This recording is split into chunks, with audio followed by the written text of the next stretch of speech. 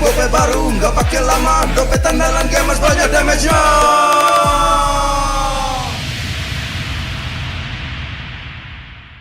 Dia tidak akan segan untuk menghadapi siapapun yang berani melawan. Dia mewarisi perjuangan karena di tubuhnya mengalir darah seorang pahlawan. Pedangnya mengukir takdir kemenangan, menghadapi segala tantangan. Penuh keberanian untuk terus berjalan menuju masa depan. Raihlah masa depan, nabung mulai dari hobi. Koleksi terbaru UBS Gold X Mobile Legends Bang Bang, edisi spesial MPL ID Season 13.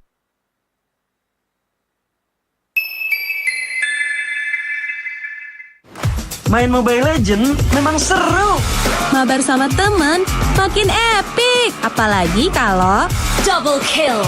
Tropicana Double Crunch, es krim karamel dengan lapisan coklat yang tebal. Crunchy-nya double. Main bareng, makan bareng Tropicana Double Crunch. Double crunchy level dewa.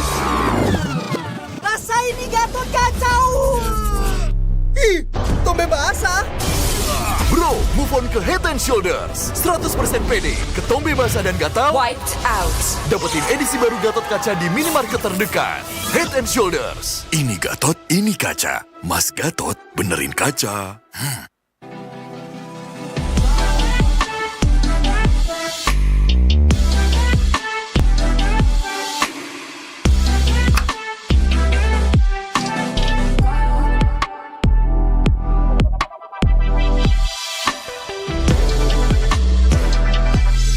Wow, finished. See you later.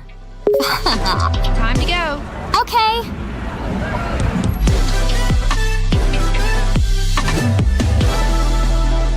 Kita adalah pejuang yang melangkah dengan penuh keyakinan, menghadapi dunia tanpa keraguan, karena hidup adalah arena pertarungan.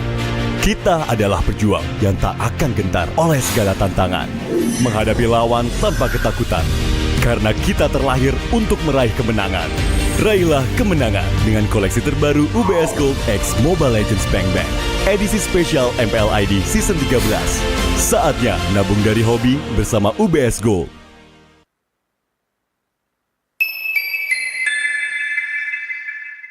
Apa akan kehilangan ingatannya? Masih inget ini, Pak? Sekecil apapun perhatian adalah kekuatan. Hidupkan momen kebersamaan. IndiHome. First blood.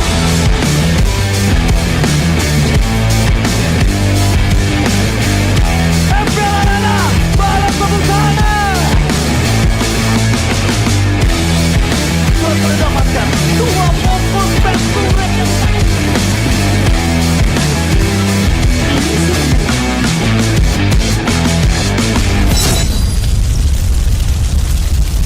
Pengen belanja banyak barang kebutuhan tapi malas keluar rumah. Untung aja pakai aplikasi Klik Indomaret. Cuma tinggal klik bisa belanja online seperti di toko. Beli ini, itu, jadi mudah banget. Produknya lengkap, banyak promonya. Gak perlu pusing, bisa pakai alat bayar apa aja. Wah, 1 jam udah sampai, gratis ongkir lagi. Untung aku pakai Klik Indomaret, belanja online seperti di toko. Kini, Indomaret telah menghadirkan varian baru, soto dan rawon yang wajib kamu coba. Dibuat dengan daging sapi pilihan, dimasak dengan rempah-rempah khas Indonesia, sehingga menghasilkan rasa soto dan rawon yang otentik khas Jawa Timur. Diolah selama berjam-jam sehingga menghasilkan kaldu yang gurih dan daging yang empuk. Bisa dihangatkan di toko atau bisa untuk stok di rumah. Soto dan rawon daging sapi Indomaret, enak tenan rasane.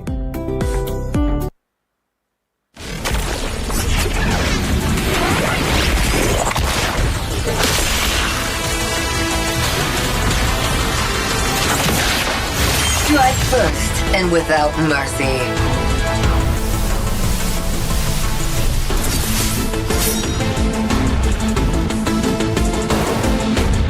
Where I tread, death follows. Enjoy your last breath. Deploying smoke. Going dark.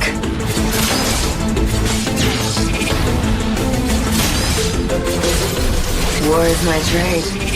Death is my craft. Backup plan? I am the backup plan. My destiny is what I make of it.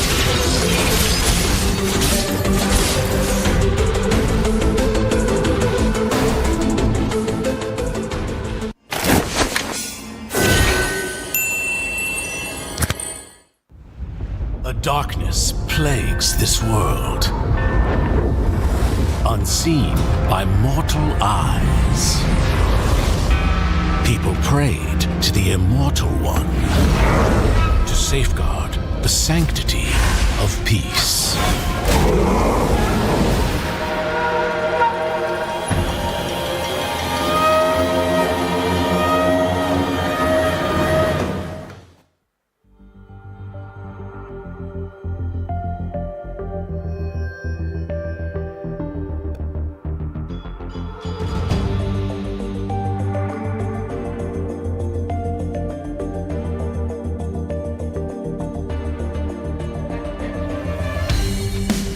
Kan berdiri dan terus berlari, terus ke arah puncak tertinggi. Ku takkan berhenti, hanya sampai di sini. Kemenangan abadi menanti. You know we won't miss if we unite our focus. And if you haven't noticed, we all live. Nyalakan apimu, hadapi semua tantangan, hadang semua serangan, jatuh bukan halangan. Bakar semangatmu, janganlah engkau menyerah. Kita akan buat sejarah. We all this, we won't miss. We all this, we won't miss. Saatnya beraksi, jalani ambisi. Aku kan menyawakan hari ini. You know we won't miss if we unite our focus. And if you haven't noticed, we all live. Nyalakan apimu, hadapi semua tantangan, hadang semua serangan, jatuh bukan halangan. Bakar semangatmu, janganlah engkau menyerah. Kita akan buat sejarah. We all this, we won't miss. We all this, we won't miss. We all this.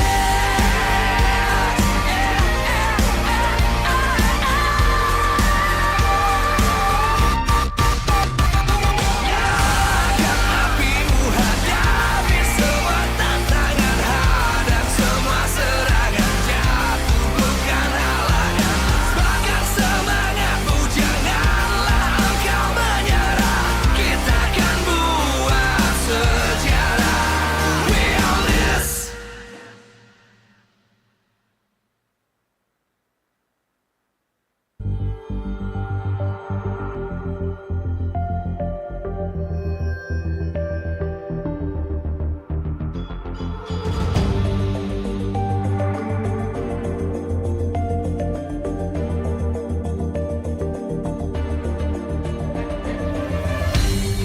Aku kan berdiri dan terus berlari, terus ke arah puncak tertinggi. Ku takkan berhenti, hanya sampai di sini. Kemenangan abadi menanti. You know we won't miss.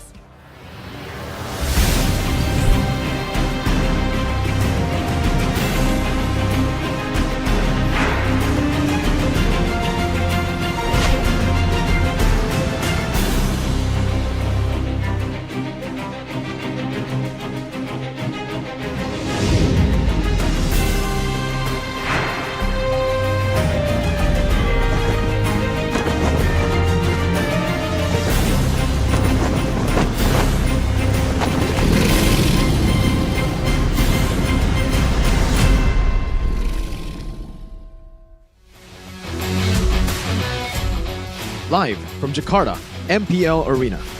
MPL Season 14 is powered by Munta. presented by our official tournament smartphone, Samsung Galaxy. Official e-wallet, GoPay. Official destination for gaming and esports, Hidea. Official gold partner, UBS Gold. We own this.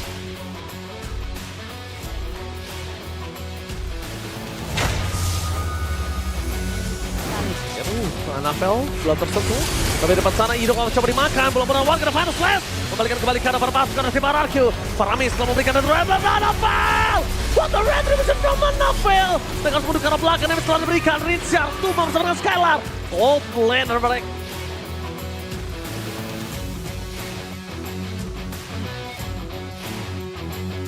Teammate kebuang juga tadi. Res. Oke.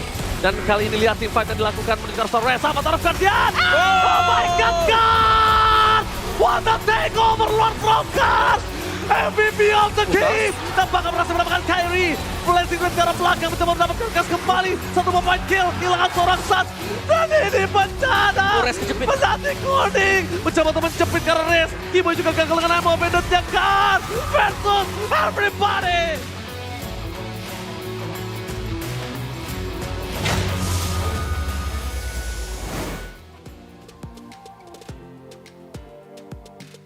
Pertarungan mutakhir untuk hari yang terakhir di minggu yang ke-7. Kita akan menyaksikan 3 match penutupan di MPL Indonesia Season 14. Minggu ke-7 merupakan minggu yang paling mendebarkan. Karena kita bisa melihat bahwa perjuangan dari 9 tim, mereka harus bisa mengejar ketertinggalan ataupun mempertahankan posisi. Kali ini hanya tersisa sedikit saja slot untuk playoff. 2 slot sudah di-secure. Sisa 4 saja, siapa yang akan mendapatkannya dan bagaimana cara mereka untuk bisa beradaptasi dengan patch baru. Bude Clara melihat bahwa perjuangan nggak hanya dilakukan oleh tim-tim, namun juga semua super fans yang terus mendukung dan memberikan seluruh yang mereka miliki untuk bisa terus mendukung tim-tim biar bisa mewakili Indonesia di M6. Namun kita melihat bahwa 8, 9 tim ini kita akan membahas bersama-sama bagaimana mereka akan beradu. Namun tentu saja Bude nggak akan sendiri karena akan ada the best caster, the best analyst. Inilah dia, ada Profesor KB dan juga Mirko. Yeay, kita kasih tepuk tangan dong. Ini terhadap 2 sosok yang terus menyabet gelar the best, the best, the best, the best. KB dan Mirko, patch kali ini bagaimana sih mempengaruhi 9 tim? Besar atau kecil? Kalau patch sih kayaknya cuma nambahin pool hero aja sih Bude.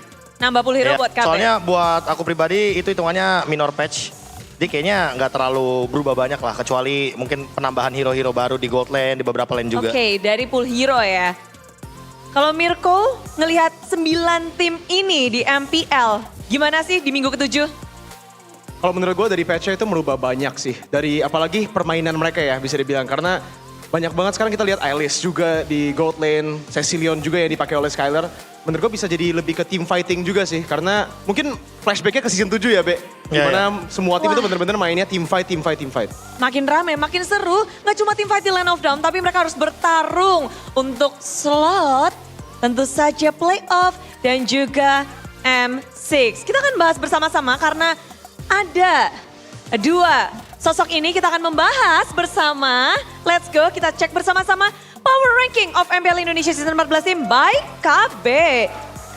Bentar Be, M6 Candidates, kamu meletakkan RQHOC, Tim Liquid ID dan juga Geek Fam. Gimana nih?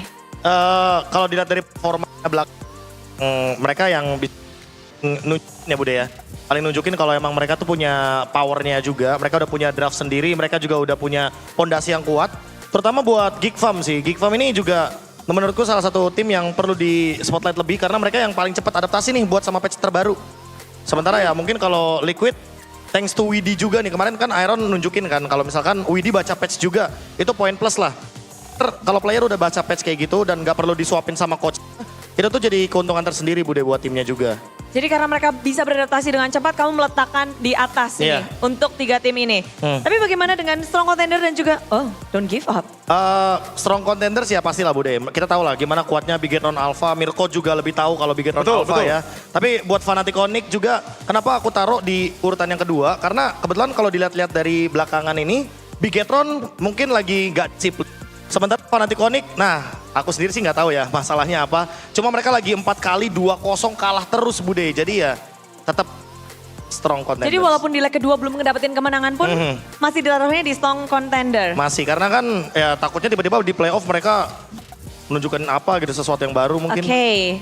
Dan don't give up 4 tim ini. Nah, jadi kalau don't give up sih udah ketahuan lah ya, emang jakarta aja lah. Soalnya kemarin kan minggu plot twist Bude. Hari paling plot twist itu yang bener-bener orang-orang gak ada yang nyangka kalau Dewa, EVOS sama Rebellion yang bisa menang gitu loh kemarin. Tapi dari 3 ini, 3 section Mirko sendiri gimana kamu melihat dari power ranking dari KB? Setuju atau enggak?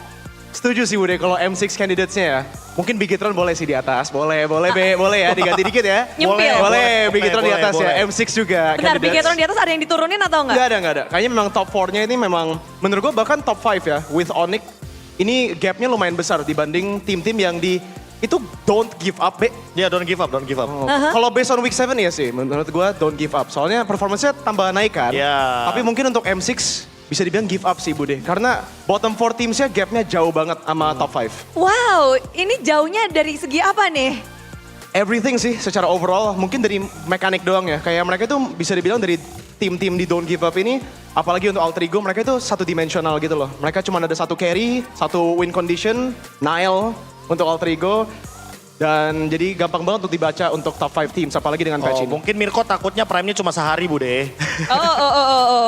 Mungkin Mirko takutnya kayak gitu. Tapi kan kita ngelihat don't give up ini masih ada minggu ke-8 dan 9. Bisa ngejar nggak? Dan playoff. Playoff sih bisa sih, Dewa atau Alter Ego pasti banget bisa playoff. Untuk EVOS juga ya abis menang kemarin bisa lah ya, tapi realistically menurut gue memang kita lihatnya nanti di playoff juga top 5 teams ini sih. Ya, tapi ya kita akan balik dengan M6 candidates di depan mata.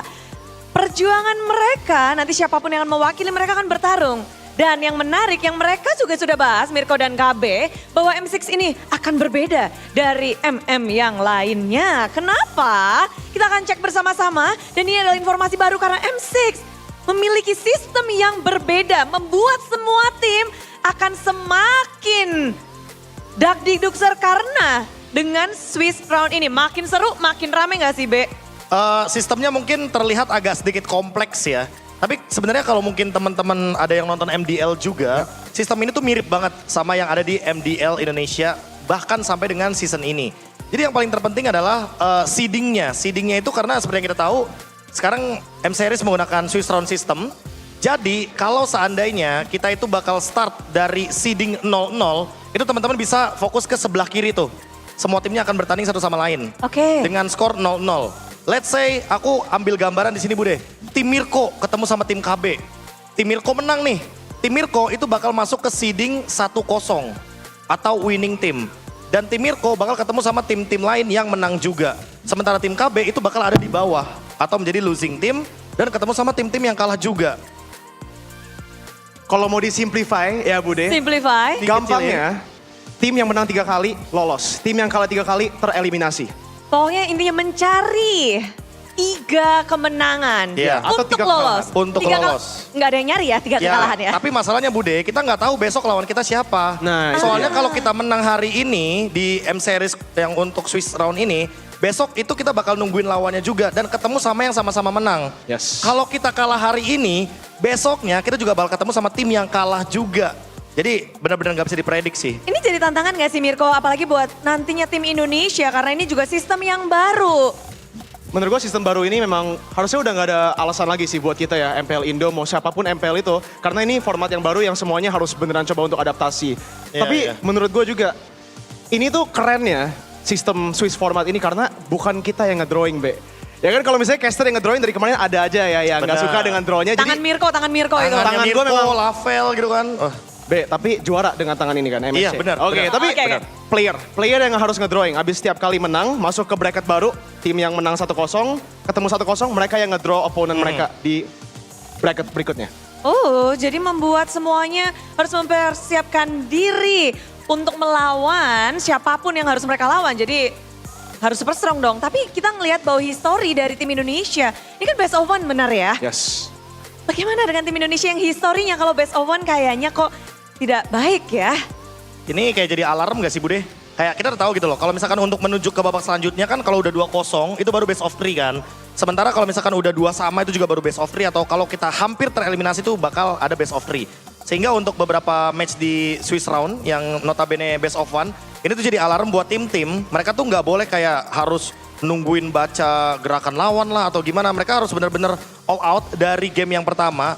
Jangan sampai kita kayak berharap di best of 3 yang udah sering kita jalankan kayak game 1 masih ngebaca atau downloading game segala macamnya. Baru nanti game 2, game 3 ngamuk kayak gitu. Itu udah nggak bisa lagi berarti. Berarti dengan sejarah yang kita miliki, lalu dengan sistem yang baru, apa nih yang harus kita kejar untuk mempersiapkan diri dengan best of one ini? Adaptif sih, yang paling penting itu adaptif. Karena bisa dibilang improve juga ya, ini adaptifnya harus on the go.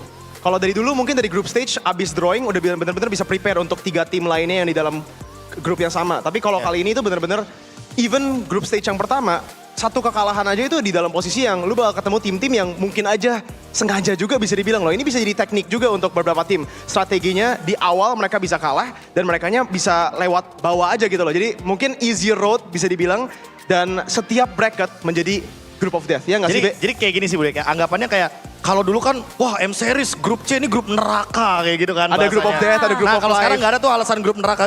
Semuanya. Kalian sendiri yang decide gitu loh. Kalian mau lolosnya dengan cara yang 3 kali menang atau mau gimana gitu loh. Atau struggling dulu nih di Swiss round kayak gitu. Semuanya harus bisa adaptif, harus bisa mempersiapkan diri. Tapi kalau dari sudut pandang KB ada yang mau kamu mungkin sampaikan untuk penutupan dari M6 kita membahas Swiss round ini dan juga performa tim MPL. Aku orang yang lumayan vokal lah. Di streamku juga aku sering bilang kalau MPL ID lagi ketinggalan. Bahkan kalau dihitung-hitung dari MSC kemarin, di mana MPL Malaysia sama MPL Filipina itu jadi tier 1, tier 2 ya. Ya aku sih nggak expect banyak. Yang penting kita lolos sampai knockout stage dulu lah. Baru kita ngebukti nanti di knockout stage kalau King Indo tuh bisa berdiri di atas, apalagi di Axiata Arena. Berdiri kembali. Mirko ada yang mau disampaikan? Iya gue setuju sih, apalagi dengan performance tim-tim yang MPL Indonesia season 14 ya. Kalau season sebelumnya bisa dibilang kita udah tahu lah siapa yang bakal juara. Kita tahu siapa yang bakal perform dan siapa yang gak akan perform di internasional. Tapi kali ini dengan top 5-nya yang sangat sengit, gue yakin Indonesia bisa bagus di M6. Wow, mari kita beri tepuk tangan untuk kedua talent dari MPL Indonesia. Thank you so much. Dan Mirko dari talent Inggris. Dan silahkan mempersiapkan diri. Thank you banget. Makasih Bude. Mirko dan juga KB. Tapi ngebahas memang perjuangan mereka nanti di M6 menjadi tantangan tersendiri. Dan kali ini kita harus melihat bagaimana 9 tim memperjuangkan untuk slot playoff dan juga untuk slot M6 itu sendiri. Semuanya dimulai dari regular season. Dimana kali ini kita akan menyaksikan bahwa ada pembukaan dari tim RRQ dan juga Geek Fam. 2 tim yang sama-sama menjadi kandidat besar untuk perwakilan Indonesia di M6 nanti. Mereka akan bertarung kembali di leg kedua dan kita akan menyaksikan pertarungan mereka. Dan tentunya acara ini begitu epic, begitu keren karena adanya dukungan dari para sponsor. Karena MPL Indonesia Season 14 powered by Moonton. Presented by Official Tournament Smartphone Samsung Galaxy, Official e-wallet GoPay, Official Destination for Gaming and Esports Kidia, Official Gold Partner UBS Gold. Dan kita juga punya partner in esports, ada Campina, Head and Shoulders, Oraimo, Telkomsel, Dunia Games, IndiHome, dan juga We Drink. Bersama dengan supplier ada Eriko, lalu Klik Indomaret, Yummy's Choice, dan juga Saturday. Acara ini supported by PBSI. Hari yang tentunya mendebarkan untuk kita saksikan hari ini, di mana hari terakhir untuk minggu yang ke-7. Hari yang kedua membuat semua dari para talent salah prediksinya. Bagaimana dengan prediksi mereka untuk hari ini dan juga prediksi kalian semua? Tulis di kolom komentar karena ini adalah pertarungan yang sangat dinantikan. Mana nih semangatnya untuk tim RRQOC? Sang pemuncak klasemen, mereka akan berhadapan dengan tim yang sedang berjuang untuk naik. Inilah dia, mana semangatnya untuk Geek Fam? Semuanya sudah bersorak-sorai. Super fans, siapkan diri kalian untuk pertarungan epic dari RRQOC dan juga Geek Fam.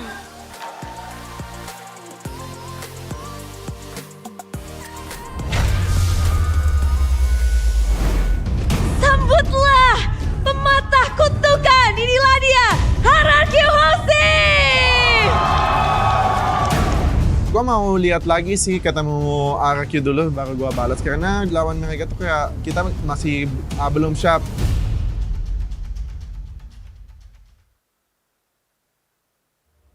Dikasih server turun-turun, akhirnya penantian RRQ menjadi obat atas King Slayer. Please welcome the new King Sarah, Regan the Chaos. Kita ada salah cara warnya sih di turtle, kayak di turtle 2 kayak kita ngeluarin skillnya nggak efektif sama nggak connect aja setim. Jadi kayak dia bisa ngebalikin di turtle itu. Habis itu snowball terus saja Bruno-nya. Pakai kakak, karena terlalu tersolingan terpeldora di depan sana. Pasti teman-teman Rasa menjadi Vincent. Merasa mendapatkan satu turtle dengan sangat manis. Tapi Susujin harus jadi korban. Dan double kill, bahkan triple kill from Skyland. Kalau misalkan kita mau ngepok bareng nggak masalah. Tapi timingnya harus benar-benar semuanya masuk gitu. Draftnya nggak ada masalah sih, itu kayak gameplay kita aja. Terus sama yang war terakhir yang bikin kita kalah karena kita nggak expect aja. Ada Diren di situ kayak dia bisa vision semua, jadi groknya langsung flicker ulti. Terus kena semua. Ada gua nih guys. Kalau back sana Bruno mau join nggak Tur? Ya. Sini Tur, let's go ya. Gua clear mid dulu ya. Ngedes guys. Bruno. Mati Bruno. Nah. Ratain.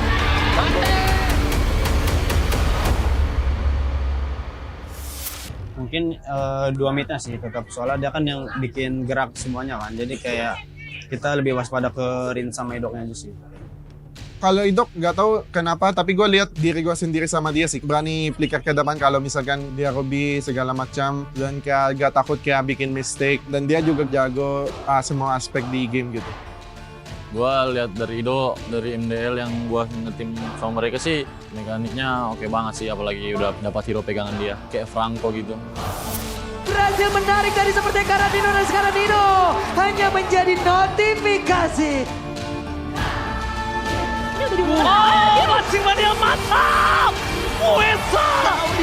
Mereka akan lebih punya keuntungan yang sangat banyak. Diakus dari Rin, memaksa mendapatkan Velo yang tidak memiliki lagi. Mancing yang mantap! Batimannya from Ido. Ya mungkin kalau dari gua ya Ido mekanik bagus ya, cuman mungkin dari makronya dia situnya sih makronya. Kalau Baloi makronya bagus, mungkin mekaniknya mungkin biasa juga. Sebaliknya sih ada plus minusnya. Udok, aku ngeliat player yang pertama punya mekanik dan cocok aja sih, sinerginya bagus sama RT. Mungkin yang harus dipelajarin Indo ke Baloi ya lebih ke decisionnya atau makro playnya. Mungkin nggak gampang tapi emang butuh waktu sih.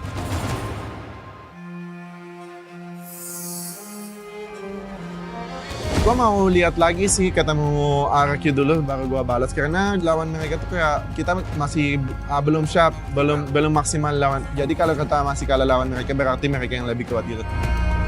Kalau ngeliat kick ya semoga aja lah kita bisa menang aja gitu. Semua orang sih sama sih, nggak ada yang gue takutin ya. Paling ya mungkin kalau respect band juga balik lagi ke coach juga yang nge-ban ini. Mungkin terlalu power ya pasti respect. Gue berani sih kalau adu HC sama Perangko karena udah berapa lama kan gak dilepas HC gue. Jadi kalau mereka berani, gue berani adu hero power. Ya kalau gue mau lepas Selker ya why not, lu lepas hero gue.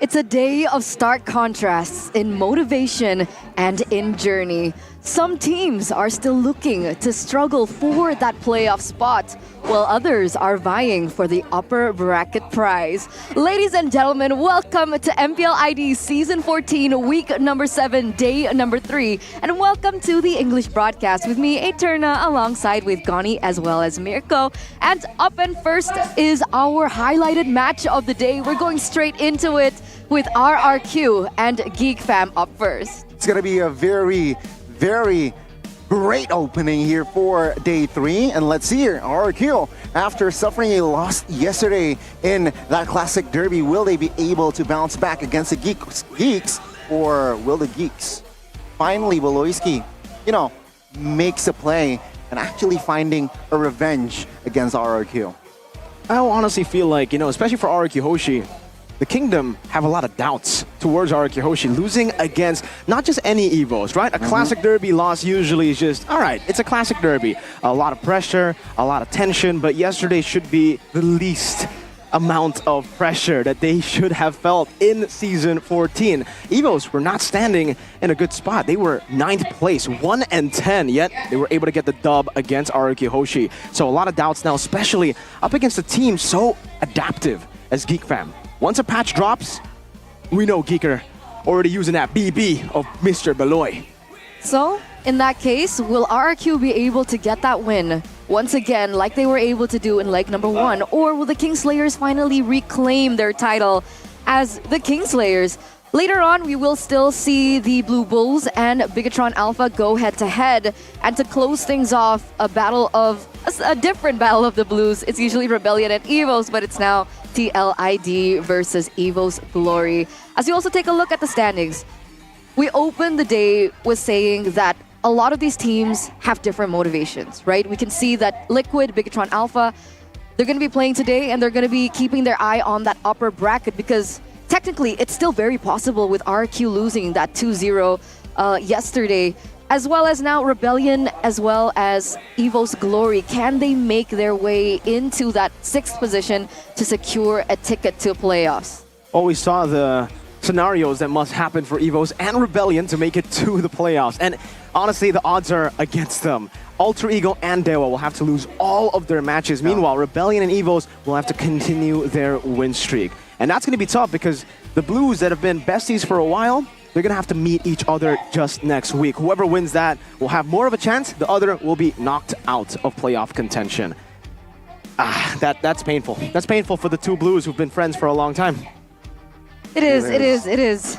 And we get to cross-check over back to our highlighted match of the day here. Race to the upper brackets. Again, right, there is still a chance that Geek Fam can secure that upper bracket slot. I think the top 4 teams, all of them actually have what it takes to still secure the upper bracket slot, especially after a loss yesterday for RRQ Hoshi. Odds are still definitely in RRQ's favor. They have so many more matches in hand, but if you take a look at the history for Leg 1, this is a completely different story from what we've seen since Season 11. It's always been Geek Fam able to beat RRQ Hoshi with their ridiculous playstyle. Honestly, I don't know how to describe Geek Fam's playstyle. It's always so elusive. And it's always so flexible and adaptive. Meanwhile, for RRQ Hoshi, for the longest time, especially since Season 11 to 13, it was very just pure front to back, protect Skylar. Very easy to read for a team as dynamic as Geek Fam. But now with a man in the midst of the Kingdom, Kescute, he's really stepped up RRQ's game. I think he is definitely the key factor as to how they were able to get the dub in match number 1. But leg number 2 is different. This is a whole new patch, and even he knows it.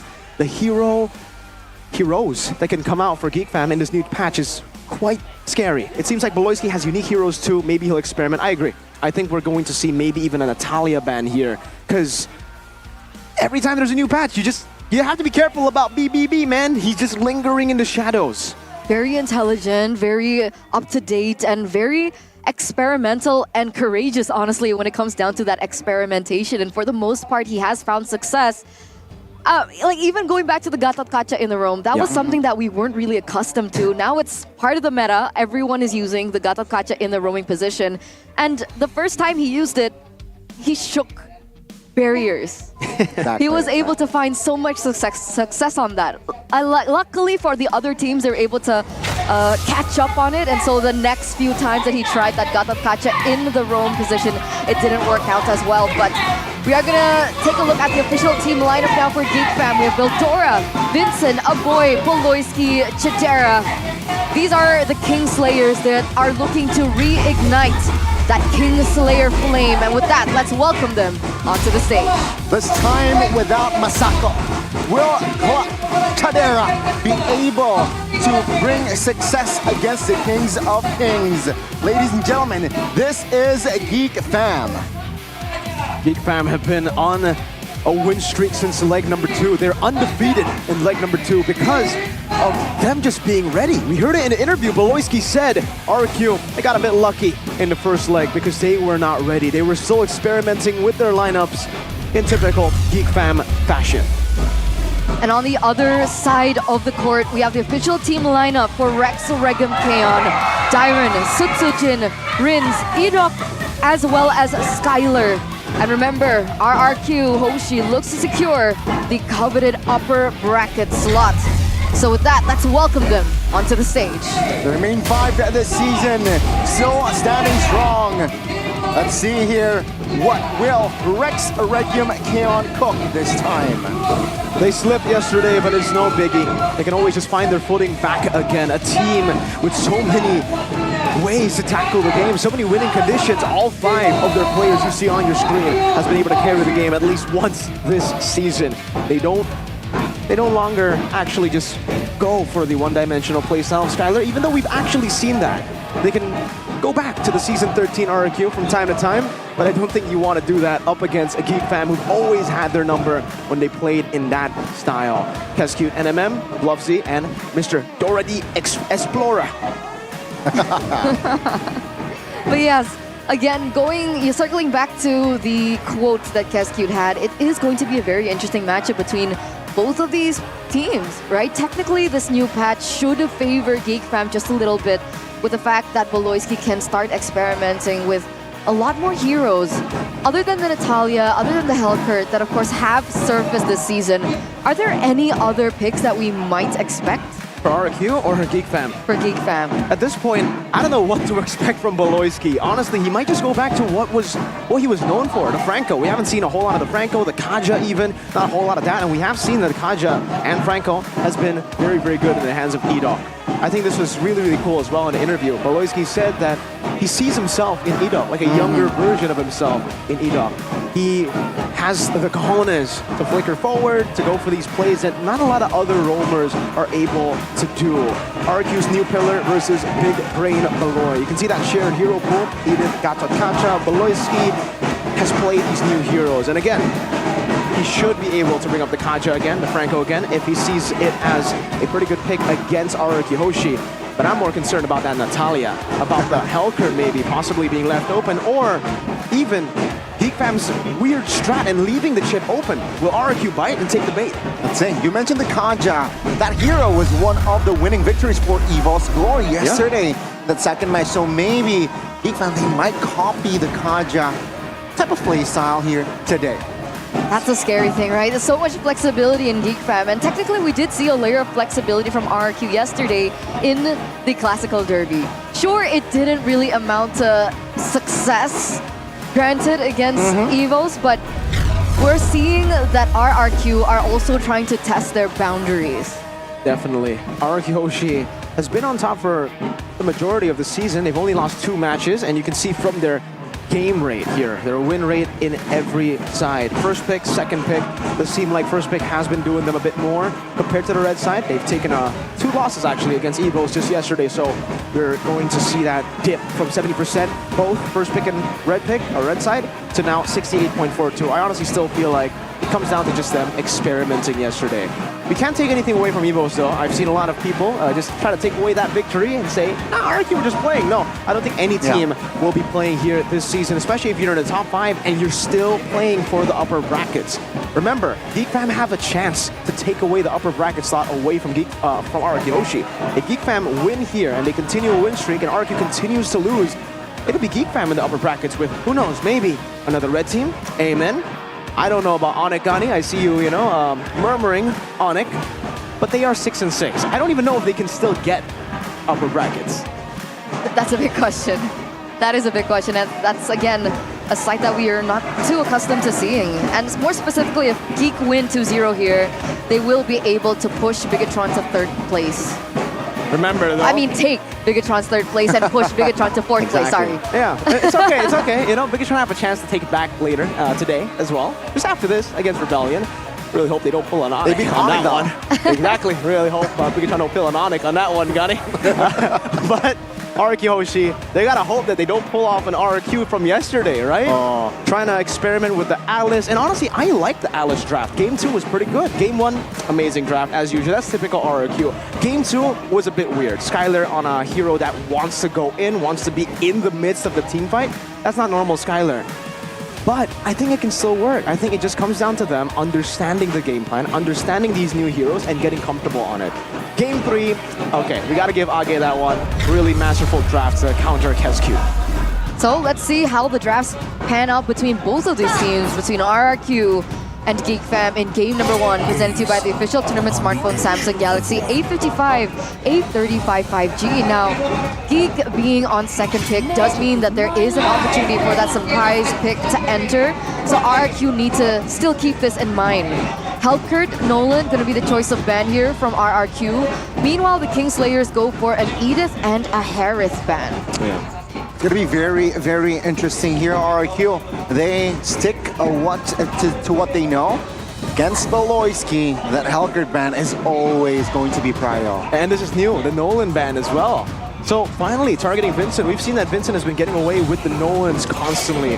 The Rogers has usually been the one banned out, but maybe because of the nerfs, RK don't see it as a threat to fairness too. So 3 respect bans to Beloy, Vincent, and Aboy. Meanwhile, Geek Fam, risky game they are playing. Chip has been left open. We mentioned this earlier. Will RQ take the bait? No, they won't. They don't care about the chip. You want to give it over to Beloy, the chip? Oh man, BBB on a hero like this. This just might be the answer that Geek Fam was looking for, right? With the choice of bans, it's a mind game. We thought that this would happen between both of these coaching staffs. So with the chip being put in the hands of Beloyski, he's just so creative. It's not a straightforward kind of gameplay that Beloyski has on this chip. It's not your typical chip. And I'm honestly afraid. How will RRQ be able to control the map, realizing that Beloyski's on the chip, always scouting, always looking for opportunities? I think a good answer would be the Mathilda. The Phobius plus the Mathilda, that's already a very, very good combo. The Mathilda can actually just scout out as well. If you see the chip, circling Eagle, get out, just go for the scouting. The Julian will be the choice for Geek Fam after the Nolan has been taken away. And honestly, for RQ, they can also just go for a Ling. Someone that can have more map control with that mobility. So Mathilda Ling could be it. It might be a bit too greedy though. If you go Mathilda, maybe you want to get a strong mid lane presence, someone independent. To try to stop the mid lane, you got to start winning lanes up against a chip, right? Because if you start losing, then chip will snowball. I mean, here's the thing, right? I mean, I really want to talk about the duration that Geek Fam was using that time. It shows that the Julian and Chip is actually out of their scenario already. So now the response is, yeah, you mentioned the Mathilda and the Eve. It's going to be taking up more space in this formation here with this composition.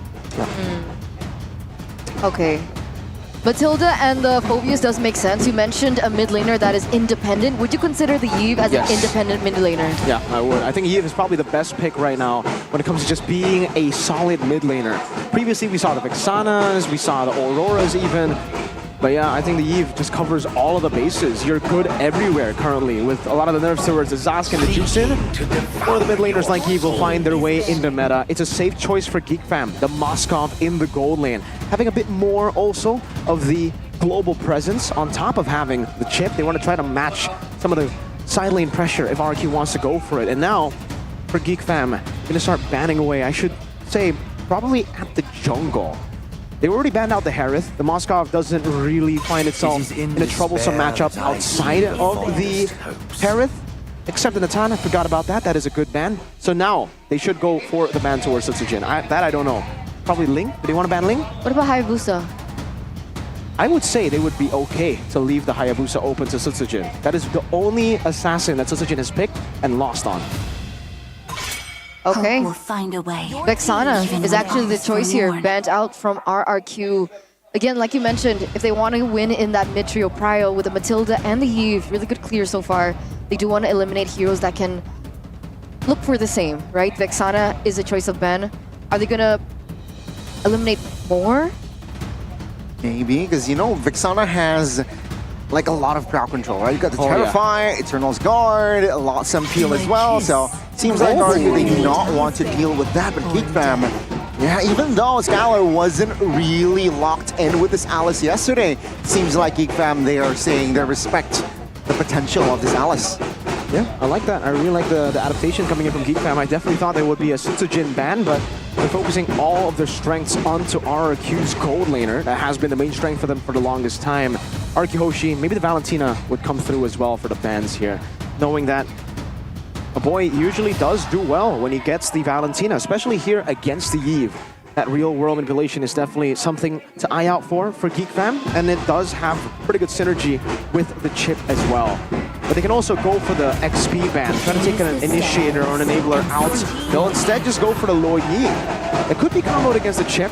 We haven't seen that too often in MPL ID, but now Geek Fam have the opportunity to go for the Valentina that I thought was going to be banned out. I mean, technically they can also kind of postpone the Valentina for later, right? Unless...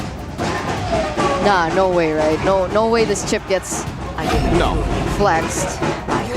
Valentina gonna be chosen in up first. So they're, what, extending the option for the EXP laner? Yeah. We're trying to get him a comfort pick here towards the last two picks of RRQ. Geek Fam have gone on a very good comp to go up against Ling, by the way. We were saying that, you know, the Ling could be an answer for RRQ. The Julian, Moskov, and Valentina, all three of them do pretty well against the Ling. You have blinks, dashes that will make it hard for the Ling to get the Tempest of Blades on point to knock people up. So for RRQ, they might have to just go back to... Oh, what? Okay, for a second, I thought it was Franco. But yeah, it's Bane. I dislike the Claude pick. The Bane is pretty solid, though. It's a good answer against this chip. But now for Geek Fam, honestly, they could go for a lot of different choices here. No Arlet. They can go to Rizla. They can go... Do they want to go Gatot.eXp? I don't like it. I don't like it. What was I thinking about? I was thinking about something. What XP? Oh, Ruby. Ruby they can still pull off again against the Povius. But they decide on the Damus. Another Vengeance in the mix that will deal pretty good damage against the Claude, honestly. He will have to be very careful when he decides to go for the basic attacks. So? Solid against Povius as well, right? Laning phase, very strong, very fast clear as well. Let's see though, will he be able to withstand damage mid to late? That's a big question. Interesting drafts from both of these teams. Not a lot of experimental choices either, right? Other than the Claude that, you know, Mirko is very vocal about disliking since yesterday. Yes, sir. We'll see whether or not it can work this time around. And whether or not RRQ has actually refined their gameplay from what we saw yesterday. I think a lot of people have been talking about the way that RRQ executed was a little bit weird. And remember, both teams have stakes in this match. Our highlighted match of the day. We have RRQ looking to claim that upper bracket slot. But so does Geek Fam. And with that, ladies and gentlemen, welcome to game number 1. Welcome into the land of Dawn between the Kings of Kings and the Kingslayers, part numero 2. Let's see who will take game 1. And both EXP laners are on that Vengeance. Wow, it's also Vincent on the Quantum Charge on the Julian, not the Impure Rage, or even the War Cry. Interesting stuff. Trying to go for the mobility, maybe kiting back in a lot of these team fights, which makes sense against the Claude, against the Yve too. You want to have that mobility to escape. That is 4 Quantum Charge, by the way. Even Beloyski has opted to go for the QC on the chip. Wow, whole lot of mobility. Geek Fam, back and forth gameplay. Why do you think the Quantum Charge is... Oh, wait a second, Beloyski. Force used to flicker early. Very characteristic of Beloyski, but now Sitsujin is eyeing for Beloyski, looking for the first blood. Sitsujin finds the first blood for the Kings of Kings. Very quick, very quick. This is what RRQ was able to do in leg number 1. Remember, RRQ understood. Vincent, nice play there. RQ understood that one of the main pillars for Geek Fam is Beloyski. And the fact that they're able to shut the Beloyski down really diminishes a boy's aggressiveness and presence. We'll see if they're able to replicate that as we take a look at the emblems. Yeah, looking straight at Beloyski. Inspire. This is a squishy chip. Yeah, usually we see at least a bit more tankiness, but he wants to just go for the pressure all around the map. Inspire for the cooldown, the mobility as well there. Wilderness Blessing. So Jin, Starting win will be able to escape for now. Okay, so it's back to it. You were asking about the Quantum Charge, Eterna? I think it's really just because they want to just kite back in a lot of these team fights. RQ will have to rely on a cycle of skills. Once Rins pops the ultimate, once Claude pops the ultimate, even Sutsujin pops an ultimate, deadly catch there. If Geek Fam can play around it, it'll be great for them. They'll get a dub. Position battle now. It's going to be Vincent this time winning the first neutral objective, and RQ no real compensation for it. Not just yet. Let's take a look whether or not they're able to find a trade. It looks like there are going to be a few recalls happening for the side of RQ, and that will buy Geek Fam a little bit more time to work on the pressure that they've already gotten in the first few minutes of the game. And again, 2 minutes in, Geek Fam very quick. Is this the change that you mentioned about the new patch? Everyone just rotating a lot quicker from the early portion? I would say this, so far, has looked like a pretty old patch game. It's just the chip that's making it fast. With the shortcut though, Darren will pop that Vengeance now. Looking for the ult. Infernal Pursuit will not save him. The Skylar with the Blazing Duet with the help of Rins finds Chadera, but that will be the trade. Skylar goes back home top lane. But remember, they are still able to take Chadera down. Was it worth it for RQ or Geek Fam in that case? I would still say, I mean, now the Skylar is getting a lot of that turret gold. Yeah, I think Geek Fam lost out on that fight. By the way, really well played by Skylar. Now that the turret is falling for both, it's a bit more 50-50, but Skylar got so much gold. Beloy. Okay, he flickers out. But yeah, dude, the Claude, he went in towards the portal with the Battle Mirror image so that he could go back. Yeah. Good stuff from Skylar, adaptive. Let's take a look at the talent prediction by GoPay. Wait a second. Okay, a little bit of a skirmish there. Let's see. Oh, wait a second. Real World Revelation actually finds Edok at the edge. And that is Geek Fam, what? 1, 2, 3? 4v2. 4v2. All right. Who was the other one who voted for RQ? Works? No, I voted for Geek Fam 2-1. Take this dub. Okay, we'll see. 4v2, I mean, yesterday we weren't having that much of a great time in terms of caster predictions, but looks like Rins is not having a good time either. Yes, he's low now. Chadera looking for that kill. Vincent, though, will secure it.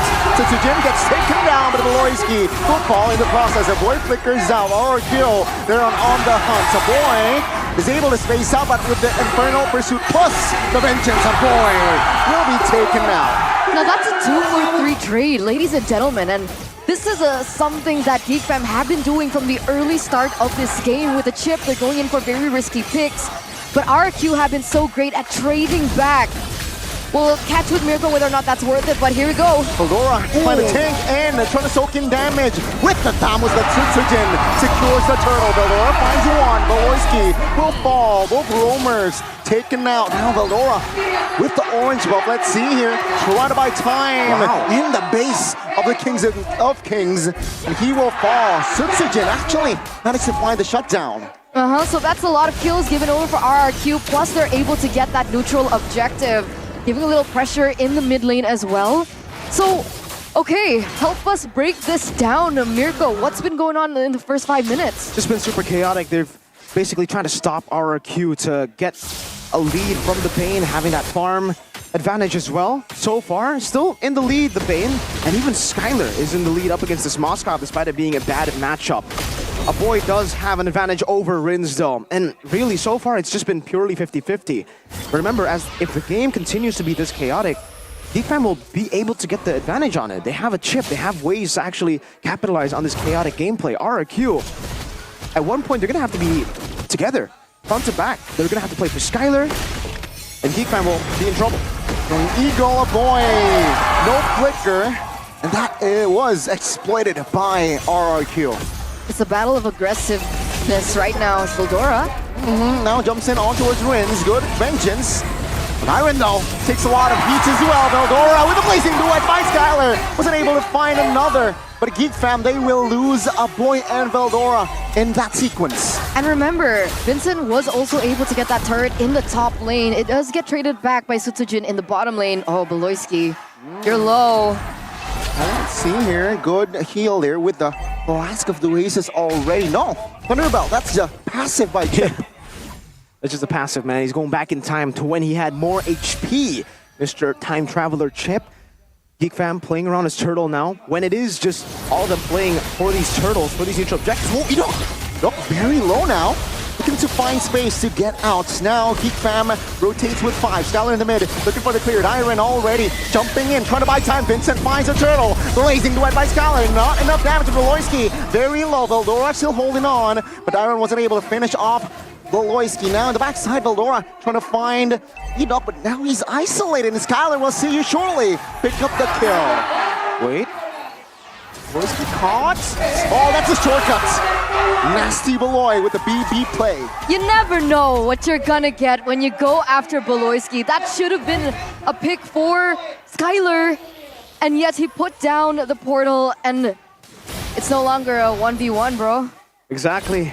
Once it gets chaotic, yes, RQ will get some trades going on, but if these shutdowns keep going into the hands of Geek Fam, later stage, when there are less turrets, the control will 100% be on Geek Fam. The fact that it is just 50-50 at this point, I would say favors Geek Fam, unless obviously they make a mistake around neutral objectives by just clumping up, but even then, they were doing a good job earlier, sealing away the real world manipulation, zoning Sutsujin away. They're pretty complete right now. Totally still on RQ, they are still scaling. I'm looking at the items now. Chidera is on the way to a win of nature. No, he's on the way to the DHS. All right, 3 items. Meanwhile, Skylar, okay, this could still be a toss-up. I don't know if he wants to just go for the DHS Golden Staff into the Wind of Nature, which I think he kind of needs. But he might go Glass Cannon because there's so much different variations of damage coming in from Geek Fam that if he goes for the Wind of Nature, it might not be too value. A boy and Vincent can punish him. That's what they almost do. There's a lot of damage being placed onto a boy there. Don't think he should recall, but Rins is actually going for it. Oh my goodness, good immobilization with the real world manipulation. Rins secures a boy. You don't expect the real world manipulation to deal that much damage. And you think as a Valentina, you should be able to get out with your dashes. And so the timings was just so perfect. The range of the real world manipulation is annoying and disruptive. And it looks like RRQ, with that, will be able to pick up that mid-tier turret. Whoa. Already popped, and that is Dyron isolated for no pursuits, and the guiding wind will try to buy time, but he will fall. Eventually, Blazing Duet to the backside. Oh my goodness. Beloyski falls, Veldora next on the chopping block board.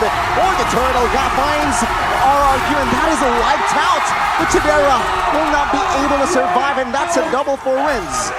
Bad call from Geek Fam. Yikes. Trying to go for Dyron with the chip, but honestly, that was a forced error by Dyron.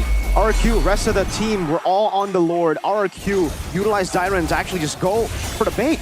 And Geek Fam took the bait even more. After getting Dyron, they saw the Lord that was taken, and they wanted to just gamble it. Take the fight, try to win, and try to make this Lord useless. But in the end, it made it better for RQ. That gamble played a very big role as to how they were able to get a 3,000 gold lead. And on top of that, they have the Lord. So they're still playing with that Lord advantage that they can utilize a whole lot from. All they need to be careful of now is the chip. Where is he? As long as you find him, RQ should be able to siege. They saw him earlier, but now they shouldn't know where he is right now.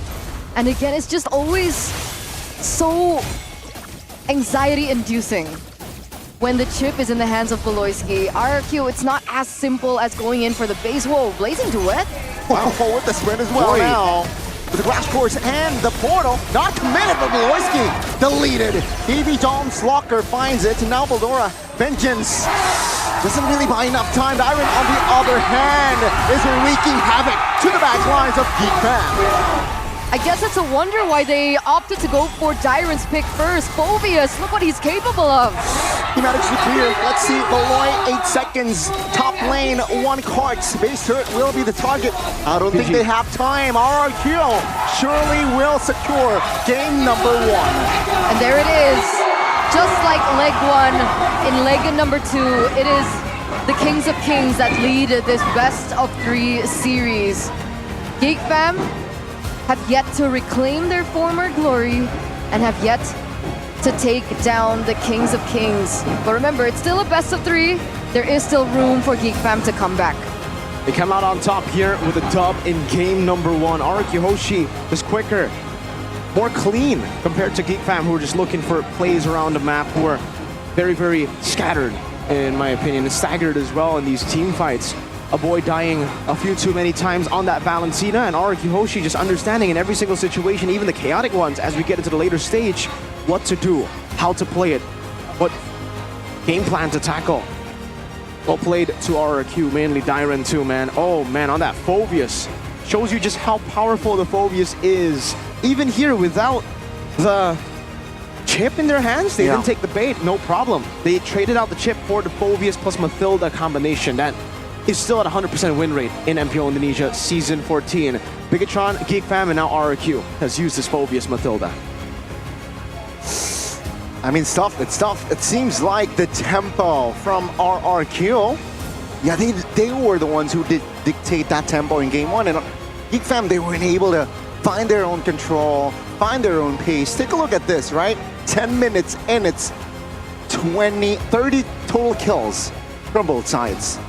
Crazy fast-paced. I mean, if we're talking about tempo, I felt like Geek Fam were the ones trying to dictate the tempo, right? It was Beloyski looking for those opportunities on the map. It was Beloyski utilizing the chip and the portals, but I feel like how RRQ were able to maneuver around those plays by Geek Fam is what eventually gave RRQ that upper hand. Despite, you know, I think you mentioning that if the trades keep going that way, then it would favor Geek Fam a little bit better, but I think they overthought it. They definitely for Geek did. Fam. Yeah, and they overextended a lot, overcommitted. Lot. After getting Skylar in that last play, that should have been the green light to, you know, back off. But they started to go for more. They didn't expect that, hey, there's a lot more carries than just Skylar this time around. Bane does a whole lot of damage, especially a snowballing Bane like that. And Rins, shout out to him. I think he's the unsung hero of this game, man. A lot of the real-world manipulations used to pick people off and to zone people off. Special dude, man. Even bottom lane, how Skylar was able to get the pick when they fully teleported was because Rins just sacrificed himself on a Yeve. Walk to the turret, pops in real-world manipulation after getting to the rest of the team. Which is why he's now known as one of the new pillars of RRQ, right? Edok and Rins, both of them, one of the new pillars. We will even see it here in the highlights later on. But this is the exact same way that RRQ was able to find their momentum as well in the first leg against Geek. It was Rins and Edok too. Yeah, it's always these two members, man, the pillars. And maybe for you guys, you see Rins with a lot of deaths, you think, hey, this guy's trash. But no, the fact that he's able to enable so many of these plays, like earlier there as well, Edok and Rins. It was Edok and Rins.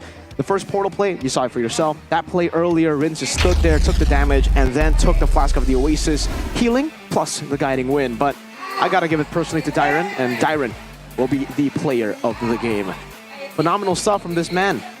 He's taken a new role now, honestly, right? Back in Rebellion, the carry, this time really just the enabler. But in this game, he was a mix on the Phoveus. Able to carry, dishing out so much damage, distracting the team to get the Lord, distracting the chip, finding the chip. Phoveus is supposed to be immobile, brother. Maybe with the Mathilda, you're supposed to be mobile, but in this game, most of the time, the Mathilda was actually used for Skylar, for Rin, so he was doing it solo in a lot of times, just escaping with the Mathilda, yeah. Can't be a Beloy game without a death in the early game, though. That's a classic Beloy game. Didn't get to a 0-7 power spike, unfortunately. Earlier on, it looked really good for Geek Fam. They got the first turtle, and then they went on to this fight, and this was where they were all scattered.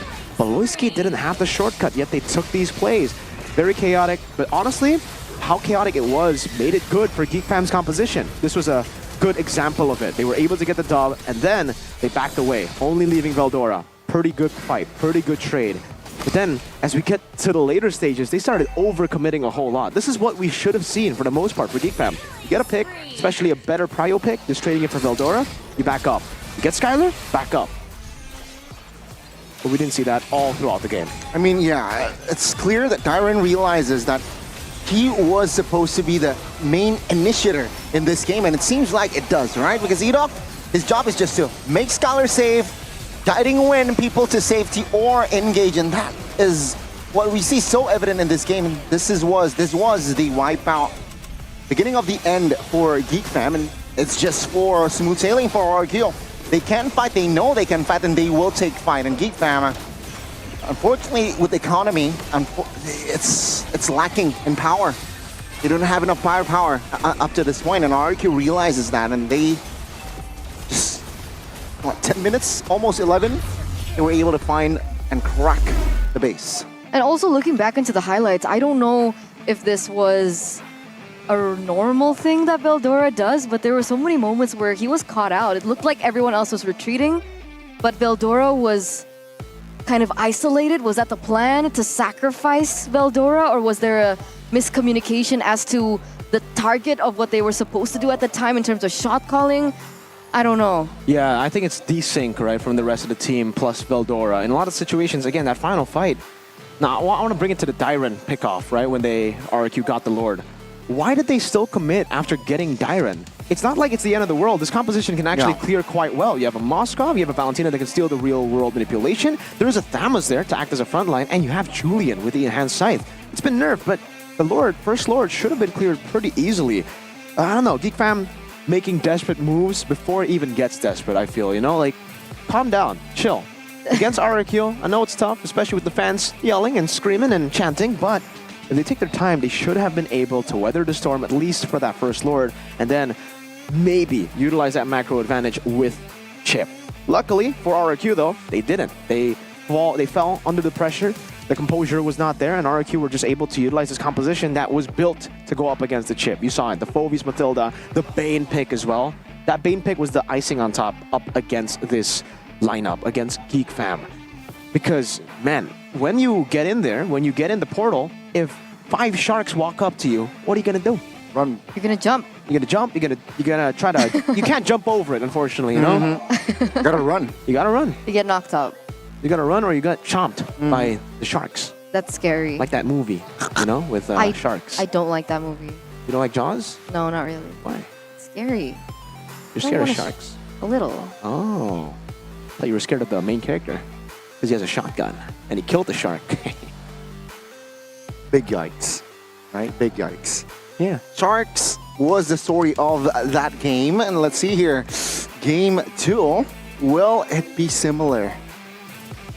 There's a lot of sharks in that game. There was a lot of sharks. Roar. But hey, I have to talk about this too. Banning out the Nolan for Vincent. Genius? Huh? Was that genius? I think it was really good. Roger was banned by the patch, technically, right? It's got nerfed pretty hard. So you can see that Geek Fam didn't want to pick it. If it was last patch Geek Fam, they would have picked it up instantly. No chance that the Roger would have been left open. No chance. But they went for Julian.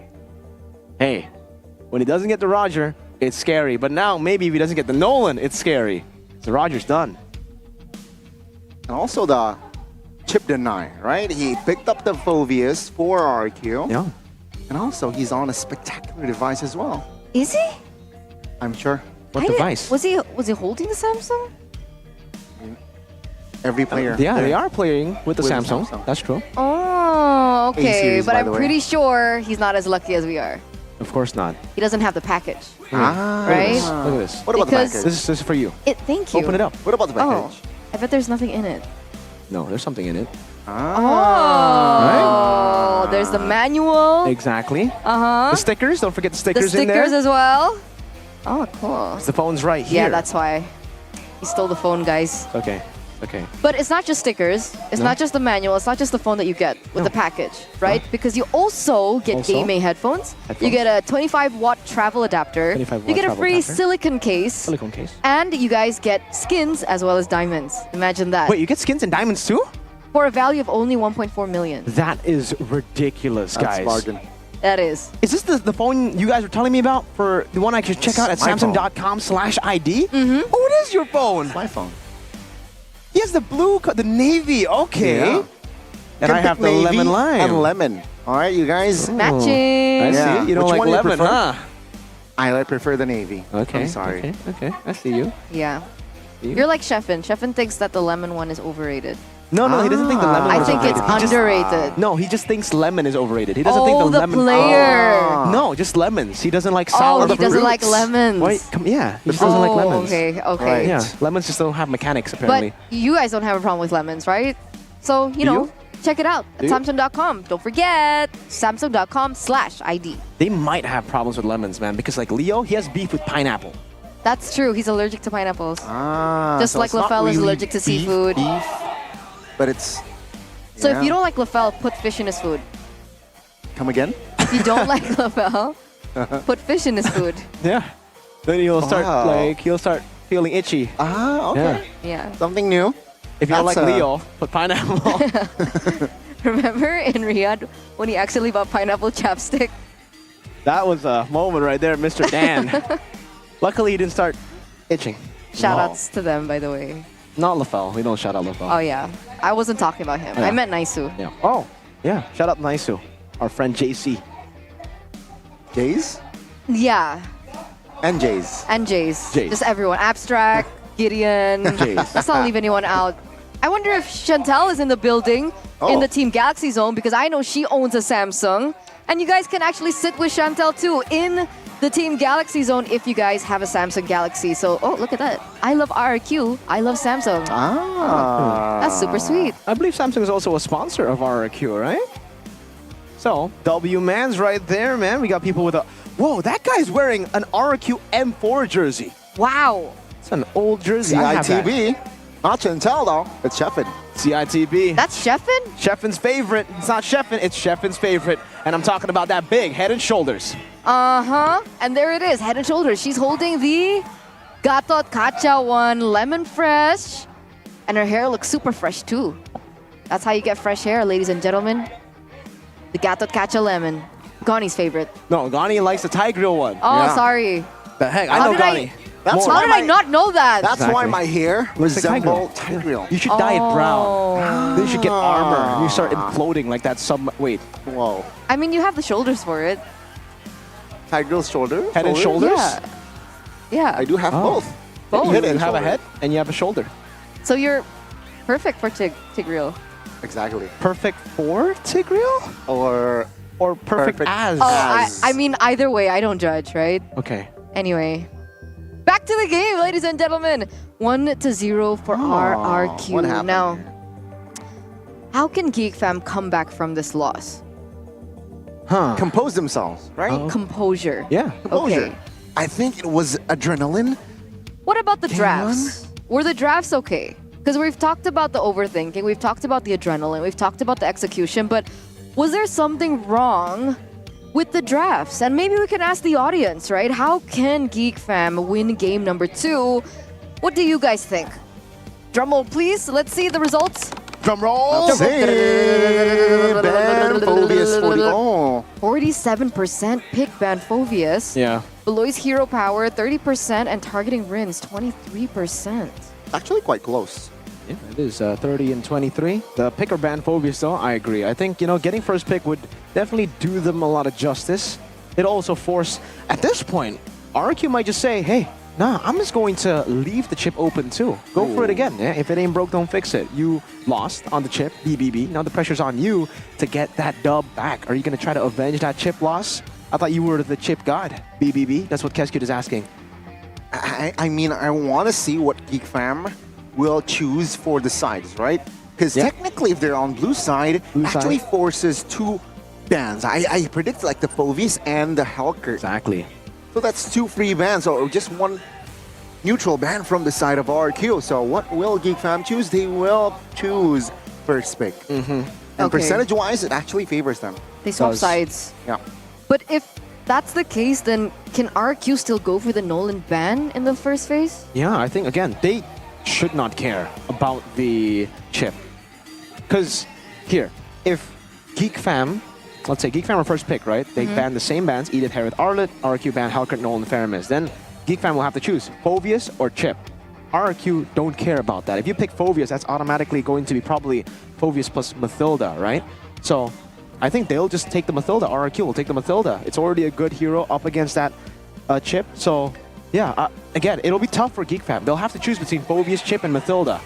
And that's a tough choice to go for because RRQ have many other picks. But if Chip gets ignored by RRQ, then can't Geek Fam just pick up the chip in the second phase? Yeah. I mean, in the second pick of the first phase? Absolutely, but then RRQ could just, they've already taken the Mathilda. They can build around that Mathilda again. Ban the Maybe Mathilda. if they ban the Mathilda, that changes a whole lot. Now we're changing a whole lot of things. We're talking about this particular scenario. Now we're going to have to wait for the draft at this point, you know? So, I don't know if the Edith's even going to be banned here. Chaos. That's what BBB's thinking. Okay. All the We've been scenarios. assuming so much. Let's take a look at what the reality is, right? Drafting phase for game number 2. Presented to you by the official tournament smartphone Samsung Galaxy A55, A35 5G. It turns out the chip is going to be banned, so whatever we were talking about for the past like 10 minutes, nullified. Out of the window. Bluffsy and Kescu says, shut up. Yeah. No, don't talk.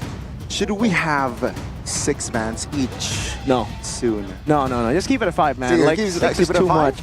At that point, might as well take the global ban system from MPL, right? Nah, I think 5 bans, it's enough.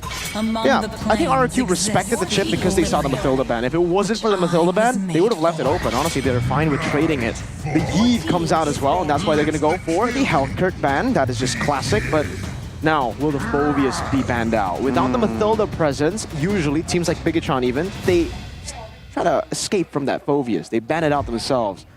RQ might actually try to take the bait, try to go up against the Phoveus without the Mathilda and punish him with the Vixana. That would definitely be a problem. And Edith. Yep, there you go. Harith is banned out. RQ. Where did they go? I'm not the only one. Oh, they don't. They're still gonna ban out the Phoveus here. Geek Fam. First Edith? pick. Nolan? What do they want to go for? Yeah, if they want to put... If they know that Vincent is really good in the Nolan, they should go Nolan, but the safe choice would definitely be that Edith. Whenever it's first pick, open, you go for it. It is the flex pick. They can get you. Percentage-wise, is not really healthy. 49%. It's just safe. It's safe, right? So let's see here the response, quick response. So they know they have a particular scenario with the Edith first pick, and it's gonna be the Valentina and Arlet in that pick, and Arlet still a flex. I think this is such a good counter to the Faramis possibility from Geek, right? I mean, the Arlet is really great, and technically the Valentina can also utilize it, but Geek Fam still go for it. Faramis and Ruby. Yeah. This is a very good comp by RRQ. Picking Arlet and Valentina is quite genius because they're banning the Nolan without banning it. Valentina and Arlet do amazing against the Nolan. Arlet can chase, Arlet can displace and CC. Valentina can just dodge away from all of those skills. You have to land that passive and even the fracture. RRQ can pick up the Nolan here, but it would be kind of unsafe against the Ruby. I think again for them, the safe choice would just be go for a marksman, get set up for Skylar in the gold lane, ban out all the bad matchups for the pick that they want to go for, and then again RRQ will get a lot of value from that. One Is marksman. it not possible that the Ruby is flexed though? Oh, Roger. Oh wow, so this should not be a pick for Skylar. This is Suzujin. Yeah, I don't like the Roger Gold right now. See here with Suzujin, I mean Roger is still viable, right? You need to snowball. If you can get the snowball, it's still a very dangerous Roger. So let's see RQ with that snowball type of gameplay. What will they pick for their last 2 picks? Second phase though, I think they should just ban out Tadera or just the Nolans. Get all the junglers. Limit Vincent. Seems like it worked for game 1. Oh, it's a clock ban by RRQ actually. I wonder what this means for RRQ. What are they going to try to utilize in the gold lane? Because I was thinking against the Faramis, maybe you want to go for Alice again. Not too sure after yesterday's performance, but with the Roger, it does enable that choice for RRQ. For Geek Fam, kind of a tough spot. The Arlet is still flex. The safe ban would be towards Skylar. Is there still a possible chance for Melissa being picked up for RQ? Yes, for RQ, they can still go for the Melissa. Again, though, for Melissa, he didn't really do too well on the Melissa pick against Bigatron. It was game 1. That was when Bigatron was able to get the dub, so I don't think Geek Fam will be too concerned about that. They'll actually just start banning out the Gatot Kacha, a roamer from Edok. I mean, it's good, right? The Gatot Kacha can definitely be threatening against clumped up composition, and with the Faramis you want to clump up, and that is a good response. They were able to locate that Gata Kacha RQ though. Will they commit onto a gold lane ban, realizing that Nolan is still up and available? It seems like that is going to be the case. Moskov is going to be banned out. Why did they ban these two heroes? Who are these two heroes good at against in laning phase? Exactly. It's not carry. It's not. Natan maybe? Natan, you would want the enemy to pick Moskov if you want to go Natan. Right, so... Well, Beatrix is... Do they want to go Franco Beatrix? Is that a possibility? Franco Beatrix, Kaja Beatrix. Yeah, I guess that could be an option to go for. Maybe GeekFam trying to read it out, but they already have a Ruby, to be fair, and a Faramis against the Kaja, right? That'll be strange if you want to go for Kaja That's true. against this a Ruby Faramis. So they ban out the Melissa. There you go. Yeah, I think, what, Alice? Alice is the choice for RQ, maybe? No, they go Brock first, so yeah, last pick Alice is possible. Very possible. Man, they're really edging everybody here. I mean, we're all on the edge of our seats, waiting and anticipating what RQ's plan here. Kez, what's your plan here? What's the plan, man? What's the plan? Okay, let's shift over to Geek first. They have to Sicilian finish their drafts. Oh, yeah, Sicilian Gold could be an answer, but yeah, maybe Moscow Cloud does do well. You know, you can dive towards the Sicilian and you can technically they scale. have the Raj already. They do. They already have that jungle presence. Yeah, for GeekFam, I'm actually quite confused. They can't go Nolan here against the Grok, Valentina, Arlen, and Ranger. Alpha Bane. Might as well just go Bane again, I think, for GeekFam. Take away the Bane. Oh, they take the Alice away, and the Nolan still going for Nolan. I guess they're confident that they'll be able to get the space for the Nolan, and it will be the Natan in the end. It was a toss-up between Alice and Natan. They go for Natan. Who wins in the lane? Natan, Alice? I would say Natan, actually. Early phase. Once we get to the late game, it'll be a bit different. It becomes a skill matchup. So this is an Alice debut for GeekFam. It is for Mr. Chad. Let's see. Chadera, will he be able to rock that Alice against none other the king himself? Skylar, Tool, force it on towards a game 3. This is it. This is it. One last chance for GeekFam. Do they really want things to go exactly the same as it did in leg number 1? Because if it does, say goodbye to that Kingslayer title. It's no longer valid. 2 times in a row this season. It's not a good look right now. So can GeekFam, can the Kingslayers replicate what they were able to do since season 11? Can they force a game number 3 from the Kings of Kings themselves? Ladies and gentlemen, welcome to the Land of Dawn and welcome to game number 2. Welcome to Mobile It's already Legends. Edok trying to delay the waves already with the barrier from Grok. Getting the Natan, all these individual lanes, a bit of an advantage. Honestly, you get the lane in a good spot for you to farm, for you to even poke and punish, especially for the Alice who needs to be close to the mini waves to actually get those last hits. We saw Eman versus Aaron Shiki, Natan versus Alice, and that was when Eman was able to get the solo kill on Sir Aaron. Okay, we actually might see something of a similar sense. I guess Chidera is playing it a lot more safely. However, he's getting caught low, but he's still able to clear in those waves. Can Skylar actually go for a freeze? Is that a viable option to shut down Chidera? I think any way he tries to tackle this wave or this laning phase would be great. I want to... Oh, Bargain Hunter for Skylar on a Natan. So knowing that, again, this is going to be a winning matchup, anyways, he can do whatever. He can try to freeze, he can try to last hit, he can also try to just shove the way to get to those item power spikes faster with the Bargain Hunter. It is the Festival of Blood and also... Oh, hold up, Edok. Whoa, forced to flicker out. Okay. That's a good pressure. That's a good pressure there built by GeekFam. Really solid stuff. Early on, it's GeekFam getting the advantage there. Beloyski with the concussive blast as well. Let's take a look at the stats for GeekFam. Ooh, Faramis. That's why it was banned out by Kez. 4-0, that win rate on the Faramis. That's GeekFam's team fighting style. Long, drawn out, skirt team fights. What is that? It's a skirt, you know? Okay. But Is that Gen Z things? I don't understand. No, But that's 2002 anyway. things. Oh, really? Is it? I don't know. But back to the game here. It looks like Chidera is having not such a great time. Look at that. He should not have taken that flowing blood. Whew. But back at this, both of these teams are going to be centering around the neutral objectives. Sutsujin. Oh, that's a good final slash by Dyron and the stun as well. That is going to be first blood, and the second kill for RRQ comes not long after, and that will be RRQ taking the first nude. Veldora, will he be able to find some significance? Not just yet. Wow, this is already looking horrible for Geek Fam.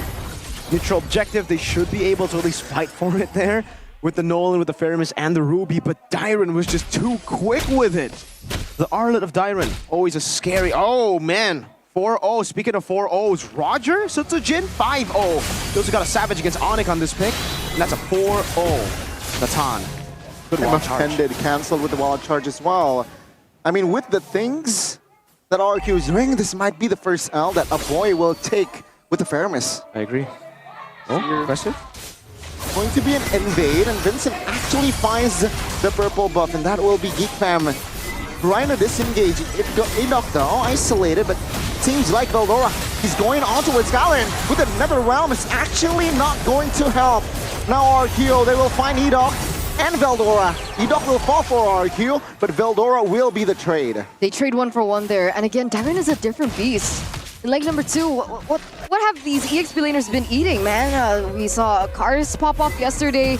Now Dyron on the Arlet, on the Fuvius. It's creating a problem now for Geek with the way that they want to play aggressively. And again, look at Dyron. The cancellation, the lead, and the kill. Dyron carrying game 1 and potentially game 2. Beloyski is given absolutely no space to use that big brain of his. No chance to use the big brain. You gotta think, you gotta try to step out and look at what they are doing. Dyron doesn't care about his own lane. As long as he's able to enable for Skylar to give him space, that's free. And again, Vincent, though he is ahead, he is struggling up against his composition, right? He's unable to find the space that he needs to go up. Dyron again! Again with the final slash on towards the boy. This time, though, the follow-up wasn't really there, and Geek Fam, they were able to stabilize. Give Dyron an active hero like this? Oh. Offended, Purify. That's a pull. Rins will be taken down. 5v4 Chidera from the flank. Another round pops as well. It's going to be RRQ now. Wanting to fight. Enoch flickers out, and that is going to be Dyron now isolated and taken down. Chidera secures the shutdown. Okay, that was really well played by Geek, right? They took Rins down first, and they were able to take away... Oh, wait a second. Good night, Sutsujin. And that will be a boy securing it in mid lane. In trouble. Neutral still up. Geek Fam, they have recovered. Now Rins looking for the clear, but will not be able to. Veldora, though, will sacrifice himself, and it seems like Beloyski will fall as well. RRQ still able to find some trades. Neutral objective still goes to the hands of Vincent.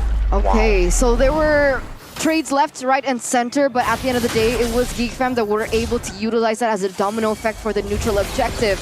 And with that being the case, who was that worth it for? I would say Geek Fam. They bought some time. RQ were snowballing already, so Geek Fam had to look for a fight, had to look for a play to try to turn things around. And RQ definitely fell into the clutches of Geek Fam there. Rins overextending, getting picked off, and then all of them coming in one by one. That shutdown on Dyron was also picked up by Chidera, so he got a bit of that bounty gold. Still far from Skylar, who's been able to farm up a Storm this game, already on the Starlium side at 6 minutes. So RQ still just play around Skylar, it should still be a safe game. But Geek Fam, if Chidera gets those 3 items, plus the winner crown, that dive will be ridiculous. They'll have a Feramis on top of the sustain of this Alice.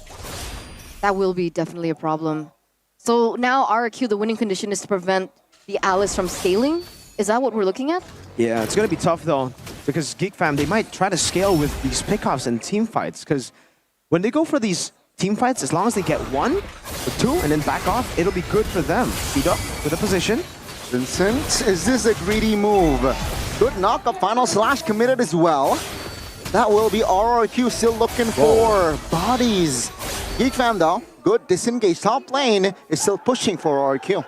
It looks like Geek are looking for a trade there in the bottom lane, but Dyron is going to be able to clear it actually. So We have 20 seconds left for the next neutral objective to spawn. And oh, wait a second. Are they looking for a play onto Edith?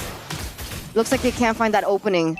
But with Vincent at level 11 and with Sutsujin a level below, does this mean that GeekFam have the better setup for the next neutral objective? Yeah, RRQ know it too. They go straight for the top side of the map. They try to go for the trade already. And this is actually well timed by RRQ. They go up top to clear it before the turtle even spawns. So now GeekFam have to try to commit. But Skylar's coming in. That's stuck. Don't run, Wolf King.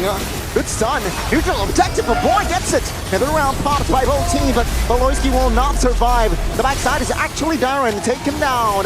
Veldora will try to buy time, but he will fall. 2 for 1. And that is RRQ now on the go. Mid turret will fall. Purple buff falls as well. And that is GeekFam slowly but surely losing its tempo. Okay, but look at this. Vincent is in the bottom lane looking for a trade onto the tower. Does he get it? Yeah. Should be able to get that. And that's the trade that GeekFam are able to get. Oh, wait, no, he doesn't even get it. It's 1 HP on the turret, probably. Yeah, practically 1 HP. Oh, no. It's okay. You know, you can get it later on. Oh, we have a game fact. Ooh, in patch update 1.9.2, Hero Arlet and Grok became 2 of the 4 heroes to receive adjustments by no longer using mana. Yeah. The Claude falls under that category as well. We saw that just earlier. And he got a dub on the Claude too. Skylar, oh, what? Surprise attack, and that will be 2 members of Geek taken down by Skylar. Not even given a little bit of time to pop in his ultimate either. Or he understands that, okay, this is maybe the moment that I go down. Let's not waste that resource. But either or, that will be traded in with a turret in the top lane. Oh, my damage. Oh, the damage. The continuous damage really hurts a lot. Because the boy, his range is not really like far now. No way. Getting soloed by the MVP of game 1. Oh no, no, no, no. That's Siren. Now Rin's jumping in. Immune is there. NetherRealm as well. Popped. But RRQ, they have enough firepower to take Veldora down.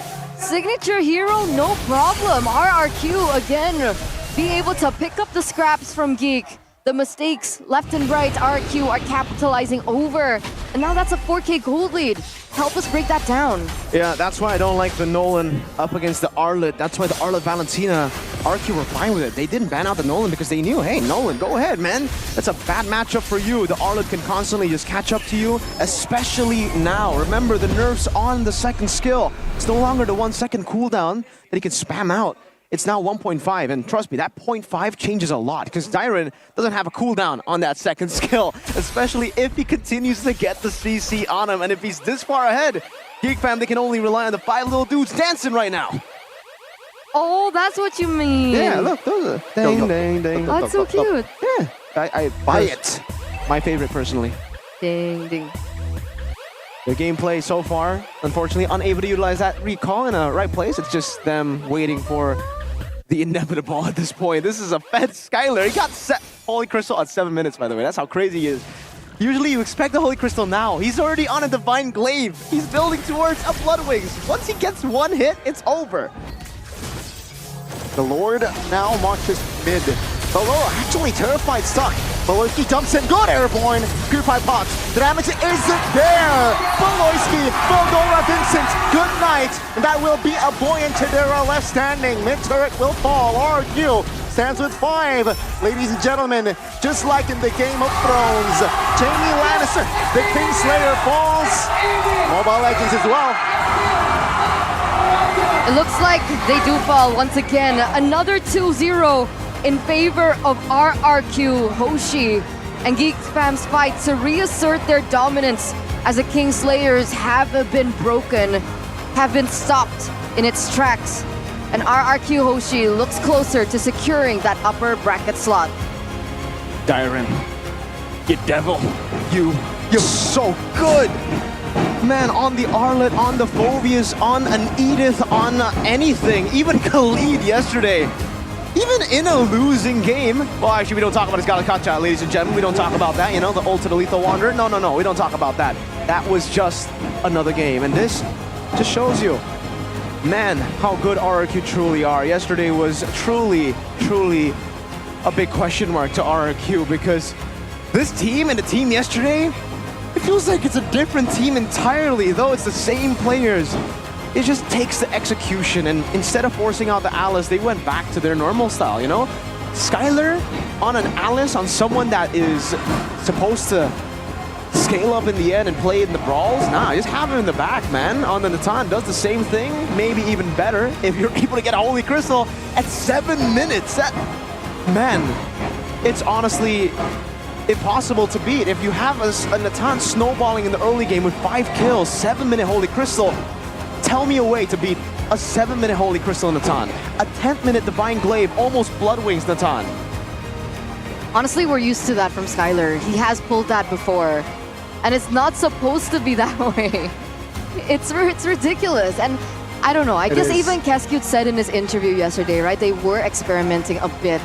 See, I don't know if it's experimenting in the execution or it's experimenting in their game plan as a general whole, or it was the drafts that they were experimenting with. But one thing's for sure, it didn't work out for them. But we saw the same RRQ that we've seen throughout the playoffs, the regular season. Whoa, a little glimpse into the future.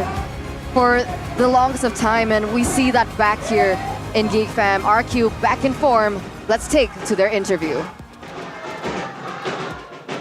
Inilah dia kemenangan yang akhirnya didapatkan lagi dan lagi dari RRQ Hoshi. Mereka berhasil menundukkan dan mungkin bisa saja menghapuskan title The Kingslayer ini dengan kemenangan ini. Di patch baru akhirnya kalian bisa ngedapetin 2-0 kalian. Melawan Geek Fam, seperti apa sih tadi pertarungannya? Dan bagaimana kalian menghasilkan 2-0 ini? 2-0? Senang lah kemarin habis kalah soalnya. Kekalahan kemarin, apa efeknya untuk hari ini? Berapi-api. Berapi-api. Nah, sembari ngomongin kemarin ya. Kemarin tuh kita lihat ada yang cukup berbeda dengan kemarin dan yang sekarang. Kayak dua RRQ yang berbeda gitu. Kemarin tuh lagi mode apa sih kalian? Mode coba pet saya. Coba pets. Lalu setelah mencoba-coba? Kalah. Dan pada akhirnya? Ya, hari ini mungkin ya nggak coba-coba lagi. Kembali ke comfort kalian. Ya. Ngomong-ngomong soal pets nih. Ini menjadi tantangan baru buat kalian kah? Dengan hero-hero yang anyar juga? Enggak sih. Enggak sebenarnya. Soalnya ada Khalid Diren power. Diren kemarin ya. Tapi hari ini kita ngelihat juga bahwa kemarin dan sekarang hero Diren dan juga mungkin Skylar yang merasakan pets paling berasa di kamu nggak Skylar? Apa tadi? Lupa gue sorry tadi. Pets. Oh, yang kemarin dan sekarang kayaknya beda banget. Kemarin kamu pakai Alice. Oh, itu nggak tahu juga sih kita udah pakai Alice nggak ngerti strat juga kayak dia langsung nge-counter aja Beatrix gitu. Harusnya lebih maksimal kalau nggak ada itu hero sih sebenarnya. Oh, jadi Alice itu buatmu sendiri bakal jadi hero yang akan naik daun nggak sih? Enggak sih, di laning kurang. Ya emang susah di laning. Itu kan udah pernah pakai season 7 juga gua. Itu hero ya berat buat laning aja. Cuma kalau di team fight good. Jadi dari season 7, oh sekarang udah ya? Ya. Buset, dan sekarang di season ini, season 7 malah lebih enak pasti pakai. Enak, dulu kan metanya fighter, nggak ada MM, jadi nggak gampang kapok alisnya. Oke, dan sekarang kamu pun bisa menjawab karena kemarin sudah kamu coba dan Skylar kayaknya kapok ya Skylar. Nggak kapok sih, nanti kita bakal coba lagi next week. Waduh, siap-siap nih. Tapi 2 kali di season ini berhasil mengalahkan Geek Fam dan sekarang lebih mendominasi dengan 2-0 Skylar. Apa yang kamu lakukan terhadap Geek Fam nih? Apa yang telah kamu baca? Alhamdulillah lah, soalnya kita juga udah nonton Geek Fam juga sih tadi malam cara dia move sama hero-heronya. Jadi dari 1 malam aja kalian bisa mempersiapkan segalanya untuk Geek Fam? Ya. Apa tuh kunci kemenangan untuk melawan Geek Fam hari ini? Bang Keskut. Keskut adalah kunci? Iya. Berarti permainan dari draftnya, kalian mempercayakan draft dan tinggal main aja gitu konsepnya? Iya, kita percayain draftnya Bang Keskut dan Bang Keskut percaya sama kita juga. Oh, namun ada nggak sih di sini mungkin tantangan terbesar adalah melawan Baloy. Satu player yang terus disebut. Idok sendiri bagaimana? Di leg kedua ini menghadapi Baloy lagi. Namun dengan hasil yang lebih baik dari kalian. Mungkin karena sekarang dia nggak pakai hero aneh-aneh. Jadi nggak terlalu kesusahan mungkin. Jadi dari Idok sendiri was-wasnya nih, waduh pakai apa nih ya? Ya karena semua hero bisa dijadiin roam kan. Benar, tapi dengan chip, salah satu hero power dari Baloy tadi dimainkan dan kamu berhasil untuk bisa mengimbangi dan bahkan nge-shutdown itu semua. 11 menit aja loh game 1. Nggak tahu, nggak kata Bang Geskut pede aja lawan chipnya. Pede aja, itu kuncinya. Ya. Dari hari ini pula kita melihat bahwa serem kali. Lek Diren. Serem sekali kamu hari ini. Comebacknya Diren. Dari yang kemarin Gatot Kaca sekarang menggunakan hero yang nyaman muka atau apa nih bedanya kemarin dan sekarang? Iya mungkin kali ya, hero nyaman mungkin. Kalau yang kemarin hero nyaman banget, Gatot. Banget tuh. Ya banget. Waduh, berarti bakal pakai lagi dong? Pasti bakal dipakai kayaknya buat week 8, week 9 mungkin. Siap-siap aja. Semuanya harus bersiap nih ya ngelihat Gatotnya dari Diren lagi. Kekalahan kemarin menjadi pelajaran tentunya hari ini untuk Diren juga toh. Benar. Apa yang kamu di awal match ini, apa yang kamu pikirkan nih? Yang dipikirin,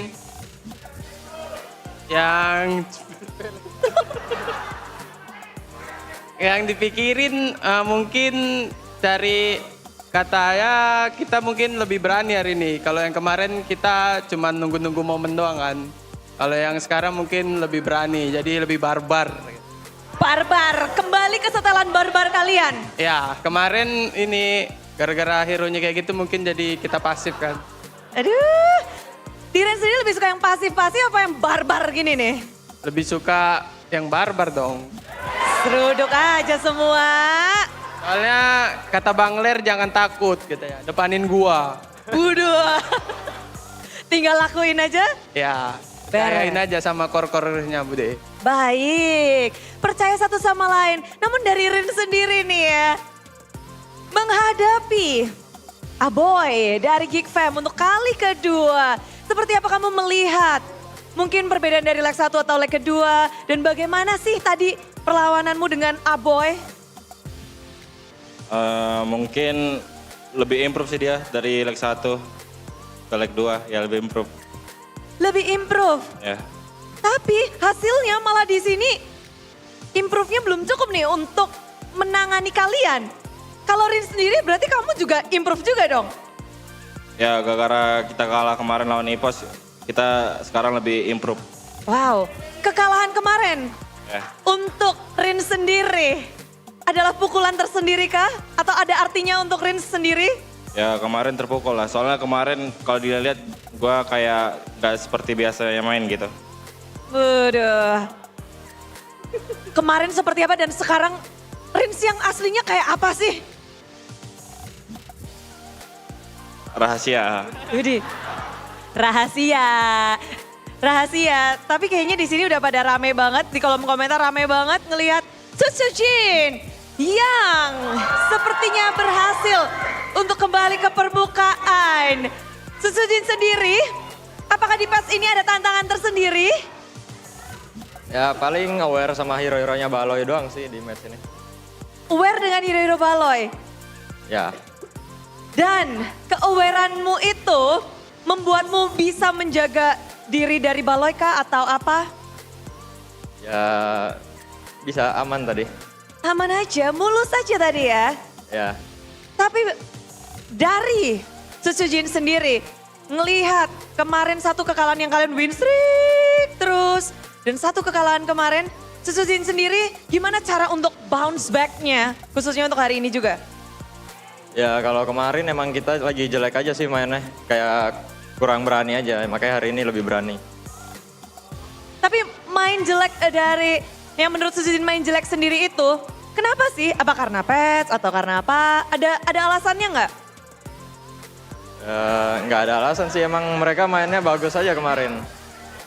Dan sekarang udah bagus? ya kita juga improve lah tipis-tipis. Tipis-tipis. Masih belum selesai tentunya ya. Ya. Yes, satu tim yang digadang-gadang menjadi kontender terkuat di Indonesia.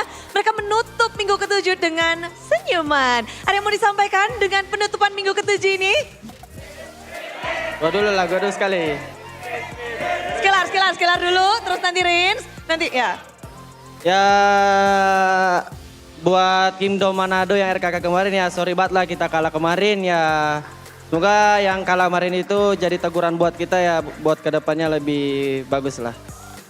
Ya sorry banget lah kemarin gak kasih hasil maksimal. Pas banget kemarin di Manado ya? Iya. Wah, tapi hari ini udah maksimal, udah luar biasa. Itu ada Scar, tapi tadi ada requestan kepada Rins. Oke Kingdom, kasih mic-nya ke Rins. Buat Kingdom selalu support kita, walaupun kita kayak kemarin mainnya jelek, selalu support kita. Jangan lupa support karena perjalanan mereka masih ada di minggu ke-8, minggu ke-9 dan juga playoff pastinya. Dan marilah kita sambut, inilah dia kemenangan mutlak 2-0 atas Geekfam dari RRQ Pasti.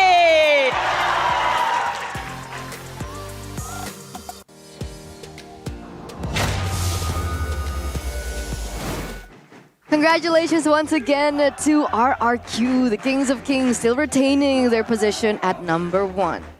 Number 1. So top of the league for RRQ. Absolutely. Even after suffering a loss yesterday, it seems like today, nothing changed. Not really phased them. So maybe they were just experimenting, right? I mean, they said it in the interview. Keskut said it before Edok. this, and then he said it. The players themselves said it. Edok said it.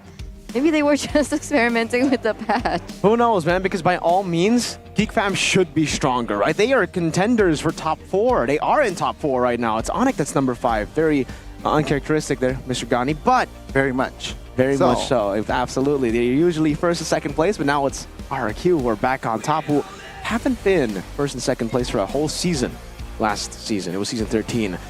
We get to see the recap of what happened here. Player of the match predictions, anyone? I wonder who? No? Do you guys want to predict? Huh? Player of the match predictions? Dyron.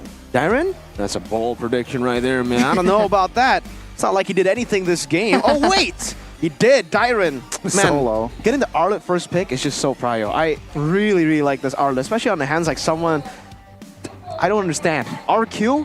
You kept this player on MDL last season, all right? I'm just gonna keep saying that up until he wins a championship trophy because he deserves to be in the main lineup. All the way from season 12, he deserves to be in the main lineup. And that's a nice TP right there, man. Nice. 5-2 and 6. They picked the Nolan into the Arlet. They knew what they were going for. They thought they could get more space for Nolan. In the end, they didn't. It hurts even more now. It was already a painful matchup before the changes, but now with the 1.5 second delay on the skill 2 for Nolan, the dash, yeah, Dyron. And he's so quick with it. I don't even think GeekFam were expecting this, right? He went in, GeekFam were like, all right, he just wants to poke, he just wants to zone, and then he uses the ult. And then they were like, wait, we're dead.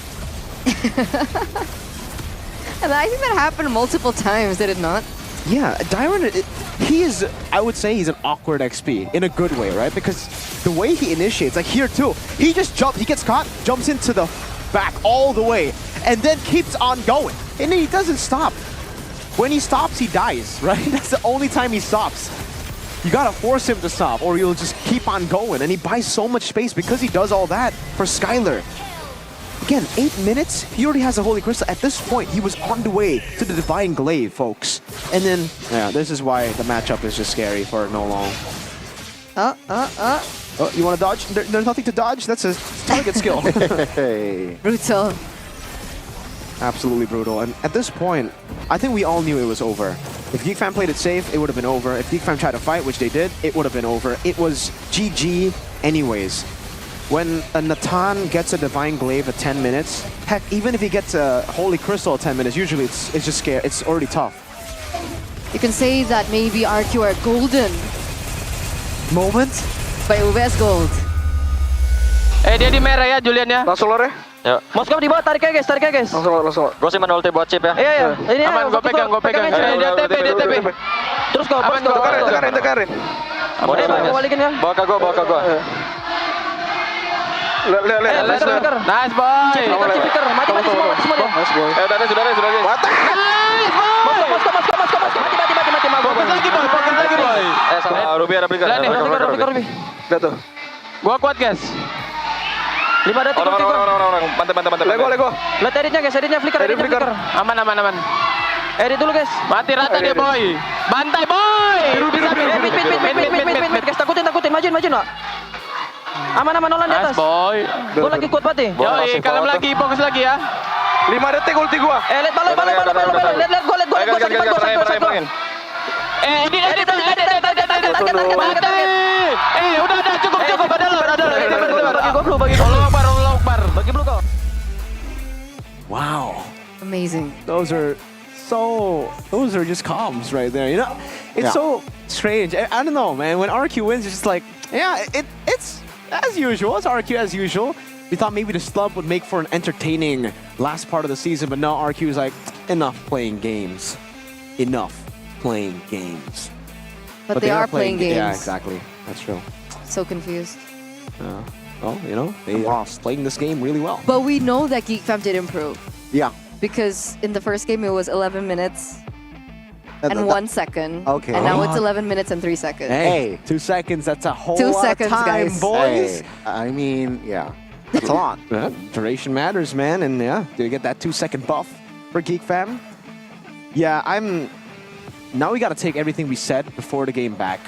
They are not adapting quick to the patch at all. They forced this out, man. This Alice. The Natan was up. I get the Melissa ban, but the Nolan pick, now we are really seeing the holes in the game for Geek Fam. And I've been saying this from week 1. When he doesn't get the Roger, it's tough. And now we get to see it. Teams actually start punishing the Nolan. Once you know that Vincent only plays 3 heroes, Julian, Roger, and now Roger's taken out of the meta, so you can still play it. Sunsujin proved it, by the way. Yeah. But for some reason, they don't want to pick it up. So Nolan, only Nolan. Julian failed in game 1. So literally only Nolan. Yeah, Arlet, Valentina. That's why RQ are really good now. Because not only are they amazing in the drafts, in the game, but in the drafts, they are spectacular. They can go for the picks like the Arlet and the Valentina instantly because they know, hey, you are going to pick the Nolan. And if you don't, this is still a very good composition to start things off. Then they went for the Roger, which I personally thought was pretty cool because that also did deny the Roger away from Vincent. And then he was forced to go for a Nolan. That was the only choice, I feel. Because Hayabusa, he's not, too good on that. Ling, But not what is either. utilities?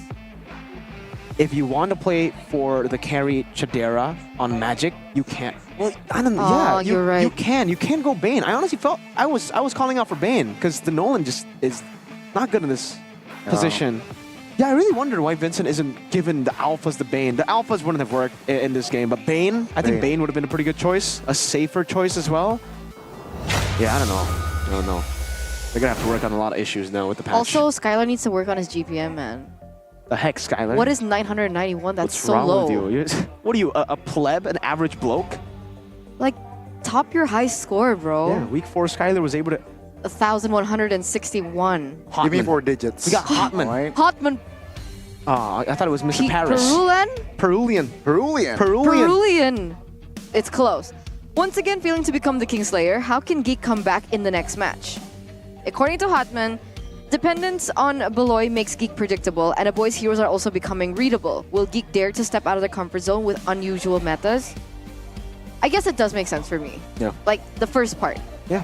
Because I think in terms of unusual meta, they have been known to experiment with unusual things. But relying on Geek and a boy... relying on Beloyski and a boy has been a problem. I think, yeah, it's a double-edged sword, right? When it works, it's brilliant.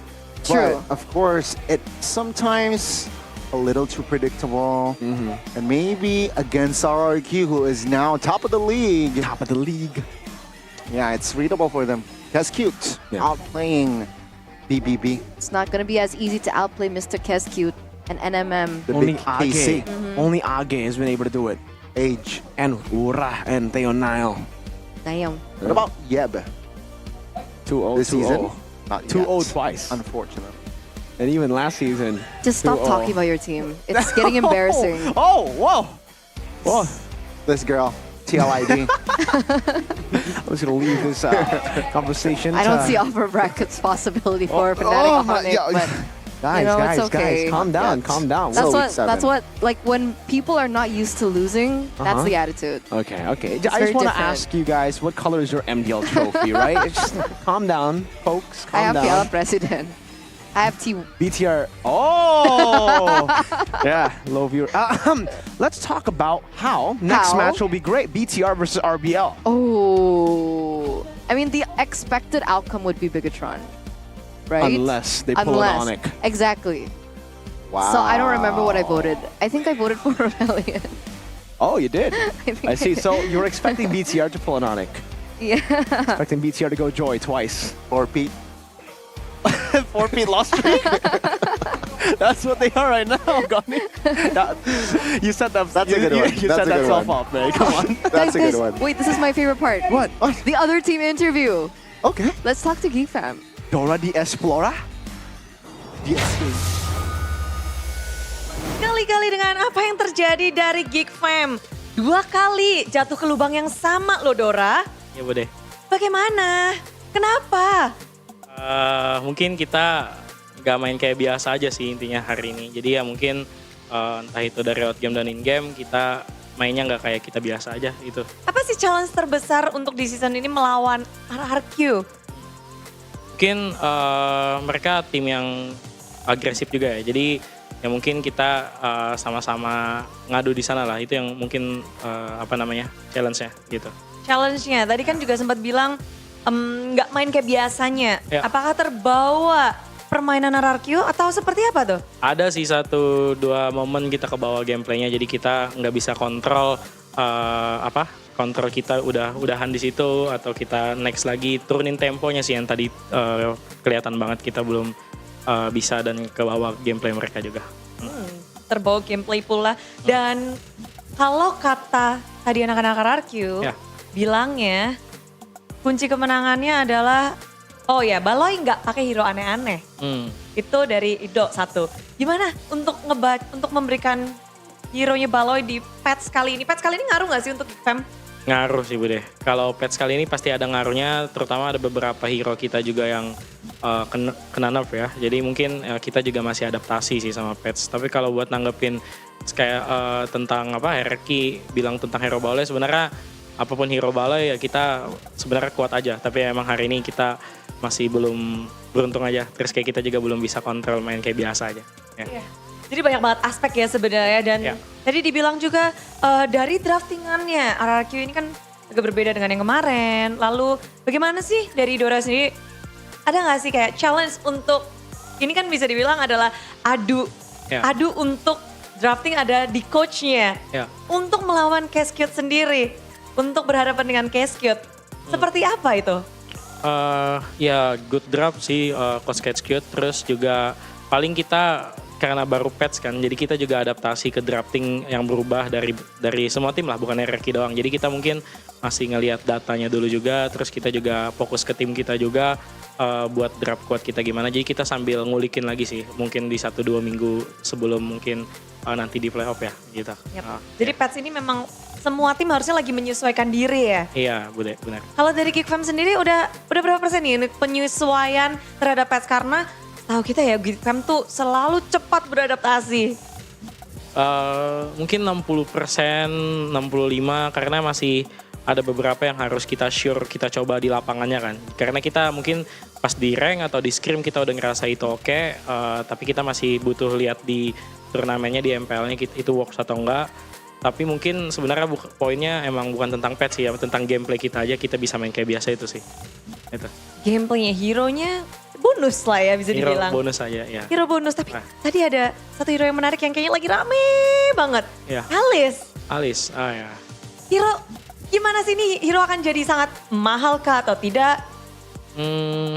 Masih underrated sih sekarang Bude, jadi kayak masih kita coba juga apakah Alcicon, apakah Adjust tergantung musuhnya. Jadi kayak masih ngelihat juga, makanya kita coba juga hari ini ya. Masih lagi ngeraba-raba ya, berarti belum bisa bilang ini adalah hero yang bakal kuat atau tidak, atau sedang aja. Mungkin ya, masih belum tahu potensinya juga sih. Masih ngelihat Sikon dulu juga. Tapi potensi Geek Fam bakal upper bracket nggak nih? Sebenarnya kita, terutama saya ya Bude, nggak mikirin ke sana sih. Cuma kita kalau saya sendiri mikirin gimana main bagus tiap gamenya aja. Tapi kalau mikirin upper bracket, ya kita cuma mikirin sisa gamenya kita mau menang aja gitu. Jadi kalau nanti upper bracket itu bonus, kalau nggak upper bracket juga nggak apa-apa. Yang penting kita tiap gamenya improve, tiap gamenya kita bisa ngasih yang terbaik aja. Dan sesuai gameplay kita, itu yang paling penting. Sesuai Ya. gameplay. Ya. Bisa dijelaskan gameplay seperti apa yang harus kita nantikan untuk minggu ke-8 dan mungkin 9 juga. Rahasia Bude. Rahasia Bude. Oke, kalau gitu thank you banget. Kita jaga rahasia di belakang kamera aja. Kita bakal Bude. langsung balikin kepada para caster untuk melanjutkan. Silakan caster. Makasih Bude.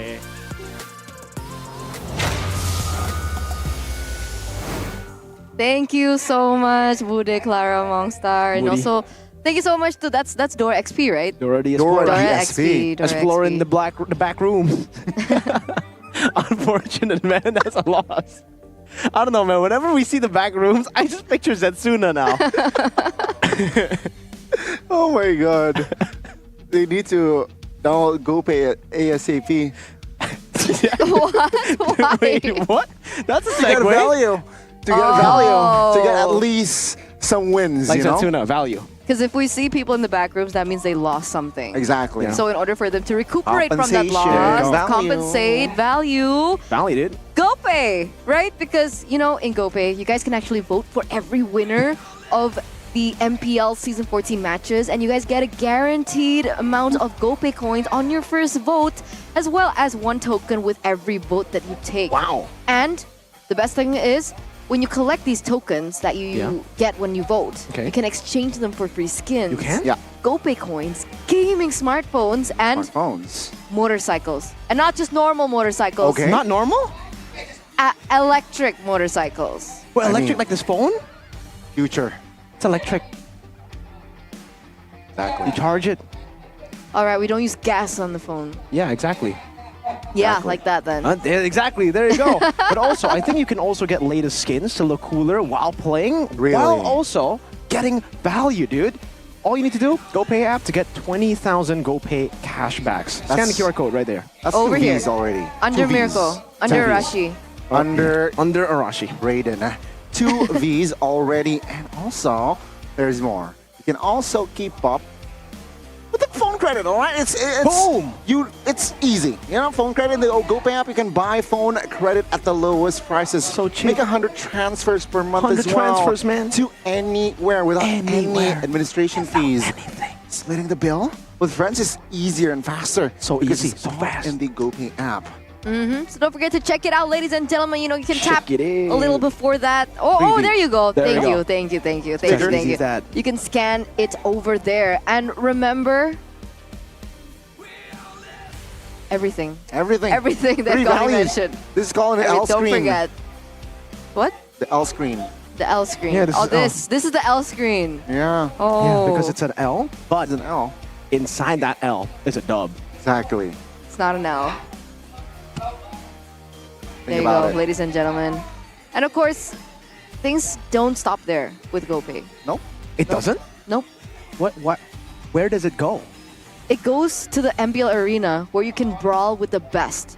And Oh, it's wow. super easy, right? All you need to do is just download and register the Open the GoPay app app, again. which I'm pretty sure you guys already have. Okay. And then you head straight over to the GoPay booth at the MPL Arena okay, so I bring outside. this outs- okay. You already have the app, remember? Yeah, exactly. So I bring this outside. You just go outside, Okay. find the booth, Find the booth. and then you go for the lucky draw. Okay. Okay. And then I just play with the players. Wait a second.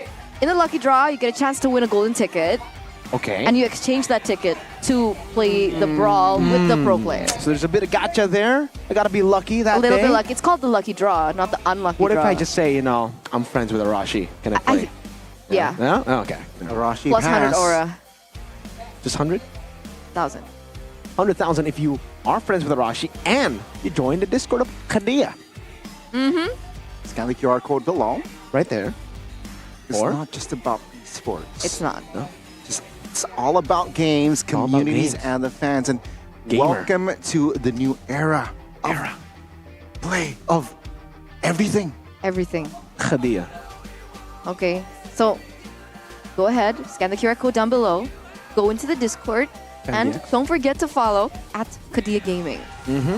Or if you want to take it the tougher way, just type in earlier what you saw, fandx.io/Kadia. Or you can just go and buy some UBS Gold too. That's pretty cool, man. That's pretty cool. Invest in life while you invest in the land of Dawn as well. Hey. With UBS Gold, right? UBS Gold. Epic Collaboration Limited Series UBS Gold X MPL ID Season 14. Available at ubslifestyle.com and UBS Lifestyle e-commerce. Boom. So like he mentioned, you invest in the game. You also invest in real life because with every purchase of the limited edition from UBS Gold, you guys get a free skin too. Yo, I'm gonna have crazy amount of skins. GoPay gets me skins. Yep. UBS Gold gets me skins. Does Campina get me skins too? I don't know actually. Oh, I guess we'll find out later on, but I do have the katana of Benedetta right here. I just don't Is want it to show life it. size? No, if it's, how are you gonna put it in your, You mean you can, it's just really that's heavy. a lot of gold. That means I'll be balling, right? Oh, I hope I You get- already are you balling. not? Then What's he talking I'd be about? wolf level balling if I had the Wolf katana already. version of a gold sword. I think you were already on top No. of Wolf. He's the coach at TNC. You know how much they pay him? I know, but I won't tell you guys. Fun fact. Probably like half as much as they pay Miracle. Maybe. Probably. Just from Or below. TNC alone, not the winning prize pool. They haven't won. Never mind. That's Actually, like an hour of Miracle's time. Facts. It's like an UBS Gold ring. No cap. No cap. But hey, Oh, I wonder if we can. Onic have 4. Yeah. 1, 2, 3, 4. They need to complete this gauntlet of theirs. But can they do it, Donnie? That's why I feel like your statement is really interesting. Yeah. Because you said if Gauntlet If Gauntlet don't win. if Fnatic Honic win MPL Yeah. ID this season, don't Yeah. watch. Yeah, because if they complete all the 5, he does this, and that's the end of the world. It's the end of the other 5 teams in ID. That's true. I don't think it's the end of the world, you know? Thanos didn't kill the entire world. He Oh, just he killed killed half Exactly. of the world. So it's end of the half of the end of the half of the world. There you go. Thinks. Thinks. I think you're getting a little bit nervous. So upper bracket confirmed for RQ?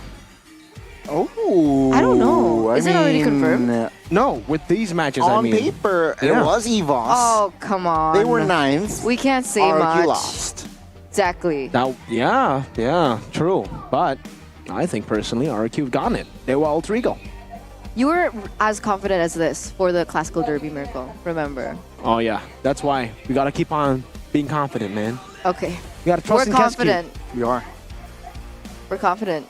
They were Alter Ego next for you Kingdom and for Geek. Oh, no, that's tough. TLID and Rebellion. Yeah. Ooh. It's gonna happen Blue next teams. week. Yeah. Blue teams too. Blue teams. So One's a bull. One's a horse. always a femme. What? One's a what? Once a geek, always a fan. Ah, once a geek. You always said once a fan. bull, always a horse. I thought we were just meshing all 3 of them Once together. a geek, always a bull horse? Anyway. It's gonna be tougher for Geek Fam. And it is going to be very tough for you guys if you don't get your tickets right now because it is selling out. Buy so now. don't forget, go to the official MPL website. All right, it's already there, available for you guys to purchase. And don't forget to purchase it with GoPay because with GoPay you guys get a 10% discount and an addition of a 10K thousand GoPay coin cashback. 10K thousand. Don't forget. Yo, you get so many value. 10K 10K thousand, that means 10 million GoPay coin cashback. No, it's 10K GoPay coin cashback, ladies and gentlemen. Not 10K thousand.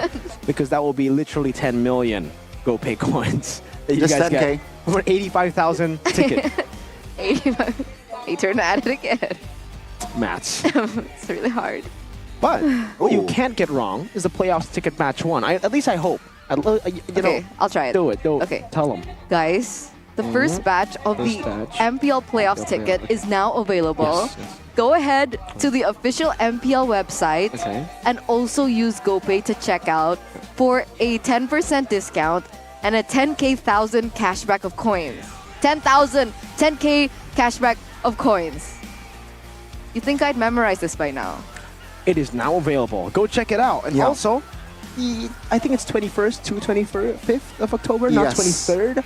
But we'll check that again. Yeah. No, I'm gonna take a picture with my Samsung phone and Yeah, tell yeah, them yeah, later yeah. on. You know, It's not so- gonna be in Jakarta, folks. It's gonna be in Bandung. Yes, sir. Nevin's house. Nevin's house.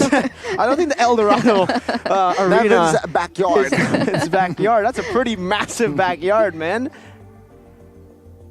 Yeah. Maybe she's rich. Maybe. Not richer Or than she has a Mirko. big, backyard. Yeah. Just like Big Head and Shoulders earlier, right? Shout out. Shout out to Head and Shoulders. Got the Gacha edition. It does seem It seems. that Match it's the one. end of the day. No, we still No? have 2 more. Yes, We I get want it. Oh. more. Yeah, match 1 is match of the day. We get it, but there are 2 more matches. Oh, we have 2 more matches. And Who's playing? RBL Batur RBL Batur. and Gani. And also, we got a very spicy one as well. TLID. TLID against EVOS. I think he was trying to keep it secret. Exactly, man. Build But you the know, hush, hush. suspense. You gotta build this. Who's gonna play? Who's gonna play next match? Is it even? Wait, maybe we were lying to you. Maybe it's not BTR Maybe. RBL. Maybe it's not TLID Evos. Maybe it's Onic versus AP Bread. Maybe there's no matches. Maybe it's at all. TNC versus Evos. Maybe it's the end of the regular season. Maybe LaFell just jumps in from the roof like With Gata Arashi. Kacha with Arashi for some reason. Yeah, who knows? Nobody knows. Nobody knows the future. What is Don't try to wrong with this predict the desk future. today? Uncertainty. This shouldn't be a possible pairing. No, it is. No. Okay, match 2, Rebellion and Bigatron. How confident are you that Bigatron will take this? 100%. 100%. What about you? Rebellion. Rebellion. That is All right. not a horse. So before we get into that match, we are going to the stage first with Bude, Clara, Mongstar. Take it away. We'll see you after, guys. Aduh, Alek, kamu kok lagi foto-foto? Lagi apa ini? Widih, cakep kali hasilnya. Ya udah, aku buat masukin ke IG-nya RRQ supaya aku bisa dapetin 1000 diamonds. 1000 diamonds? Oh, yang giveaway itu ya. Iya, Bude. Gimana sih itu biar bisa ngedapetin 1000 diamond, Alek? Caranya gampang banget sih, tinggal follow aja IG-nya tim RRQ, terus kalian bisa lihat highlights-nya dan kalian bisa pakai itu template-nya dari sana. Jadi tinggal upload story aja, Bude. Bentar, Bude sekarang mau selfie dulu juga deh. Bentar. Terus ini 1000 diamond beneran nih? Beneran, Bude. Iya, makanya ayo guys, cepet ikutan. Tinggal upload story doang, pakai template-nya IG RRQ, nanti kalian bisa dapetin 1000 diamonds. Atau scan di sini ya. Ada jamnya atau harus apa ini posenya? Apa aja Bude, yang penting lagi dukung RRQ.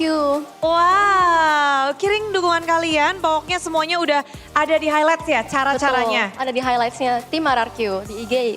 Di IG langsung aja ke Instagramnya, dilihat, dilakuin dan dapetin diamond. 1000 diamond. Untuk Banyak kalian yang banget. beruntung. Bude mau ikutan? Mau dong. Tapi kan hari ini menang nih 2-0. Iya Bude, puji Tuhan. Setelah kekalahan kemarin, hari ini menang. Bagaimana nih respon dari para Kingdom dan juga mungkin para BA? Semuanya happy banget sih Bude. Kemarin soalnya kan lumayan kaget ya. Tapi hari ini dikasih kemenangan 2-0 sih, kita semua langsung happy banget sih. Pastinya ya, apalagi ini yang lagi pada nobar-nobar, hari ini lagi pada nobar rame-rame pastinya. Iya, Tapi ada yang mau yang spesial gak sih? Ini kan menang 2-0 minggu ke-7. Apa tuh Bude? Alek, please dong. Kita selalu denger nih ya suara Alek, langsung live dong di sini. Ayo dong. Aduh, Alek. boleh deh buat Bude deh. Dikit ya, dikit Bude. Boleh. Cause we are king of kings, kita akan terus berlari, takkan terbatas waktu. We're the king of kings, kemenangan menanti, terbang bersama Viva RRQ. Waduh, merinding sekali dan itulah dia persembahan kemenangan. 2-0 hari ini dari Alek langsung. Thank you banget Alek. Kita langsung gak sabar untuk menyaksikan match selanjutnya, tapi setelah yang satu ini. We are king of kings. Udah Bude, udah. Yay.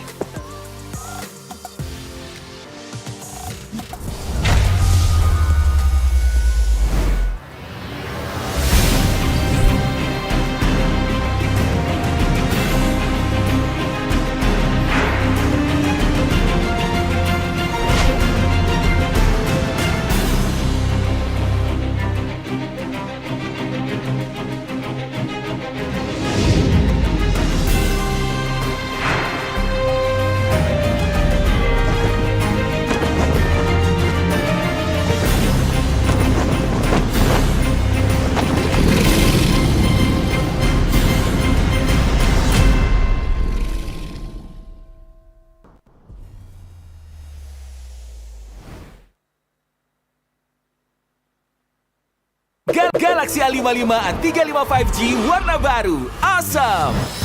Kayak circle kita.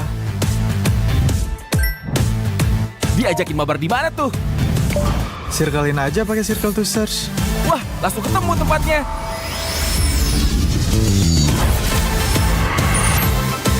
Kalau ini makanan apa ya? Gampang, circlein aja. Oh, itu makanannya. Awesome dan smart kan? Yuk join circle kita. Teman murah, di aplikasi GoPay. Pulsa murah, di aplikasi GoPay. Walau yang lain terus berubah, GoPay konsisten, kasih yang pasti murah. Bayar tagihan murah, di aplikasi GoPay. Gratis transfer, 100 kali per bulan. Ikut selebrasi MPL pasti dapat hadiah. Download aplikasi GoPay baru, nggak pakai lama. Dompet andalan gamers banyak damage-nya.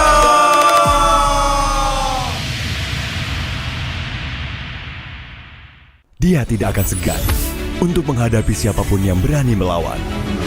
Dia mewarisi perjuangan karena di tubuhnya mengalir darah seorang pahlawan. Pedangnya mengukir takdir kemenangan, menghadapi segala tantangan. Penuh keberanian untuk terus berjalan menuju masa depan. Raihlah masa depan, nabung mulai dari hobi. Koleksi terbaru UBS Gold X Mobile Legends Bang Bang, edisi spesial MPL ID Season 13.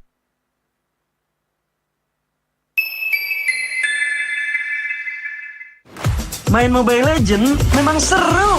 Mabar sama temen makin epic. Apalagi kalau double kill. Tropicana Double Crunch, es krim karamel dengan lapisan coklat yang tebal. Crunchy-nya double. Main bareng, makan bareng Tropicana Double Crunch. Double crunchy level dewa. Rasa ini Gatot kacau.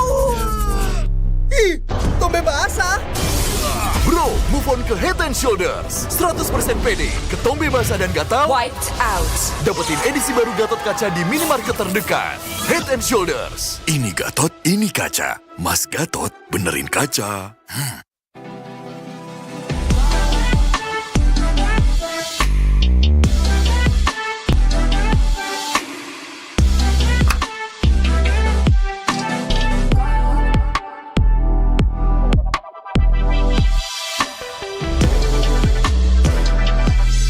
Wow, finished. See you later. Time to go. Okay.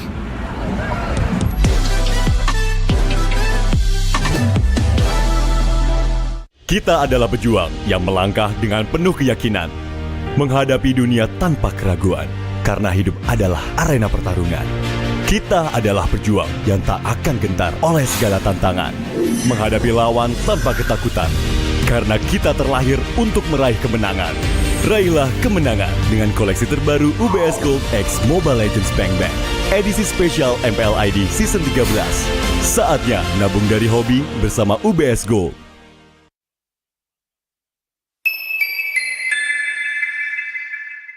Papa akan kehilangan ingatannya. Masih inget ini, Pak? Sekecil apapun perhatian adalah kekuatan. Hidupkan momen kebersamaan. IndiHome.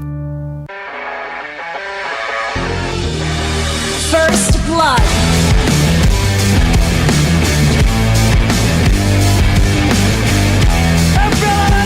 Balas pembukaan. Mendapatkan 2 pompon Pemburek.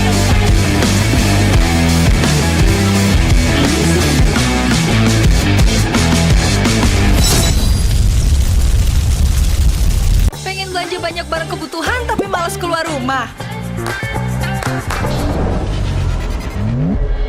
Untung aja pakai aplikasi Klik Indomaret. Cuma tinggal klik bisa belanja online seperti di toko. Beli ini, itu, jadi mudah banget. Produknya lengkap, banyak promonya. Gak perlu pusing, bisa pakai alat bayar apa aja. Wah, 1 jam udah sampai, gratis ongkir lagi. Untung aku pakai Klik Indomaret, belanja online seperti di toko. Kini, Indomaret telah menghadirkan varian baru, soto dan rawon yang wajib kamu coba. Dibuat dengan daging sapi pilihan, dimasak dengan rempah-rempah khas Indonesia, sehingga menghasilkan rasa soto dan rawon yang otentik khas Jawa Timur. Diolah selama berjam-jam sehingga menghasilkan kaldu yang gurih dan daging yang empuk. Bisa dihangatkan di toko atau bisa untuk stok di rumah. Soto dan rawon daging sapi Indomaret, enak tenan rasane.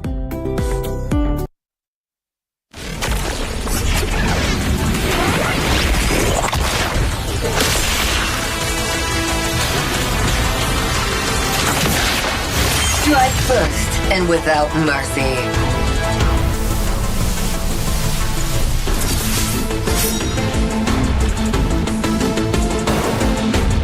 Where I tread, death follows. Enjoy your last breath. Deploying smoke. Going dark.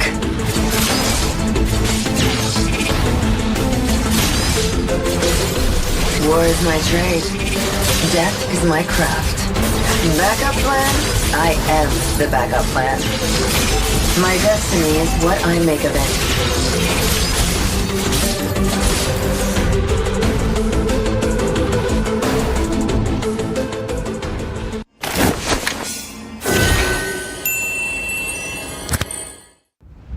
A darkness plagues this world, unseen by mortal eyes.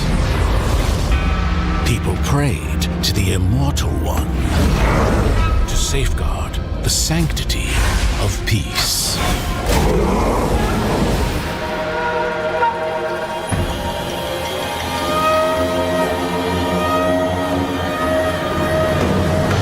The ceremony's starting! It's Suyo! It's Suyo!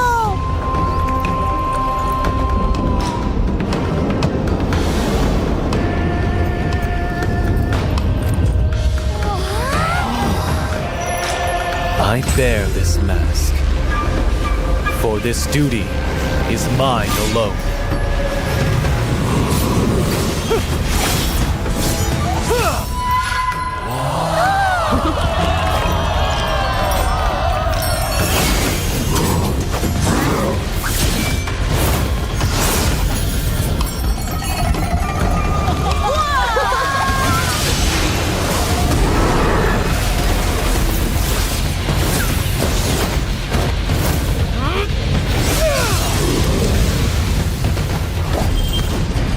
What is that? Is the ceremony over?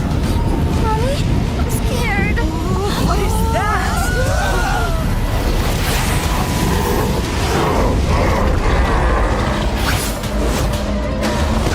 Let's get out of here! Let's get out of here! Let's get out of here! In their hearts, fear festers into darkness. But deep within, there is hope to crush that fear.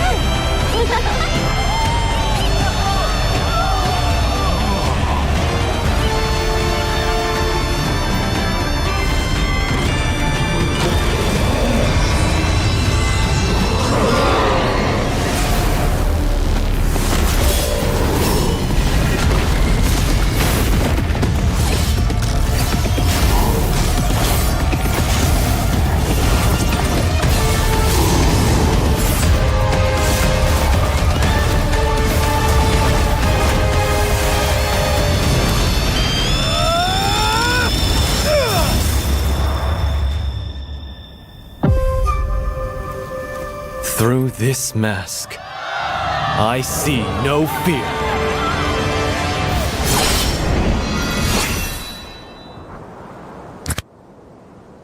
Galaxy A55 dan 35 5G warna baru. Awesome! Kayak circle kita. Diajakin mabar di mana tuh?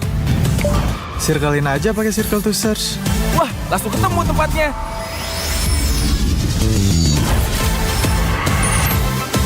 Kalau ini makanan apa ya? Gampang, circlein aja. Oh itu makanannya. Awesome dan smart kan? Yuk join circle kita.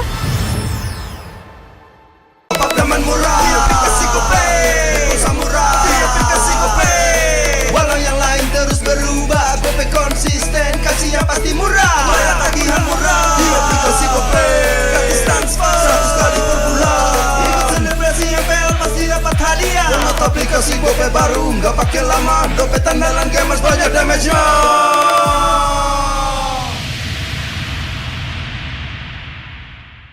Dia tidak akan segan untuk menghadapi siapapun yang berani melawan.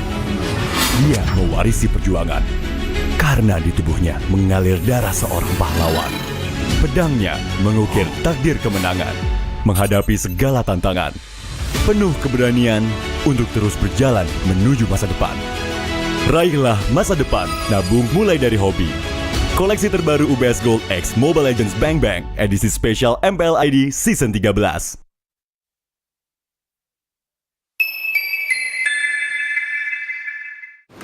Main Mobile Legends memang seru. Mabar sama temen makin epic. Apalagi kalau double kill. Tropicana Double Crunch, es krim karamel dengan lapisan coklat yang tebal. Crunchy-nya double. Main bareng, makan bareng Tropicana Double Crunch. Double crunchy level dewa. Rasa ini Gatot kacau. Ih, tombe basah. Bro, move on ke Head and Shoulders. 100% pede, ketombe basah dan gatal Wiped out. dapetin edisi baru Gatot Kaca di minimarket terdekat. Head and Shoulders. Ini Gatot, ini kaca. Mas Gatot, benerin kaca.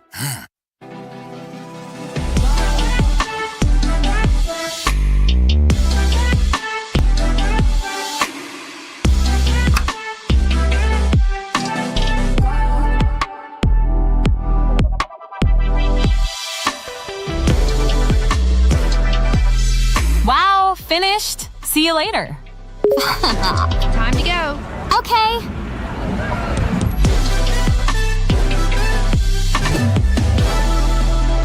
Kita adalah pejuang yang melangkah dengan penuh keyakinan, menghadapi dunia tanpa keraguan, karena hidup adalah arena pertarungan. Kita adalah pejuang yang tak akan gentar oleh segala tantangan, menghadapi lawan tanpa ketakutan, karena kita terlahir untuk meraih kemenangan. Raihlah kemenangan dengan koleksi terbaru UBS Gold X Mobile Legends Bang Bang edisi spesial MPL ID Season 13. Saatnya nabung dari hobi bersama UBS Gold.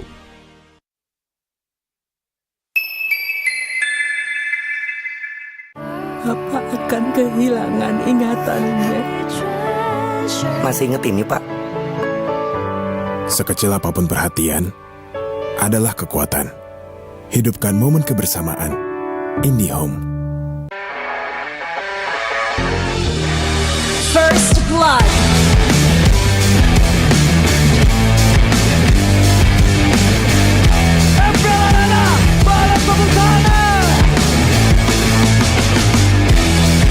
Mendapatkan 2 momen penturen yang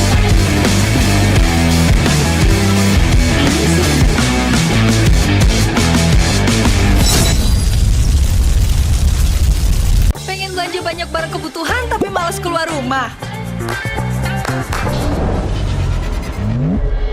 Untung aja pakai aplikasi Klik Indomaret. Cuma tinggal klik bisa belanja online seperti di toko. Beli ini, itu, jadi mudah banget. Produknya lengkap, banyak promonya. Gak perlu pusing, bisa pakai alat bayar apa aja. Wah, 1 jam udah sampai, gratis ongkir lagi.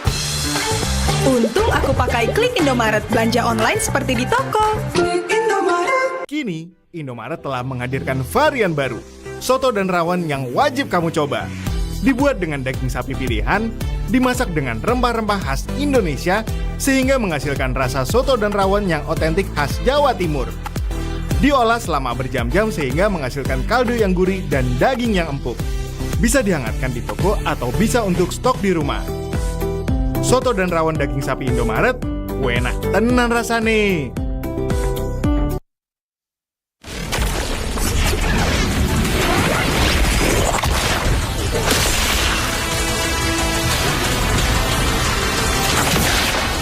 Strike first and without mercy.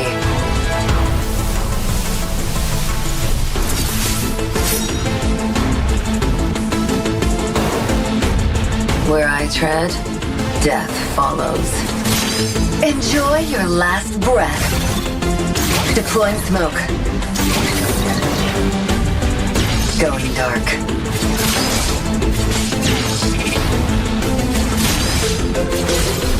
War is my trade. Death is my craft. Backup plan? I am the backup plan. My destiny is what I make of it.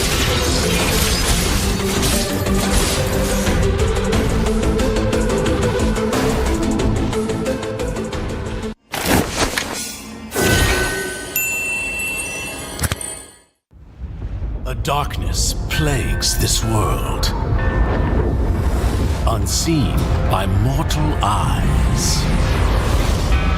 People prayed to the Immortal One to safeguard the sanctity of peace.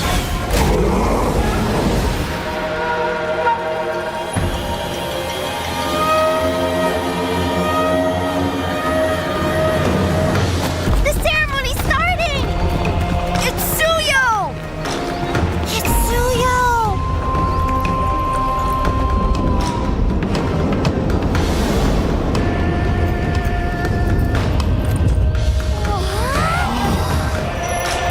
I bear this mask, for this duty is mine alone.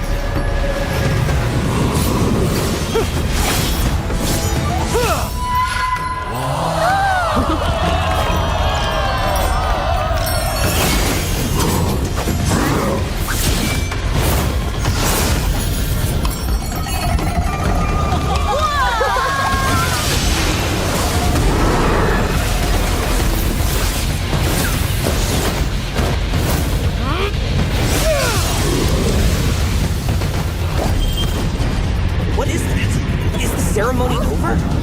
Mommy, I'm scared. What is that?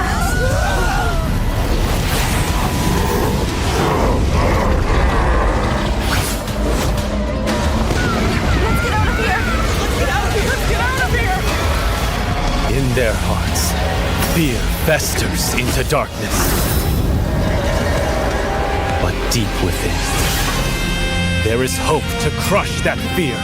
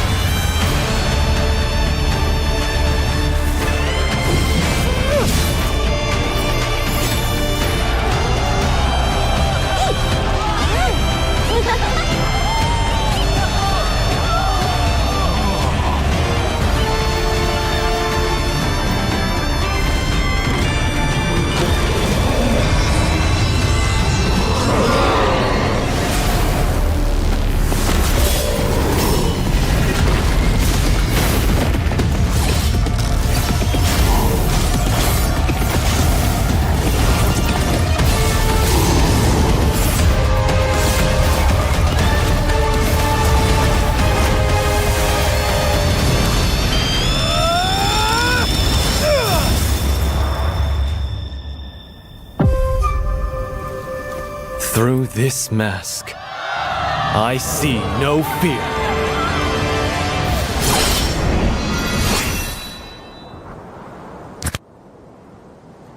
I got some big news, okay? So I got a leak.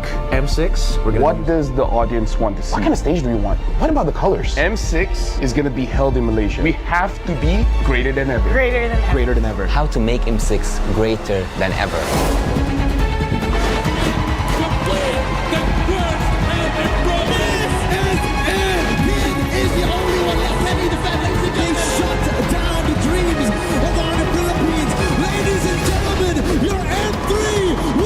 Winning the game, getting the checkmate, setting everything up.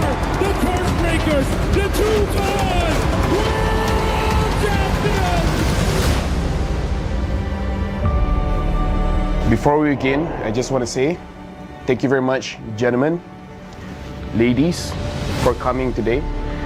we have something very important to discuss here, right? Because right now, imagine yourselves as Moonton. We're the publishers.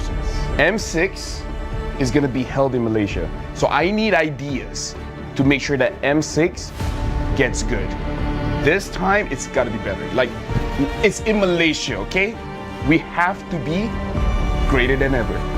Greater than ever. You know what? That's gonna be the tagline. You like it? You like the tagline? That's a good tagline. That's a good tagline? We went from Join the fight. Join the fight. Join the fight to the top. To the top. Dare to be great. Dare to be great. Be better than great. And now greater than ever. You know what? You're a genius. I'm a genius. You're a genius.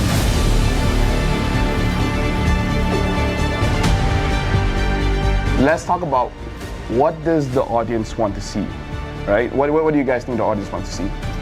More teams. More teams? How many are we talking?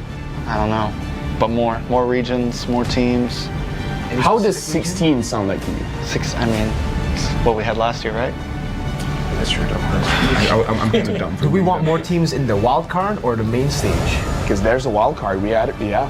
I'm okay with the 2 slots for the wild card. 2 slots? And then 8 in the wild card. 2 slots for wild card. So total 24. Because I'm a believer that the wild card is a legit part of the tournament. I agree.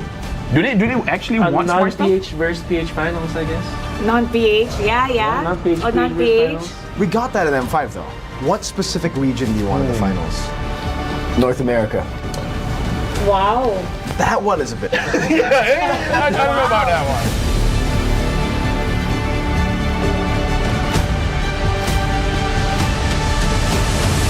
Let's take a flashback, I would say. Throwback to the days of the past. M1 was a great time. M2 was a great time.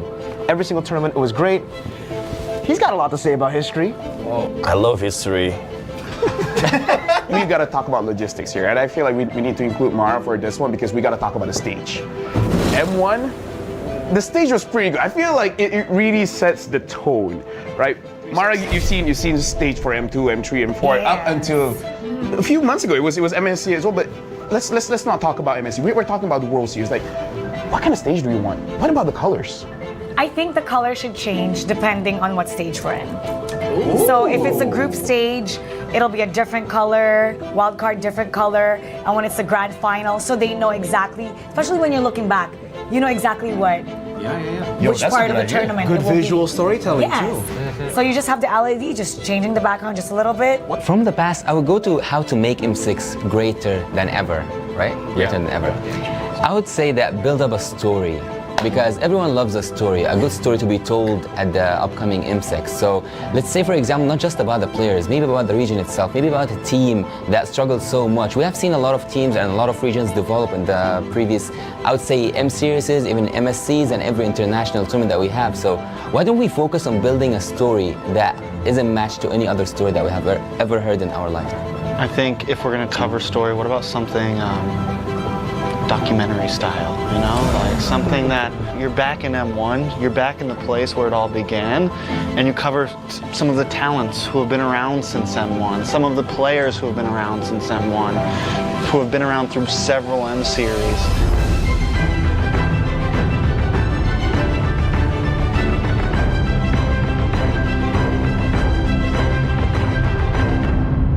I want to talk about music video.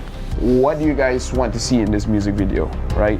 What's the song gonna sound like? What's the story?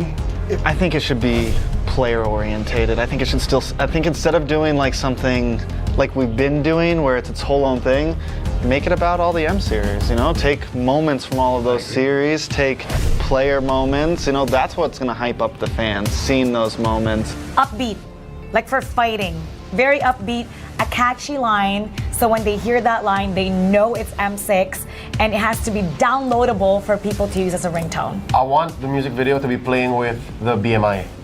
I want to see like scene changes with Claude moving through. Yeah, flashbacks, future forwards. Cool. Yeah, and then the BMI because he can go back and I want Dexter to sing. You want Dexter to sing? What? You know what? Every year we seem to always the MV, the music, something about it just misses it, right? So not just MLBB players, but the overall grand audience, right? Anybody outside of the MLBB space, I want to be able, same as Mara, like have that on the ringtone. I want to see random people who have no idea what Mobile Legends is playing it on their phones. I'm gonna be like, that's a dope song. So I got a leak. What's the leak? M6, we're gonna use a new format. What format? They're changing it? Why? You know, all the way from M1, all the way to M5, I've always thought, especially M1 to M4. Single limbs, we've done that before. We've done double limbs, you know. We've done group stages with no... We also done no eliminations at the group stage. We've done no eliminations. Good times. Hate that. This time, it's gonna be a Swiss format. Like cheese? What's Swiss format? What is that? What is There's no going back from here if you start. You know what the Swiss format is? Actually, yeah, I do. What is it? Okay, so let's keep it very simple, right? So for this M6, I'm thinking we're gonna be bringing 16 teams, and then we'll make the total. If you win 3 times, you'll advance forward. Lose 3 times, you're gonna get knocked out. Oh no, you play with everybody. You play with everybody. 1-0 beats 1-0, so everybody starts with 2 groups. Group A, Group B. 8 teams here, 8 teams in B. Then, every single time they have to fight, we're gonna redraw. Wait. That's a great idea. That's a great idea. Wait. Who's doing the redraw? Yeah, who's doing the redraw? I want to know this. Don't worry. Because is it gonna be us? Don't worry. I don't. I mean, I think it should be Mara. No, I think it should be Mara. You know what? I think so too, but I've suffered. I suffer. We have suffered. I cannot draw anymore. So now it's Gideon's turn. Exactly. Yeah. Wolf, Gideon, Wheezy. Whoa, wait a minute. Is we're gonna have Yasu and KB do it.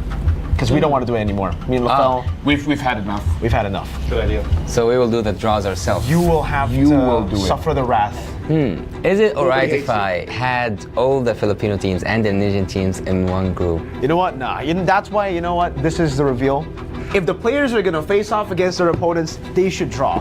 Why put the responsibility on the league ops? Why to put the responsibility on the talents? They should be the ones to decide their own fate. Okay, let's decide this. Mara, what do you think about that? Players? I think the players, that's perfect.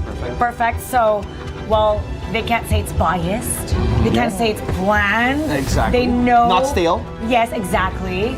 So it should be the players because, well, they're responsible for who they draw. Wait, we've had enough. They changed their minds right now. Just with you giving us that idea, I'm gonna cut you out. But actually, hold on. We need to hear what KB has to say because, you know, he's the professor here. So what do you think about the Swiss format? Like, what do you guys feel? Do you guys feel it's fine? Because if you guys say it's okay, we're gonna run with it. And if we say that it's not okay, you're gonna also run with it. If only one of you says it's not okay, then we won't run with it. I'm okay. Because, you know what? We can't predict any team. Even on the group stage, you know who you facing on. Yeah. You have 3 teams as an enemy. But in Swiss round, you can't predict tomorrow what's going on tomorrow. What if we lose? Every round. So yeah, technically, groups are a thing of the past. Because you know what the discussion is, right? Whenever somebody makes it out of groups, oh, it was an easy group. Exactly. Yeah. They weren't ready for that group. So now, I like it. You get to find out who really is deserving of making it. It's time to talk about the strategy for the teams. No, I mean like What do they think? Yeah, for Swiss format, yeah. No, okay, we're locked in, right? It's gonna be Swiss format. Okay. We've seen teams talk about, oh, best of 2 is a different kind of strategy, right? Best of 1, completely different strategy. So now Swiss format, like Gideon, Steph, Weezy, like, what do you guys think is gonna be the strategy when we're going for a Swiss format for this time? Just win.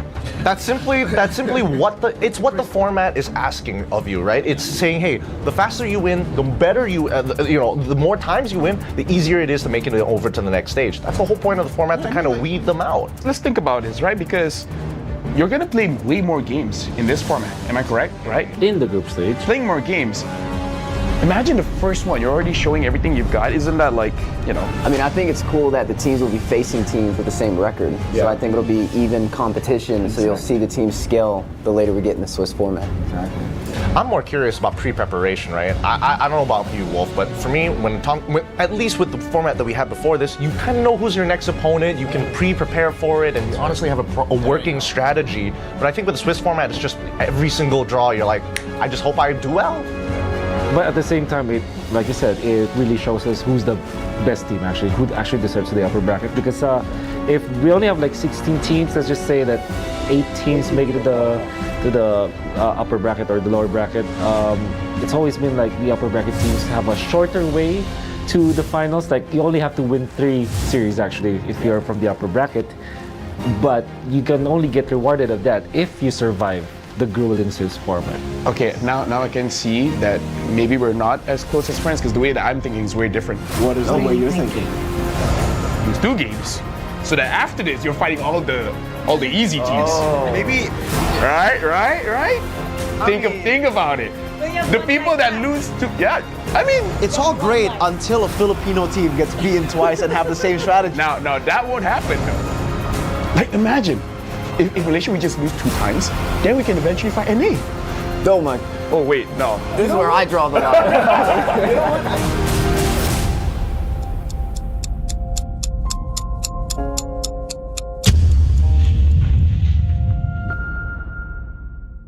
Galaxy A55 A35 5G warna baru, awesome!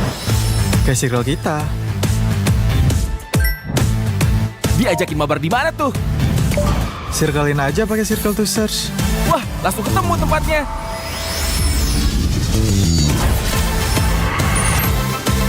Kalau ini makanan apa ya? Gampang, circlein aja. Oh, itu makanannya. Awesome dan smart kan? Yuk join circle kita. Teman murah, aplikasi GoPay, pulsa murah, aplikasi GoPay. Walau yang lain terus berubah, GoPay konsisten, kasih yang pasti murah. Bayar tagihan murah, di aplikasi GoPay, gratis transfer, 100 kali per bulan. Ikut selebrasi MPL pasti dapat hadiah. Download aplikasi GoPay baru, nggak pakai lama. Dompet andalan gamers banyak damage-nya.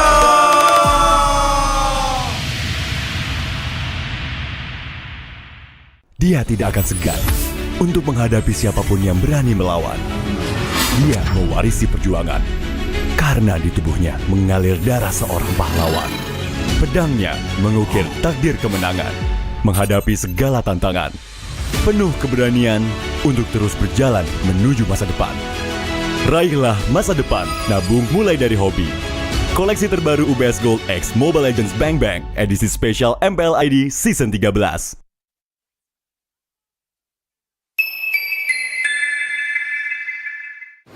Main Mobile Legends memang seru.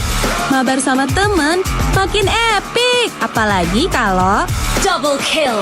Tropicana Double Crunch, es krim karamel dengan lapisan coklat yang tebal. Crunchy-nya double. Main bareng, makan bareng Tropicana Double Crunch. Double crunchy level dewa. Rasa ini Gatot kacau. Ih, tombé basah. Bro, move on ke Head and Shoulders. 100% pede, ketombe basah dan gatal wiped out. Dapetin edisi baru Gatot kaca di minimarket terdekat. Head and Shoulders. Ini Gatot, ini kaca. Mas Gatot, benerin kaca.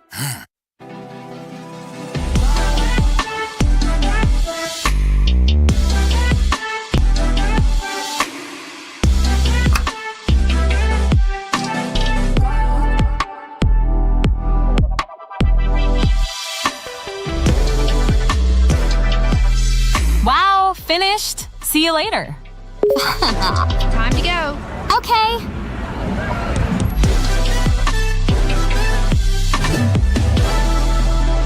Kita adalah pejuang yang melangkah dengan penuh keyakinan, menghadapi dunia tanpa keraguan, karena hidup adalah arena pertarungan.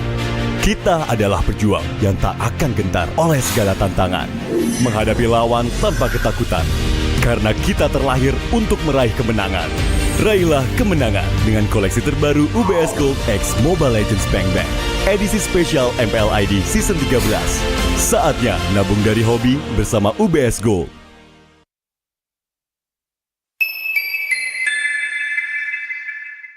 Papa akan kehilangan ingatannya. Masih inget ini, Pak?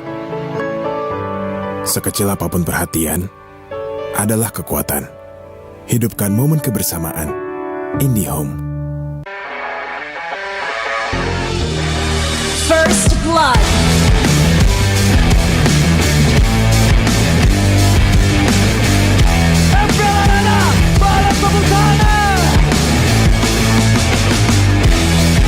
Mendapatkan 2 pompon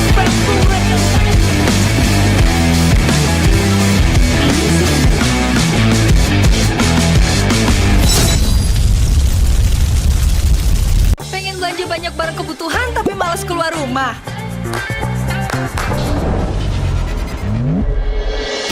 aja pakai aplikasi Klik Indomaret.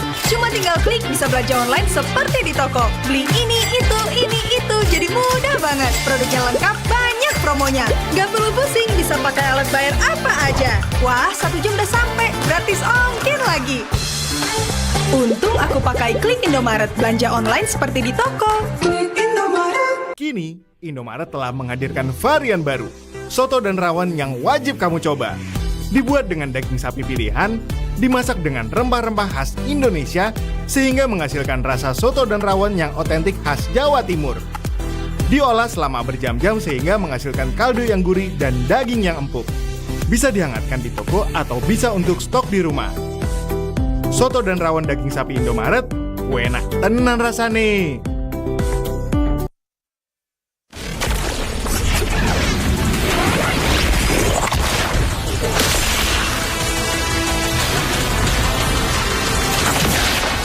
Strike first and without mercy.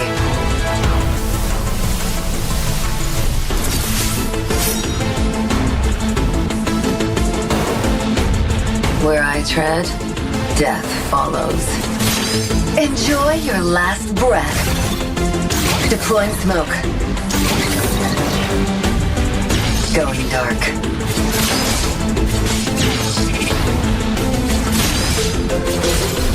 War is my trade. Death is my craft. Backup plan? I am the backup plan. My destiny is what I make of it.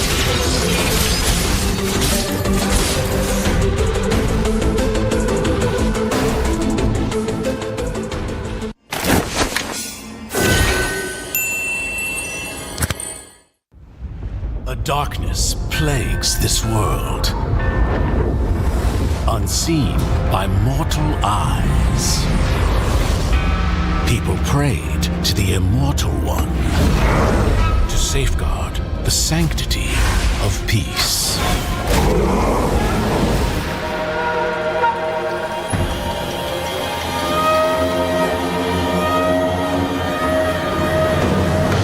The ceremony's starting! It's Suyo!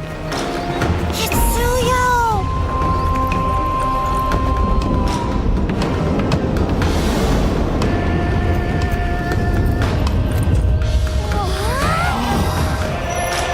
I bear this mask, for this duty is mine alone.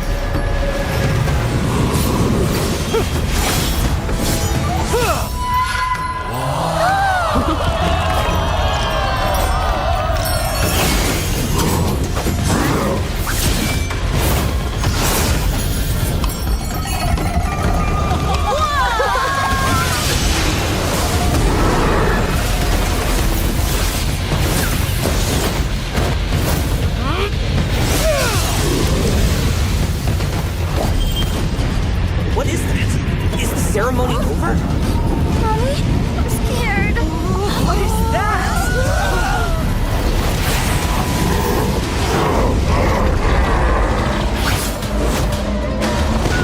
Let's get out of here! Let's get out of here! Let's get out of here! In their hearts, fear festers into darkness. But deep within, there is hope to crush that fear.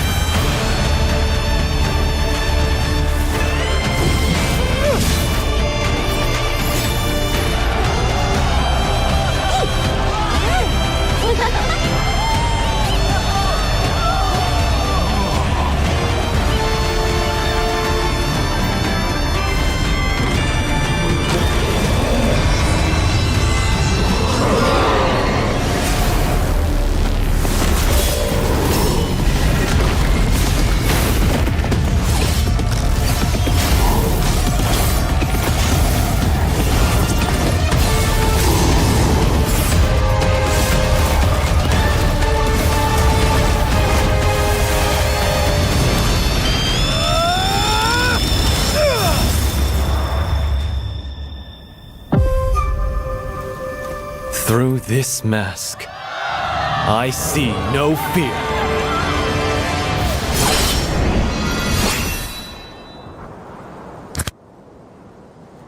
I got some big news, okay? So I got a leak.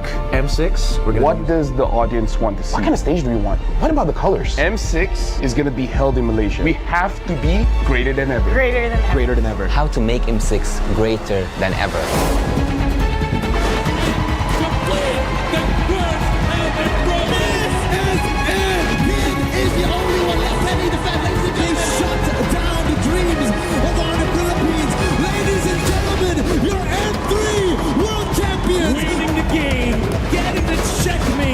Setting everything up. The curse breakers, the two-time world champions. Before we begin, I just want to say thank you very much, gentlemen, ladies, for coming today. We have something very important to discuss here, right? Because right now, imagine yourselves as Moonton. We're the publishers. M6 is going to be held in Malaysia. So I need ideas to make sure that M6 gets good. This time, it's got to be better. Like, it's in Malaysia, okay? We have to be greater than ever. Greater than ever. You know what? That's going to be the tagline. You like it? You like the tagline? That's a good tagline. That's a good tagline? We went from... Join the fight. Join the fight. Join the fight to the top. To the top. Dare to be great. Dare to be great. Be better than great. And now greater than ever. You know what? You're a genius. I'm a genius. You're a genius.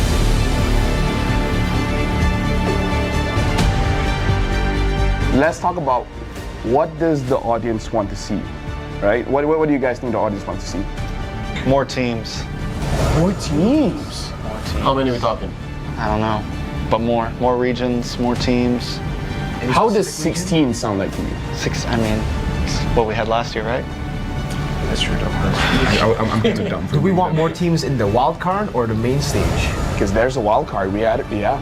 I'm okay with the 2 slots for the wild card. 2 slots? And then 8 in the wild card. 2 slots for wild so card. So total 24. Because I'm a believer that the wild card is a legit part of the tournament. I agree.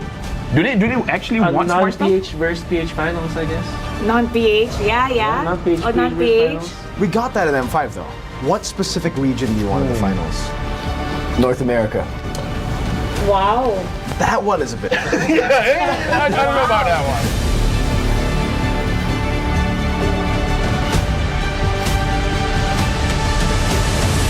Let's take a flashback, I would say. Throwback to the days of the past. M1 was a great time. M2 was a great time. Every single tournament, it was great. He's got a lot to say about history. I love history. We got to talk about logistics here, and I feel like we need to include Mara for this one because we got to talk about the stage. M1, the stage was pretty good. I feel like it really sets the tone, right?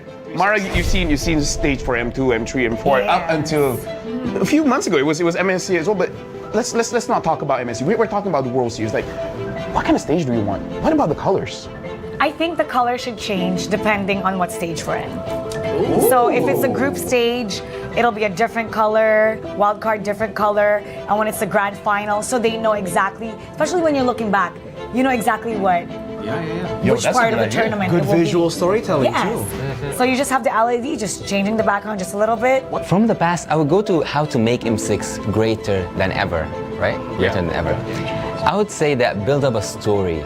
Because everyone loves a story, a good story to be told at the upcoming M6. So let's say, for example, not just about the players, maybe about the region itself, maybe about a team that struggled so much. We have seen a lot of teams and a lot of regions develop in the previous, I would say, M series, even MSCs and every international tournament that we have. So why don't we focus on building a story that isn't matched to any other story that we have ever heard in our lifetime? I think if we're going to cover story, what about something documentary style, you know, like something that you're back in M1, you're back in the place where it all began, and you cover some of the talents who have been around since M1, some of the players who have been around since M1, who have been around through several M series.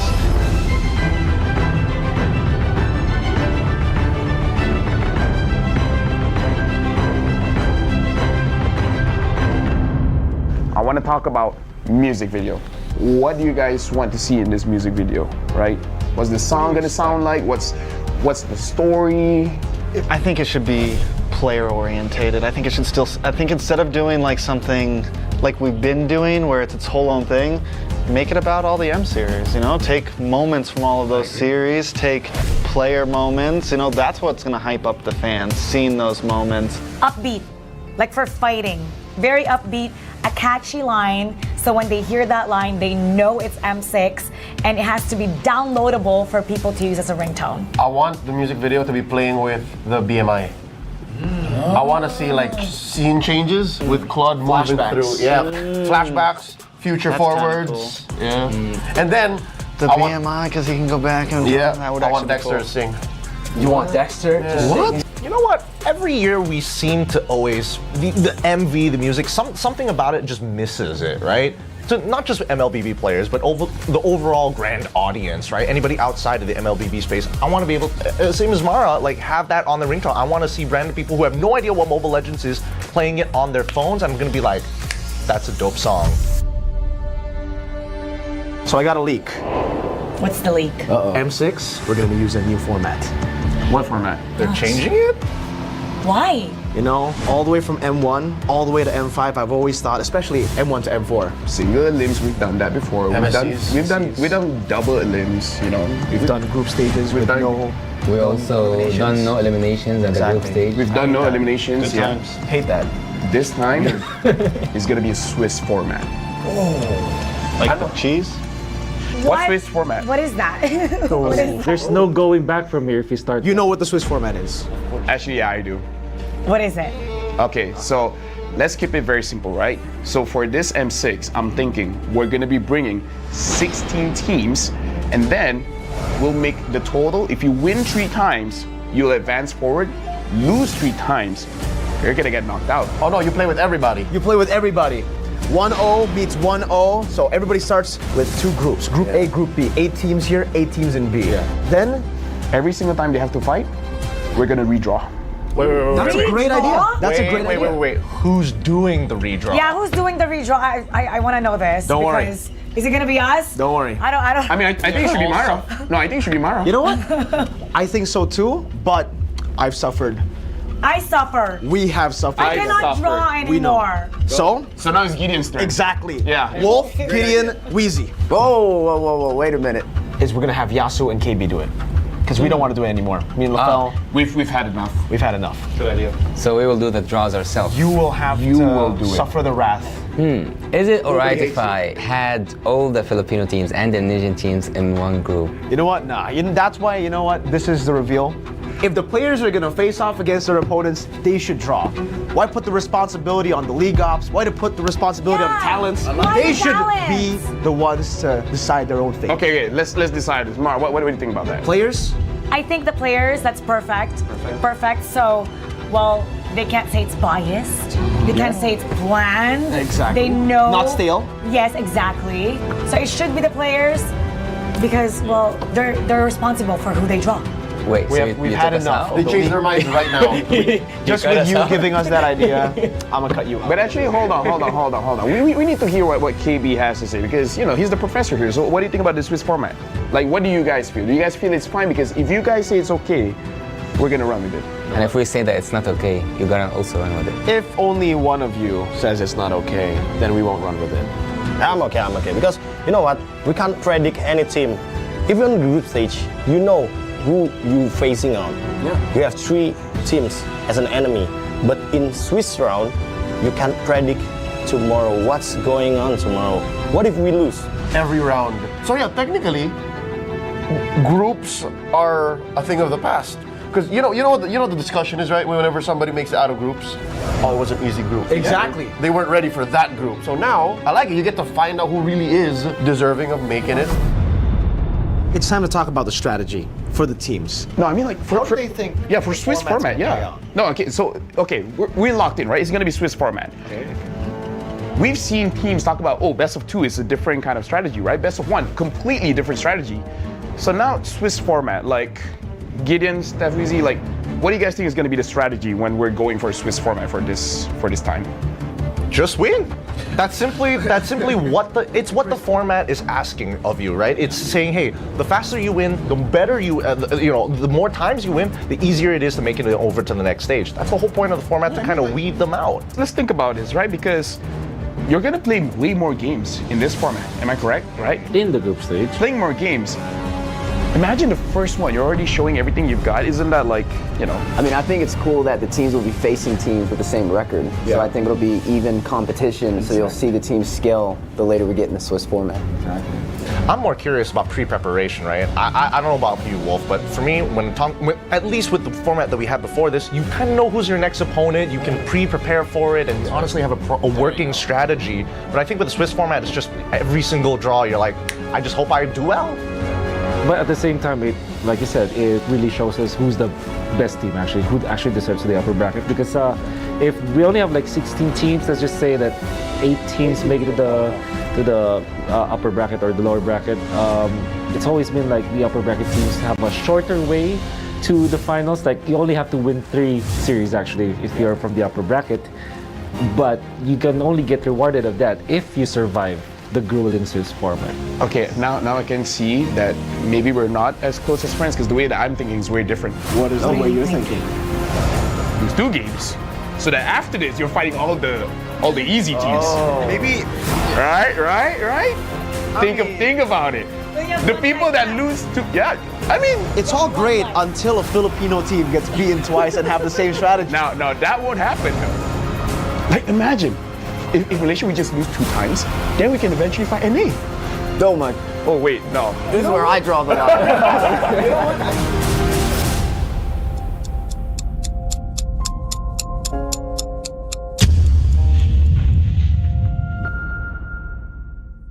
Galaxy A55 A35 5G warna baru, awesome. Kayak circle kita.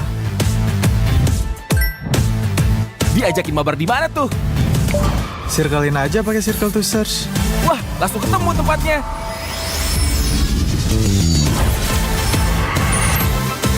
Kalau ini makanan apa ya? Gampang, circlein aja. Oh, itu makanannya. Awesome dan smart kan? Yuk join circle kita. Teman murah, di aplikasi GoPay. Pulsa murah, di aplikasi GoPay. Walau yang lain terus berubah, GoPay konsisten, kasih yang pasti murah. Bayar tagihan murah, di aplikasi GoPay. Gratis transfer, 100 kali per bulan. Ikut selebrasi MPL pasti dapat hadiah. Download aplikasi GoPay baru, nggak pakai lama. Dompet andalan gamers banyak damage-nya.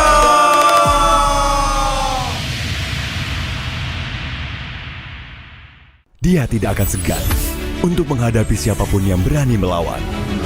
Dia mewarisi perjuangan karena di tubuhnya mengalir darah seorang pahlawan. Pedangnya mengukir takdir kemenangan, menghadapi segala tantangan. Penuh keberanian untuk terus berjalan menuju masa depan. Raihlah masa depan, nabung mulai dari hobi. Koleksi terbaru UBS Gold X Mobile Legends Bang Bang, edisi spesial MPL ID Season 13.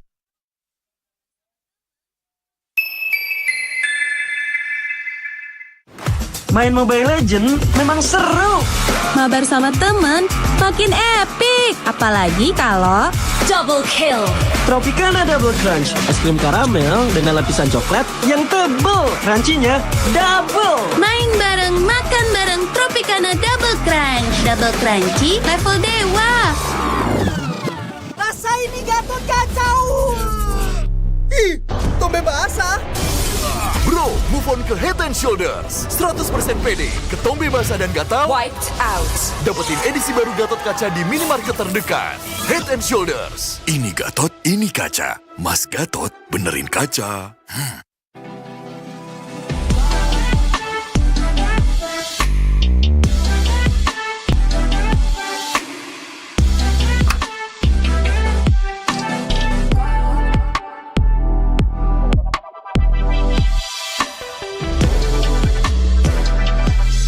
Wow, finished. See you later. Time to go. Okay.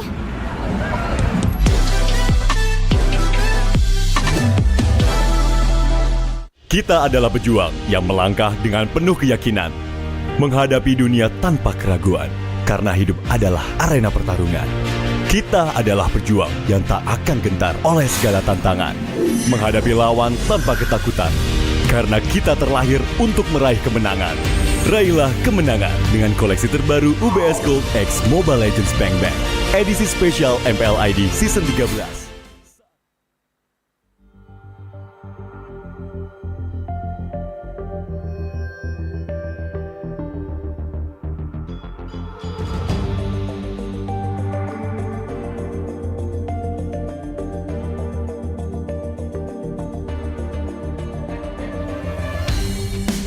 Kan berdiri dan terus berlari, terus ke arah puncak tertinggi.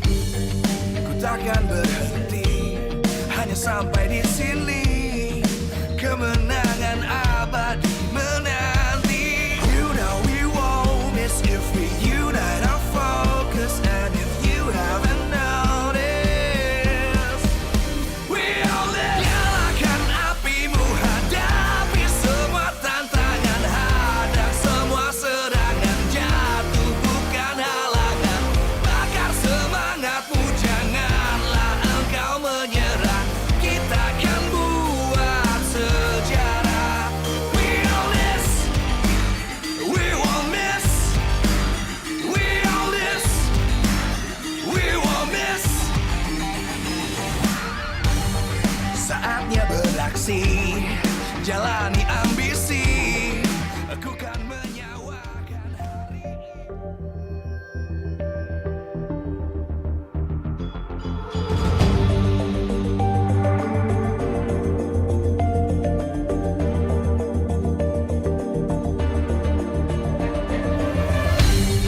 Aku kan berdiri dan terus berlari, terus ke arah puncak tertinggi.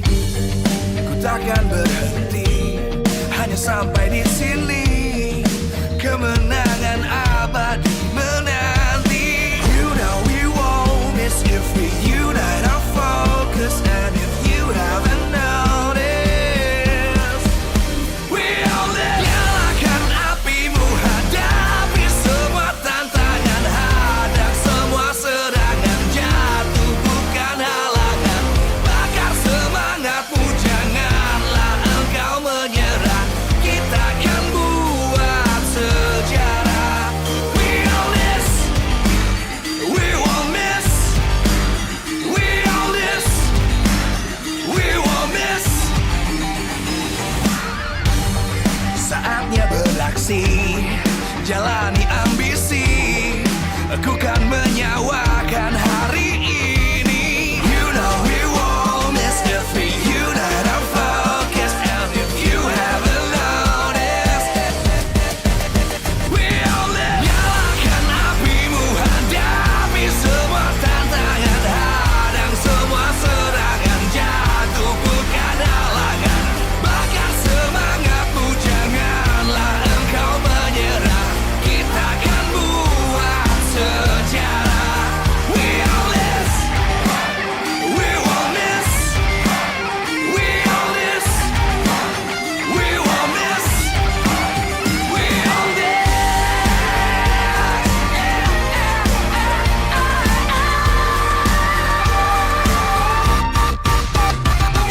Nyalakan apimu, hadapi semua tantangan, hadang semua serangan, jatuh bukan halangan. Bakar semangatmu, janganlah engkau menyerah. Kita akan buat sejarah.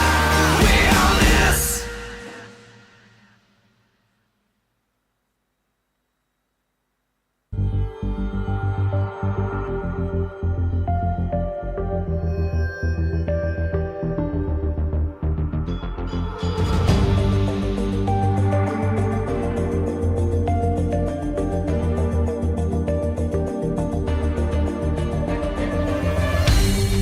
Aku kan berdiri dan terus berlari, terus ke arah puncak tertinggi. Ku takkan berhenti, hanya sampai di sini.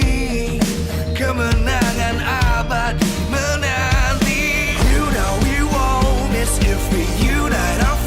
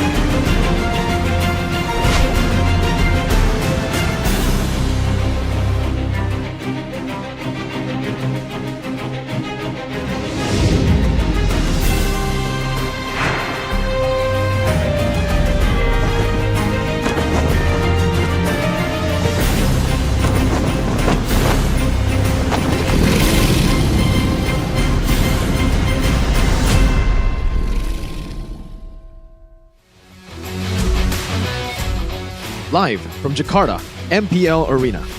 MPL Season 14 is powered by Munta. Presented by our official tournament smartphone, Samsung Galaxy. Official e-wallet, GoPay. Official destination for gaming and esports, Kadia. Official gold partner, UBS Gold. We own this.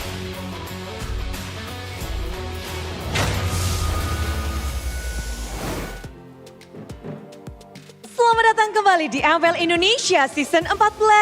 Hari yang terakhir di minggu yang ke-7, di mana ini adalah pertemuan antara Piketron Alpha dan juga Rebellion Esports. Semuanya pasti menantikan bagaimana pengejaran upper bracket dan juga pengejaran slot playoff sedang dilaksanakan di match kedua kita kali ini. Di match pertama 2-0 telah usai, namun pertarungan akan semakin memanas karena tiket playoff pun semakin menipis dan pula untuk upper bracket semakin ketat. Untuk Rebellion sendiri kita melihat bahwa ada tren positif yang dihadirkan kemarin dengan kemenangan 2-0 dengan melawan the forfeit champions Fnatic Onyx. Tren positif dihadirkan, namun sebaliknya dari tim Piketron Alpha mereka baru saja mendapatkan kekalahan pula di hari Jumat kemarin dengan 0-2 pula. Jadi ini akan menjadi pertarungan yang mendebarkan dengan patch baru. Seperti apa dari kedua tim ini mempersiapkan pertarungan ini? Tentu kita akan menjawab semuanya di Land of Dawn. Sebelum kita masuk Land of Dawn, izinkan Bude mengucapkan terima kasih kepada semua super fans yang telah hadir di MPL Arena. Yang lagi nobar bareng, yang lagi sama plus one-nya dan juga khususnya kepada para sponsor. Karena MPL Indonesia Season 14 powered by Munton, presented by official tournament smartphone Samsung Galaxy, official e-wallet GoPay, official destination for gaming and esports Kadia, official gold partner UBS Gold, dan kita juga punya partner ini esports. Ada Campina, Head and Shoulders, Ora Imo, Telkomsel, Dunia Games, IndiHome, dan WeDrink. Tak lupa juga bersama dengan supplier kita ada Erigo, Klik Indomaret, Yummy Choice, dan juga Saturday. Acara ini supported by PBSI. Dan juga support yang kita nantikan pastinya untuk tim yang sedang bertarung sesaat lagi di leg pertama. Hasil 2-1 didapatkan oleh Piketron Alpha. Sementara kali ini akankah ada pembalasan dendam dari tim Rebellion yang sepertinya berbeda setelah patch. Mereka mendapatkan patch terbaru dan sementara itu Rebellion yang sedang mencari tiket playoff. Piketron Alpha pun demikian, mereka belum mengantongi tiket playoff dan juga upper bracket menjadi salah satu tujuan mereka. Begitu dekat terhadap top 2 kali ini. Coba dong kasih tepuk tangannya nih untuk tim Piketron Alpha. Support system telah hadir, semuanya ingin menyaksikan hasil terbaik. Namun, Piketron sudah bersuara, bagaimana dengan para Rebels? Rebel Squad bersiaplah.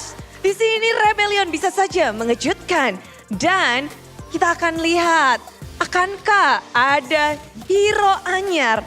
Pertarungan yang kita nantikan dengan patch baru. Semua tim sedang berproses. Belum lagi kita tahu bahwa banyak sekali hero-hero unik yang bisa digunakan.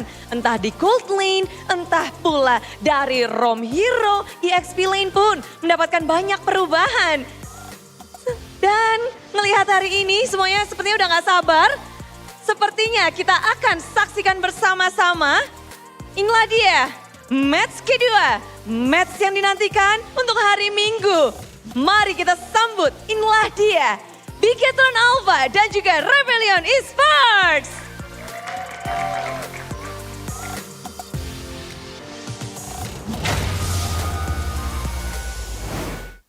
The Red Robots are one match away of securing that playoff spot.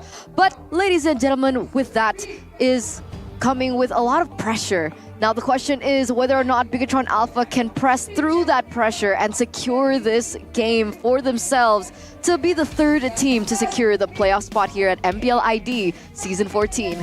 Welcome back, ladies and gentlemen, to the English broadcast. My name is Eterna, alongside with Gani as well as Mirko. And we're just gonna get straight into this second game to almost close out week number 7. Yeah, let's see. All right, I mean, Rebellion, they were coming off from a win against Fnatic Onyx, the 4P champion, yesterday. And maybe they will bring the same heat against Bigatron Alpha, who is looking quite shaky, actually, after Leg 2.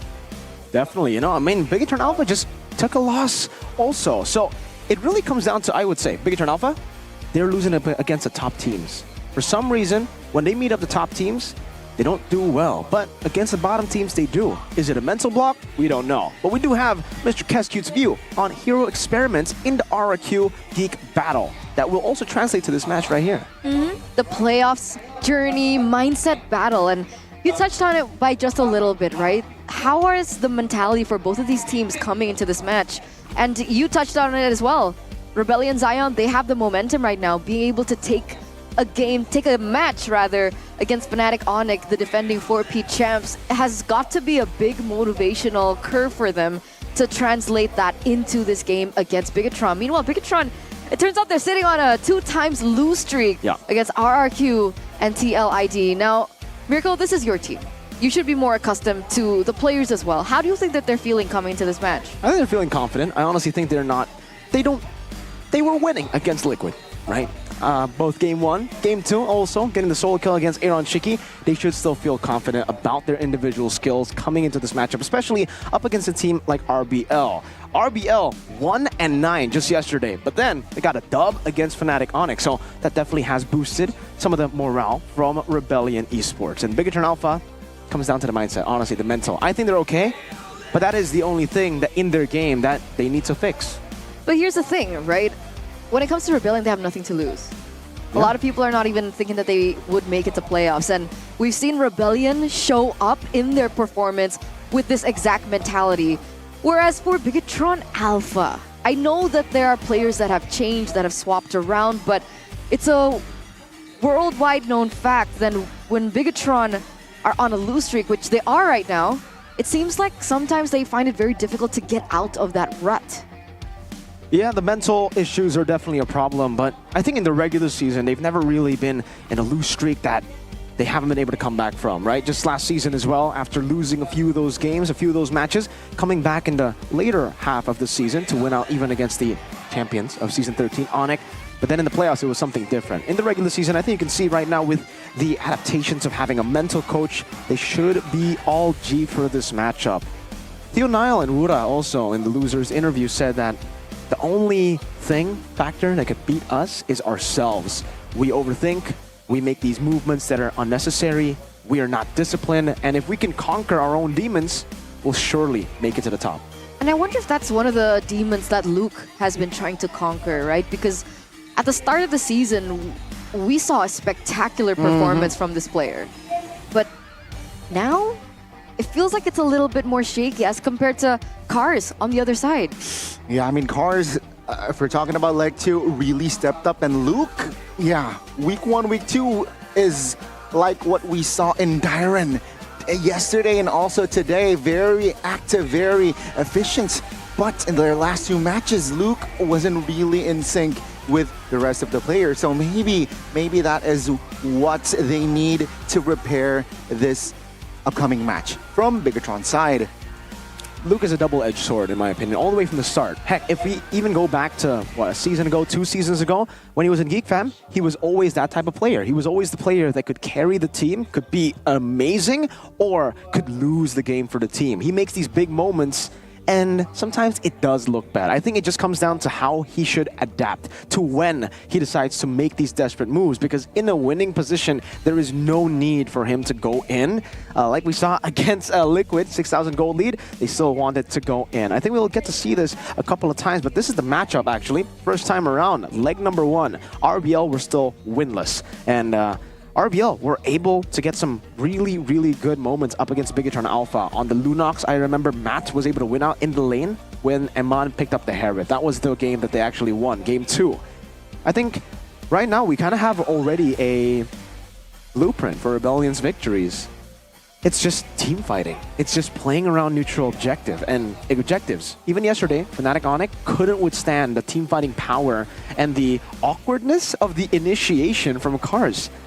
Here, they fixed a very, very big problem in their composition. Before, if you take a look at the Akai roams for Rebellion, it was sitting at a 0% win rate. Why? Because they usually combo the Akai roam together with the Edith XP, and that basically makes the composition fully built on just neutral objectives and reactivity. If they couldn't react to these team fights or initiations from the opposing team, if they were placed into a winning situation where they need to be proactive, they always faltered. That's why the Gatot works in that composition for Rebellion. And yeah, the Bulls frontliner, Cars, he's definitely a pillar, the main pillar for Rebellion right now. If it wasn't for Cars, it would be very, very tough. But the second shout out I want to give is Suelo. Still consistent throughout the seasons. I think every time we saw Rebellion play, every time we've seen Rebellion play, since they first entered the league, it has always been Suelo, right? Of course, there are other pillars along the way, but this is a kid that's been with Rebellion for so long. He's basically a bull. At this point. At this point, he is a bull. And also another thing that I want to highlight is Rebellion has an example. When Bigatron deployed Finn, how to defeat this team, and also how when they deploy Key. Yeah. Right? Against CLID and RRQ. Against RRQ, they deployed Key, took an L, deployed Finn, took an L as well. So maybe Rebellion, they can also prepare from that match. Huh. With that being said, which roster are you expecting here? I honestly have no idea what roster I personally am expecting, because to be honest, I think both of them are pretty similar, right? I think Key does have more big moments, but Finn plays for the team as a cover roamer a bit better.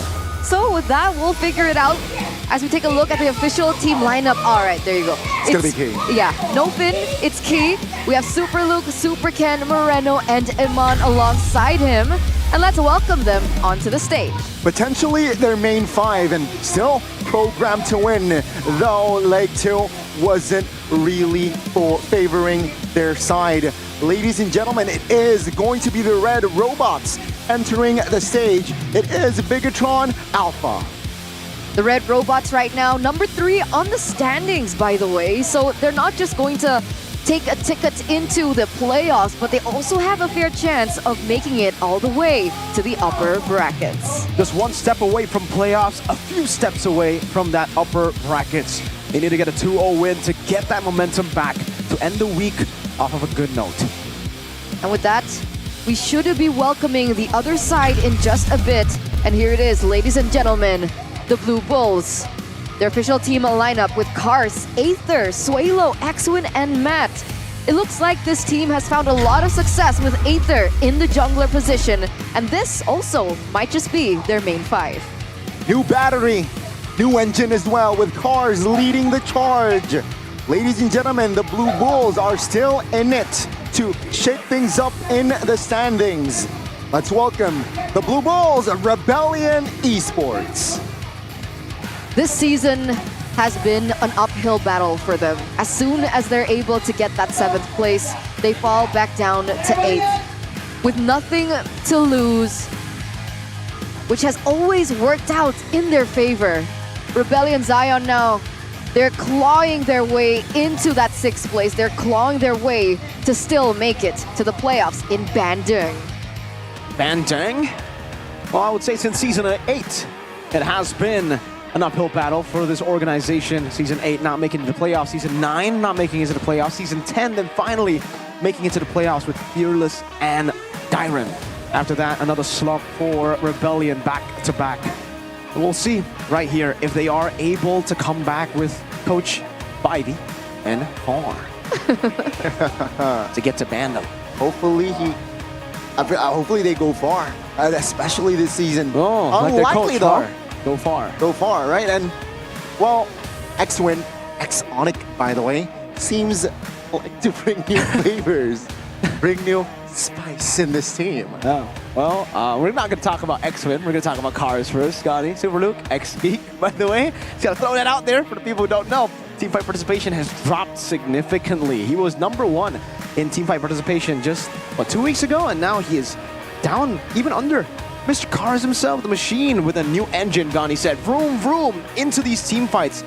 I think Arashi said it best. When Cars plays the Gatot, it's just boom.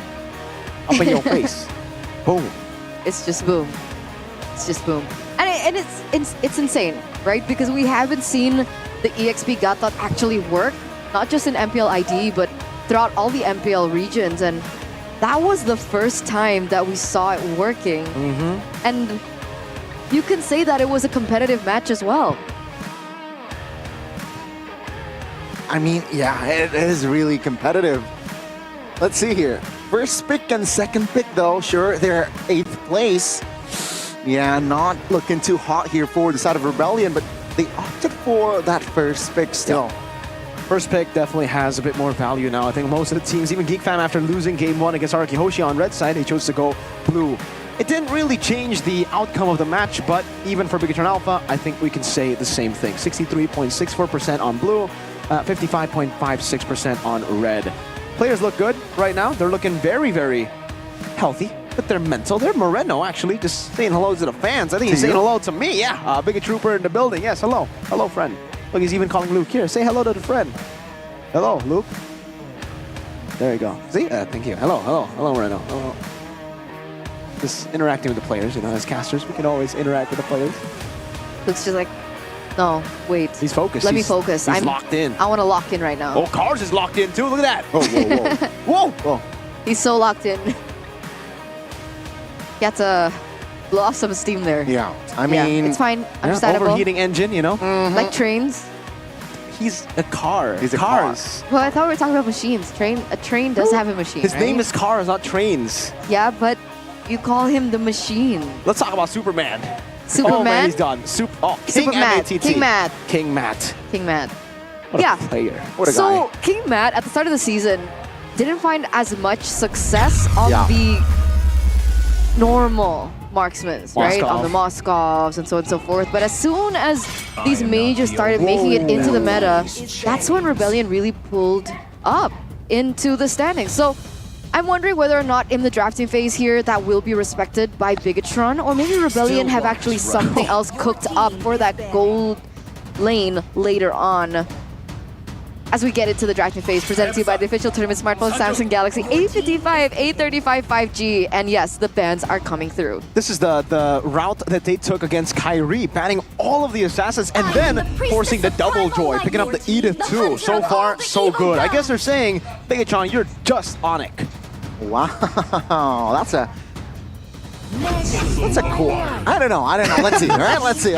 I can't confirm that, but okay, very fast. Wow. Picks here from side of Bigatron. They responded Harith and Gatot Kacha after seeing that Edith first pick. So yeah, it seems like they still rely on that Gatot Kacha. Yeah, but this is scary, honestly, for me personally, as a Bigatron fan here. Picking up the Harith early means that you are very vulnerable to a pick like a Lunox, especially when you already have an Edith. So that will be double the counters towards Mr. Harith, man, unless Bigatron want to double down on these frontliners, Gatot and Hylos, possibly, to take in some of the damage from that Lunox. And there you go. Lunox does come through alongside with the Alpha. So very quick, the Yeeve gets picked up as well now for Moreno for Bigatron Alpha. All according to plan, seems like, from the coaches, right? Let's see your second phase. It seems like they will limit the mobility potential here from that Matilda. Yeah, they realize that X-Win can bring a lot of fast-paced tempo and dictation with the Matilda. Yeah, I think an Arlet Ruby ban is warranted here for Rebellion. They can obviously still just double down on the Assassins like they did against Kyrie, but then you would give Luke all of his comfort. The Arlet, the Ruby, I mean, even the Terizla is playable. It got nerfed, but it should still be pickable now. It's actually the Tigreal that they decided to ban out, despite the fact that they could actually still take the Valentina away, which is an interesting ban, to say the least. I know sometimes it's like the synergy is questionable, but Rebellion found a lot of success when they committed onto a pick-off strat. Is that still possible for them to work with, seeing that the Tigreal is banned out? Yes, I think the pick-off strat would be amazing. That's why Bigatron Alpha also understand the same thing. They banned out the Kaja there. That was one of the ways Fnatic Onic were able to get destroyed, dismantled. The chaos in Kaja, Donnie, destroyed. Rarely do we see it, and let's see Rebellion last. I mean, it 6 times this depends. season. Like in the internationals as well. Oh, Anyway, sorry. That was a low blow. Anyways, Anyways. RBL. Are they gonna ban out the Ruby now, or the Arlet? I think it's safe. I think that's a really safe bet. Choose But the- Arlet. okay, Arlet gets banned out, so Bigatron does still have the opportunity of picking up the Ruby. And essentially, Rebellion could pick up the Ruby as well. I don't know if it's X-Win style, right? He's popped off on the Akai and the Kajas and the Matildas that actually get banned out. Wow, full respect on the X-Win, I just realized. Yeah, X-Win was a big factor. It is. Oh, Khalid. So, all right, we just gave back the mantle of best Khalid to Dyron yesterday. It seems Luke is anger. He's not angry, he's anger about His it. anger. Do you think that there still could possibly be... Okay, since the Kai just banned out, Akai and Luo Yi Yeah. for Rebellion. I think that would be great, actually. The Akai would be great against Khalid, any CC. If you can just lock him down, it'll be very easy to deal with Khalid. That's why revealing the Khalid here might have been a mistake for Bigatron Alpha. And serve me. Now, oh, the Zosk too, man. After patch? Yeah, after patch, they were able to get the double win on Fnatic Onyx with the Zosk. So the adjustment on the Zosk means that early game, you're no longer a big threat. But later on, holy moma. That's my reaction to the Zosk damage from yesterday. And it's, whoa, actually the Kufra. So trying to neutralize the Harith? Yeah? Yeah, trying to neutralize the Harith, but okay, they're relying on the Alpha and Edith to be the ones to start off these initiations. Also anticipating a potential, well, not potential, maybe a sure assassin pick here from the side of Superkin. They need a hero that can just nullify the mobility, right? Just go Bane, I Here, Bane is also a potential pick, and let's see here, will it be Bane? What about Roger? Ooh, Roger. I don't like it against this comp. Okay, cool. That's a good pick, yeah. We saw this. This was the pick that actually got them the dub against Arakihoshi Game 3 in their first leg match, X-Borg Jungle. We've seen it from Fabian once too, so yeah, it's definitely still in the meta, could be utilized, especially up against a very tanky composition. Kufra, Zosk, Alpha, Edith, yeah, a lot of value.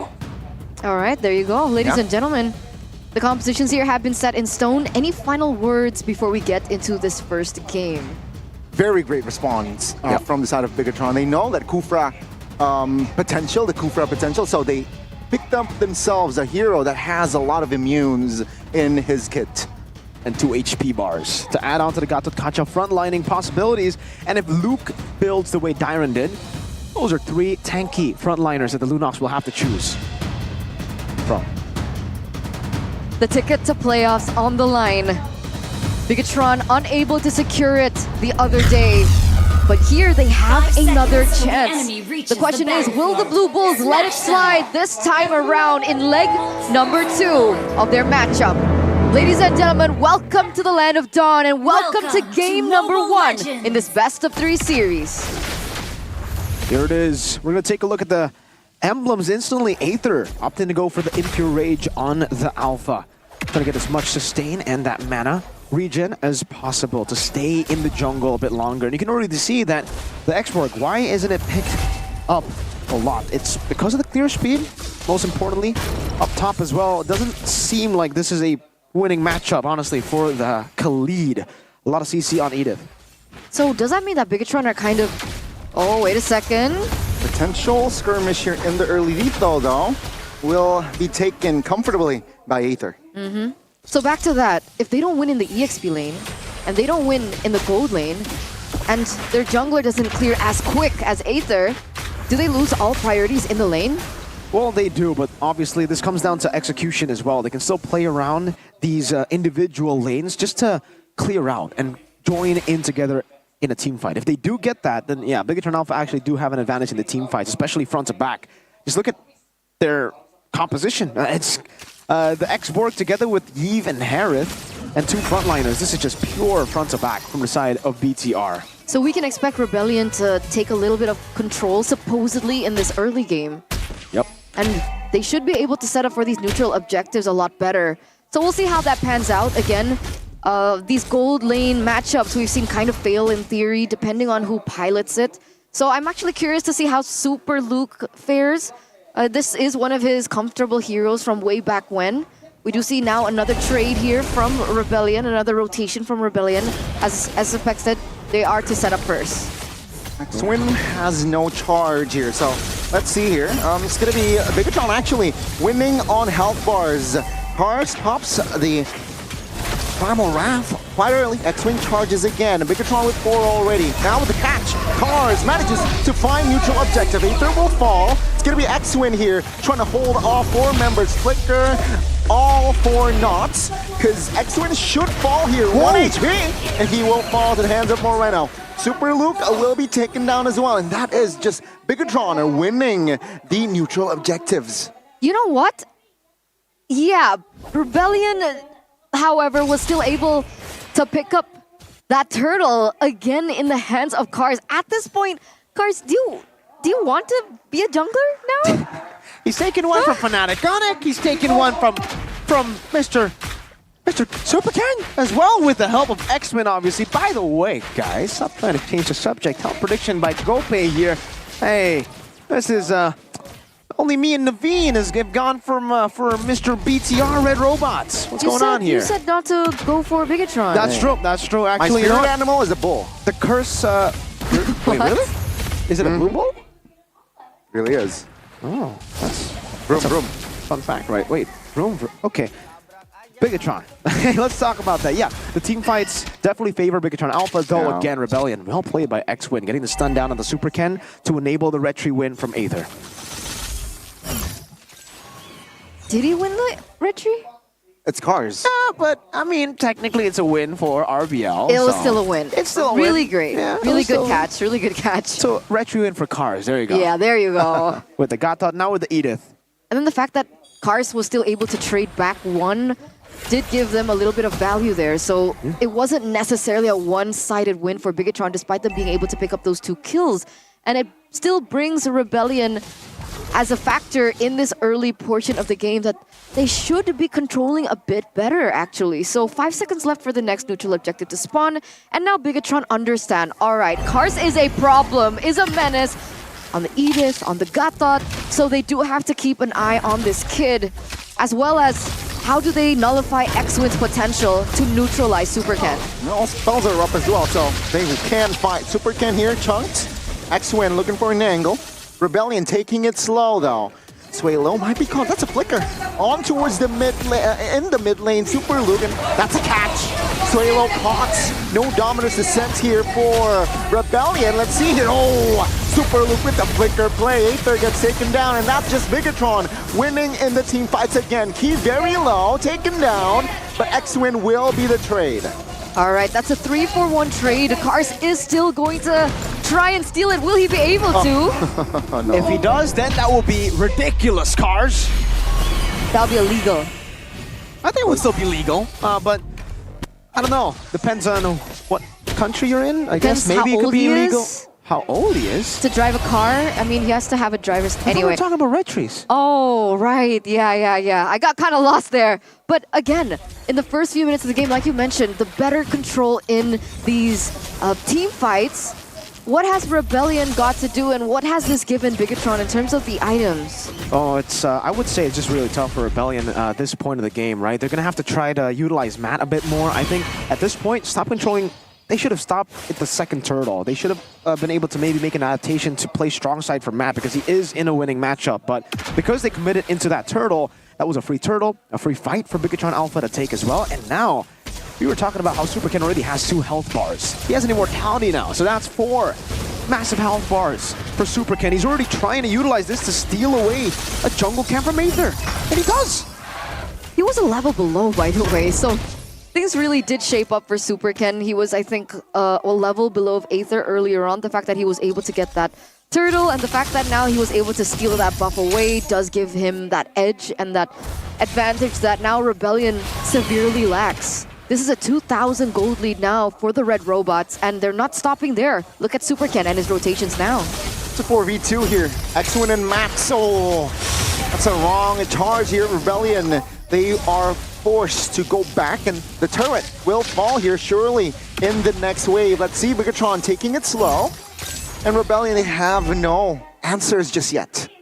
Yeah, they don't really need to force anything. They got the dub there, getting Lunox low. They knew that the Brilliance was still going to be up. No unnecessary moves at all from Bigatron. This time around, playing just like their emblem. Robots. Wait a second, is Amon ahead of Matt in a losing lane? Yep.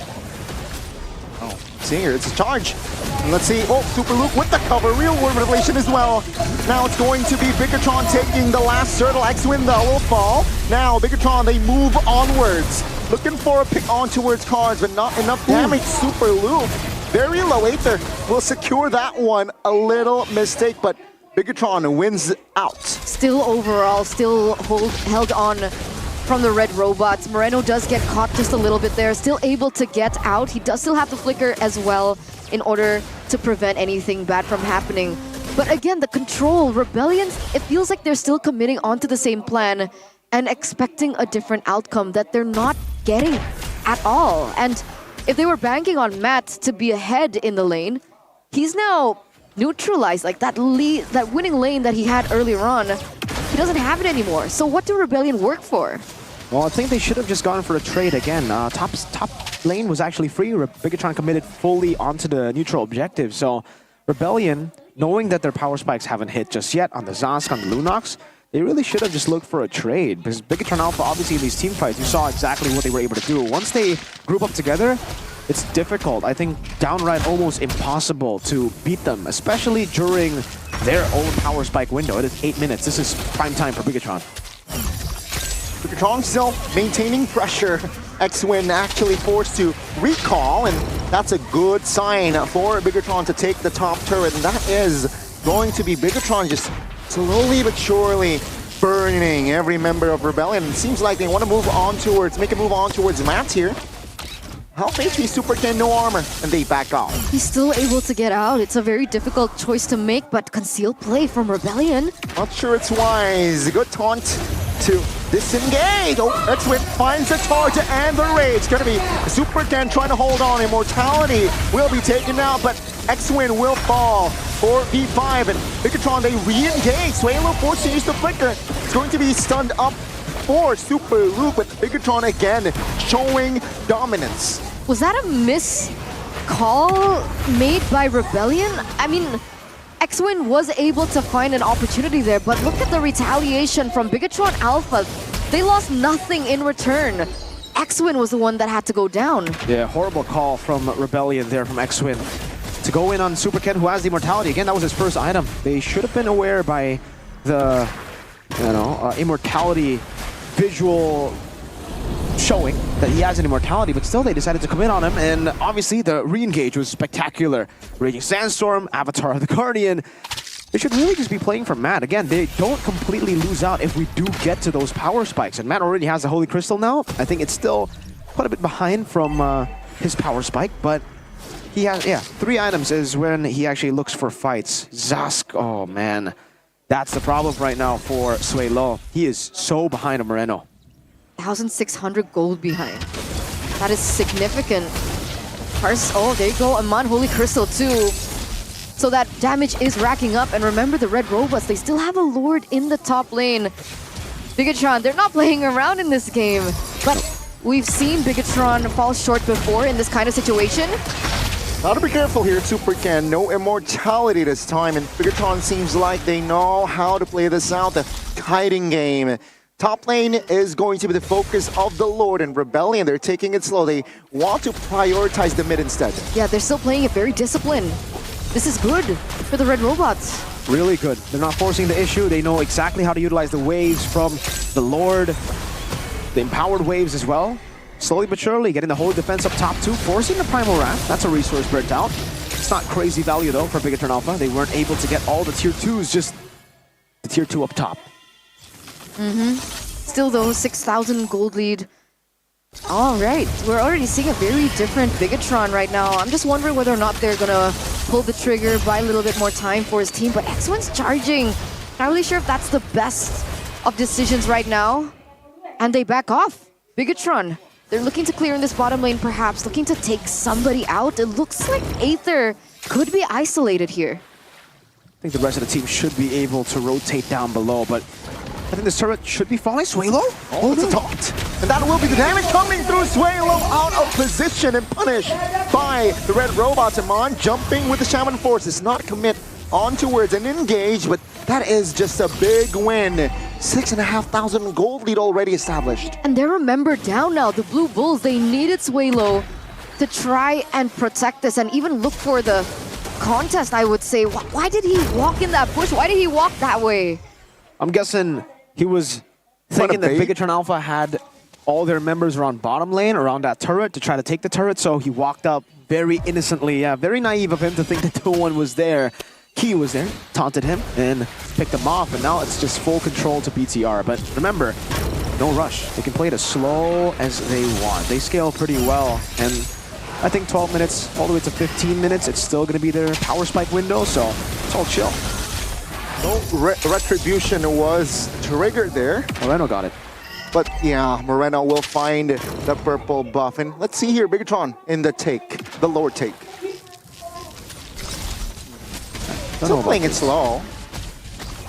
And Rebellion, they will try to find an engage on towards the Airborne. Good stun. Shaman Force pops in the backside though. Super Luke looking for a play. 1v3 damage is enough to take him down, but Swalo falls in the process as well. It's going to be Bigatron, full control of the Lord. Aether will try to find an angle, but Super Ken secures the Lord. Bloodwings captured, and that's just another Lord take for the Red Robots. Was that close? Could Aether, could he have stolen that? No, no chance, I think. He already used the Spear of Alpha. Moreno baited it out. Once you use that, there's really no gap closer, and if you walk into a team like this that just can kite away from you, you don't have that gap closer, it's done. Rebellion couldn't go for the defense, or sorry, couldn't go for the contest earlier, so now they're gonna have to just watch out for the waves. Bigatron, how are they gonna manage these waves? That's my question now, because Rebellion still have really good clear. They have the Primal Wrath, they have Swalo on the Dominator's Ascent on Zast, and the Lunox. But if Rebellion commit too many resources, Bigatron can capitalize. Ooh! Supercan with the last Insanity and a Avatar of Guardian. Now it's going to be an all-out war. Rebellion still holding on. Super Luke falls first. Now Amana juking away, and Aether will be the trade. It's a 1-for-1. But the mid-base turret falls as well. But here's the thing, they're lucky because they only lost the mid. That's like best case scenario right now, unless they take this top side too. They want to force the top lane, and it seems like they will get it. Rebellion, not enough firepower to defend that one. Bigatron still holding on. Bottom side though, it's going to be defended for now. Nope, Amon denies it. 3 base turrets down and out here. Rebellion exposed. Good pull on towards Superkin, but he has last Insanity to back off. Very clean from Bigatron Alpha. Also, very nice decision from Iman to actually keep the Zaman Force, not utilizing it at all in that team fight, knowing that if he does fully commit, that could have been actually very scary. So they get all 3 of the base turrets. Now they'll just wait for the next Lord again, and we'll see the end. But it was close, actually. Rebellion were almost able to defend and get some kills. This is really good by Superken, baiting out the Primal Wrath, baiting them all into this real-world manipulation, and it was almost really bad. Good winner crowns coming in clutch as Iman actually did pop the Zaman Force, but decided to back away. Ah, I see. All right, so he popped the Zaman Force, knows that Matt already popped in the Chaos, the ult, so he decides, all right, I'm done. Getting the turret is okay. We'll still have more waves. But let's see what the audience has for this match. Oh, very close. 51% for the Red Robots, 49%. After the win against Fnatic Onyx, you know, I think a lot of people are rating Rebellion really high. Go Rebels. Go Rebels.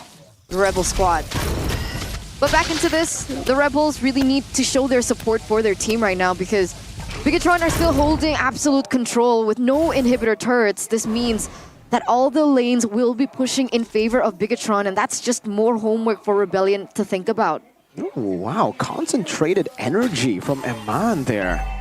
Usually we see maybe the Divine Glaive even here, but he actually opted to go for more sustain, which gotta give credit for. That's pretty good here in this composition, knowing that Rebellion, they want to play with their cycle of skills. Once Aether uses the Spear of Alpha, Kars uses the Primal Wrath, it's done. Iman, if he's able to just sustain back up, walk back and get some sustain from maybe the jungle creeps, then he'll be able to walk in again with the Zaman Force being up from cooldown.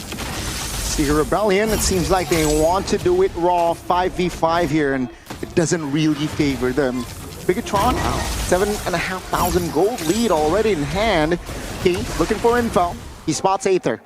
Lord will be resetted, and Rebellion is just look at the minions. slow. Let's see minions now already crashing on towards the base. Rebellion, they need to respond. Bigatron Alpha waiting for contact here.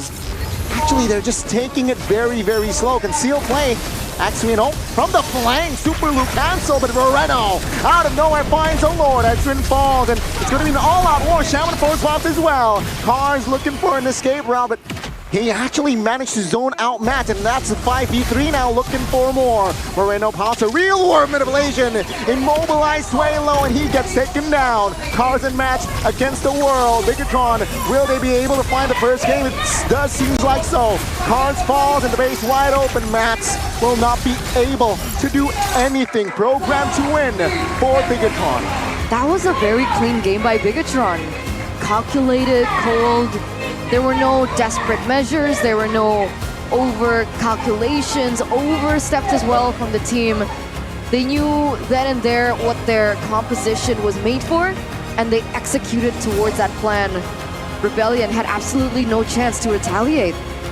Clearly understanding the job description of every single role, and Moreno stealing the Lord. It was Cars early on, and Moreno says, I can red tree too. It's not just Ken, Aether, and Cars. Maybe it's Moreno's time for red trees. Yeah, clean game. Nothing you can really say that about that game. Yeah. For Bigatron's side, at least. For Rebellion, a whole lot of mistakes, I would say. You know, having win conditions, solid win conditions in the individual lanes, but not utilizing or capitalizing on it, and rather playing into the win conditions of Bigatron Alpha. BTR had the team fight wins, lost out on the lanes, and Rebellion decided to team fight instead of utilizing the lanes. You can see in this final fight as well that BTR knew when to pull the trigger. They had all the waves set up in a way where this is a forced error. If Rebellion fought, they would be thinking about the waves while also being in a bad spot. BTR have so many different angles of attack, with Luke coming in with the Raging Sandstorm, the Avatar, obviously, of the Guardian, and Moreno even with the flicker forward, real-world manipulation. GG's. It's kind of strange to see Rebellion Zion losing a point to a team that is using his signature pick. Yeah. Moreno on the Eve, and it was so great because everyone was corralling around the real-world manipulation, so the synergy was there. And like you mentioned, a lot of mistakes from the side of Rebellion Zion. They kept committing onto something that they weren't ready. Very interesting. Very much so. Very much so. Game one, Bigatron, they play it slow because they know how to deal with that mid-game, late game. They do not play passive, guys, but they play it slow. Maintaining the right pressure, pushing the right buttons, and Rebellion, they weren't able to find the angles to not just not just come back, but also just neutralize even grounds they can't. Yeah. Also, these two boys slid in the same note to me at the same time. I don't know, guys. I think I'm just having flashbacks from seasons ago. I keep calling them Rebellion Zion. They're actually Rebellion Esports now. So I do want to apologize for that. I don't know. I guess it's just muscle memory, like Soilo at his prime, Zion, you know. But yeah, they're called Rebellion Esports. Absolutely. Yeah, I think it was just clean. It was just clean from Bigatron Alpha. Same time? Was that actually like synced? Yeah. Really? Wow. Me and Gani got that connection, man. Synergy. And it seems Bigatron got that connection. Rebellion's got the connection too. They were really good, like at least what they were doing. There were some really bad calls, I would say, but at least they were in sync. And usually when they're in sync, when the problem is only the bad decision, it's an easy fix, right? But if they're desynced, oh, that's where problems start to arise. And I think that was actually present from Fnatic Onic against Rebellion yesterday. They were able to capitalize on that. Cars in the early game on the Primal Wrath as usual. This is just clear-cut Cars. Even from yesterday on the Edith, on the Gatot Kacha, he's always just a threat in the earlier stage. But once that gold lead starts mounting up, yeah, you do kind of fall off, especially in the later stage of the game for the Edith. Not much they could do, in the neutral objectives at least. It comes down to just them trading. They should have just traded around to look for advantages on the other side. See, That's so bittersweet for Rebellion. Player of the game, Moreno, presented to you by the official tournament smartphone Samsung Galaxy A55, A35 5G. And he's on the eve. 806 KDA, look at that TP, 93%. He was so active. He was able to make his own movements as well. He was also able to facilitate when needed. Moreno put another signature pick in his pocket. The Eve. The Eve. The Eve coming in, Inspire, Wilderness Blessing, and the Impure Rage, even the Wishing Lantern that he decided to take with the crazy snowball he's got. Let's take a look at what Moreno was able to do this game, because nothing flashy. He did nothing flashy. He was just playing in the back, utilizing the real-world manipulation for utility and damage for the most part. And he did the job, you know? I think that could be said about everyone from Bigatron Alpha. They were just playing it very, very safe. They knew that all they needed to do was play for the team fights, play for the neutral objectives. And again, Moreno, crisp clean, playing from the back, just utilizing the poke, spacing himself away from the Dominator's descent. Yeah, nothing flashy at all, just some clean MLBB from the Red Robots.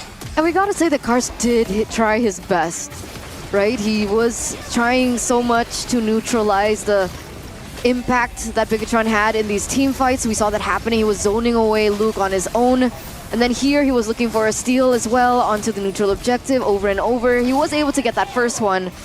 But at the end of the day, he can't do this 1v5. Yeah. Not at all. You can't.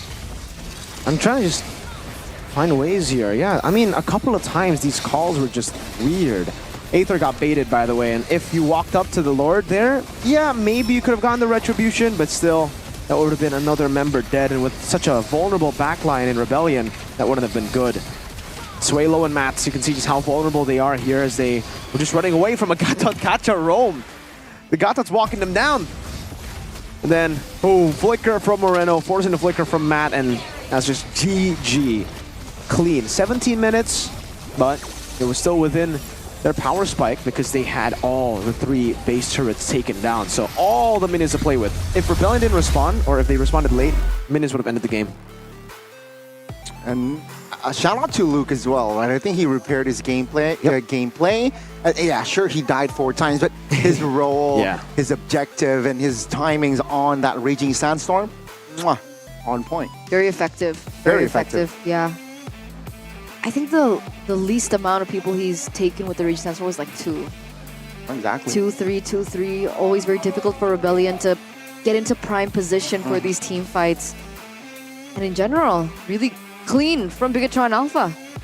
Maybe that's what we were expecting from Bigatron Alpha in their last match. Against Liquid? Yeah. Yeah. I mean, they were winning at the start, but again, the composure there and a lot of the desperate plays from BTR resulted in a win for Liquid. Also a team that you don't want to give little mistakes to, man. They make an inch a mile. They are able to just grow it. Like Rashi in his games on the Eve. You know, like an early lead, 1,000 to 8,000, just like that. Speaking of, Eve is really popular. It's yeah, I mean, really popular post-match. Climbing back into the meta. Why so? With the lack of dives and with significant changes to some heroes that do dive as well, like the Roger, the Nolan. Yeah, like heroes like this who play from a range, who's actually, the Juicen and Zask were pretty nerfed down in the early game, and that's why Eve gets so much more prio now, because you're able to get so much more mid prio. So much. Absolutely a lot there. Moreno is clearing the wave, poking here and there, getting utility. I actually have a question though. For the Eve, can you still disrupt the real world manipulation? With the Divine Judgment? Yeah. Yeah, you can. The suppressions are still a way to counter it. So technically the Franco can still be used in that case. I don't think the Franco. I don't want to see a Franco flicker forward to Divine or to Bloody Hunt. Then at Suicide, you know. But it is possible, right? I think Kaja. That's why the Kaja was banned. That's why the Kaja was banned, though. Kaja. That's why. Who else has a suppress other than the Kaja and Franco? Nobody. Oh, Winter Crown. Yeah, you can cancel it yourself. Wow, thanks. Very useful, analyst man. Hey, you're asking for the other suppressions. Franco? Kaja, right, Gunny? Maybe future heroes, maybe the next new hero. Not Suyo, though. Not Suyo. Not Suyo. But he'll be banned for like 14 days anyway. Yeah, he'll be here for the playoffs. Oh no, week 9. He'll be here for week 9. Oh. But I wish something else was here. What? I wish I had some snacks on the table. Hey. Wait, you can just use that Samsung phone to click Indomart. Wait, what do you mean? Wait, you don't know about Click Indomart? Huh? What's that? What? You literally just told me and Arashi yesterday that you ordered and it came in 30 minutes. Now you're saying you don't know what it is? This is called bridging. Okay, I pretend like What I don't know bridge? so you can explain. There's no Explain, bridge in Mariko. MPL ID. What there is really convenient delivery systems from Indomart that you can just click. Shop online, guys. Don't touch grass. Actually, you can touch grass, but we're nerds. We know, it's tough. Just shop online like you shop in store. You don't need to deal with queues, with Talking to people. the bad, like usually parking people who just take your money even though you're there for 5 seconds and they don't even do anything. Yeah, go and get your orders right there. 1 hour guarantee. Wow, that's 5 seconds and they ask for 5,000 rupiah, man. actually quick. Unbelievable. Shop online like you shop in store. Check it out, ladies and gentlemen. And also, actually in Indomaret, some Indomaret actually serve yummy choice as well. Yummy choice? What's that? Is that a choice that's yummy, Gani? That is because Why would you it's- get yummy choice, Gani? It's delicious. Okay. Uh-huh. QTS, quick to serve. Whoa! And easy to enjoy meals from Yummy Choice. Easy to enjoy? Easy to enjoy. I wonder why it's easy. Because, you just put it microwave, boom. Ah, so you don't have to chop. No cooking process, technically. All you need to do is... If your significant other goes, hey, I'm really good at cooking, Uh-huh. and she puts a yummy choice in the microwave, does that consider that she's good at cooking? Honestly, in a way, yes. Right, Gani? Yeah. In a way. I give credit. Because that's how good yummy choice is, That is, right? exactly. You can't really tell. Is it your partner's cooking or Like, your partner's cooking can't be that good as yummy choice, right? So that's a choice. Fun Ladies and fact. gentlemen, fun facts. Is this from experience or what's Oh going no, on I'm a here? great cook. I'm He just throwing out No a cap. what is it called? uh A hypothetical hypothetical question. question. There you go. Ah. there you go. All right. Let's take a look at Mr. Far and Vivi. And their hypothetical questions? No, and their audience topic voting to what they need to do to fix their mistakes from G1. Oh, I love asking the audience. They're always right. So let's take a look. Drum roll. Wow. What? That's so close. Okay. On point. Initiation That's by crazy. X-Win. So they need to improve the initiation by X-Win by 34%. Pressure Emon's lane, 34%. And target Moreno, 32%. So they need to do all of it, right? That's what Practically. they're saying. They're like, all right, everybody's voting for something. Yeah, I think these are pretty good. Yeah, X-Win, I think it's not the on-point initiation because his initiations were pretty okay, right? He got Super Ken, but the decisions, don't go for Super Ken. You don't want to go for a man with 4 health bars and is already very tanky. For pressuring Eman, that's definitely something that they could change. Oh, it's still first pick. All right, for Rebellion. Nothing changing here for them. Yeah, during the turtle fights, they could very easily just go gold and bully Eman, try to punish him, but they decided to compete for the turtle. Exactly. So whose call was that? Yesterday when we heard the golden moment by Ubes Gold, It was X-Win. we were assuming it was X-Win, right? Because he seemed like he was the one controlling who goes where and so on and so forth. But there were moments where cars made decisions too. So I understand that point by the audience. Not so much as the initiation for me personally, but rather the decision making that's got to be improved, right? Because they were literally committing onto the same thing over and over, but they were expecting a different result, which they didn't. They were forcing too much. They could have traded, like Miracle mentioned in the game, and I think that just dug them into a deeper hole than they were already in before. Very deep hole. So control is going to be their main focus here, game 2, right? Keeping that control, but Luke is actually keeping more control with a bottle flip here. Come on, man. He didn't get a single one. He did twice. That's a 0% win rate on the bottle flip. Does Cars want to participate? It doesn't seem like it. I don't think he's in the mood. No. Shout out Cars. Shout out Cars.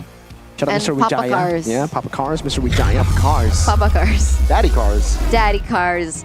But this is the drafting phase. For game number 2, ladies and gentlemen, presented to you by the official tournament smartphone Samsung Galaxy A55, A35 5G. Let's go.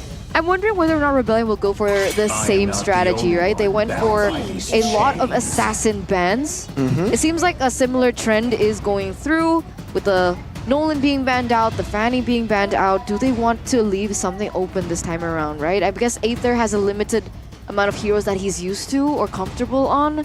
That's why he secured the alpha in the first phase. So yes, exactly the same from both sides. Yep. Hayabusa ban should be coming from Bigatron Alpha. Again, if it ain't broke, don't fix it. Edith first pick from Rebellion, unless they want to go for the Arlet first. Then that would definitely change something. Is it going to be Edith? I think safe choice is still Edith. Arlet, I think the reason we don't... Oh, wow. All right, that's the adaptation. The Yi.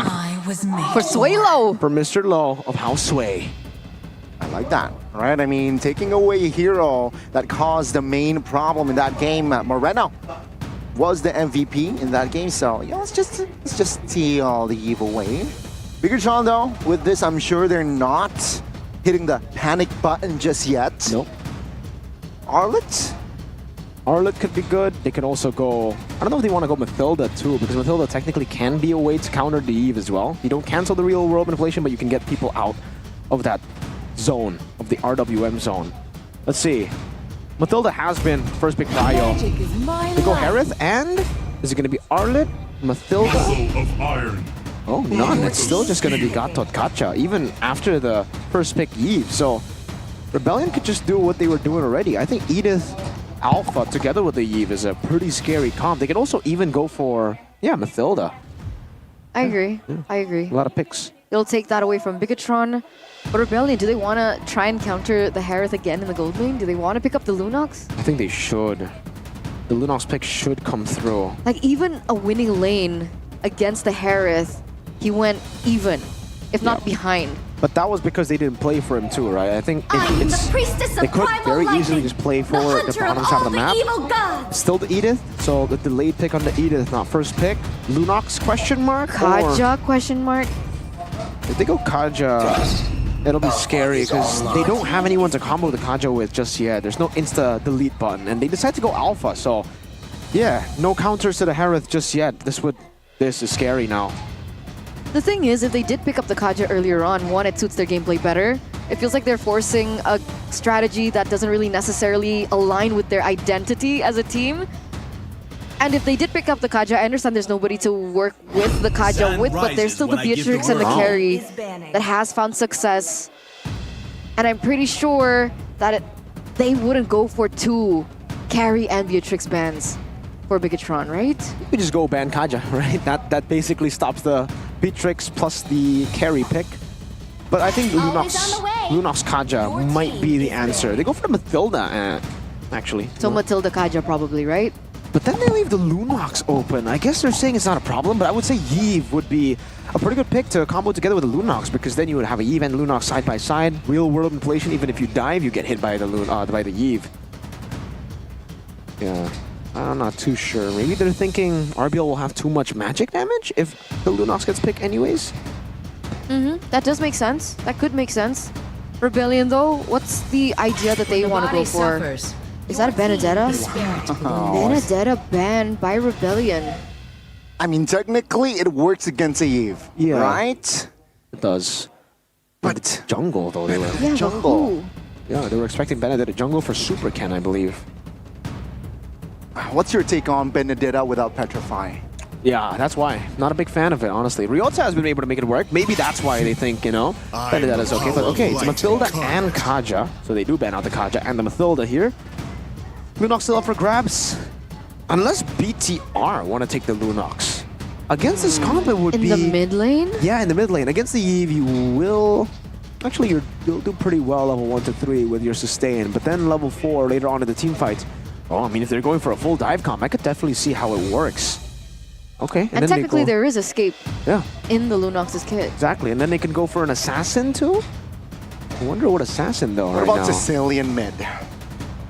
Or BTR? So far, so good, actually, against Edith Against Alpha? Yeah. As long as you space out the range of your bat impact, you should never be that close to be hit by a Spear of Alpha anyways. I didn't cure the pain. A little bit of Valentina ban. Something that they could utilize to steal that RWM. Okay, it makes sense. But now, it poses the question, do Bigatron want to go for the Lunox? Well, they don't. They go for the Luo Yi instead. So more map pressure, more opportunities for them to look for a backdoor onto Rebellion and really cause chaos into that formation. Technically, a Yi wants to go front to back, right? Yeah, the Eve wants to go front to back. Luo Yi kind of says, nah, I'll just go from different angles and have the macro advantage. RBL.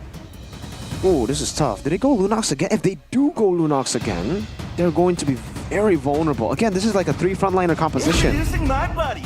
That's Maru. Alright. Not a fan. Not a fan against the Herod. Luo Yi, Khalid, and Gatot. Ooh, that is a tough pick to pull off. Let's see here with the Claude. Yeah, it seems like it's not really effective post-match, but Akai actually a lot of appearances in leg 2 and also post-match. Yeah, and this is it's so X-Win. Right, so X-Win has been using the Akai. We saw it finally find success yesterday against Fnatic Onyx. It was paired in with the Luo Yi at that time, right? Yeah. So they went in for that pick-off style, but in this composition, it can either work really well and synergize well with the real-world manipulation, or the complete opposite against the real-world manipulation. I would say it's the same story that we saw in the previous Rebellion outings with the Edith and the Akai. Great in neutral objective battles. They'll have an advantage, I would say, there. But against this team fight comp, I'm not too sure either, right? And maybe you get the retreat, but you lose out in the team fight. And the fact that they double down on this comp means that even if they get a lead, they have no way to actually be proactive without the Luo Yi or the Gatot Kacha. Those were the 2 ways that they were able to supplement the Akai. Someone that can initiate or just give him a better angle with the Luo Yi. Well, let's see here. And Super Ken locked the X-Borg yet again. Yep. It ain't broke, don't fix it. So let's see here. Bigatron looking to clean house. Clean house? Bullpen. It's a clean house. Hopefully there's some chocolate there. What? Because For dessert? Bigatron, they're looking for that golden ticket to the playoffs. Ladies and gentlemen, welcome to game number 2 from the Red Robots versus the Blue Bulls. It's a battle of blue and red here for our second match of the day. Can Rebellion force another game under the nose of Bigatron, or will Bigatron close this 2-0? Let's see. Let's see. That's synchronization right there, ladies and gentlemen. From BTR RBL and even here, Gani and Miracle, Eman, Impure Rage. Oh, whoa, Warcry Moreno. Okay, I see you trying to get more damage as he gets the Yin Yang reaction. This is a bursty build. They're going to go for the burst, and I understand why. Against Matt on the Claude, if he... Oh, wow, he actually decided to go for Flicker. Okay, no Sprint, no Purify. This is something new for the Claude in this season. So far, only Sprint and Purify. I guess trying to bypass, trying to get more gap closures to get that Blazing Duet. Here is the Firmness and Season Hunter. It's the same emblems from Super Luke on the Khalid. Nothing really changing. Everything pretty similar. Agility and the Bargain Hunter. So Luo Yi is looking to snowball actually with the Herod too. And if they do snowball, their power spike will hit in the 6th minute as fast as the 6th minute. One good team fight and they could start snowballing. This is a scary, scary comp for a snowball. Oh. Matt, 1 win, 0 loss, Aether. Oh man! Even though Cars has been popping off, that's a 3-7 record on the Edith. Wow. So he hasn't found as much success on the Edith. Wow. This, yeah. No. Meanwhile, Emma, 6-5. Not too good either. But Mr. Borg can 4-0 on the export. No losses just yet. I mean, yeah, still 100% here for Cannon on that X-Borg. Neutral objective take though. Both junglers already on that turtle. Hitting the bottom side is a classic 2v2 looking for level 4. Cars good engage. Both the XP laners level 4. Sway low hits that mark first. Let's see here. Key still level 3 here. Super Kendo still just trying to poke on towards X-Win for V4. Good flicker, but that was cancelled. Good catch by Super Luke. Avatar popped as well. Super Ken finds a newt. Aether stock isolated. He secures it. And that will be Cars now looking for an escape route. Will this be it? It doesn't seem like so, as Bigatron, they're on that hunt, but Cars still has that spacing to get out. That was a disaster for the Blue Bulls, was it not? 2 members taken out. They don't even get the neutral objective. You saw Cars was looking for a play, didn't hit it. And Bigatron, they were levels behind of Rebellion. That should have been Rebellion being able to pick it up. I beg to differ, man. It was Bigatron with the level advantage because they had level 4 on the crucial members, right? Not all of them were level 4. Yes, Key didn't have level 4, but for RBL, the people who needed level 4 wasn't Sway Low. It was actually X-Win and Cars. That's how you can try to get the neutral objective. But as expected, these team fights will certainly go to BTR. This is a team fighting composition. And Luke, I gotta give props to him. That was just well played because he reacted to the Earth-Shatter Flicker with the Raging Sandstorm that was uncancelable, and he used that to actually get onto Sway Low, who was then zoned and couldn't use the real-world manipulation to help out for the neutral objective. And again, this is no longer a winning lane for Matt. Things are looking quite shaky here already for the Blue Bulls. It is. Superkin was a level below earlier, so what's the plan now? Do Rebellion still commit onto these neutral objectives? Do they resort back to what they were supposed to do in game number 1? Look for trades around the map maybe? Look for some plays into a different lane? See, that's the thing. Oh wait, they're actually gonna go for this turret shield. Yeah, Iman is just poking the gold shield turret down, but they really do not want to fight. He was just there to get the gold. Yeah, back to the point. Yeah, unfortunately, they can't go for the trades like they could in game 1. This is not a winning lane for Matt, so he can try to farm out, but trading up top I don't think would be that good of a plan. Their composition relies heavily on fighting.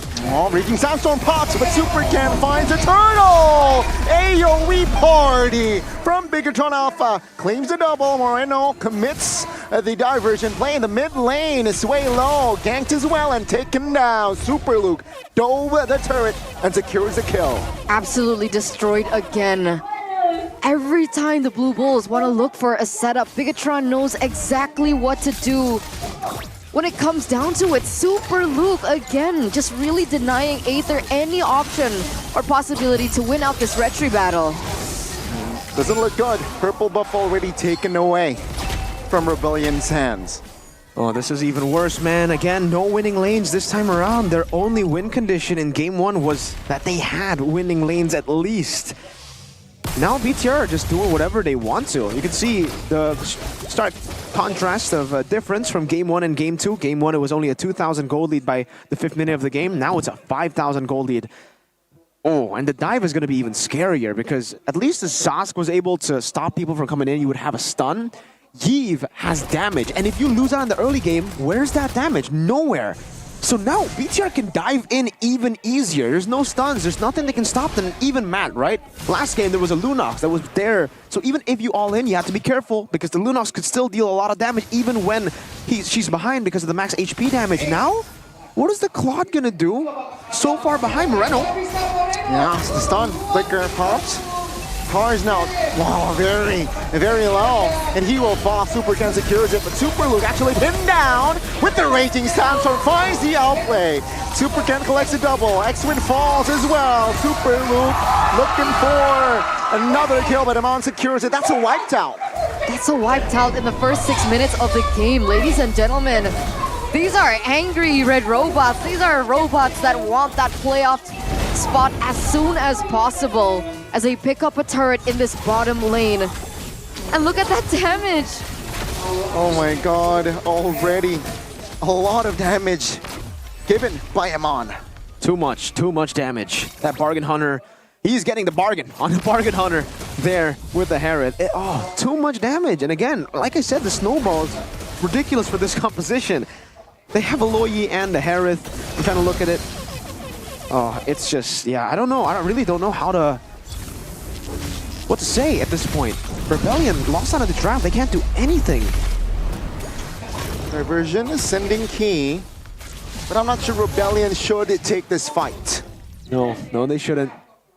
They shouldn't take any fights at this point. They should try to scale up, but even that is hard because BTR completely taken control of the enemy jungle. 7 minutes in, still no golden staff for Matt, and you saw exactly why this Claude was Pretty bad pick against the Harith. Loyi, that was a last pick Claude, right? The only thing that wasn't revealed was Xborg, and Xborg does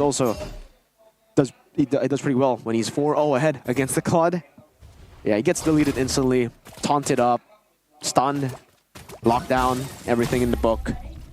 It's a very tough position for the Blue Bulls to be in right now, especially after that victory that they had yesterday. Momentum definitely not working for them this time around, and remember, they are in a precarious spot. There is still possibility for them to not make it to the playoffs, so they need every single point that they can get.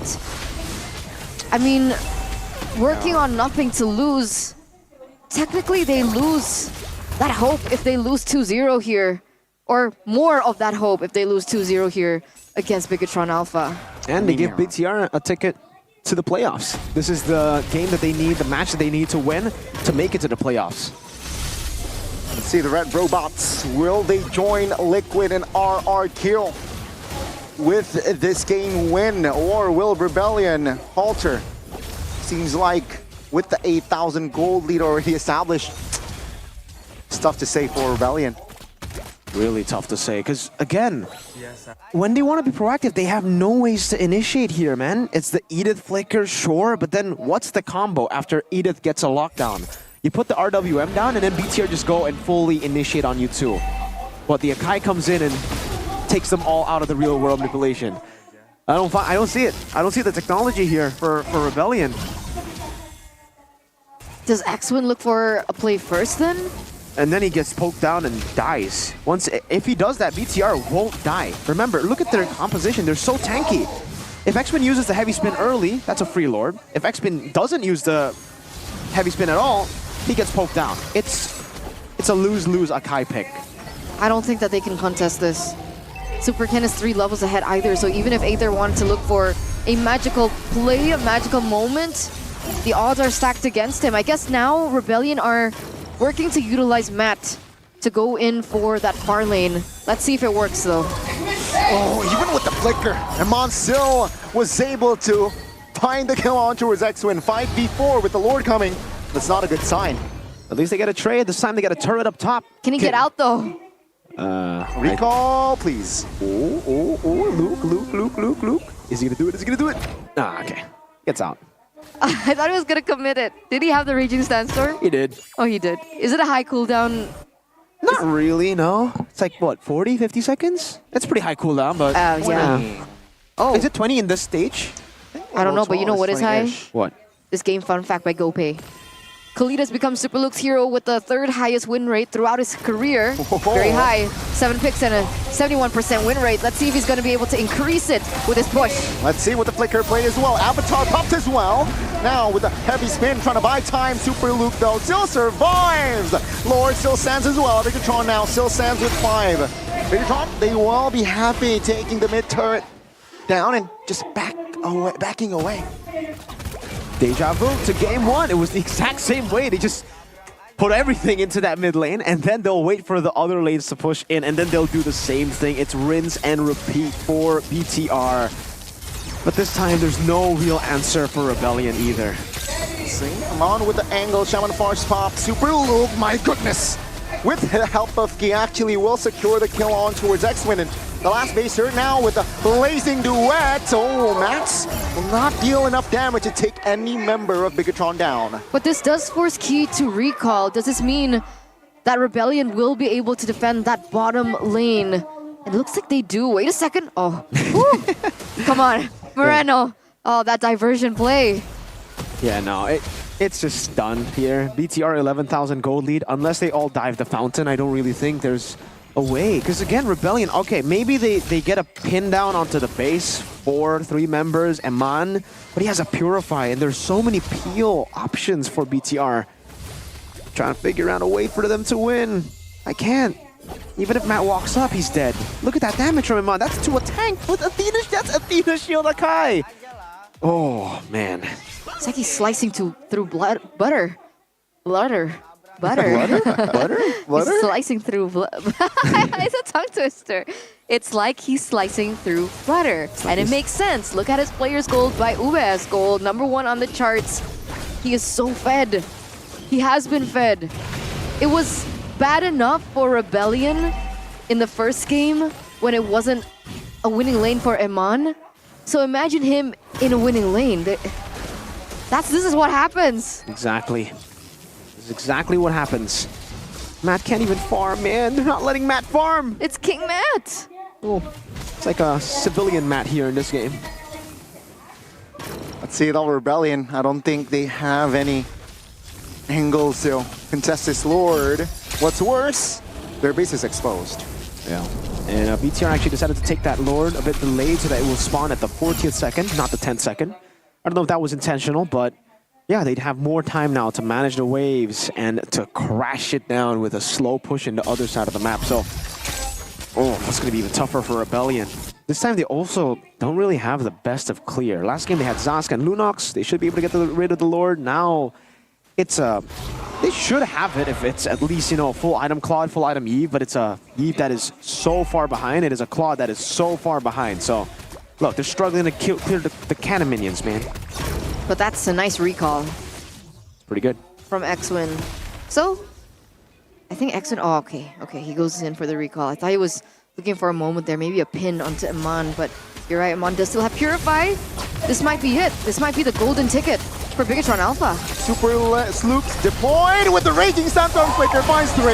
X-Win falls, and that will be the base exposed as well. Eman going crazy, air walked in with the Shaman Force bombs, base wide open, but they want the bodies as Eman finds the Maniac. Ladies and gentlemen, it's a wiped out and a win for the Red Robots. And the golden ticket in their hands, ladies and gentlemen, the third team to make it to the playoffs. Bigatron Alpha qualifies to the playoff stage. Celebration for the Bigot Troopers, I'm guessing, with a 2-0 win against Rebellion. That was very lackluster, but hey, a win's a win. If you get it done in a dominant way, no problem. For BTR, they'll take that with a smile. They'll take that with all the pride that they have here. Qualifying to the playoff stage again in the regular season, getting a dub here. And maybe, perhaps, later on, moving up if Liquid loses. What a performance by the Red Robots. Leg 2, shaky question mark. Bigatron answered that statement, no. We're still in it to win it. Yeah. All focus, full seriousness. And maybe the anomalies were just a week 7, day 2 kind of thing. Right? Today has been pretty successful for all the top teams on the charts of the standings. So far. Why? Oh, Liquid Evos. Okay. Why? Okay, did you say that? So far. All right, it's fair enough. It would be amazing if Evos could 2-0 TLID. Woo. That would be great, you know, keeps the playoff run alive. Then we'll have to see Evos get through Fnatic Onic next. Step by step. But for Bigatron, the next step is that upper bracket, right? I think they were number 2 for quite some time. They had a little bit of a slump in their journey, and so they were forced into that 3rd place position. But with this 2-0 win, it does look better for them for that upper bracket slot, a second life in the playoffs. And knowing Bigatron, I think they would value a second life in the playoffs. So with that, let's talk to the victors, ladies and gentlemen. Let's talk to the lucky champs with that lucky draw of the lucky golden ticket, Bigatron Alpha. Super fans, Bigot Troopers, sambutlah Bigatron Alpha di playoff! Akhirnya tiket yang dinantikan menjadi tim ketiga yang bisa men-secure slot kalian di playoff. Ki, kayaknya akhirnya lega kah atau seperti apa nih mendapatkan tiket pada akhirnya? Kalau buat playoff sebenarnya kita udah expect sih, pasti kita lolos lah. Cuman bukan sombong, maksudnya kita harus percaya diri kalau kita pasti lolos playoff lah. Pasti lolos playoff ya? Ya. Karena sebenarnya chance kalian untuk masuk playoff udah ada di sebelumnya. Di tiket pertama tuh bisa tuh, di tiket kedua juga bisa tuh. Seperti jadi penjaga tiket kalau kata KB. Pada akhirnya sekarang kalian ngedapetinnya. Gimana sih itu? 2 kesempatan kalian sempat lewatin. Gak apa-apa lah, mungkin itu belum rezeki, yang penting kita tetap lolos kan. Yang penting lolos. Ya. Sekarang udah lolos, lalu apa nih plannya untuk tim Bigetron? Plan buat saat ini kayaknya cuman menangin sisa match sih. Karena kita mau ngejar bonus upper bracket kalau bisa, kalau dapet. Fokus kepada upper bracket. Ingin bereksperimen nggak? Kan udah secure nih. Pengen coba-coba sesuatu nggak sih? Ada sih harusnya nanti kan, soalnya kan habis update patch baru kan. Masih ada hero-hero yang belum dikeluarin juga. Ya semoga aja ntar bisa lancar dikeluarin. Bisa lancar, tapi akhirnya Kim menjajal pula Gatot Kaca.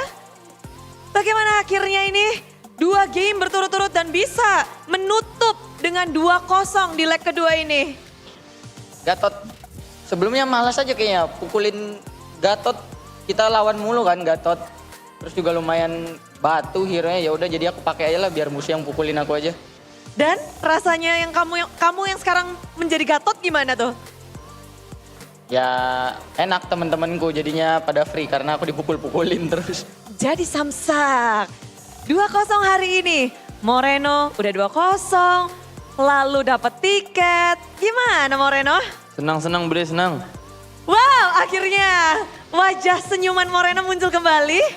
Ada yang beda dari Moreno. Gimana? Iya, senang. Senang.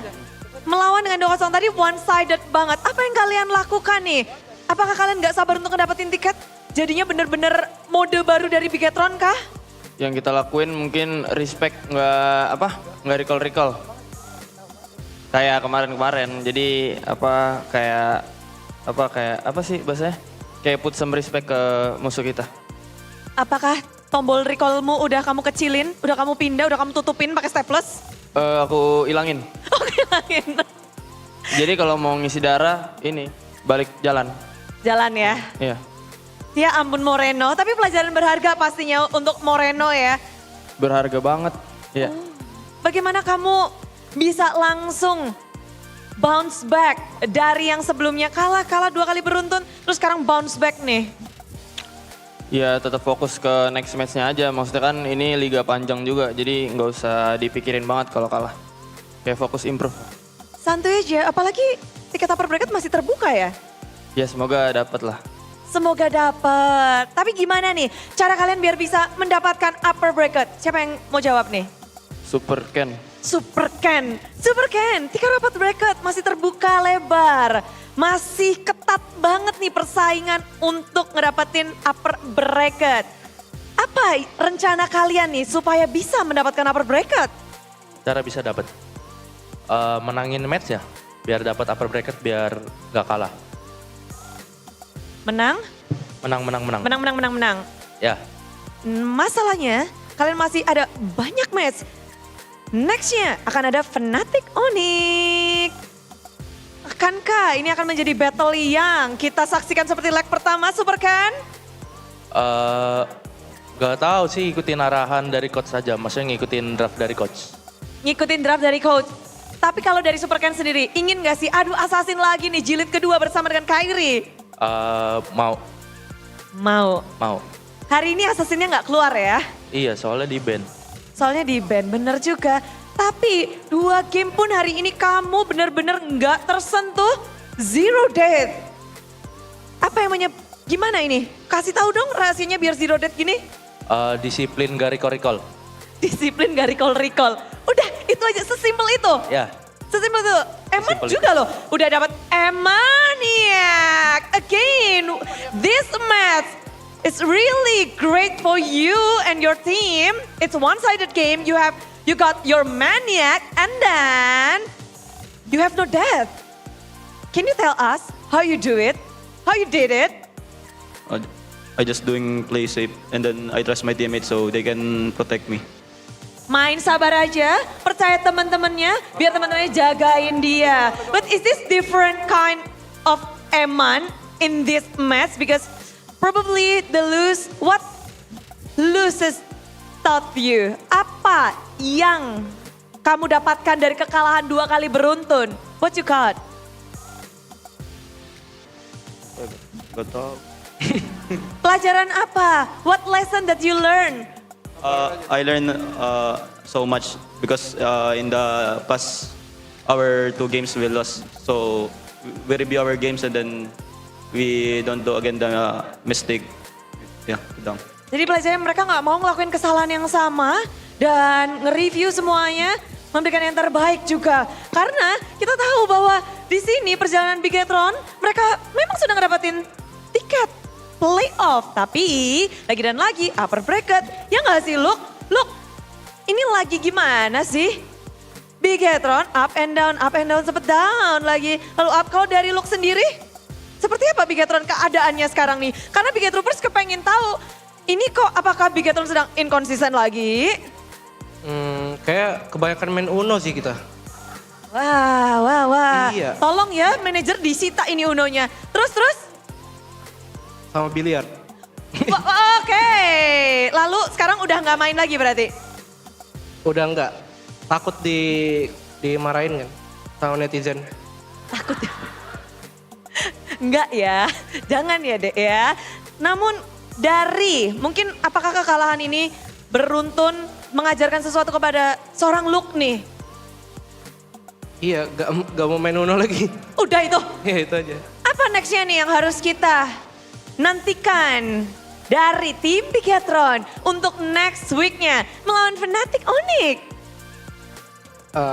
Paling main kayak biasa aja sih. Gak ada. Nggak ada. Bakal jadi pertarungan yang tangguh nggak? Kita tahu. Baru saja kemarin Fnatic Onyx kalah dari tim Rebellion. Tim Rebellion kalian kalahkan dengan 2-0 pula. Ya. Bagaimana nih nextnya?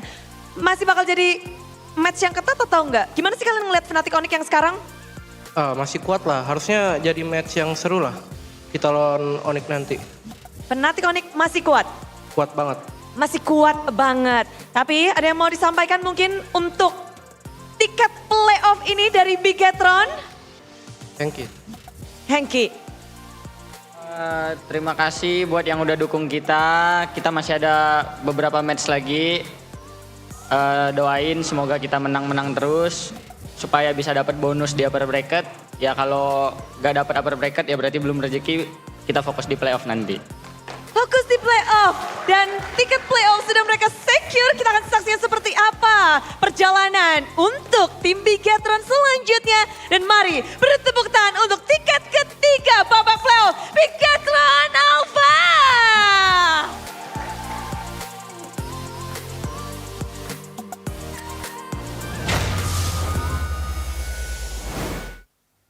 Six spots, 3 down and 3 more to go. Who will be grabbing the next few tickets to the playoffs? Ladies and gentlemen, write your predictions in the comments because Miracle will be replying to you one by one.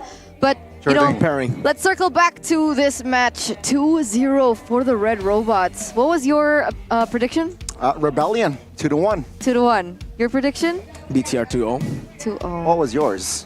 2-1 Rebellion. Yeah.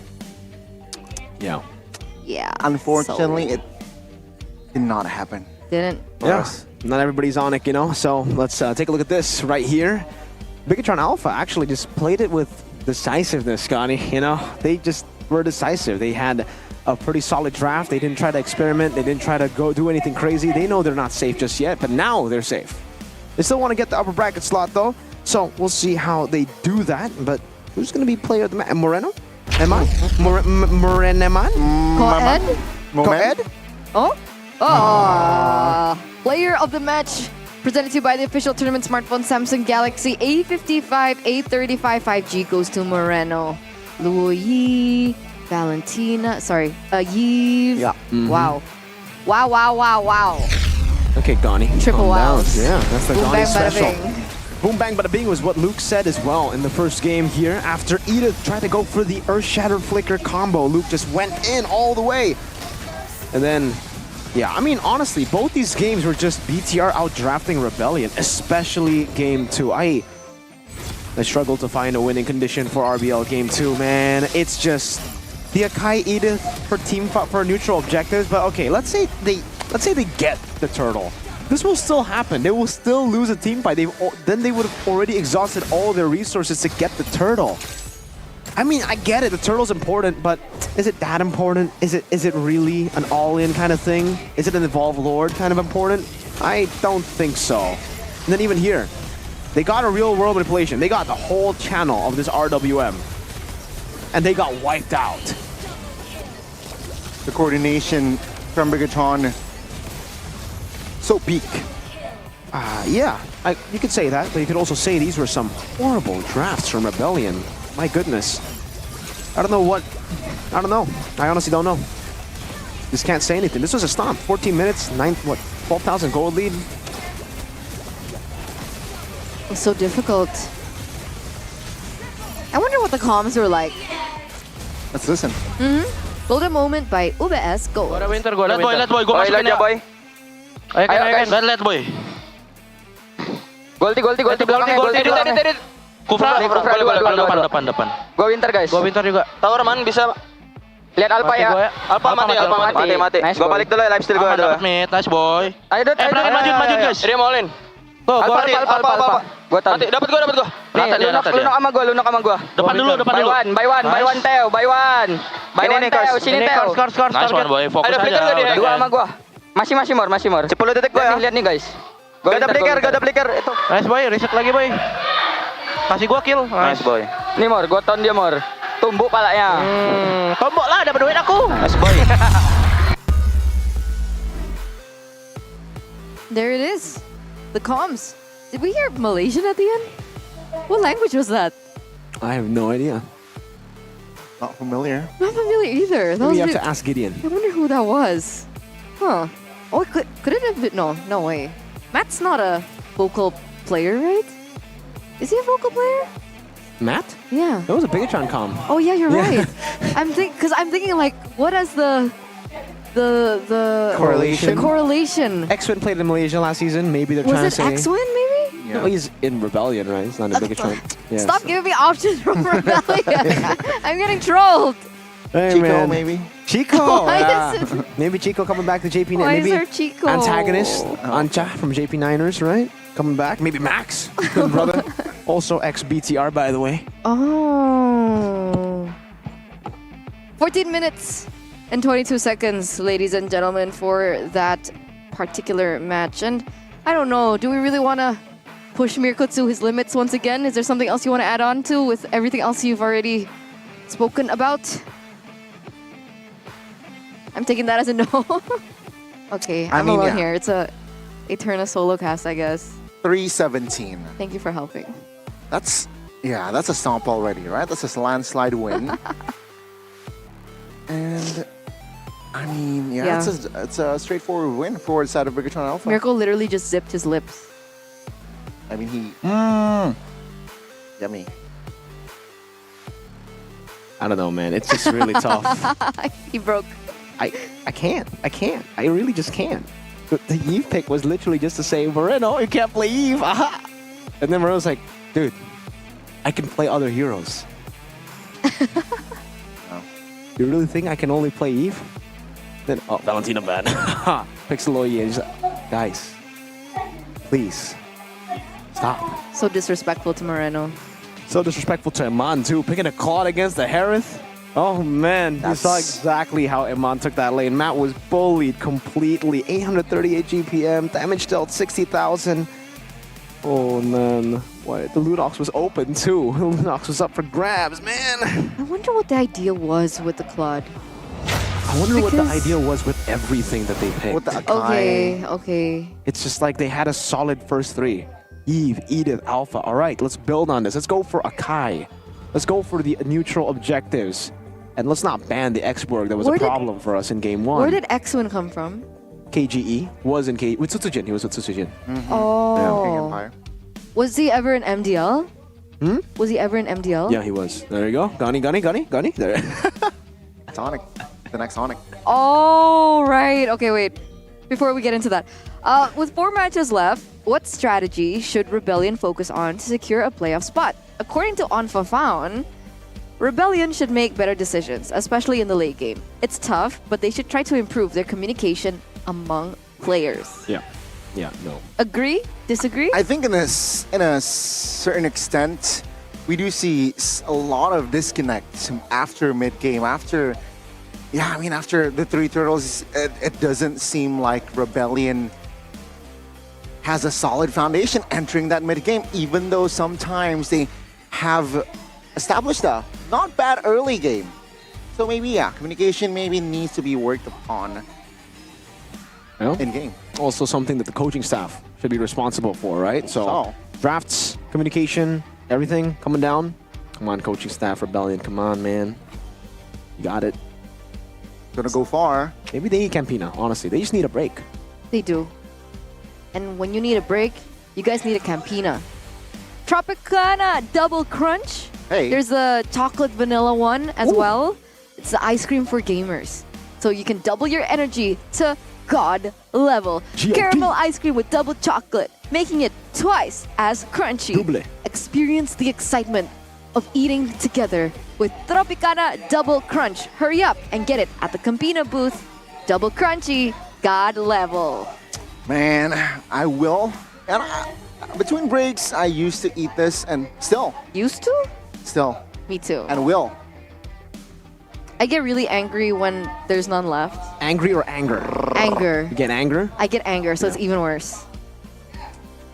Just ferocious in the back, trying to look for ice cream, trying to look for Campina, destroying everything. I even stole some from the media room at one point. The lengths that someone would go to get Campina is ridiculous. And you guys can go and check it out yourselves, right? You don't need to fight for it like us here in the MPL arena. You guys can actually just buy it easily. And it's also very, very cheap for ice cream, man. Like Campina has got us a good deal. Super affordable. W Campina. W Campina. W. W. That's just W. There you go. Thank you so much. Johnny's doing it. And also W for We Drink, right? Lord has been taken. Oh man. And now it's full cup. I gotta give it away. I did first. My favorite line. Johnny, say it. Johnny, say it. I did first. Johnny, say it. Oh, Lord has been taken. And now it's full cup. Yes!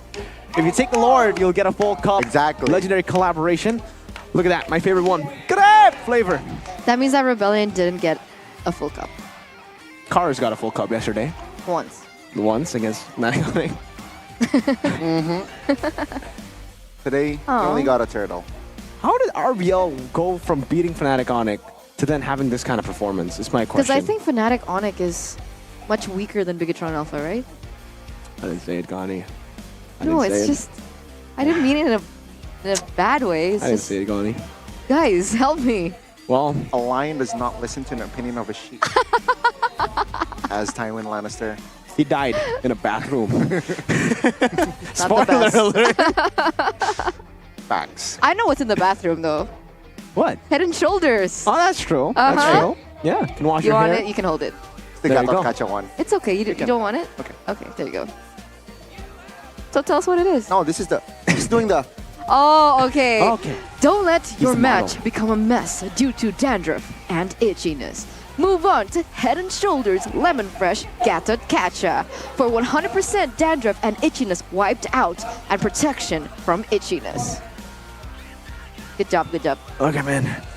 This is why I need that. If I don't have it, it's just itchy all the time, man. Yeah. Okay, there you go. Gotta try to... Is it? No, I'm joking. Yeah. Not here. Not here. I'm not gonna stop you. We'll do it later, but it's okay. Now, I'm just holding it. I'm not itchy anymore. My hair is not itchy It's anymore. calming. It's It has a calming, calming effect, Yeah. a cooling effect. Look at this. 100%. Edisi terbatas, which means limited edition. Because you know when you're pushing rank and sometimes you rage? No. Apparently- I never rage. Liar, I watch his stream sometimes. Oh, I play with viewers, yeah. No, yeah. Apparently, Understandable. this helps. Oh. Yeah. Because it has like a cooling sensation. Oh, so all I need to keeps you do is throw level-headed. this at the viewers? Yes. I'm joking. No, use it and you can obviously just cool your head down because, hey, you know what? Sheffin gave me a pretty good use for it. In a hot day, he says in solo, it's super hot, especially because he rides a motorcycle, right? Because he's all that sweat. He just takes us out and he showers and shampoos 2 times a day. On the motorcycle. You really need this phone. You really need it. You really need something to help you with your decision making here. Why? And your It's not speech, wrong. man. You know, Why? What's Didn't that, by the way? elaborate properly. what was this? Yeah. Wait, you don't know what this is? Not necessarily. We spoke about it earlier. It's the Galaxy A55 5G, Gani. And look, I can take a picture of you, honestly, and Okay. I can like circle search it, but they've asked me to take a picture of my watch instead. All right, so let's take a picture of this watch. What about right this? here. What's this? Oh, wait. we'll do the watch and the headset. Why Seriously, not? what you know? is this? That's a gaming headset. One of the package jizz that you get, by the way, from Oh. that. So here it is, guys. I'm just gonna circle it, the picture of the watch, and we will get, once it connects, there you go. 2. I don't know if you can zoom it in, but you get the exact same watch, the results. Look at that. And we can do expensive it. watch. Oh, no, I mean, expensive is subjective, right? So, to be fair. Let me just take a picture of this headset before you wear it, man.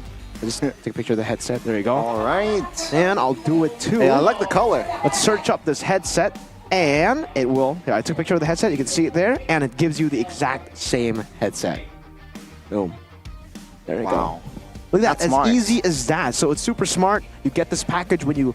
The headset comes in with a 25-watt adapter as well, a case for the phone. And you can see it all there. Stickers too. You know, competitors, watch out. You know, getting rid of everything in your box. Boom. Samsung Galaxy A555G. Samsung.com/ID. Scan the QR code down below. Easy access. Check it out. Check it out, ladies and This is the gentlemen. lemon line, by the way. Gani has a navy one. That's what was my question. And cool headset. Cool headset, man. Yeah. Yeah, I think it's time. It's time to go back to work. Time to Thank get you back so to much. work. It's a nice headset. I'm sorry, I check had out to the phone. test it out. Yeah, it's good, right? It's comfortable. value. What were you listening to? Nothing. That's the thing. It's so, what do you call it? Was it soothing? No, not the soothing Comfortable? part. No. Suppress. Was it surprising? Suppress. Was it surprising? Yes, surprising. Yeah. Surprising. Was it fun? It was fun. Just like a birthday. Who's Buddy? It was Buddy's birthday yesterday. Buddy Kyrie's birthday yesterday. Happy birthday, Buddy Kyrie. And also, Okay. happy birthday to MLBB. Wait, it's MLBB's birthday? 8th birthday soon. Wait, last year it was their 7th, and now it's their 8th. That's how age works, yes. Really? Mm-hmm. Oh, wow. So what do I need to do to participate in the fun of MLBB's 8th anniversary party? I know that Gani knows. I mean, all you need to do is just take a photo, or maybe if you're more of a video kind of guy, Okay, if you're a video kind of guy. fun at the party, Just take a festival, picture. or just simply, again, taking a picture showing that you're partying Take a picture, or Gani. having fun with MLBB on 20th of September till the 22nd of September. Let's keep Upload scrolling. it on Yeah, let's keep Instagram scrolling. feed keep with the scrolling. I hashtag see a of lot of Kesenangan Ganis. Tanpa Batas, and of course you mentioned MLBB at Real Mobile Legends ID on Instagram, or at Mobile Legends _ID on TikTok as well. Follow the official MLBB account to get more info on special anniversary prizes, and we will select 50. And I say again, 50 lucky winners. And the announcement will be made on September 30th. September. Guys, by the way, this is the last day, Today. right? The week of the week. Of the birthday, right? 20 to 22nd? Today's the 22nd. Oh my god, you're right. Today is Sunday. So you guys have to participate on Do it this now. Do it now. And then keep your eyes peeled on the 30th of September, but also keep your eyes peeled between the 25th and the 26th of December. September. Now I'm blind for some reason. 2024, because Nefir and Papulong will be on TikTok Shop. Wow. That's Or fun. they will be selling merchandise, just everything. And then everything. up to, with the discounts of up to 90%. Can you guys imagine? That's crazy. You're telling me Like an there's Erigo, let's say, Exactly. has a value of 300K. 90% discount is basically like 10,000. of this too? You can get Head and Shoulders? Yeah. Potentially. Shampoo for 90% off. Potentially. I need it. I need it right now, man. Oh, wait, you can get team jerseys? Or IMO too. Wow. We Check gotta it do out. We gotta check it out. Check it out. And also, I've already checked this out. I already have the ding, ding, ding, ding Geek Fam one. I like the bull one. I like the Eagles one. You like The the what? rebellion Eagles one's one? cute. Yeah. Oh, that's the TLPH Oh, one. sorry. Yeah, there you go. How can you get that mixed? It's blue. Are you mixing it up because of the next match? Oh, I see. The next match is Unbelievable.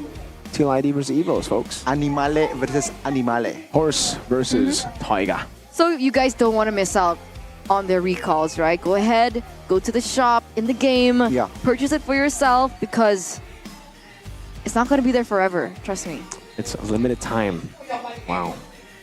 I mean, for you guys, especially you guys who want to, flex on your opponents, you saw earlier Moreno took the safe route saying, yeah, we just took away the recall buttons. We know for a fact in their ranked games, they're spamming the heck out of these recalls, especially that Evo's one, man. Because there's a horn every time you pop it, so it's like... Oh, that's so annoying. That's pretty good. Especially, like, imagine solo killing your opponent and then having to force them to see the... And then the song, right? The Evos, Destiny, that song. I love that song. Yeah, That's my after-party favorite song. Of all time? It could be. It's one of the songs of all time, Gani. Definitely could be. Definitely could be. It's a song. I'm excited. I should actually buy the other recalls too. I only purchased like 2, I think. It's a collect all. I should. Catch them all, ladies and gentlemen. And while you're at it, don't forget to get your hands on the new hero, Suyo. Is that how you pronounce his name? Suyo? Suyo. The new Hero Suyo pack will be officially available on the 21st of September, aka it should be out today, right? Yeah, it wasn't out today. Oh, there you go. Yeah. So get the Hero and Suyo Venerated Vigilance skin for just 469 diamonds in the first week. Amazing. Suyo Venerated Vigilance skin will be available for only 51 diamonds for the first 14 days. And if you guys want more information on this hero, he is a new master from Kadia Riverlands who can freely switch between 2 forms in battle using the power of the Immortal. He can transform into an assassin to traverse the battlefield or become a fighter to dominate the fight. Log in now to experience the hero yourself. It's like a melee version of Roger, right? Roger turns from marksman to fighter. This guy turns from assassin to fighter. Suyo. I gotta try him out. Oh, He's you're always banned right. yesterday. Yeah. I tried to play him, but he was banned out every single game.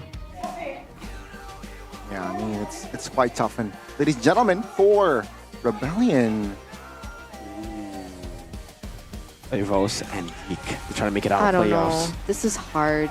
I mean, it's going to be against the 9th placer team. But they did just win against RQ. Exactly.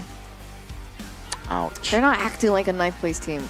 I guess we'll see what happens later in the match, in our final match of the day, to see what's going on. I mean, was it Fnatic Onyx really was it RQ that was struggling against Evos, or did Evos really improve overnight, right? And if the case is the latter, then this will be a big problem for Rebellion, because after Evos, they do have to go against Geek.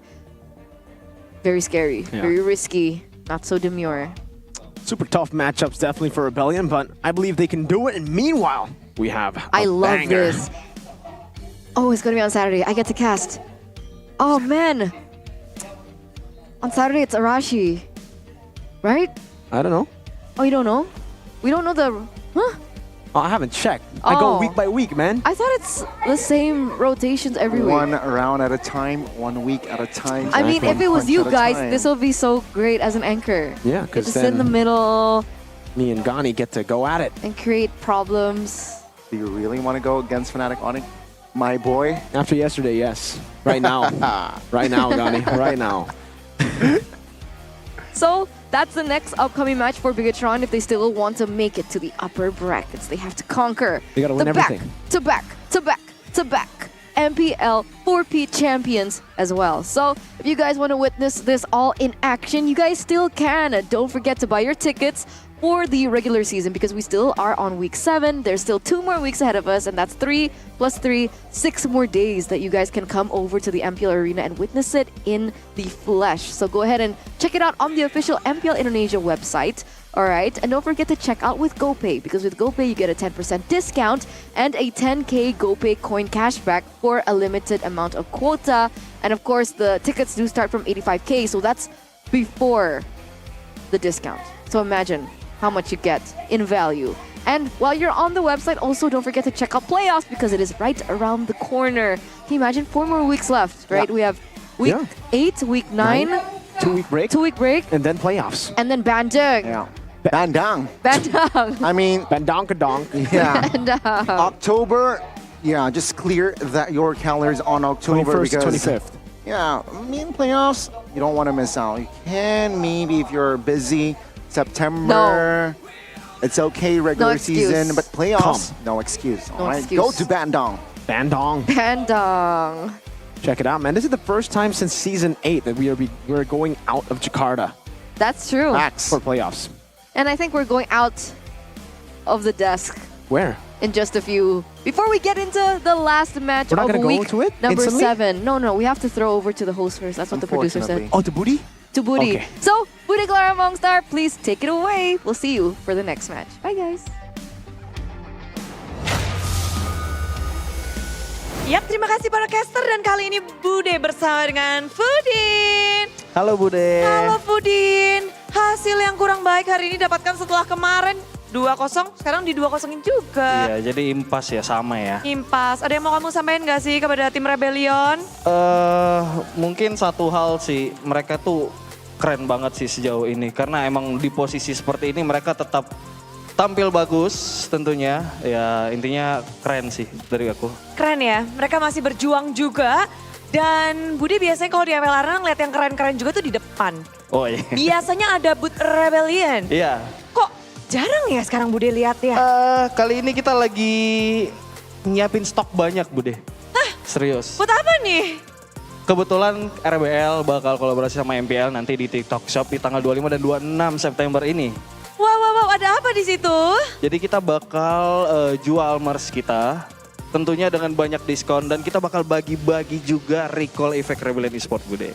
Pada saat TikTok Live ini? TikTok Live nanti.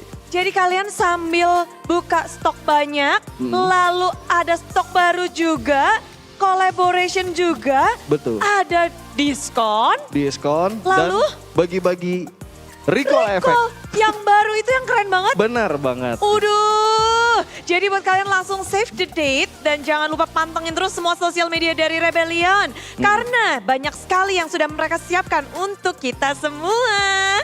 Bude sih udah pasti mantengin nih. Pasti Tanggal? harusnya. Tanggal 25 dan 26 September Erin. Catat tanggalnya. Catat ya tanggalnya. Namun sekarang kan kita lagi banyak banget nih. Semua super fans dan juga para Rebels lagi nonton. Udah dapet sesuatu nih, udah dapat informasi. Ada yang ingin kamu sampaikan gak sih kepada para Rebels? Mungkin satu hal sih ya, kita jadi sempat beberapa ngobrol juga kemarin. Rebel Squad itu juga keren, salah satu Rebel Squad. Karena kita bicara yang namanya kompetisi, ada yang namanya menang dan kalah. Dan Rebel Squad pun juga di situasi sekarang kita walaupun kita di bawah, mereka tetap mendukung kok. Intinya itu jauh lebih keren sih harusnya. Kalian keren, gitu ya. Gitu. Dan tentu saja kita nungguin yang keren-keren nanti di TikTok Live-nya. Jadi thank you banget Budin. Thank you Bude. Terima kasih. Hari ini udah selesai 2-0. Gimana dengan match penutupan di minggu yang ke-7? Jadi kita akan sesaat lagi masuk ke match penutupan. Tapi setelah yang satu ini, stay tune terus di MPL Indonesia Season 14. We own this.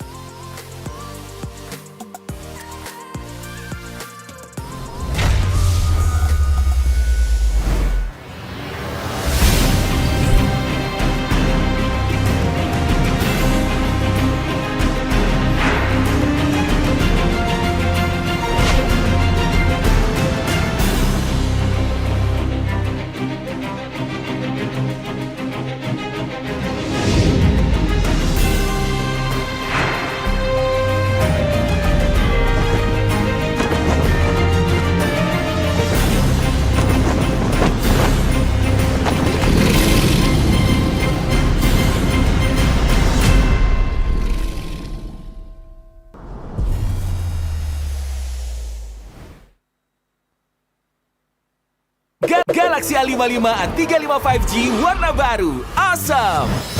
Kayak circle kita. Diajakin mabar di mana tuh?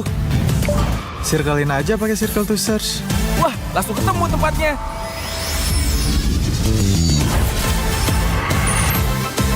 Kalau ini makanan apa ya?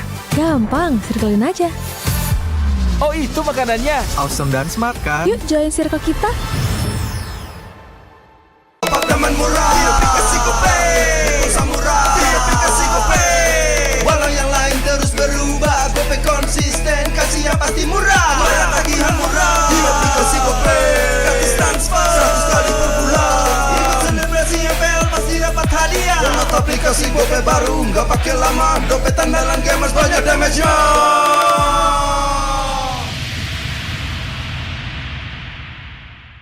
Dia tidak akan segan untuk menghadapi siapapun yang berani melawan. Dia mewarisi perjuangan karena di tubuhnya mengalir darah seorang pahlawan. Pedangnya mengukir takdir kemenangan, menghadapi segala tantangan. Penuh keberanian untuk terus berjalan menuju masa depan. Raihlah masa depan, nabung mulai dari hobi. Koleksi terbaru UBS Gold X Mobile Legends Bang Bang, edisi spesial MPL ID Season 13.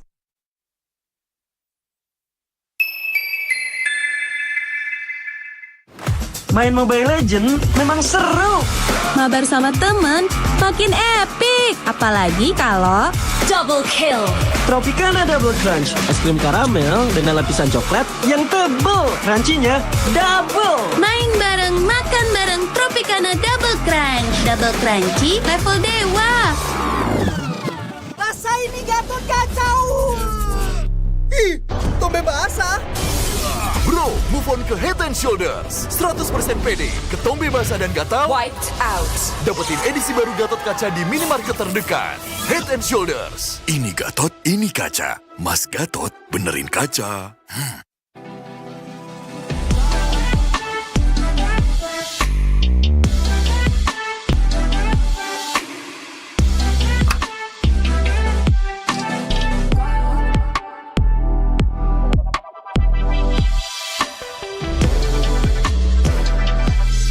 Wow, finished. See you later. Time to go. Okay.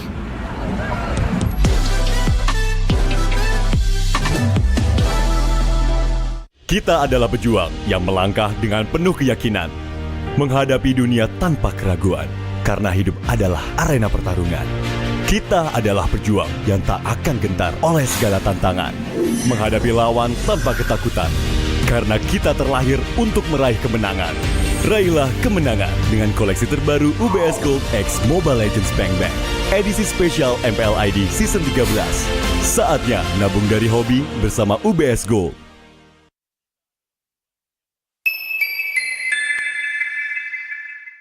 Apa akan kehilangan ingatannya?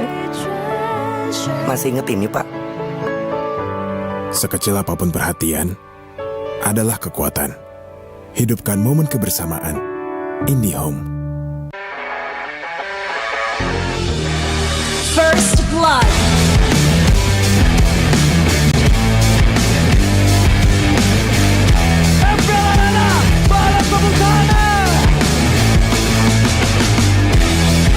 Mendapatkan 2 momen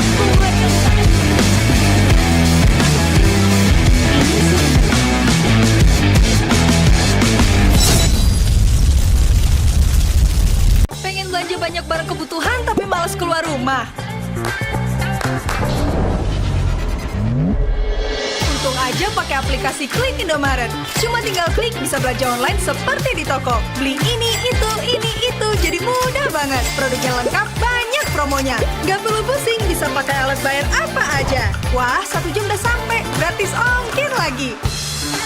Untung aku pakai Klik Indomaret, belanja online seperti di toko. Kini, Indomaret telah menghadirkan varian baru, soto dan rawon yang wajib kamu coba. Dibuat dengan daging sapi pilihan, dimasak dengan rempah-rempah khas Indonesia, sehingga menghasilkan rasa soto dan rawon yang otentik khas Jawa Timur.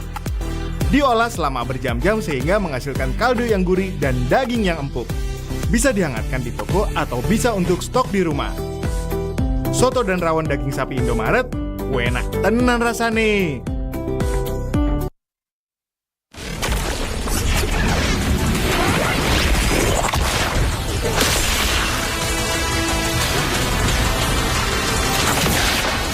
Strike first and without mercy.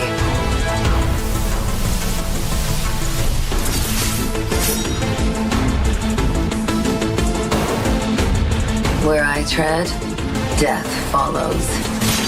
Enjoy your last breath. Deploying smoke. Going dark.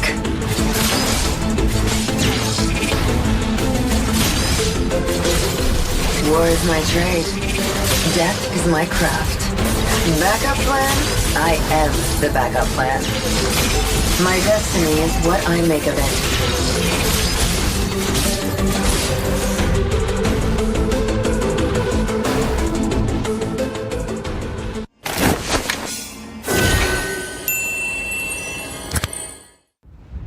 A darkness plagues this world, unseen by mortal eyes.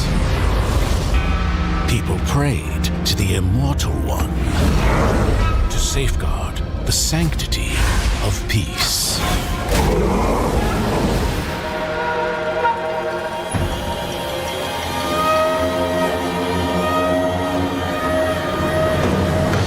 The ceremony's starting! It's Suyo! It's Suyo!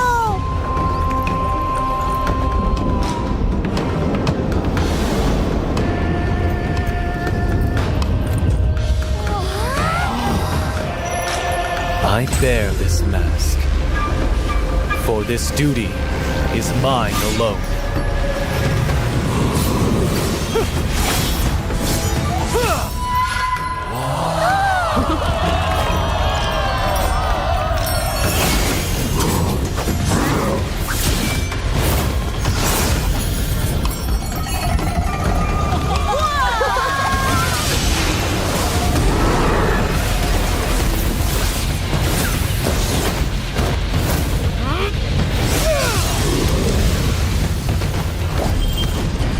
What is this?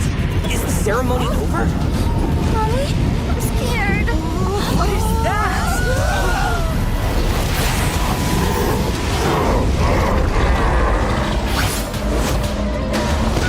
Let's get out of here! Let's get out of here! Let's get out of here! In their hearts, fear festers into darkness. But deep within, there is hope to crush that fear.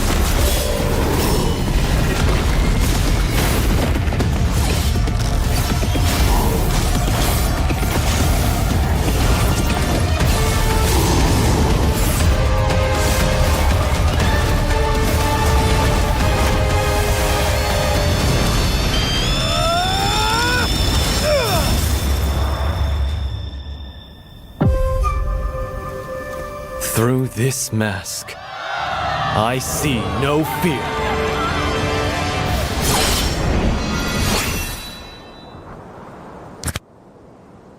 Galaxy A55 A35 5G warna baru. Awesome! Kayak circle kita. Diajakin mabar di mana tuh? Circlein aja pakai circle to search. Wah, langsung ketemu tempatnya.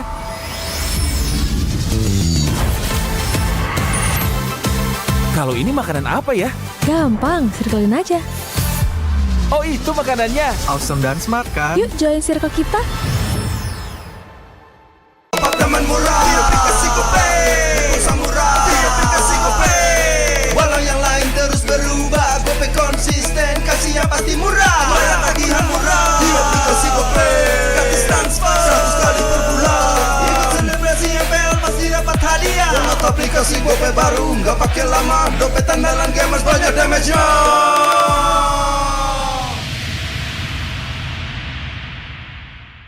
Dia tidak akan segan untuk menghadapi siapapun yang berani melawan.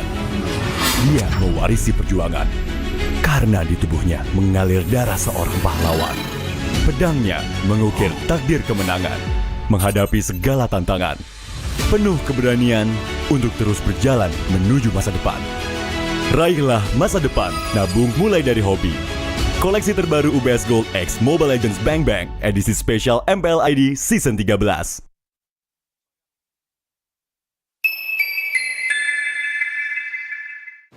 Main Mobile Legends memang seru. Mabar sama temen makin epic. Apalagi kalau Double kill. Tropicana Double Crunch, es krim karamel dengan lapisan coklat yang tebal. Crunchy-nya double. main bareng, makan bareng Tropicana Double Crunch. Double crunchy level dewa. Rasa ini Gatot kacau. Ih, tombe basah. Bro, move on ke Head and Shoulders. 100% pede, ketombe basah dan gatal Wiped out. dapetin edisi baru Gatot kaca di minimarket terdekat. Head and Shoulders. Ini Gatot, ini kaca. Mas Gatot, benerin kaca.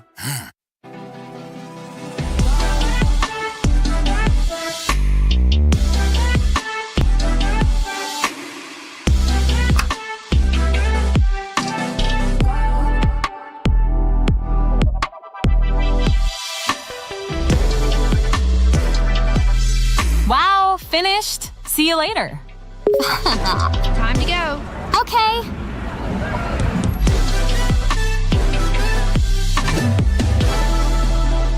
Kita adalah pejuang yang melangkah dengan penuh keyakinan, menghadapi dunia tanpa keraguan, karena hidup adalah arena pertarungan.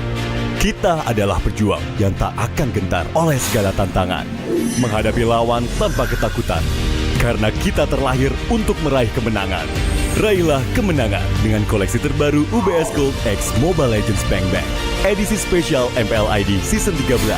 Saatnya nabung dari hobi bersama UBS Gold.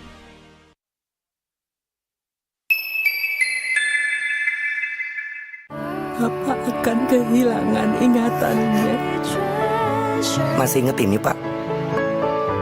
Sekecil apapun perhatian adalah kekuatan. Hidupkan momen kebersamaan. IndiHome. First blood.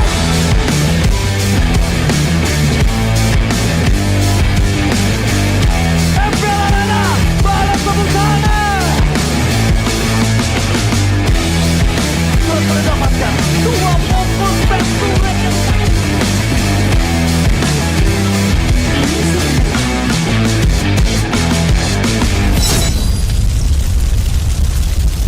Pengen belanja banyak barang kebutuhan tapi malas keluar rumah.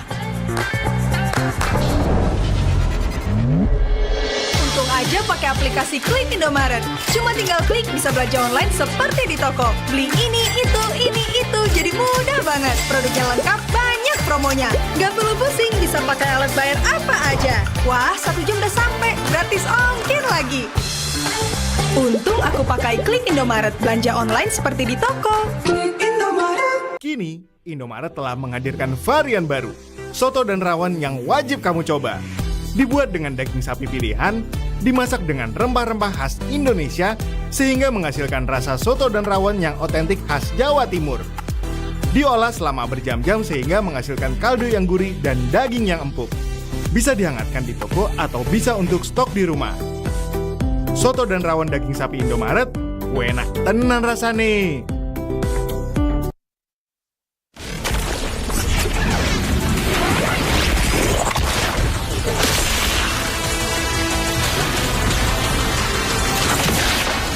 Strike first and without mercy.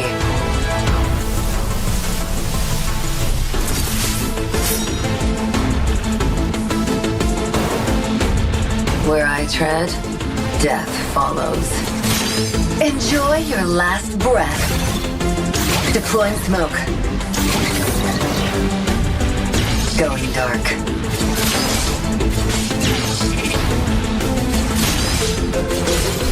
War is my trade. Death is my craft. Backup plan? I am the backup plan. My destiny is what I make of it.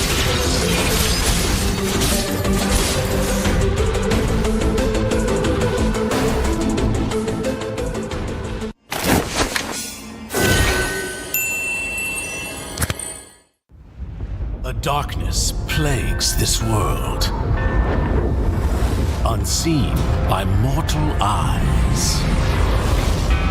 People prayed to the Immortal One to safeguard the sanctity of peace.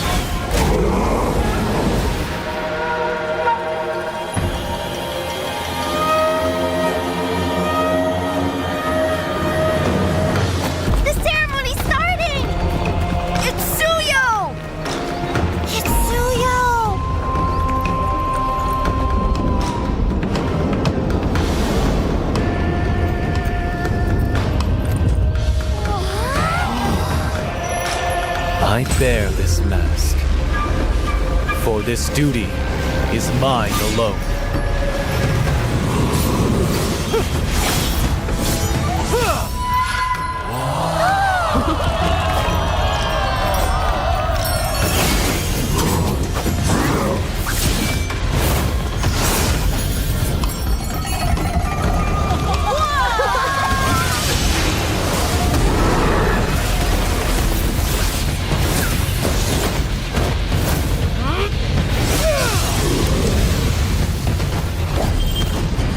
What is that? Is the ceremony over?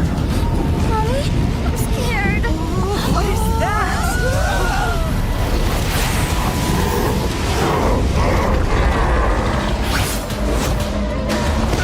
Let's get out of here. Let's get out of here! Let's get out of here!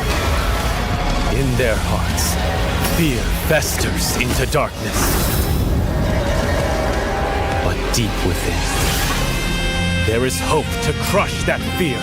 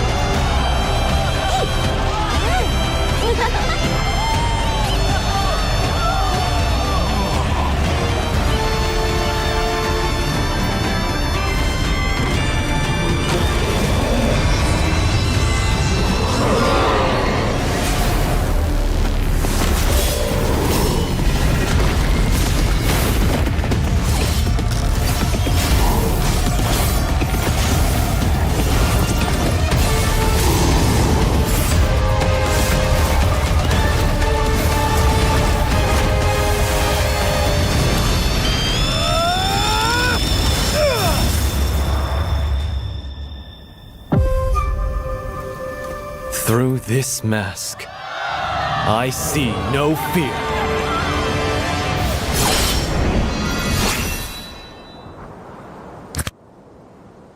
Galaxy A55 A35 5G warna baru. Awesome!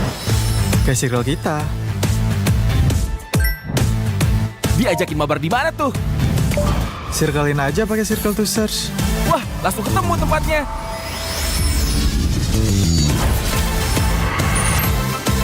Kalau ini makanan apa ya?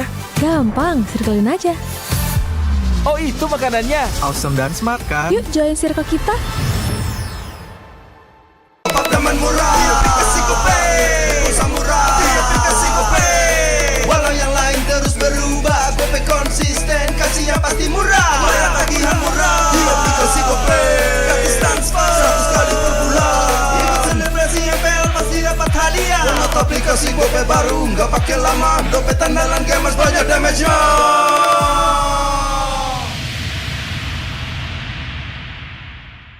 Dia tidak akan segan untuk menghadapi siapapun yang berani melawan. Dia mewarisi perjuangan karena di tubuhnya mengalir darah seorang pahlawan. Pedangnya mengukir takdir kemenangan, menghadapi segala tantangan. Penuh keberanian untuk terus berjalan menuju masa depan. Raihlah masa depan, nabung mulai dari hobi. Koleksi terbaru UBS Gold X Mobile Legends Bang Bang, edisi spesial MPL ID Season 13.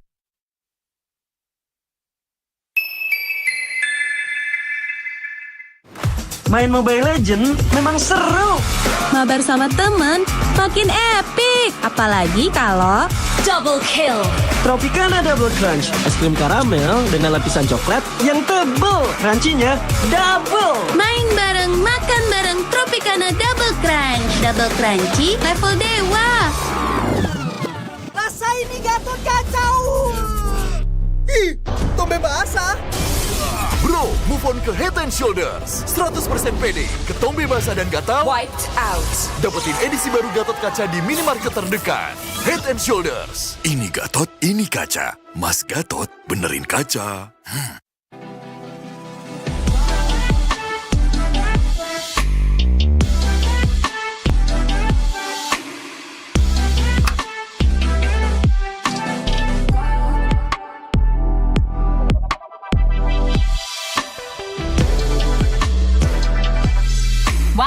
finished. See you later. Time to go. Okay.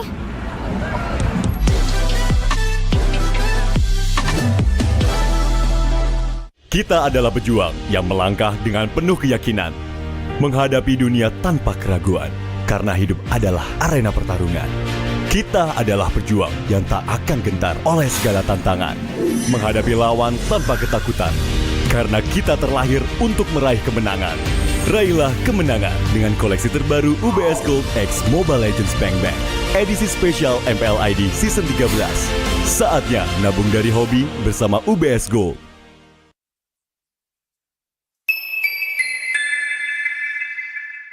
Apa akan kehilangan ingatannya?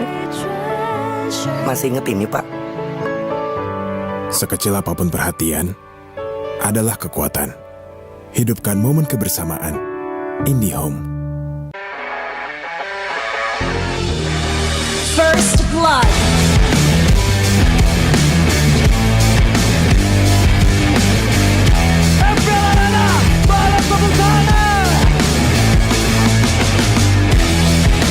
Mendapatkan 2 pompon penturen.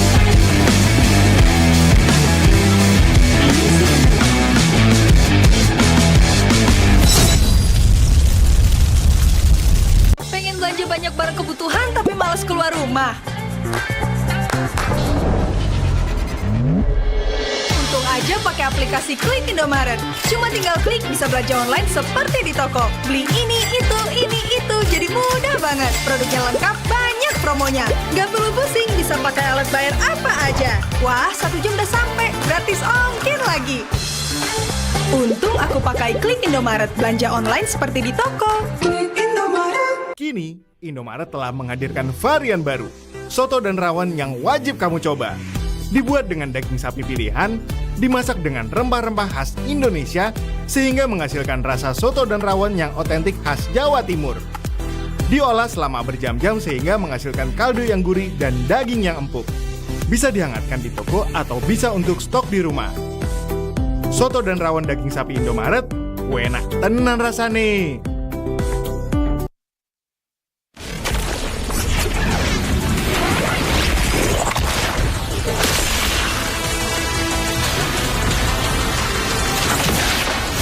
Strike first and without mercy.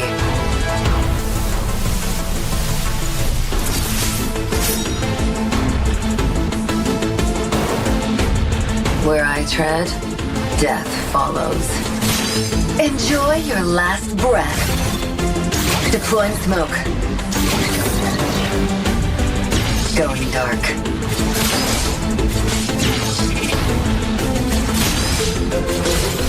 War is my trade. Death is my craft. Backup plan? I am the backup plan. My destiny is what I make of it.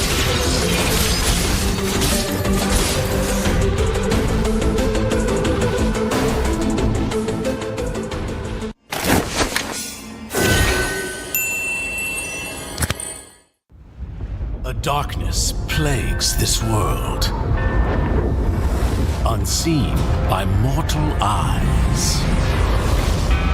People prayed to the Immortal One to safeguard the sanctity of peace.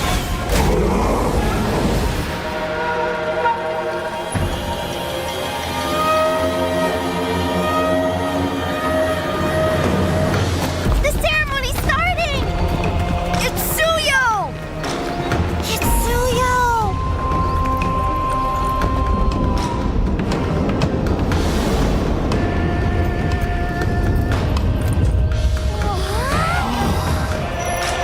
I bear this mask, for this duty is mine alone.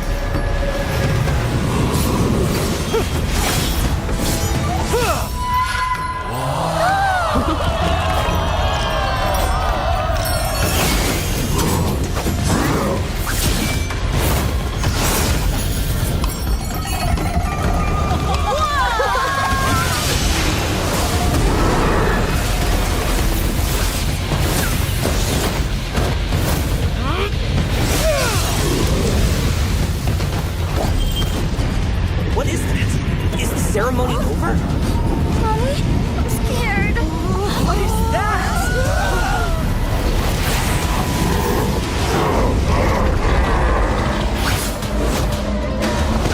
Let's get out of here. Let's get out of here. Let's get out of here. In their hearts, fear festers into darkness. But deep within, there is hope to crush that fear.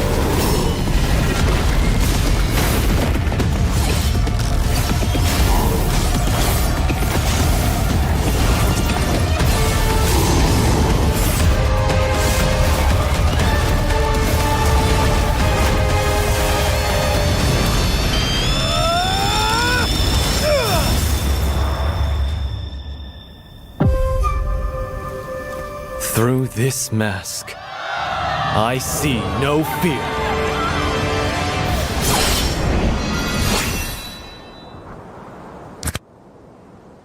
Galaxy A55 A35 5G warna baru. Awesome!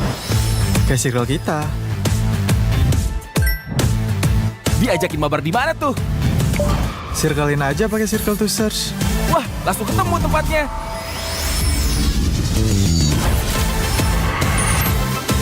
Kalau ini makanan apa ya? Gampang, circlein aja. Oh, itu makanannya. Awesome dan smart kan? Yuk join circle kita. Teman murah di aplikasi GoPay. Pulsa murah di aplikasi GoPay. Walau yang lain terus berubah, GoPay konsisten, kasih yang pasti murah. Bayar tagihan murah di aplikasi GoPay. Gratis transfer 100 kali per bulan. Ikut selebrasi MPL pasti dapat hadiah. Download aplikasi GoPay baru, nggak pakai lama. Dompet andalan gamers banyak damage-nya.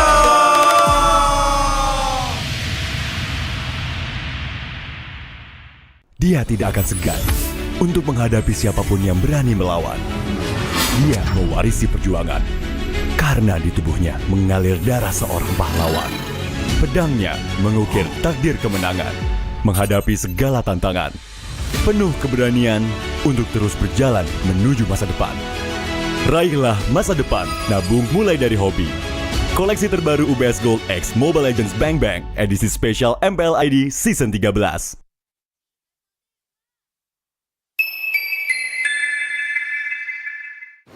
Main Mobile Legends memang seru. Mabar sama temen makin epic. Apalagi kalau double kill. Tropicana Double Crunch, es krim karamel dengan lapisan coklat yang tebal. Crunchy-nya double. Main bareng, makan bareng Tropicana Double Crunch. Double crunchy level dewa. Rasa ini Gatot kacau. Ih, tombe basah. Bro, move on ke Head and Shoulders. 100% pede, ketombe basah dan gatal Wiped out. dapetin edisi baru Gatot kaca di minimarket terdekat. Head and Shoulders. Ini Gatot, ini kaca. Mas Gatot, benerin kaca.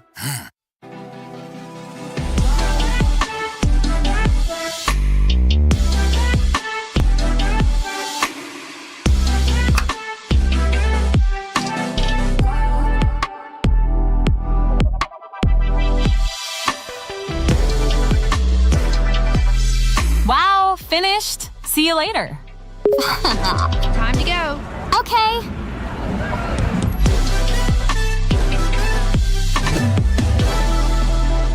Kita adalah pejuang yang melangkah dengan penuh keyakinan, menghadapi dunia tanpa keraguan, karena hidup adalah arena pertarungan. Kita adalah pejuang yang tak akan gentar oleh segala tantangan, menghadapi lawan tanpa ketakutan, Karena kita terlahir untuk meraih kemenangan. Raihlah kemenangan dengan koleksi terbaru UBS Gold X Mobile Legends Bang Bang. Edisi spesial MPL ID Season 13.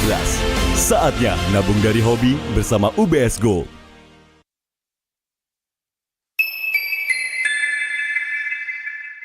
Papa akan kehilangan ingatannya. Masih inget ini, Pak?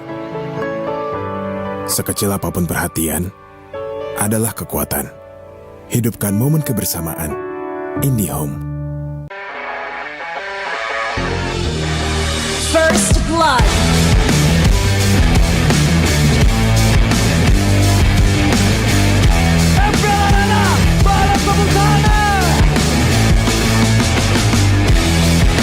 Mendapatkan 20 penturik.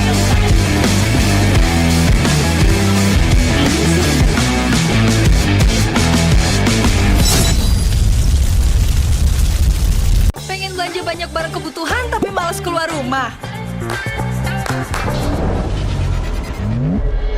Untung aja pakai aplikasi Klik Indomaret. Cuma tinggal klik bisa belanja online seperti di toko. Beli ini, itu, jadi mudah banget. Produknya lengkap, banyak promonya. Gak perlu pusing, bisa pakai alat bayar apa aja. Wah, 1 jam udah sampai, gratis ongkir lagi. Untung aku pakai Klik Indomaret, belanja online seperti di toko. Kini, Indomaret telah menghadirkan varian baru, soto dan rawon yang wajib kamu coba. Dibuat dengan daging sapi pilihan, dimasak dengan rempah-rempah khas Indonesia, sehingga menghasilkan rasa soto dan rawon yang otentik khas Jawa Timur. Diolah selama berjam-jam sehingga menghasilkan kaldu yang gurih dan daging yang empuk. Bisa dihangatkan di toko atau bisa untuk stok di rumah. Soto dan rawon daging sapi Indomaret, enak tenan rasane.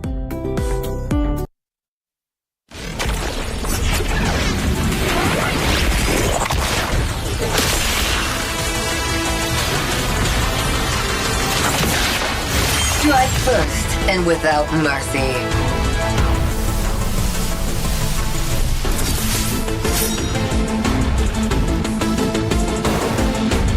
Where I tread, death follows. Enjoy your last breath. Deploying smoke. Going dark.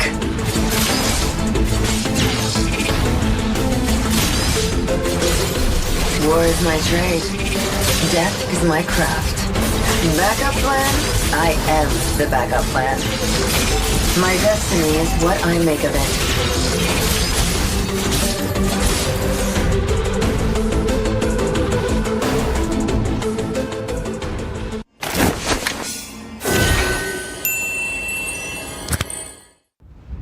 A darkness plagues this world, unseen by mortal eyes. People prayed to the Immortal One to safeguard the sanctity of peace.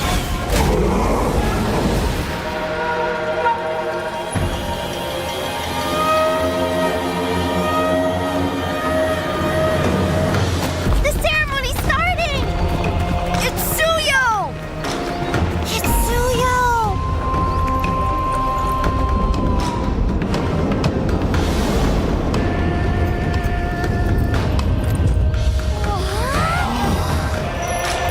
I bear this mask, for this duty is mine alone.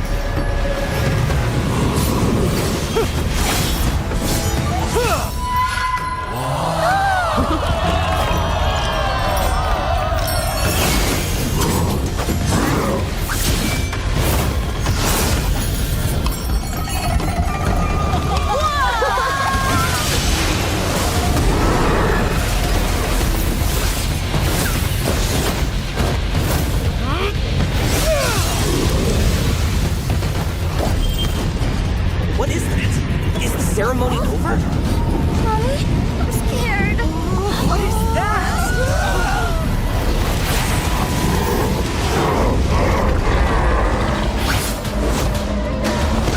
Let's get out of here! Let's get out of here! Let's get out of here! In their hearts, fear festers into darkness. But deep within, there is hope to crush that fear.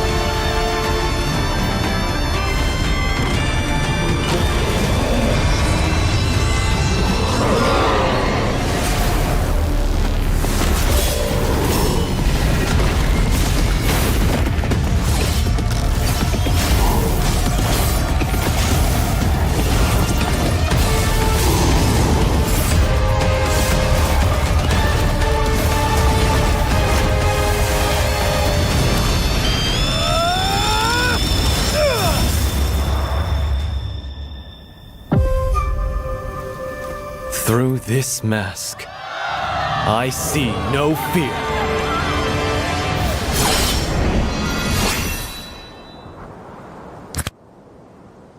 Galaxy A55 A35 5G warna baru. Awesome! Kayak circle kita. Diajakin mabar di mana tuh? Circlein aja pakai circle to search. Wah, langsung ketemu tempatnya.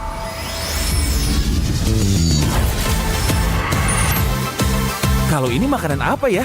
Gampang, circlein aja. Oh, itu makanannya. Awesome dan smart kan? Yuk join circle kita. Apartemen murah, di aplikasi GoPay. Pulsa murah, di aplikasi GoPay. Walau yang lain terus berubah, GoPay konsisten, kasih yang pasti murah. Bayar tagihan murah, di aplikasi GoPay.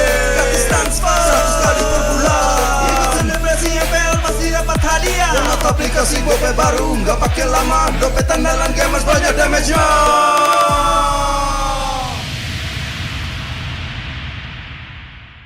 Dia tidak akan segan untuk menghadapi siapapun yang berani melawan. Dia mewarisi perjuangan karena di tubuhnya mengalir darah seorang pahlawan. Pedangnya mengukir takdir kemenangan, menghadapi segala tantangan. Penuh keberanian untuk terus berjalan menuju masa depan. Raihlah masa depan, nabung mulai dari hobi. Koleksi terbaru UBS Gold X Mobile Legends Bang Bang, edisi spesial MPL ID Season 13.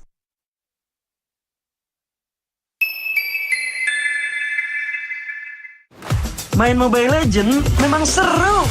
Mabar sama temen makin epic. Apalagi kalau double kill. Tropicana Double Crunch, es krim karamel dengan lapisan coklat yang tebal. Crunchy-nya double. Main bareng, makan bareng Tropicana Double Crunch. Double crunchy level dewa. Rasa ini Gatot kacau. Ih, tombe basah. Bro, move on ke Head and Shoulders. 100% pede, ketombe basah dan gatal Wiped out. dapetin edisi baru Gatot kaca di minimarket terdekat. Head and Shoulders. Ini Gatot, ini kaca. Mas Gatot, benerin kaca.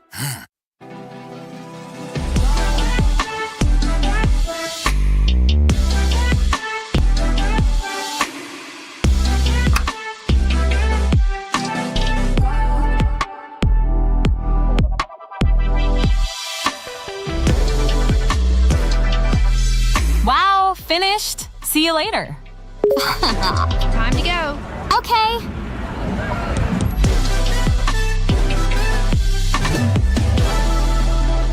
Kita adalah pejuang yang melangkah dengan penuh keyakinan, menghadapi dunia tanpa keraguan, karena hidup adalah arena pertarungan. Kita adalah pejuang yang tak akan gentar oleh segala tantangan, menghadapi lawan tanpa ketakutan, karena kita terlahir untuk meraih kemenangan. Raihlah kemenangan dengan koleksi terbaru UBS Gold X Mobile Legends Bang Bang, edisi spesial MPL ID Season 13. Saatnya nabung dari hobi bersama UBS Gold.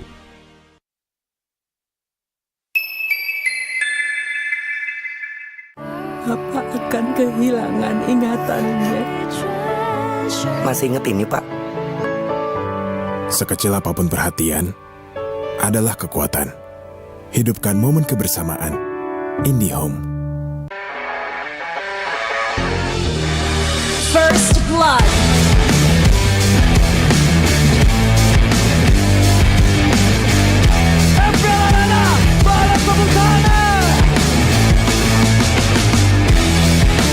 Mendapatkan 2 pompon Venturet.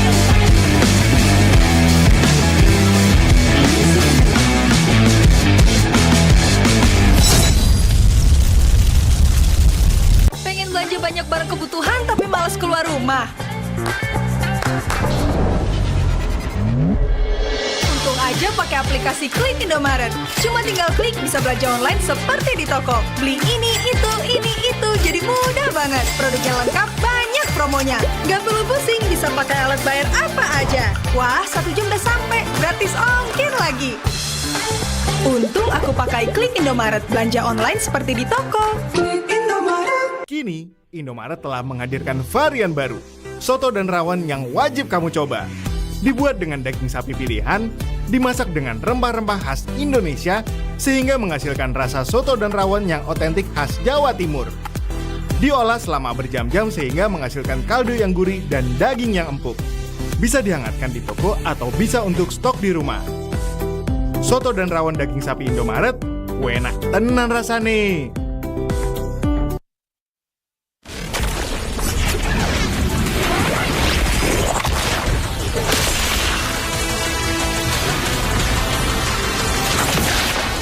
Strike first and without mercy.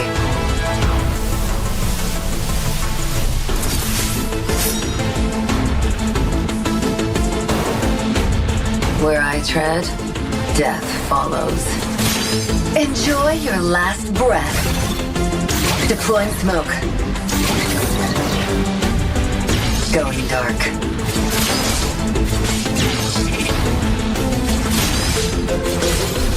War is my trade. Death is my craft. Backup plan? I am the backup plan.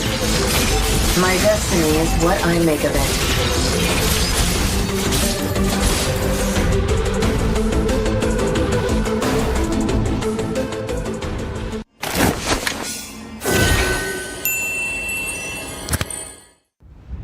A darkness plagues this world, unseen by mortal eyes. People prayed to the Immortal One to safeguard the sanctity of peace.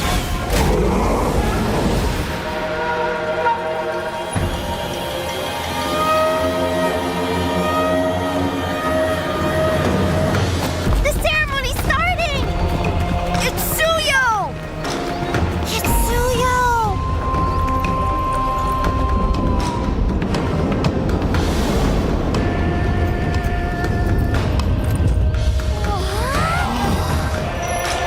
I bear this mask, for this duty is mine alone.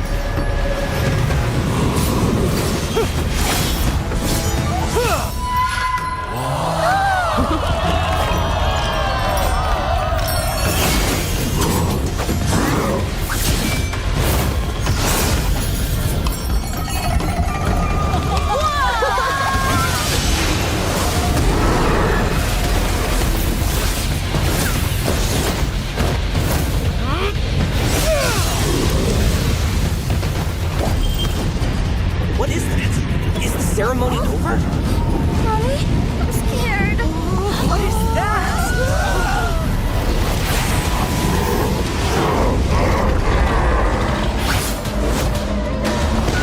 Let's get out of here. Let's get out of here. Let's get out of here. In their hearts, fear festers into darkness. But deep within, there is hope to crush that fear.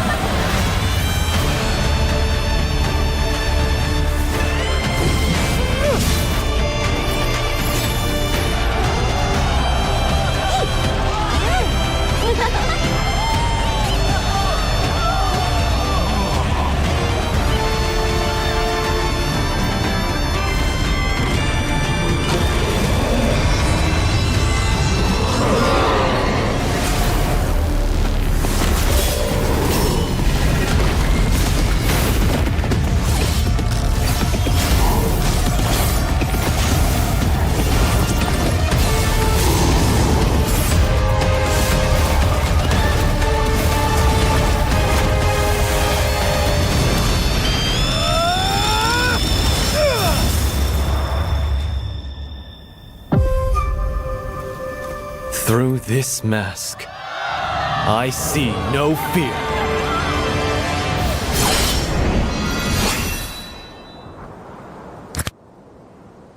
Galaxy A55 A35 5G warna baru. Awesome! Kayak circle kita.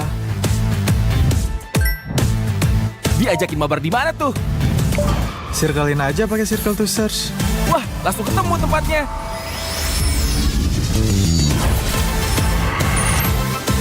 Kalau ini makanan apa ya? Gampang, circlein aja. Oh, itu makanannya. Awesome dan smart kan? Yuk join circle kita. Apartemen murah di aplikasi GoPay. Pulsa murah di aplikasi GoPay. Walau yang lain terus berubah, GoPay konsisten, kasih yang pasti murah. Bayar tagihan murah di aplikasi GoPay. Gratis transfer 100 kali per bulan. Ikut selebrasi MPL pasti dapat hadiah. Download aplikasi GoPay baru, nggak pakai lama. Dompet andalan gamers banyak damage-nya.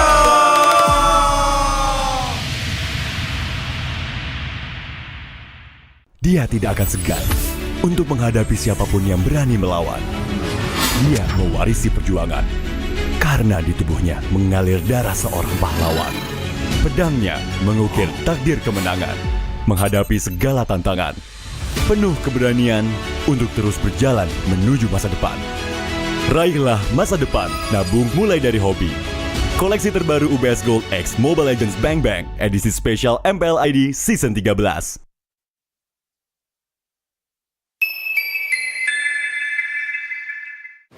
Main Mobile Legends memang seru. Mabar sama temen makin epic. Apalagi kalau double kill. Tropicana Double Crunch, es krim karamel dengan lapisan coklat yang tebal. Crunchy-nya double. Main bareng, makan bareng Tropicana Double Crunch. Double crunchy level dewa. Rasa ini Gatot kacau. Ih, tombe basah. Bro, move on ke Head and Shoulders. 100% pede, ketombe basah dan gatal Wiped out. dapetin edisi baru Gatot kaca di minimarket terdekat. Head and Shoulders. Ini Gatot, ini kaca. Mas Gatot, benerin kaca.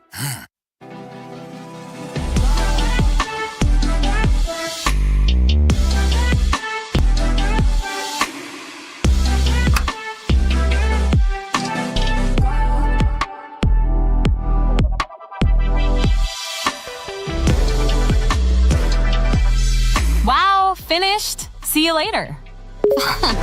Time to go. Okay.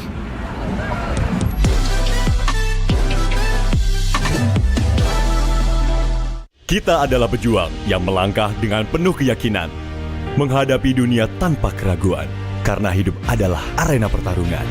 Kita adalah pejuang yang tak akan gentar oleh segala tantangan, menghadapi lawan tanpa ketakutan, karena kita terlahir untuk meraih kemenangan. Raihlah kemenangan dengan koleksi terbaru UBS Gold X Mobile Legends Bang Bang, edisi spesial MPL ID Season 13. Saatnya nabung dari hobi bersama UBS Gold.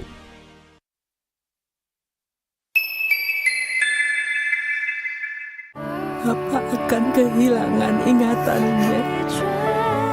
Masih inget ini, Pak? Sekecil apapun perhatian, adalah kekuatan. Hidupkan momen kebersamaan. IndiHome. First blood.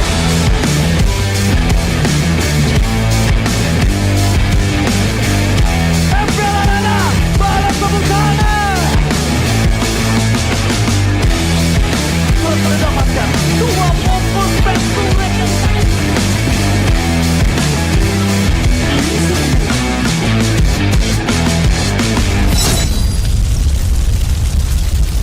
Pengen belanja banyak barang kebutuhan tapi malas keluar rumah. Untung aja pakai aplikasi Klik Indomaret. Cuma tinggal klik bisa belanja online seperti di toko. Beli ini, itu, jadi mudah banget. Produknya lengkap, banyak promonya. Gak perlu pusing, bisa pakai alat bayar apa aja. Wah, 1 jam udah sampai, gratis ongkir lagi. Untung aku pakai Klik Indomaret, belanja online seperti di toko. Kini, Indomaret telah menghadirkan varian baru, soto dan rawon yang wajib kamu coba. Dibuat dengan daging sapi pilihan, dimasak dengan rempah-rempah khas Indonesia, sehingga menghasilkan rasa soto dan rawon yang otentik khas Jawa Timur. Diolah selama berjam-jam sehingga menghasilkan kaldu yang gurih dan daging yang empuk. Bisa dihangatkan di toko atau bisa untuk stok di rumah. Soto dan rawon daging sapi Indomaret, enak tenan rasane.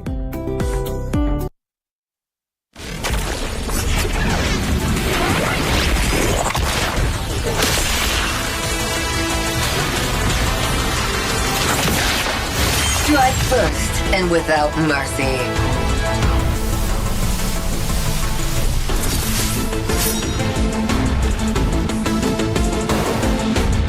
Where I tread, death follows. Enjoy your last breath. Deploying smoke. Going dark.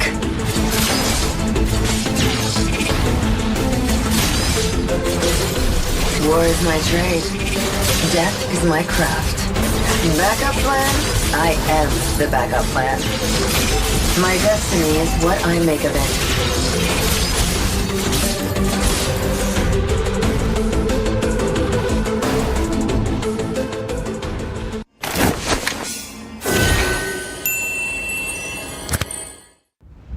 A darkness plagues this world, unseen by mortal eyes.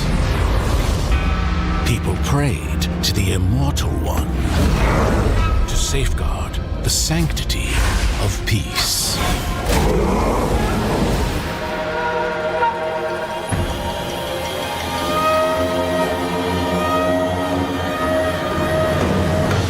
The ceremony's starting! It's Suyo! It's Suyo!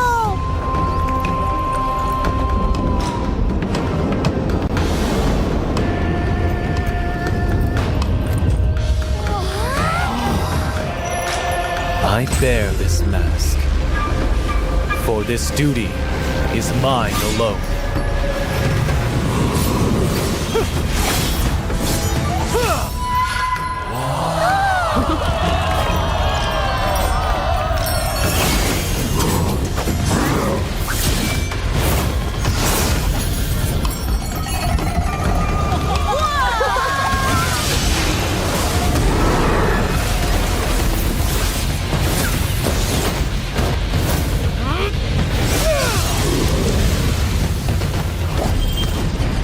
What is that? Is the ceremony over? Mommy, I'm scared. What is that?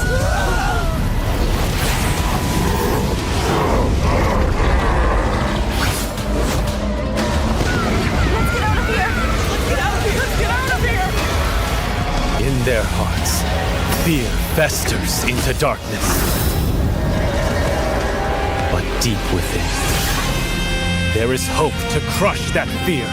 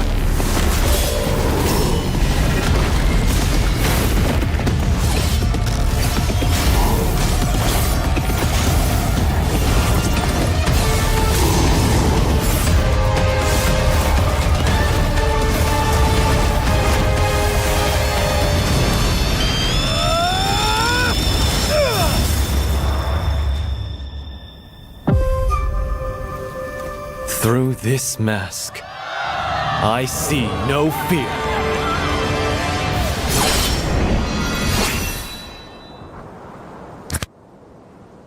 Galaxy A55 A35 5G warna baru. Awesome! Kayak circle kita. Diajakin mabar di mana tuh? Circlein aja pakai circle to search. Wah, langsung ketemu tempatnya.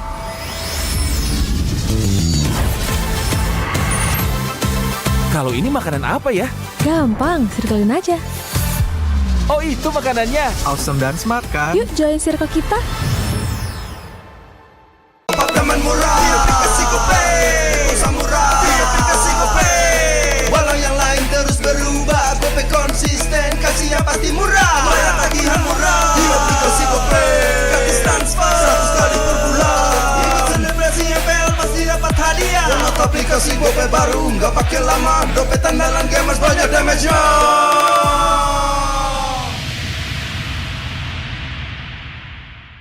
Dia tidak akan segan untuk menghadapi siapapun yang berani melawan.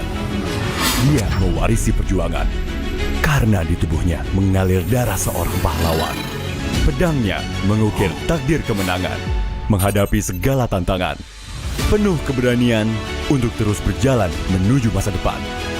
Raihlah masa depan, nabung mulai dari hobi. Koleksi terbaru UBS Gold X Mobile Legends Bang Bang, edisi spesial MPL ID Season 13.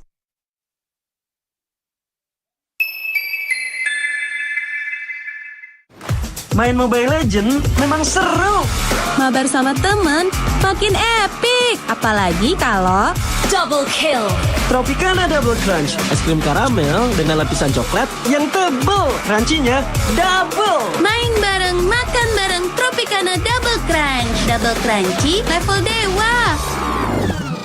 Rasa ini Gatot kacau. Ih, tombe basah. Bro, move on ke Head and Shoulders. 100% pede, ketombe basah dan gatal Wiped out. dapetin edisi baru Gatot kaca di minimarket terdekat. Head and Shoulders. Ini Gatot, ini kaca. Mas Gatot, benerin kaca.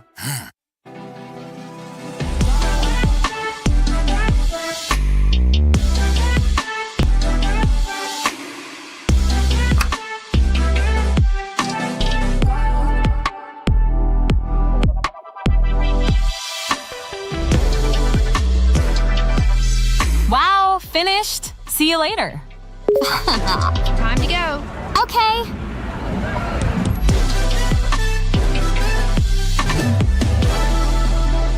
Kita adalah pejuang yang melangkah dengan penuh keyakinan, menghadapi dunia tanpa keraguan, karena hidup adalah arena pertarungan. Kita adalah pejuang yang tak akan gentar oleh segala tantangan, menghadapi lawan tanpa ketakutan, karena kita terlahir untuk meraih kemenangan. Raihlah kemenangan dengan koleksi terbaru UBS Gold X Mobile Legends Bang Bang, edisi spesial MPL ID Season 13. Saatnya nabung dari hobi bersama UBS Gold.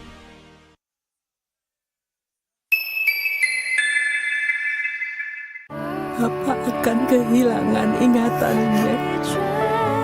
Masih inget ini, Pak? Sekecil apapun perhatian adalah kekuatan. Hidupkan momen kebersamaan.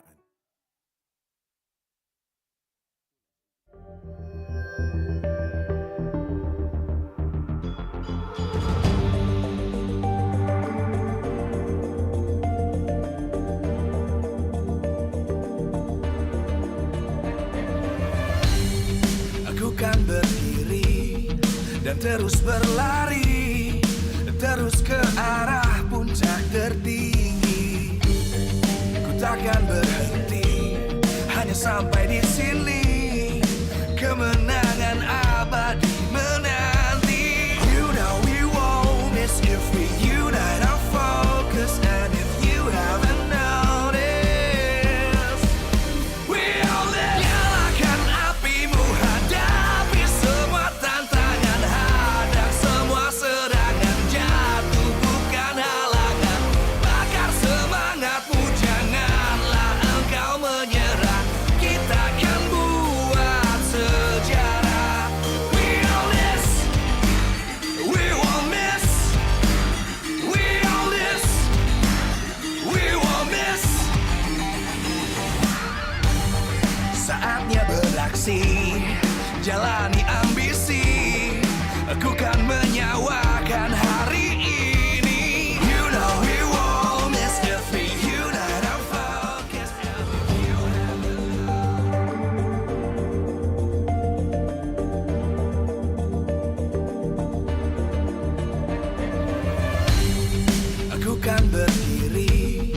dan terus berlari, terus ke arah puncak tertinggi. Ku takkan berhenti, hanya sampai di sini. Kemenangan abadi menanti. You know we won't miss if we unite our focus. And if you haven't noticed,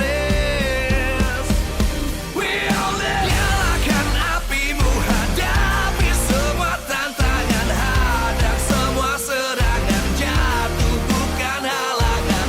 Bakar semangatmu, janganlah engkau menyerah.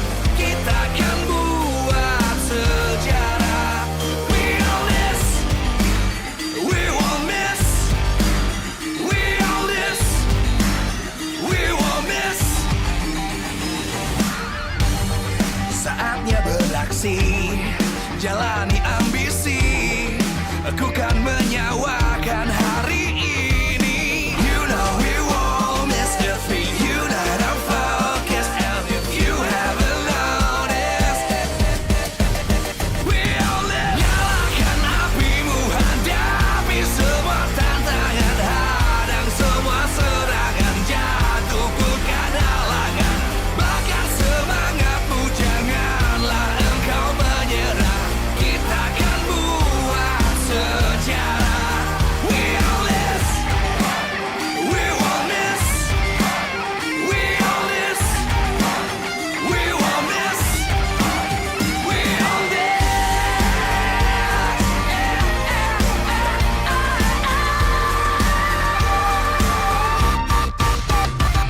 Nyalakan apimu, hadapi semua tantangan, hadang semua serangan, jatuh bukan halangan.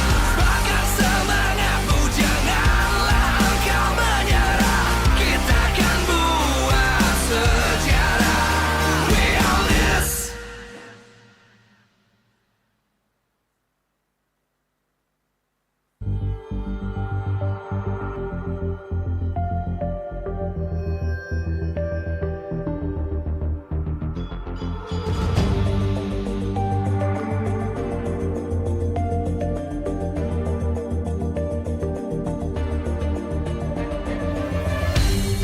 Aku kan berdiri dan terus berlari, terus ke arah puncak tertinggi. Ku takkan berhenti, hanya sampai di sini. Kemenangan abadi menanti. You know we won't miss if we unite our focus. And if you haven't noticed, we'll live. Nyalakan apimu, hadapi semua tantangan, hadang semua serangan, jatuh bukan halangan. Bakar semangatmu, janganlah engkau menyerah. Kita akan buat sejarah. We'll live, we won't miss.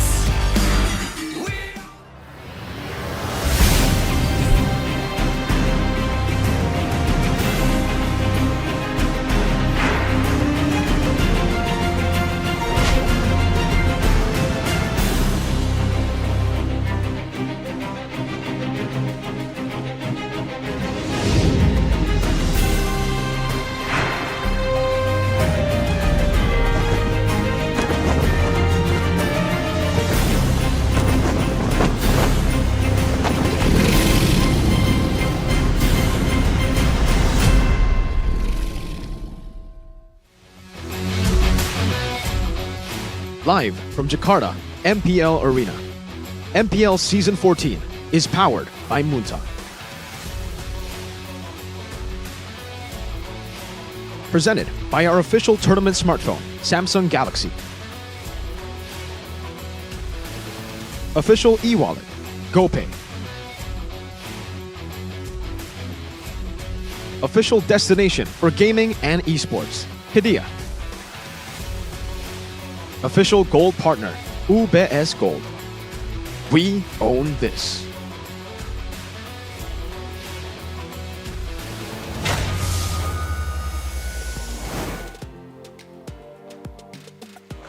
Memasuki match penutupan di mana ini adalah match penuh pengharapan. Satu tim tim berharap bisa masuk ke dalam playoff dan satu tim lainnya berharap bisa masuk ke dalam upper bracket. Inilah dia match penutupan di MPL Indonesia Season 14 minggu yang ke-7 antara EVOS Glory dan juga tim Liquid ID. Semua super fans sudah berkumpul untuk menyaksikan bagaimana kedua tim ini akan bertarung satu sama lain, memberikan yang mereka miliki, apalagi dengan patch terbaru ini, kejutan demi kejutan mereka hadirkan dengan pick-pickan hero yang menarik. Tentunya dari tim Liquid ID mereka memiliki tren positif. Tim yang tidak pernah kalah di leg yang kedua itu adalah hanya tim Liquid ID. Sementara dari tim EVOS sendiri, mereka baru saja mendapatkan kemenangan yang tentu saja berarti mengalahkan tim yang berada di posisi pucung. Walaupun posisi mereka sedang berada di bontot. Jadi ini adalah pertarungan yang menarik, pertarungan saling menantang dan adu taktik. Tentu si official e-wallet GoPay, official destination for gaming and esports, Kidia, official gold partner UBS Gold. Dan juga kita punya partner in esports, ada Campina, Head and Shoulders, Ora Imo, Telkomsel, Dunia Games, IndiHome, dan WeDrink. Dan juga tak lupa ada supplier, ada Erigo, Klik Indomaret, Yami's Choice, dan juga Saturday. Acara ini supported by PBSI. Dan Bude kepengen denger supportnya nih, semangatnya. Tentu dong, walaupun posisi ada di 9 dan mereka terus berjuang naik turun, mana semangatnya untuk EVOS Glory? Woohoo!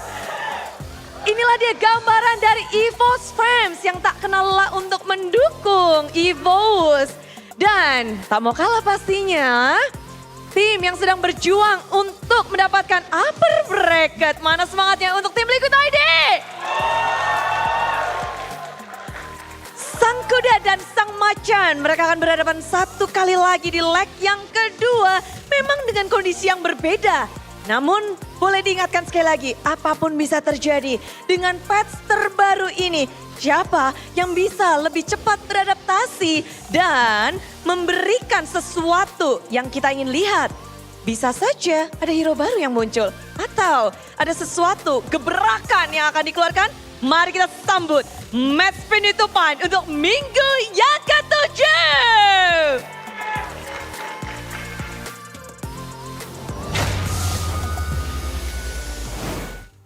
After a very disappointing journey from EVOS Glory, the White Tigers, it looks like they are mounting a comeback. But the problem is, in our last match of the day, they have to go ahead and try to defeat the only undefeated team in leg number 2 of the regular season, TLID. Can they do it? Ladies and gentlemen, welcome to the third day of the 7th week at MPL ID Season 14, and welcome to the English broadcast. My name is Eterna, and alongside with me is Gani as well as Mirko, and we're just gonna go straight into the midst of things in our next upcoming match. The Cavalries is going to be the next challenge, next task. EVOS Glory, yeah, it's an uphill battle from here and on. Hearts, everything, right? I mean, they need a lot to secure that playoff spot. It's not going to be easy, but TLID, will they underestimate EVOS Glory? Because personally for me, maybe RRQ did yesterday. I think they got you know, punished. yeah, honestly, I think EVOS shouldn't. I mean, for Team Liquid, they shouldn't be underestimating EVOS, because I think yesterday was a wake-up call. RRQ, whether they were underestimating, whether they were experimenting, we don't know. We'll have to see later if EVOS are just that strong. But for Liquid, they should wake up after making those comments saying that EVOS, I hope they do well, but I know they won't. They were underestimating them already. But now, after the win against RRQ, they have to be focused, because not even Liquid could beat RRQ. And that's a twist. It feels like a pyramid scheme. They beat this beat that, rock, that paper, beats that. scissors. Very rock, paper, scissory sort of situation. And you know, even the system can't take it. No. Earlier on, that was a blacked out asset. Maybe, you know, in remorse of what happened to Fnatic Onyx yesterday, because we saw Kyrie at the bottom. But, you know, let's focus on this again. Rise of the Blues. The race to the upper bracket versus survival. And we know who is where, right? Evo's Glory are still looking to be able to survive into the playoffs. Meanwhile, TLID, they really want that upper bracket slot because this may be the only time that they get that upper bracket slot from the regular season. And if we're talking about TLID, we got to talk about the players and their spicy statements that I missed earlier. What did he say? He basically said all the blue teams are weak except for Liquid. Wow. Yeah, they're all easy except Liquid. Well, I mean, Rebellion did beat Onyx too. Liquid beat Onyx, Rebellion, Liquid. Rebellion beat Onyx too. So, they share that trait. 2-0, by the way, Gani. And yeah, we get to see that again. This is just add salt to the wound. But they beat RBL. See, that's the difference. Something that Fnatic Onyx could not do just yesterday. TLID have just been so solid, honestly. The drafts have been amazing. The players, especially, the execution. Even when the drafts aren't a perfectly made, crafted draft, if it isn't just an auto win in the draft, they know how to utilize every single hero that they've picked up. The adaptive improv style that this rookie monster lineup has brought into MPL has been very, very refreshing. Not only that, though, but the interviews have been amazing, too. And you have to remember, folks, Prince Aran, has a chance not only to also get one step closer to the upper brackets, but to knock EVOs out of playoff contention. One loss here, and it is over. The dreams of EVOs to make it to playoffs, that miracle run that they were able to get last season, bye-bye with a loss here. It's going to be very scary for EVO's Glory indeed. And let's see. I mean, Natko surprised us with his Hereth performance yesterday against Aran and friends, though. Especially Aaron Shiki in that lane. It's going to be very interesting. But we talk about Prince Aran, I think he's very, very stable. Leg 1, Leg 2 especially, I think this team is more solid, even if you compare it to Leg 1. I mean, the first week for TLID was like a we loose do not streak. talk about that. Okay, let's not talk about that. Thank you. But this is what makes this matchup so much more interesting because this is a different EVOs that will be going head-to-head against TLID later on. Just to remind you guys, right, it was a 2-1 victory for TLID, so they were still able to manage that victory in leg number 1, but that was with brands in the roster for EVO's Glory. So now with Natko stepping back into the fray, this is going to be the ultimate test for him because a lot of people are saying that Aaron Shiki is one of the strongest gold laners here. There's still Skylar, obviously, very difficult. One of Aaron Shiki's idols as well. By the way, he looks up towards Skylar, but Aaron Shiki has an amazing laning phase. How can Natko win it out in that regard? Well, Natko has an amazing laning phase too. I think that's one of the parts of his game that's actually been spectacular, right? So EVOs, they've been able to get that even against RRQ. Skylar was having a tough time, especially in this losing matchup. So remember the keys to victory just yesterday where it actually went over the asset? Yeah, I think it's the same here. They should try the same things, but not the chaos part. Liquid are very chaotic. I think they would be happy if you try to out-chaos them. Is that a word? Yeah. You out-chaos someone? Okay, just try to make it as messy as possible. Liquid would love that. So don't do it. I think for EVOs, they have shown in the past that they can play it very structured. And I think, honestly, against a team like Liquid, a team that has been able to make those adaptations on the go, you need to play structured. Get a lead from the early game, and then shut them down before they can make those decisions. Onyx, Bigatron, both these teams failed to take that lead and close out the games, but they were able to get the lead quite easily. And remember, the macro game is going to be very important. So it falls down to the shot caller, Mr. Captain Psychots, the guy you see on screen. His presence in the team is paramount to the success because even if, let's say, TLID don't hold on to the early game that we should be expecting, they're so great at adapting in the game and they're so good at their countermeasures and their macro play is always on point. And that's going to also be a big challenge for EVOs. And here's the thing, right? Without Psychots, the team wasn't really stable, but with him, it seems like it's really, really stable. And he's here in the official team lineup for EVO's Glory. We have Psychots, Annabelle, Glocken Dreams, and Natko. A different 5 to what we saw in leg number 1, but this just might be the key that they need to win against their counterparts. They defeat the Kings of Kings yesterday and will take the momentum against the Cavalries today. Will it be enough? Because they need the win to secure the playoffs spots. Ladies and gentlemen, it's Evo's Glory. Trying to put that glory from the name back into their game. Like you said, Gani, with Fluffy, they were a fluffy white tiger. Now with Psychots, they are just a white tiger, it seems. You know, they're making improvements. Maybe later on they can be the dominant force that we know them for. But right now, one step at a time. You can't expect to go from fluffy to god level. That is something reserved only for Campina. Undefeated so far, ladies and gentlemen, is leg number 2. It was Geek earlier, but with that loss, it does mean that this is the only team that stands strong in the second half with the main 5 as we welcome them onto the stage. The Cavalry's charge.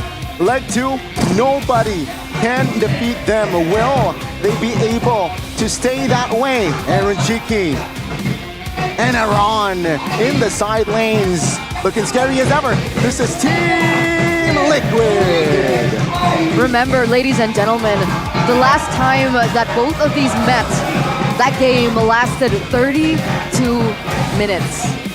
And we're expecting some intense clashes between these two, seeing the performance that has gone uphill for EVOS and the consistency that we've seen from the Cavalry themselves. Will we be expecting the same today from the Clash of the Blues? Man, puts it into perspective, huh? Liquid, they have done so well in the longer games this season, actually. They're able to adapt, if they're able to improvise, and if they're able to just outwork their opponents. Literally what the logo is. It's a horse. Stamina. You want to try to outwork your opponents. Age Caleb, St. DeLucas, and Eterna's favorite, Facehugger. He looks like Gani. Wow. I did not see that coming. Yikes. Yeah, I've loved Facehugger from when he was still a player, right? And it's amazing that he's actually stepped up into the coaching position. He knows what it's like to be in that player position, so maybe that's how he was able to find as much success and really bring Aran and his potential out. The rival showdown, Prince Aran versus Captain Psychots in a Prince versus Captain showdown. Who has the upper hand? Depends what you mean by upper hand, right? Psychots, he's really good at captaining. That's why we call him Captain Psychots. Aran, he's really good at Prince, and no, I'm joking. Aran, he's a very aggressive dude, and now he's actually swapped his playstyle from, it used to be a carry role, you know, you want to play the split push and you want to try to distract your opponents, and now just fully enabling the team by being in the team fights, by being more active. And in that sense, I would say it's very, very similar. Psychots plays a very same or similar game to Aran. So it'll definitely be an interesting matchup to see who gets to participate in the team fights faster, who gets to enable their team better. Will it be Prince or will it be Captain? Keys to Victory presented to you by Samsung Galaxy A55, A355 5G. For the horse, TLID, utilize the new patch as a new strength. Pick Nolan, a hero that Pavillon is really strong with. See, utilizing the new patch is something it comes naturally, it seems, for Liquid. They picked up the Alice Gold and made it work like it was nothing. And maybe day one we thought, okay, Alice Gold is just broken. The next days showed us that no, Alice Gold is pretty bad. 0% win rate outside of Aaron Shiki. The Nolan, too, hasn't really been finding that much success. Vincent losing on it just earlier. EVOS, though, keys to victory by them. Presented to you by Samsung Galaxy A55, A355 5G. Set up objectives to optimize Anival's retribution power. Even Sutsujin, the man a lot of people have been saying is the best jungler in Indonesia, lost out 90% of the retries to Anival. Give Matko a strong lane to pressure Aaron Shiki. I think that's also very, very important. Again, if you get Matko a strong matchup, you must try to play around him so that he can do what he did yesterday to Skylar on the Herod, jumping back and forth, outplaying the Arkiboshi lineup that is number one. Can I add one more? Sure. For TLID? EVOS? Oh, TLID? Okay. Mr. Fabian Man, please don't overextend. Fabian? Fabian. Fabian? Fabian, man. Don't overextend? Don't overextend. Right? Because that 2-1 that EVOs were able to get in leg number 1, that was Fabian getting solo killed by Brands on the Fanny. So Yeah, let's respect our opponents. Let's not get overhyped. We've seen overextension coming in from Fabian. He has been looking a lot better lately. And so let's hope that trend continues. And if we're talking about trends, let's take a look at the win rates. It does look like TLID as home team will be able to choose that first pick selection that, uniquely has a lower win rate as compared to them on red side. Yeah. I mean, let's see. TLID, it seems like they are trying to get away from their comfort zone here, right? Having first pick, does it signify that they want to force that Ling ban? Because yesterday, Annabelle, on that Ling, he was unstoppable, and maybe with the first pick, maybe signifying that, hey, Flavor Fave, Papillon, the usurper, that's the Ling. Yeah, I think it's both, Donnie. It's you want to take away some of these big picks from the side of EVOS, but also if you took a look at that win rate, EVOS have only really found game wins on blue side. I think they've only won 2 games on red side, 16.67%. So it's more about Liquid saying, we want to take you to your tough spot, right? Like you struggle on that red side, so let's see how good you really are when you're on your uncomfortable side. I like the challenge. Let's see if EVOS are able to live up to that challenge. Presented to you by the official tournament smartphone Samsung Galaxy A55, A35 5G, TLID. They go for the Arlet and the Edith ban. Wow, are these 2 bans onto Mr. Psychots, man? What's your command? Captain, that's Captain to you. Arlet Edith, banned out from Captain Psychots. EVOS, Fanny, and Chip. No respect to the Prince just yet. See here, EVOS Glory still able, or potentially Ling can be open here in this game. Let's see, TLID, what will they do to dodge or perhaps, counter this Ling situation? EVOS Glory, last ban, what will it be? Last ban for EVOS. The Ling ban makes sense. Honestly, the Ling ban really makes sense, but the Phobius is up for grabs. The Hylos as well. And yes, the Hylos hasn't been able to find a lot of success, but in the hands of TLID, the horse themselves, for some reason, it has been really, really good. That has been what they've gone for first pick. Maybe that's why they banned out the Edith and Arla, 2 answers to the Hylos as first pick prio. Hylos, Ling, Mathilda perhaps. Witty has been phenomenal on the Mathilda too. Very flexible, very adaptive, really good cover. There you go. But the Hylos goes through for TLID. This is a hero that hasn't really surfaced as much ever since the patch landed. So it is a big test to TLID. Out of the other teams that have picked up the Hylos, I don't think they've won on it. Yeah, TLID will try to stick to their identity and work with this horse. Let's see, EVOS Glory though. Ling open, you mentioned the Matilda. Again, it's a good pick. It's a good pick, right? To support, sure, it doesn't really combine well with the Ling, but with the marksman, with the mid, it really, really supplements their mobility. I think they should pick up the Ling here, right? Because if TLID pick it up first, then it is going to be a problem for EVOS. Technically, if EVOS pick it up here, TLID, even if they want to go for Nolan, a power pick with the Nolan, the Ling does better against the Ling, but they actually leave it open. They're going to go for the Harith as well as the Matilda. Circling back to the keys to victory, they need a winning lane for Natko. Yeah. I don't know about this, man. This winning lane is already looking tough for the Harith pick here. It is a comfort pick for Natko, but you leave yourself very, very vulnerable to the Lunox. They go for the Ling instead. They know they can actually even go for the Alice later on, because I believe it was game 1 against Bigatron Alpha, yeah, that Eman was on the Harith, and Aaron Shiki won on the Alice, so Ling plus Ruby will be the answer for the first phase. Still flexing Ruby and the Hylos and getting a comfort pick for Fabian.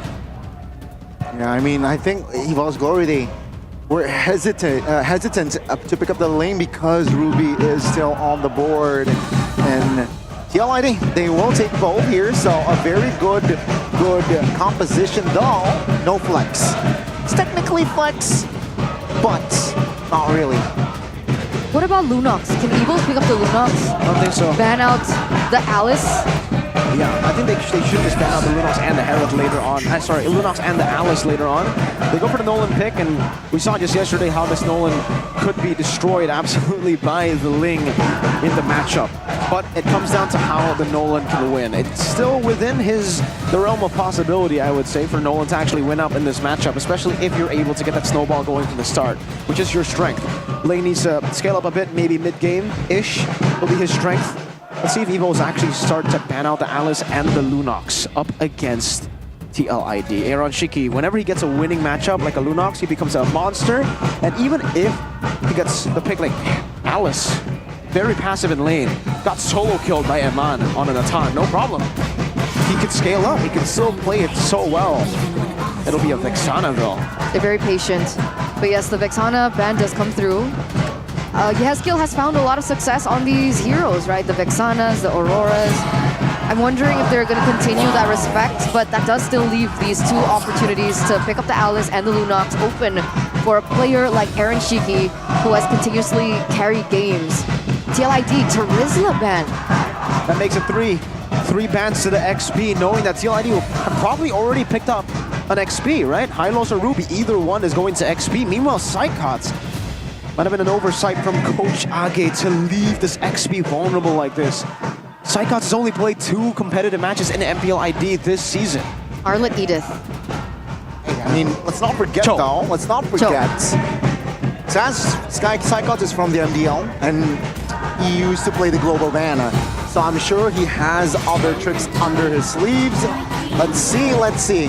What will the captain bring this time around? It's gonna be the Lunox though banned out. You were already speculating around this IDN. Seems like you were able to locate this pick. Here's the thing. Even if Psychots has a lot of heroes in his book, the question is, do those heroes work in the meta? Because Psychots is known for Yuzong, right? Is there a potential Gatot that could be placed in the EXP lane? I know you're not a fan of it, but let's talk about options here for Psychots in that EXP lane. If your name ain't Karsten, I don't think you should pick up the Gatot XP, man, but... Get out of here. Get out of here. I don't know. Options. Thamas comes to mind. Does Yuzong as well. Yeah, Thamas, I think. Does export still work in the EXP lane? It's risky. I think if they do want to go for the export, they last pick it, right? They see what TLID want to go for first, because up against a mobile composition, it'll be tough to pull off. But hey, this is the glue. I think we saw this yesterday. Who was it who played the glue? But yeah, we saw the glue yesterday. It was Rez? I'm not sure, but we didn't see the glue yesterday. I believe it was a loss, though. Oh, no, it was a win, actually. Dewa picked it up. I remember. Yeah, glue, right? Yeah. They won. Yeah, they won. So that was Chorizo, obviously, ex-BTR, by the way. Now it's Psychots. Let's see here what will be the 2 last picks. Seems like they need range here, unless they want to double down. Sure, they have the Ling that can split push mid-game, that can break the formation of Evil's Glory. But I don't mind some range, all right? Maybe Alice. Eve? Alice Angela? Ling Angela. Oh. Aurora. Yeah, this is a hero. Yehezkiel loves this hero. It is risky, especially with the glue. I was thinking, if Zask worked, can the glue get on top of a Zask that goes into the Dominator's Descent? I don't think so. Haven't seen that interaction. Yeah, haven't seen that interaction on top of the Dominator's Descent, right? That would be funny, though. That would be cool. Because if that's the case, then could have avoided it with the Zask. Yeah. But I guess there are a lot more tools that they can work with the Aurora, right? She has inbuilt CC and Weedy on the Angela. What do you think about this Ruby in the gold lane against the Harith? It's okay. It's not that bad. You can actually stop a lot of those dashes from the Harith with the Dora Wolf King. You can sustain in lane. You won't lose out, but you won't win either. It seems like a 50-50 lane.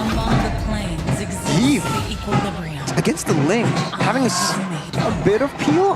I understand. Okay. I don't know. This is a bit 50-50 here in the draft. But yeah, TLID.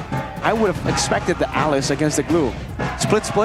If you use the Alice on the split, you get so much sustain. Crazy sustain. Like Anti-Mage and MSC against Execration. I don't know. Do they think it's risky that they can level it in the early stage? But this is also similar risk. No range. They can't siege. If they don't get the snowball going, or if they don't win the team fights, it's tough. And I'll have to agree, Evos definitely have the more balanced composition. There's a small window that TLID, I think, have to work with. Definitely. Sure, they have the high loss, they have the Ruby as well, but late game insurance is going to be the question here for Team Liquid. It's a big question. Who are they going to rely on if this early game doesn't work the way that they plan? But then again, this is a team that has gone undefeated in leg number 2. Let's trust the process. Ladies and gentlemen, welcome to game number 1 in this Best of 3 series to close out week number 7.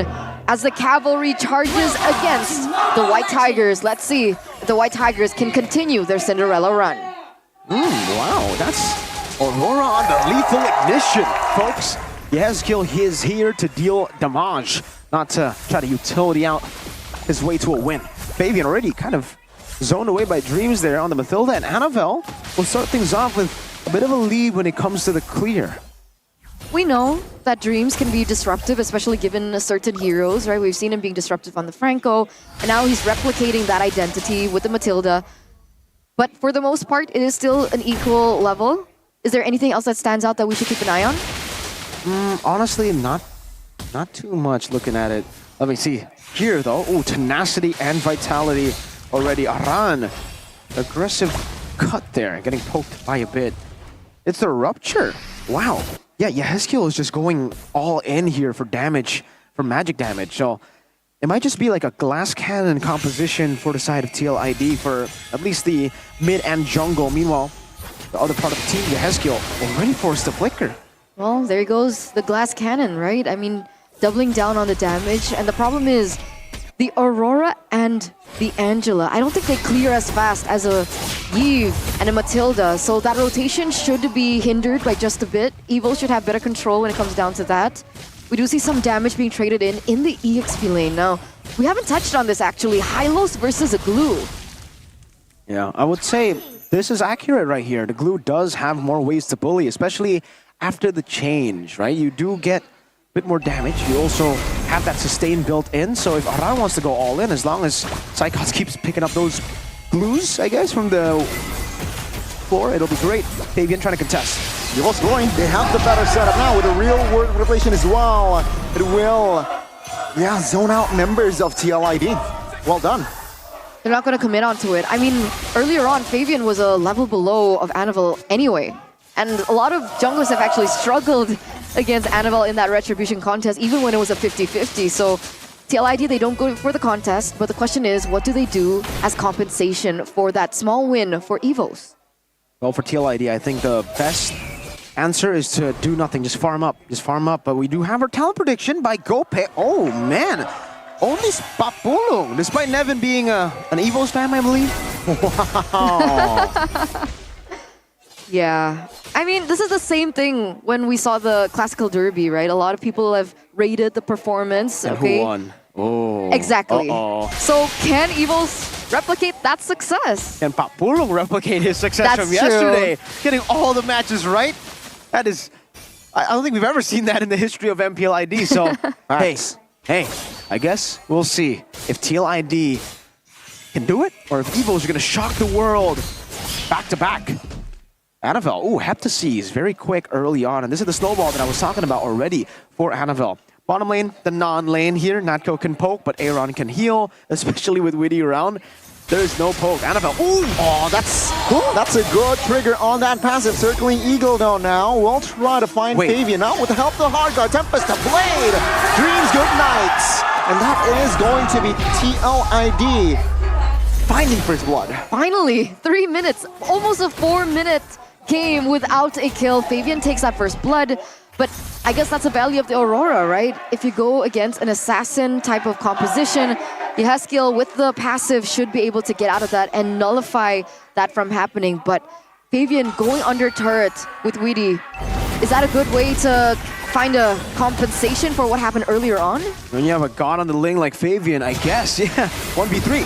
Now Fabian secures the turtle. So that will be a different story from the first one. All right, okay. What?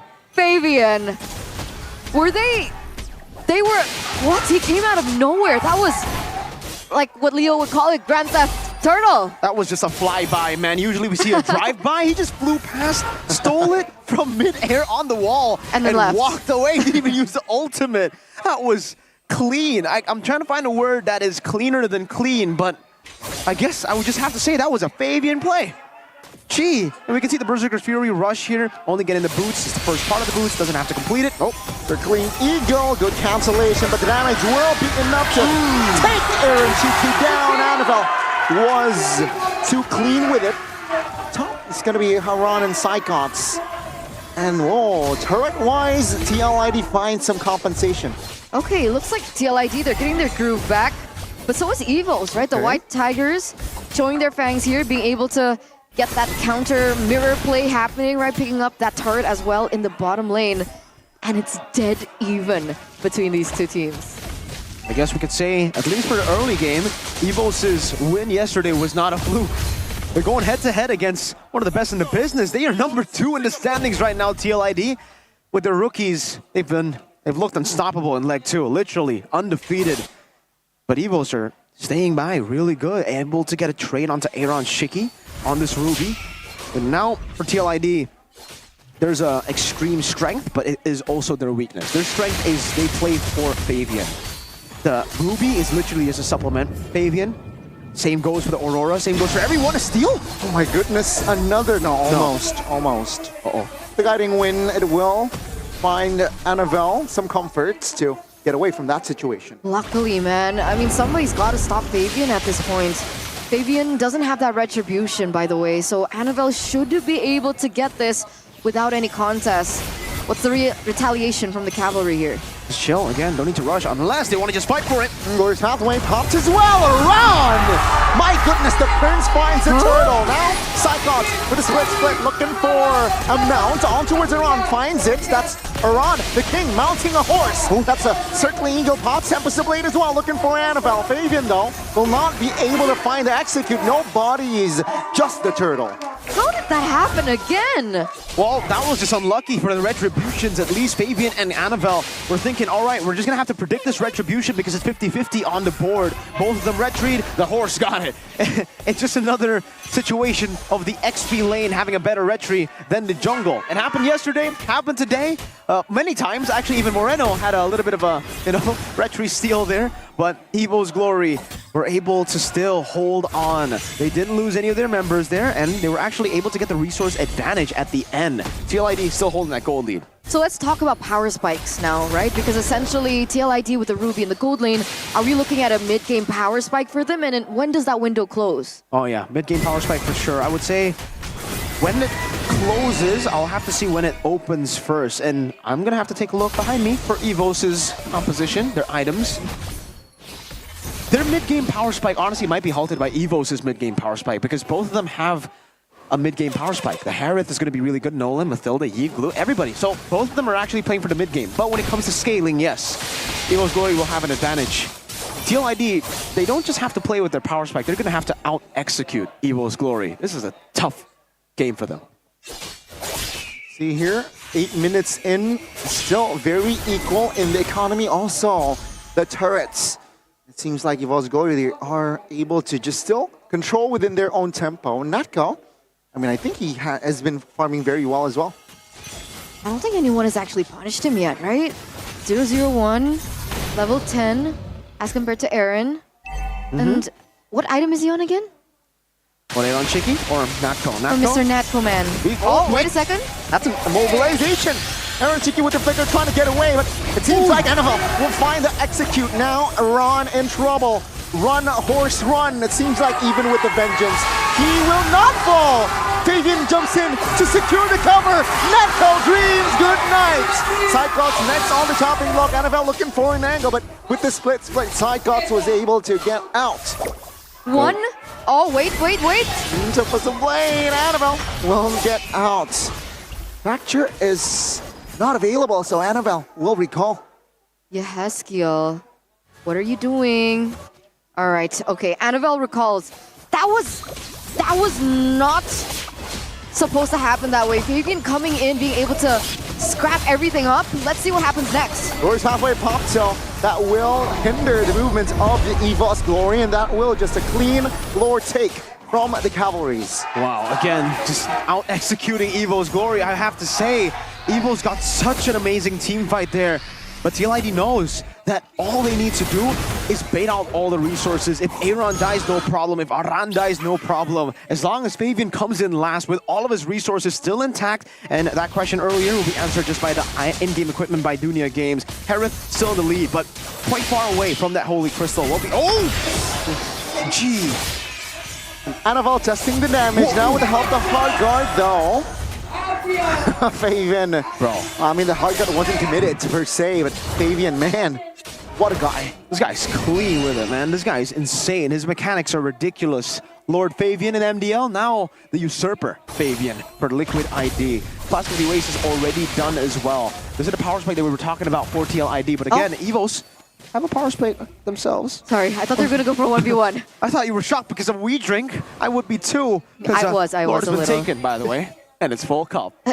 Luckily, it's not half cup. But yeah, I thought I was looking at the mini map earlier, and wow, I thought Fabian was gonna take that 1v1 against Anavel. That would have been a sight to see. I hope we get to see it actually at some point in this game. Tropicana double crunch? Yeah, that too.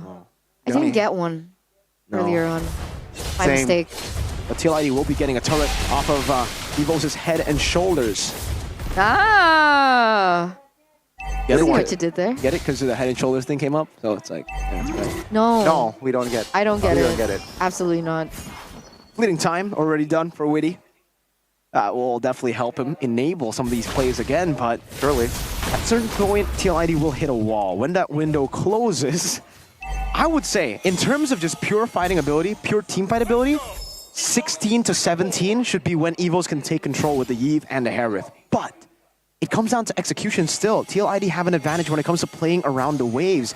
And having the Ling means that you'll be able to utilize that mobility to just go up top when the Lord spawns in below, to push in waves, and then to outplay EVO. So if we're talking execution, the window won't close. Pure team fight, yeah, it will close. But that's why we're playing a MOBA here, folks. It's not as 50-50, black and white as that. I love it. I love this game. He's pushing the lane up top. Exactly, that mobility. Is Anavel gonna clear it in time? I don't think so. He can't 1v1 a Ling. And on top of that, it's not a 1v1. It's a Ling and an Angela. So I don't think anyone on the team of EVOs can 1v1 that Angeling. Oh no. This is the thing we were talking about before the match begun, right? Macro presence from TLID, and we're seeing it challenging the White Tigers right now. Looks like Anavel is going to have to clear that up, and TLID will use that opportunity to go in for the setup for this Lord that has spawned in the Land of Dawn. Well, jungler's level 15, so let's see here. EVOS Glory, it seems like setup-wise, they are a bit behind, but TLID, they will not rush on towards the Lord. No, they know they can't. There's no way for them to burst the Lord, unfortunately. So whenever they walk up to the Lord, it's just a dance. It's a pull. They have no way to actually threaten a real Lord take here. It's actually EVOs who can do that.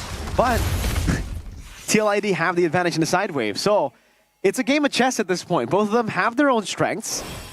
None of them can really threaten a pick unless, yeah, skill walks up. Oh, Aran initiating, and in the back side, Walkman caught alone. Psychops now pops a split in a very awkward position, and he will be punished. EVOS Glory are in shambles. Well, that's the answer, right? They don't go full force, full throttle on the Lord. They look for picks left and right, and unfortunately, they have to catch Klokken and Psychops lacking. Without these two members, EVOs, they can't stand a chance to go in for the contest for the Lord, and that's going to be free for the Cavalry in the 13th minute of the game. Home hard guard to save the day, guiding wind. With the Searchling Eagle, now Tempest to play Natko. My goodness, Fabian finds it. Let's go Liquid, and Annabelle is going to go down as well. Double kill for Flava Fave. They're getting destroyed. I can't say anything. That was absolute class. That was cinema right there from Fabian. The Usurper, Flava Fave, what is he made of? The camera can't even take it. It's when he tried to focus on Fabian, it shook. That's his power level. Oh my lord, Fabian. Disgusting stuff from Flava Fave, from the Usurper, as TLID have built up a 6,000 gold lead. They can slow push up top, they can wait for the next wave and then push in all together. Oh my goodness, Fabian. Let's see the defense now for the White Tigers. What's the plan? That's the question. Base turret will be their main objective, and that will be cleared top and bot. Evol's Glory, they will have to take care of the Lord first. And TLID, they know that's a win. That's already a win. 2 base turrets taken down, and Cyclops initiating. Oh, this might be a mistake. Cyclops taking a lot of damage. Weedy as well. Annabelle looking for a flank, but Cyclops falls for Zoran. Very low survives. Then Fabian will not be able to find any members, but the base turret in the mid will be cleared. So Evol's Glory, they can live another day. Cyclops made a gamble, and unfortunately the payout was not it. He had to lose his life in the process. But essentially, was it that bad of a trade? I mean, it was just Cyclops taken down, and the possibility of finding something, was there something there for Cyclops? Honestly, feel like it was a bit desperate, right? They wanted to just try to force out a fight, force TLID to take that fight in Evo's Glory's terms. When Clocken can use the real-world manipulation to lock them down and deal damage, when Nako can use his Unforce, but TLID are a bit too smart for that. You can see that just flexing with the TLPH recall. Fomion, yeah, has skill with the C as well. Oh, very confident. Flashbacks to the first leg when they did this too, and it was Flavor Fave on the Fonny. Fonny. Flavor Fomion and Fonny. Oh man. 6.9k gold lead now. 7.3 actually. Cyclops opening up the map. But TLID, they're not quitting. They don't stop there. They're looking to take this purple buff. And they should be able to take it. Oh, they have a 7,000 gold. If Evos walk up, they're dead, right? Yeah, I don't think Annabelle should take this, but oh, TLID. Annabelle, don't do it. No. He gets it. Oh, no. Okay, clean. Nice. That's a bait though. The retry bait. True, true. The timers align in favor of the cavalry, right? It will take quite some time for that retribution to come back up for Annabelle. And so TLID, they have a choice. Do they rush this? Which they can't. What's the next plan? Last time they had to take down 2 members. So it looks like Yeheska and Iran, they're looking for that play.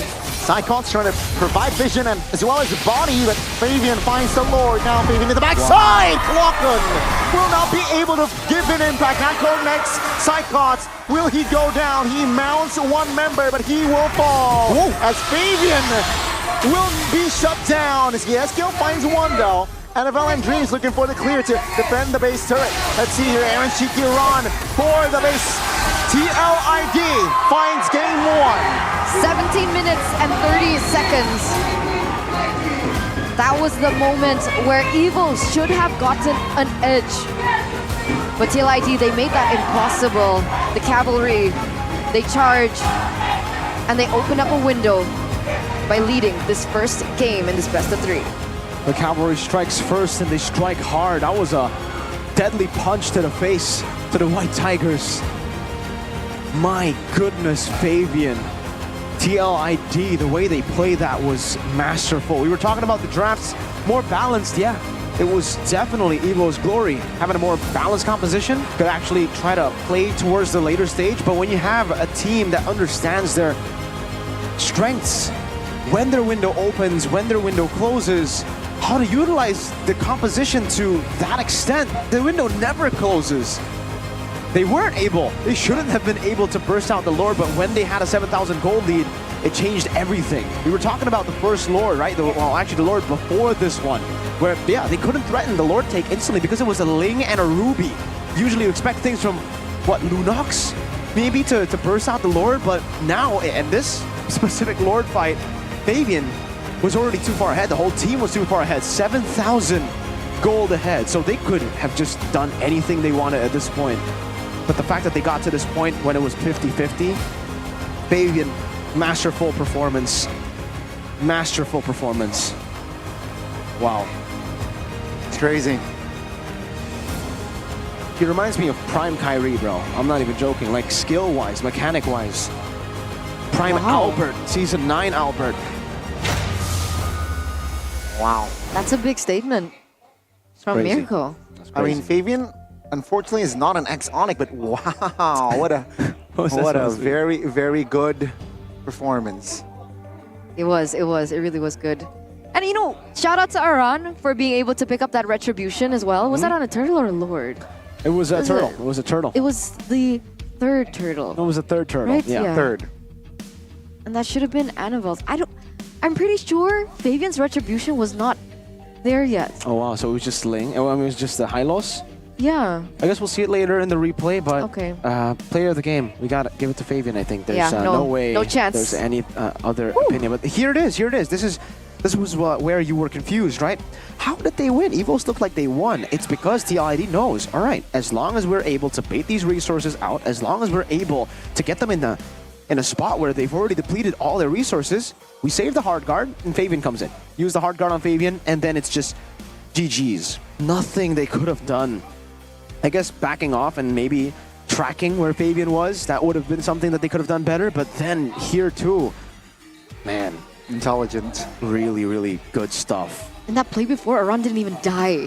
So they wasted that many resources and he didn't even die. And he was able to facilitate this man that you see on screen, Flavor Fave, player of the game, presented to you by the official tournament smartphone Samsung Galaxy A55, A35 5G.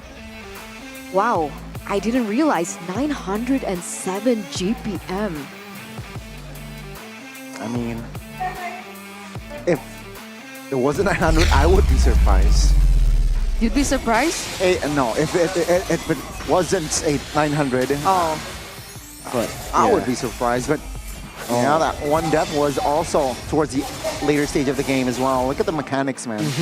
The confidence of this man too, not just the mechanics, because some players have the mechanics, but the confidence to go in like that, the calculation to go in like that. I don't know if that was pure instincts or he knows, but it's absolutely ridiculous how good Fabian is, man.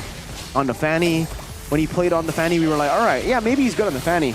Try the Nolan. Nolan goes on to destroy everyone in MPLID. Ling now goes on to destroy everyone, even the Joy, the only Joy win in MPLID, I think, and the X-Borg jungle, Alpha jungle. He's complete. He is ridiculous. Man, I am trying to I'm trying hard here to think of more words, how to appreciate this guy, how to compliment this guy, but I'm struggling. This guy's just that good, man. So much potential, seriously, from this player. Wow, I'm flabbergasted. I am gobsmacked. All the words.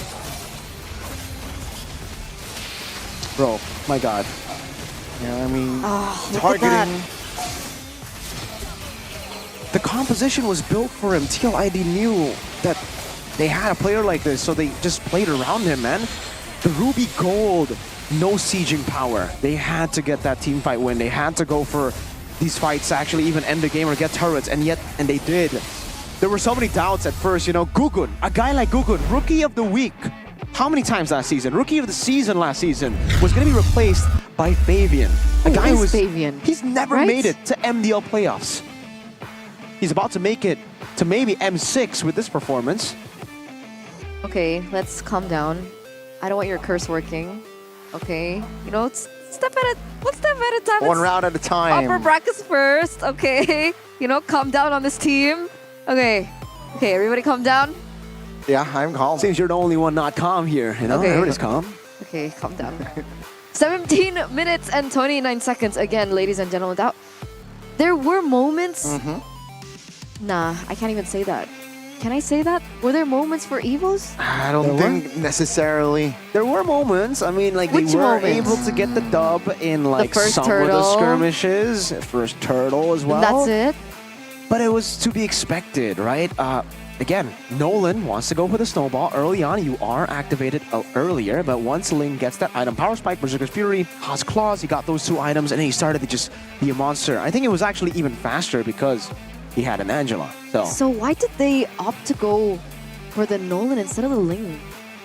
I think Gotti made a good point. They knew the Ruby was still up for grabs. Knows that Liquid have been able to utilize Ruby so well. So because of that, yeah, maybe it was just too scary to go for the Ling up against a composition like this. And this is what makes it scary, right? Even if you take the Ling, you give the Nolan, it's Flavor Fave on Nolan. Nolan, Flavor Fave beat Super Ken Ling. That's true, actually. Pick your poison for Evol's Glory, and it does seem like their pick for that first game wasn't really too fruitful. 12-3. Ban it. Just ban it. Just do it. Evos, you gotta ban it away. And by the way, Liquid, amazing first. That's why they took first pick. They just get their comfort picks. It's Hylos, Ling, Ruby. There's nothing of like, Hylos isn't that prio, guys. For most of the teams in MPL ID, for all the teams, I don't see Hylos first pick. I haven't seen Hylos first pick at all, except for Liquid games, right? Liquid BTR, day 1 of week 7. Yeah, we saw the Hylos first pick, but that's it. And then now we see the Hylos first pick again. Usually it's always After patch. Yeah, it's oh man, Liquid. I love the drafts. I love the gameplay. Execution as well. Execution right? even more. Because FNO say they also like to prioritize this Hylos, but not too fruitful. Maybe, I mean, their logo's a horse. Like, I know, maybe. sticking with their identity. Because Centaur. even if they try to shut down Fabian now, realizing his potential. Huh? Realize the caster? Yeah. Okay. The caster. There's always other members, other pillars from TLID that can pick up that mantle. Because Aaron Shike, he was more of like okay, you know, I'll let you shine this Take time. the stage. Take the stage. But then as soon as they're like, okay, Fabian's not playing, and then Aaron's like, okay, it's fine, I can take it. What's the plan? What did you say? What's the plan? What? Hello? It's like the connection is just so on point. Hello? You can hear me, Miracle? Hello? Oh, the connection. Hello? Yeah, I can hear you. Are you using IndyHome? You're lagging a bit. Yeah, I can hear you. He's like at 120 ms. I don't. Anyway, I can hear you. That was late. That was a late response. Guys, What's you IndyHome? don't want to be delayed like this. Okay, you don't want to be Miracle right now. Oh, I'm so not if lagging. you don't want to, you guys need to pick up IndyHome. Why?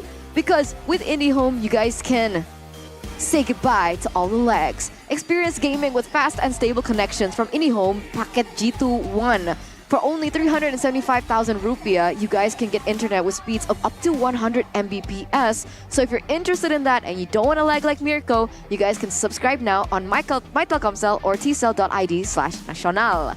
NASIONAL. Oh, it's there. No? Check it now out. it's not there anymore. So that's all I need to actually be able to talk normally? Mm-hmm. A good connection? A good connection and of course good earbuds. I still can't hear you, even What? with the good connection. Airbuds 4, man. Check it out. Experience the power of Hero.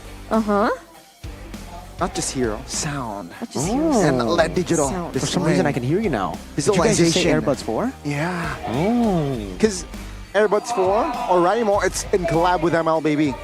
All in Airbuds 4. Check out the official Oraimo store. Get yours now. Right now. Right now. Don't wait for later. Do it now. Okay. Not soon. Use your Samsung phone. You guys can check it out. And all the official Oraimo stores, you can go to like the maps and be like, where is the closest Oraimo store? And then it'll Easy. pop up. Just go Easy online. peasy. For that, you know, I think that could be easier. I mean, if you're more of a physical person, Oh, if you want to touch grass, Yeah. it's a bit rare. Glass? Grass. I like Oh. contact. No. maybe Contact grass? your love language is physical contact But I don't think it's called physical contact. with grass. Like- It is possible. Physical contact. I thought I was lagging here, man. What was that? I thought the bit was me lagging, not you lagging, man. It's an ongoing bit for us. But, you know, what's also ongoing is Erigo. What? Because wherever you go, Erigo. Oh. There we go. Wherever you go, Erigo. There we go. Plain and simple. You guys should check it out. The designs are fantastic. And of course, Oh, fantastic. there you go. Wherever you go. And I go wherever you go. Especially if you like grayscale clothes. Grayscale? What's that? Grayscale. Grayscale clothes. Oh, this? Is this grayscale? Yeah. That's not cool. That's a jersey. That's cool, Oh, you though. mean the color? Like it's grayscale. It's very monochrome. You don't like colors like me. I don't like colors. I don't like wearing colors. You don't like colors? My entire wardrobe is black. If it's not, it's a casting suit. That's it. Is that true, Gotti? I have doubts.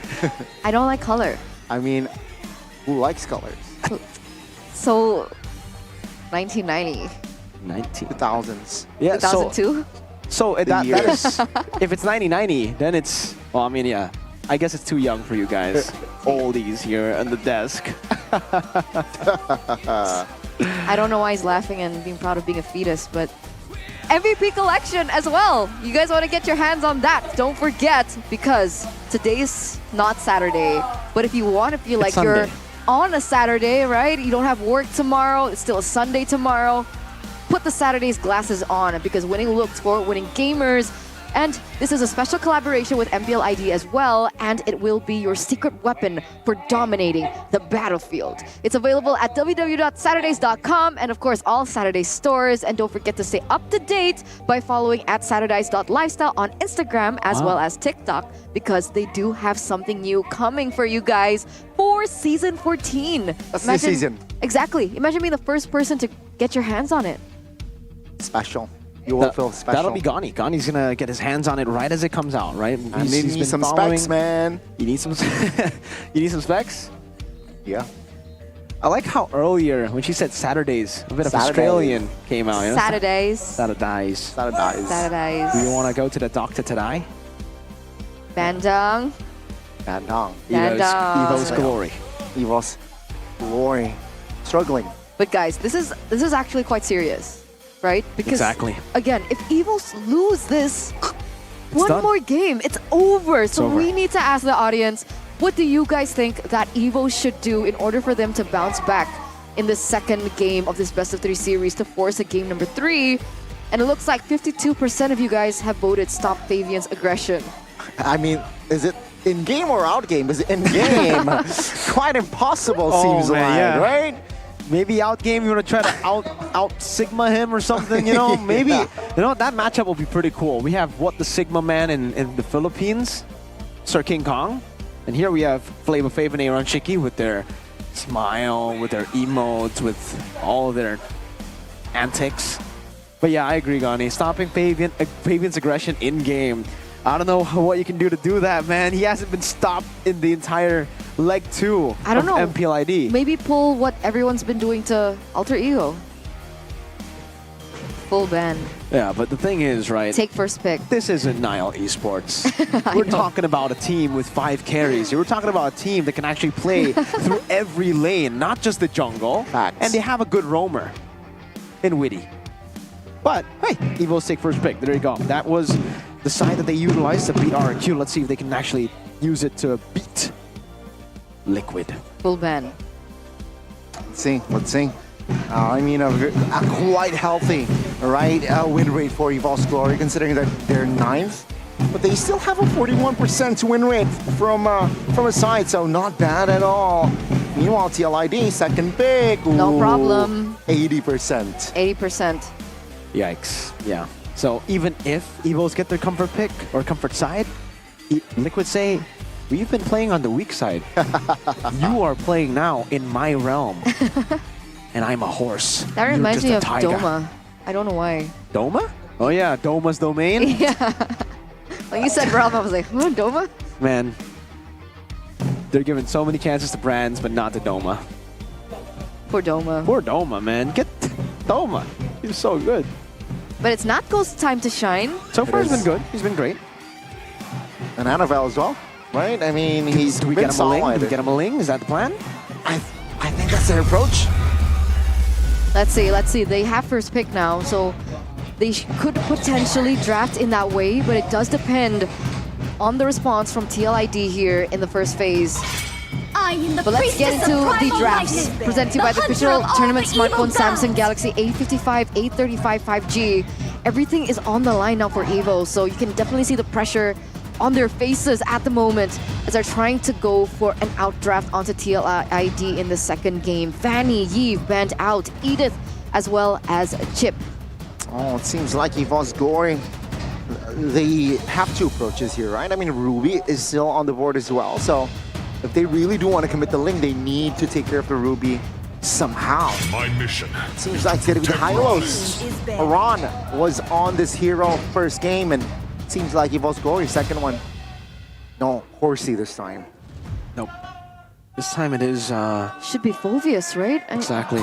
I am not the only one. Arlet and Edith was bans coming in. Now the Alpha and the Arlet are left open. Still same bans from the side of the red side here. Evos are the ones to ban out the Fanny, Chip, and the Phobias. First pick potential, Arlen, Mathilda, Ling. Not too sure if they actually want to go for the Ling though. It's too That's early. first pick, yeah. But then TLID will take it away for Exactly. sure. They have to do it.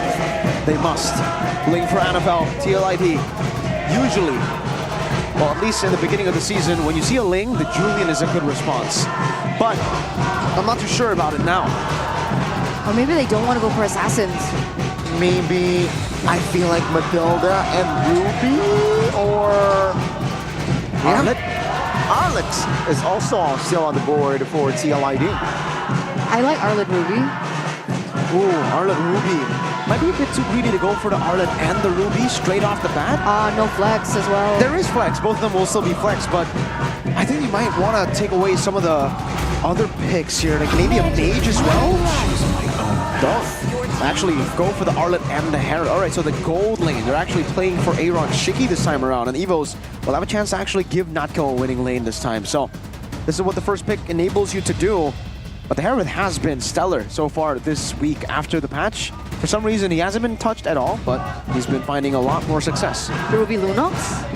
I like that, right? Just straight up, you're denying, but is the Ruby an overkill here?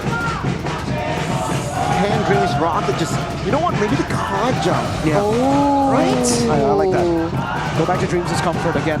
When it comes to comfort for Dreams, Minotaur, Edith, Tigreal, Kaja, Franco. Don't try to overthink it. Don't try to go for the Mathildas and stuff. But if this is the thing, if you don't, you give TLID a chance to take it away. Terizla to support the league, and it's unfairness. Oh, many ways for TLID to answer this. They can go for Valentina to steal the Netherrealm away. Or they could just go for an assassin pick first for Fabian. With a Herald here, they need physical. So Nolan. Would you go Nolan against the Ling Herald Fairness though? I think... Ling Terizla Fairness. Do you want to go for something like the Bane instead? Bane Alpha? Then not this early. I think they can save it for later. If they want Alpha, yeah, I think it's okay to pick up the Alpha now. But if they want Bane, just later. Okay, they go Nolan. It's a risky pick, but it's Fabian. It's Fabian. So technically now, Evos can still eliminate the Valentina from the board. Yeah. Right? If you want to focus on the team fight prowess that, of course, the Paramis does offer with the additional sustain, you don't want that being leveled, you definitely can take it away. I think it's within their game plan here to ban out the Valentina, but it's going to be a repeat, right? Ling versus Nolan, but the pilots. There's a switcheroo. TLID though, what will they focus? I guess the gold lane here. Lunox. Yeah. Should be the Lunox ban. There you go. That's the Lunox ban. Honestly, Evos might just go for the Aurora plus Vexana ban to stop Yazkiel. They don't, but they do go for the mid lane, so it is the Luoyi actually that they've decided to go for. Has Yazkiel picked up the Luoyi at all this season? I'm actually, because I remembered him playing the Luoyi a lot last season with Kaja, Tigreal as well, of Yaoi. Not too sure about this season, but Since week 5, no. Since week 5, no? Yeah. Oh, okay. So there you go. Maybe. This is an oversight. Angela banned out. You can't go Angeling like we did. Valentina. Oh, they leave it open. Okay. So hide your card for your Arlet flex. Just pick up the Valentina here and now. Why not? Yeah, I like that. I honestly do like that. But I can also go for the Aurora. I think it will be great against a clumped up composition. You have a lot of utility that sets up for the Herald and the Nolan. And you have the survivability that not a lot of mages have with your passive. So Aurora, I would say, would be the safer option. Unless you're going up against Nolan. Then I would say the Valentina will be pretty safe. TLID is not known to draft safely. Yeah. No. They picked up the Nolan the earlier. man. Exactly. So what's the answer? Do they want a little bit more tools to work with in the team fight, or do they want to level out that sustain? The answer is the sustain. They're gonna go toe-to-toe with the Netherrealm on Faramis. Okay, so now it's Evos' turn. Last time they went Kaja Beatrix. Do they want to do it again? Kaja Beatrix. You're gonna give the Divine Judgment away to Valentina, but you also technically overwhelm the Valentina with 2 good ults now, Netherrealm plus Divine Judgment. Do you want to go Beatrix? It's an anti-lane of the Heron against the Heron. There you go, it is Kaja, Beatrix, Evo's Glory. The winning composition against RRQ yesterday. And what it serves, right? Divine Judgment, yeah, even if you go Purify, you can't really pop that Purify. Cho. Oh, I like it. Beatrix can't really rock the Purify, though. They want to go the extra mile. Kufra can work. Kufra, I think disengage will be very important. I mean, last time I think a Minotaur would work. But I don't know if the Minotaur works now. I think that is the best option, honestly. I think that is the best option against the Kaja, against this dive. And again, Kaja Flicker, Beatrix Flicker. Only Feramis will really be able to get the Purify down. They go, none of the above. Lolita against Beatrix. Hey, Divine Judgment, you try to penetrate, it'll bounce back to you. That's Witty the wise. A step, 2 steps ahead. 2 steps ahead. We're thinking very basic here. Minotaur. What? Cool from Lolita reflect damage. All right, we'll see if this works. Have we seen anyone try to counter the Kaja Beatrix with the Lolita? The Beatrix with the Lolita, yes. The Kaja Beatrix, I don't think Did it work? Against the Beatrix, against the Natan, usually it does, yeah. TLID, counter index, and lineup rating favors them this time around, and I've got to agree, that is a spectacular pick against a Feramis too. That Numenor Blast, oh man. Oh man, indeed. And there it is, one more life, ladies and gentlemen, for the White Tigers. After pulling the impossible against RRQ yesterday, it can't just end here. Let's see if they can push the series, push their momentum onto the Cavalry in their second game of this best-of-3 series. Evo's Glory and Team Liquid ID. Let's see here, no Purifies on the board for both teams. So it's a Flicker world in the Land of Dawn right now. Let's see how they're able to get this done. It's still Annabelle, the special skin of Link. Man, that's a difficult skin to pull off, yet he likes it so much. Okay, man. That's a focusing mark for Dreams as well, trying to just get as much prio as possible in your S-skill. Oh, good damage back to Clockun. Well calculated there.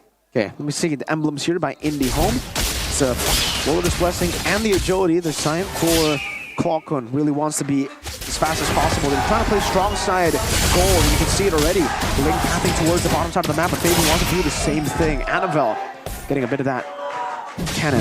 Thrill, Fatal for Annabelle. It's the Thrill for Fabian. And it's a tanky, very tanky Arlet here. You don't need to go common emblem anymore, so you can just go pure tank emblem now. Also, both of the gold leaders went for Weapon Master. Wanted to play around that later stage of the game. Usually for the... I mean, there's been a lot of differences. Sometimes people will even go Master Assassin. Bargain Hunter is what Iman went for earlier today. Aaron Shiki chooses the Weapon Mastery. Wants to get more damage with the items, and you can see here. Oh, Aaron Shiki actually in trouble, but it is not far behind to provide cover. That will be Aaron Shiki recalling. Luckily, he was still able to clear first, right? So even if he goes for the recall, hopefully he doesn't miss the next wave that will come. But it looks like Nako wants to blitz through that. He knows of the recall, wants to make sure that Aaron does fall behind in that lane. Fabian is already on the turtle. Clockun providing vision. Annabelle, though, will try to find... Oh, the bounty zone perfectly done by the captain. Annabelle secures the neutral objective, and Fabian falls. Evo's Glory strike first here in the best-of-3. Yeah. In the second game. In the second game, indeed. Captain Psychot showing what he's got. Oh, wow. An interesting steal there, just with the Synchro Vision. But this is why they put so much emphasis on taking away comfort picks from Psychots. He knows how to enable the team as much as Aran does. And Aran, that time, sacrifices lane, level 3, not level 4. It was Evo's Glory with the advantage. And TLID, that was already uncharacteristic for them. Contesting the first neutral objective while being behind. And this is essentially Psychots on a debut pick. His Terizla is a debut pick this season. We've seen him find success on it before, but with all the changes to the patch and all the changes to the laning phase, it looks like Psychots is still doing fine, right? He was able to facilitate what happened earlier. And it looks like even in lane, he's able to clear a lot quicker. He's able to rotate a lot faster. So he's a lot more active in this game. And that could be one of the benchmarks that EVO's require to win this second game. But combo hero stat, what was that stat? How many percent was that? No, 67%. 2 out of 3. That's good, right?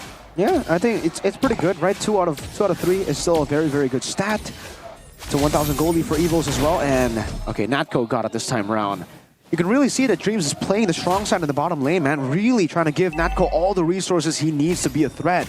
But that could very easily backfire if Natco makes a mistake in these team fights with a Bulwark being up for Witty. If he pops it in time for these big ultimates to come through, it might just bounce back on his own team. Professor Witty. There's a lot of weight on his shoulders right now. I'm wondering what TLID want to respond this with. It seems like they're hovering over in the mid lane, looking for the clear for Yehezkiel. Yehezkiel has the Nether Realm, by the way. So as both of these teams are corralling against this next neutral objective, that's a resource that can be utilized by TLID as well. They don't need to contest, honestly. Oh, Dreams! Figured out right judgment now with the Witty. Good silence, but Iran now looking to find a distraction. Oh my goodness, Noon on blast, and Iran secures one. Witty falls in the hands of Annabelle. Now Tempest of Blade, rope to be popped. Iran with the flicker, finds Natco. Will respond with a flicker himself. Now Fabian looking for the assassination. Yehezkiel is there to secure it as well. But Yehezkiel will fall. Fabian actually was the one who got the kill. Shiki, that's a pull. Very, very scrappy. But who wins? EVO's Glory, I think. That was 3-for-2 trade. I think EVO's Glory won in the end because, again, even if you bully Natco, you take him down, there's still Annabelle. This is the double layer of EVO's Glory's carries. It's just like last season, actually, when it was Annabelle and Brands, but now it's Annabelle and Natco. Annabelle getting those kills was massive. Now he's 2 levels ahead of Fabian. A sight that we rarely see for Fabian, being behind of a jungler. Final slash though, on towards side gods. And top lane 2v1. No flicker though for Dreams. Divine Judgment is up. But even so, still, doesn't it look like EVOs want to go for the blitz onto the contest, onto the turtle? Yep. I think it's really good. Again, they have assassins in both of the compositions. Annabelle, he should not compromise his lead by going and committing onto the turtle. He knows that his resources are better spent just fighting and trying to clean up.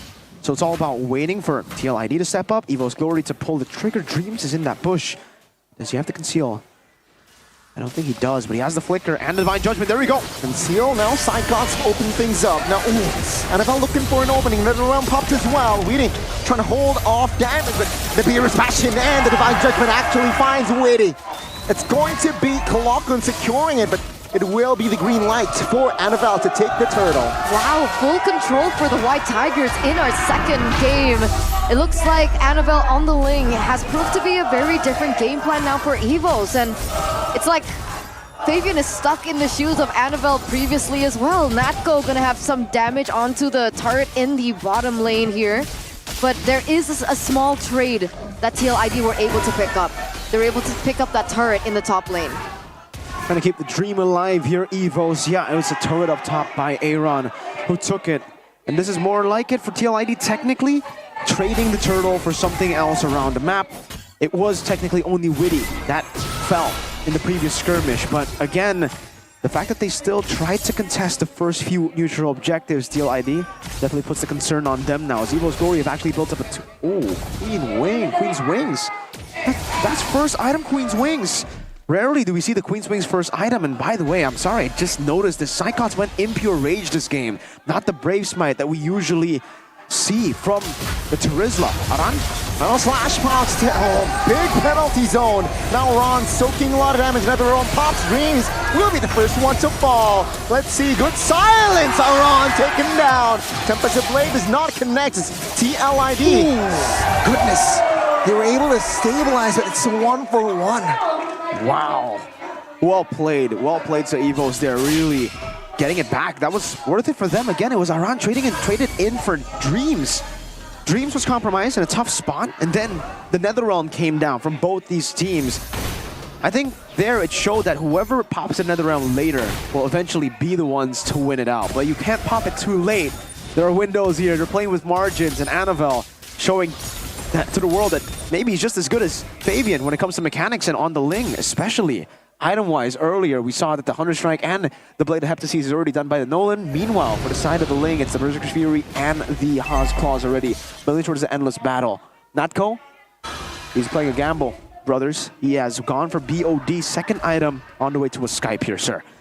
If he gets stacks, Evos will certainly be able to get the Kaja Beatrix combo online a bit more, but if he falls, if he gets picked off again after getting the Sky Piercer, that'll backfire.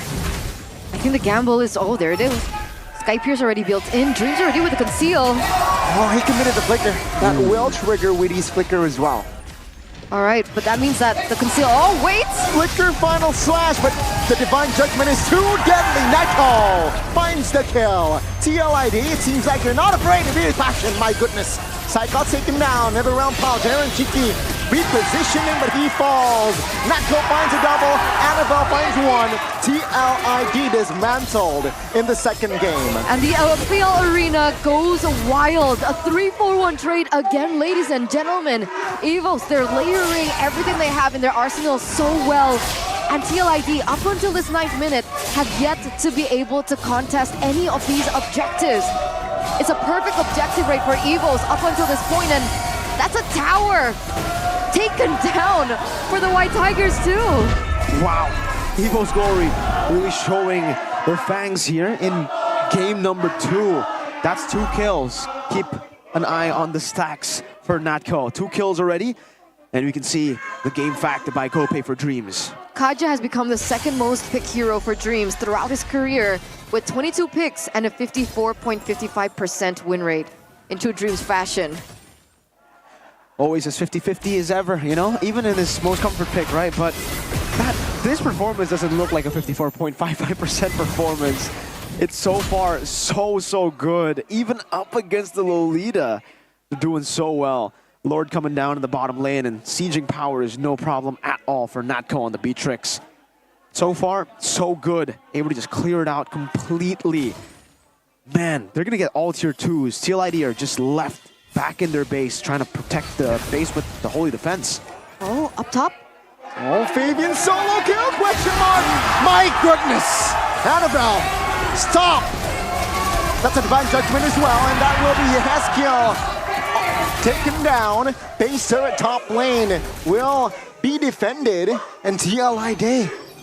My goodness, what happened? What happened? Evo's Glory happened. This composition happened. It's not more balanced than TLID, but it certainly is more comfortable. Evos are playing for that glory in their name. If base turret, they will not be able to defend this one, so Evo's Glory, will they maintain pressure top lane? Fabian back in the Land of Dawn, but seems like Evo's Glory, they got the note and they will back away. Beautiful revenge coming in from the White Tigers, man. Complete disrespect onto Fabian earlier on, and again, it was a risk that TLID took to pick the Nolan into the Ling, and yet they committed to it, and this is the result that we're getting. Annabelle is still an amazing jungler, and we see that actually come through here in the second game. Evos' dying breath is the best position for them since yesterday. It really just shows their utmost performance. They're back against the wall.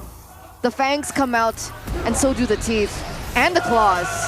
And there we go, the revenge, the recalls. That's it, that's it. Ladies and gentlemen, you guys can buy it in the shop right now, the Evo's theme song. Whenever they pop it, there's a big, oh, they want to do it too. Okay, hey, recall battle. There's a bit of fun here for the players, but yeah, it is a pure no defaults bar. No offense, no offensive build at all for the side of Psychos. Their Dreadnought armor, Queen's Wings, Radiant armor too. He's playing just to tank up damage, just to be the frontliner. I guess you have to do this now in Terizla if you want to be a full tank at the early phase of the game, right? You do get a bit more of that Body of Smith percentage for damage reduction later on in the game, but Evos can certainly blitz this, and there we go, Lord, take it for free. That is damage, bro. That is damage. That is Loco Natko. Natko the Loco. Natko the Loco. No, I'll stop. I'm not gonna even. Rose oh gold. no, rose gold as Oh well. no. Yeah. How are they gonna take him down in the back line? I think, well, how do they get to the back line right now, right? It's like, I really don't know how they get to the back line now. Usually for TLID, the way they play it is early game, they go for the trades around the map, get to a point where they're comfortable, and then in the mid game, while they still have turrets, they go for flanks and they try to break a front-to-back composition. But now, they're the ones forced in their own base, so they can't do it. They can't do what they've been known to do in Season 14. This might be the last push. Base turret top lane will be targeted. The Divine Touch went on towards really good night. TLID 5v4. Natco with the unstoppable flicker from the captain. Actually finds a run and he will fall. Another round pops from Evil's Glory, but TLID, they will retaliate with a Shaman Force from Aaron Shiki midway crashing down. Looking for the clear. Will they get it? They will.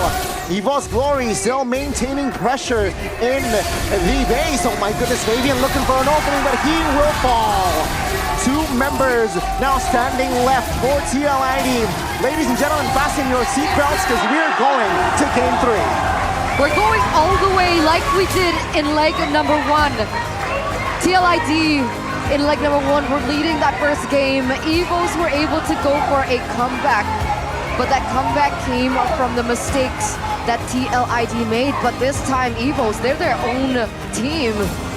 Again, with their backs against the wall, their dying breath, their claws come out, their fangs start to show, and they might take the series to continue and lengthen their journey into their playoffs.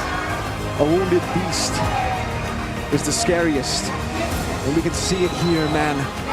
The claws, the fangs are out. Evo's Glory are fighting for their lives, fighting to survive in the land of Dawn. In MPL ID Season 14, one loss and it's over. It's match point Evos, the mythical creature.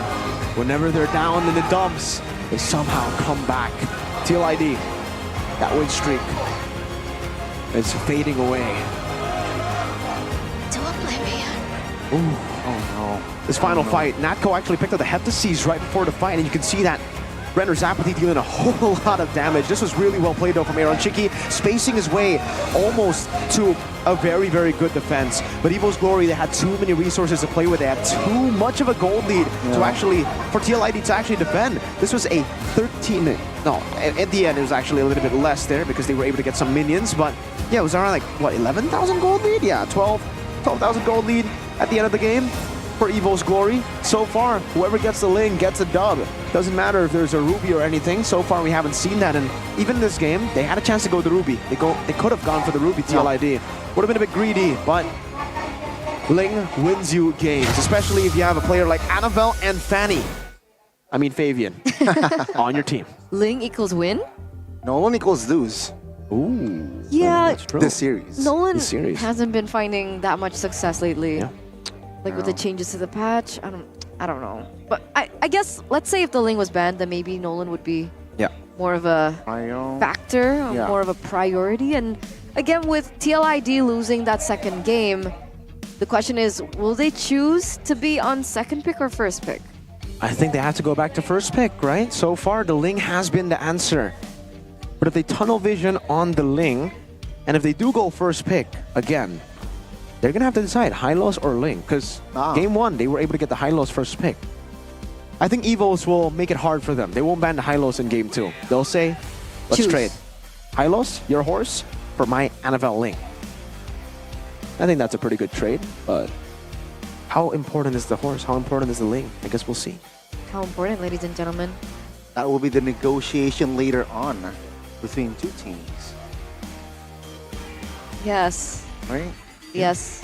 And Kaja Beatrix, right? Yeah, Ling was great, but the Kaja Beatrix combination that we were talking about that came out for Dreams and Natco, this was the winning formula against RRQ Hoshi. The game that they got the dub against RRQ, well, they got 2 games and one wasn't on Beatrix, but this was it in game number 2 against the Alice of Skylar. Having Natco in a winning matchup and Dreams just playing towards the gold lane.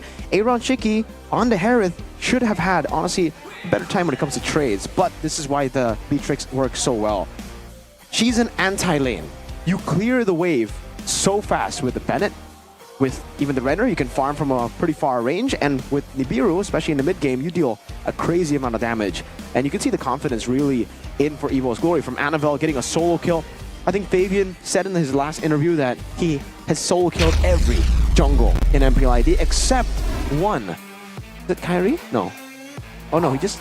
I forgot. Except Vincent. There you go.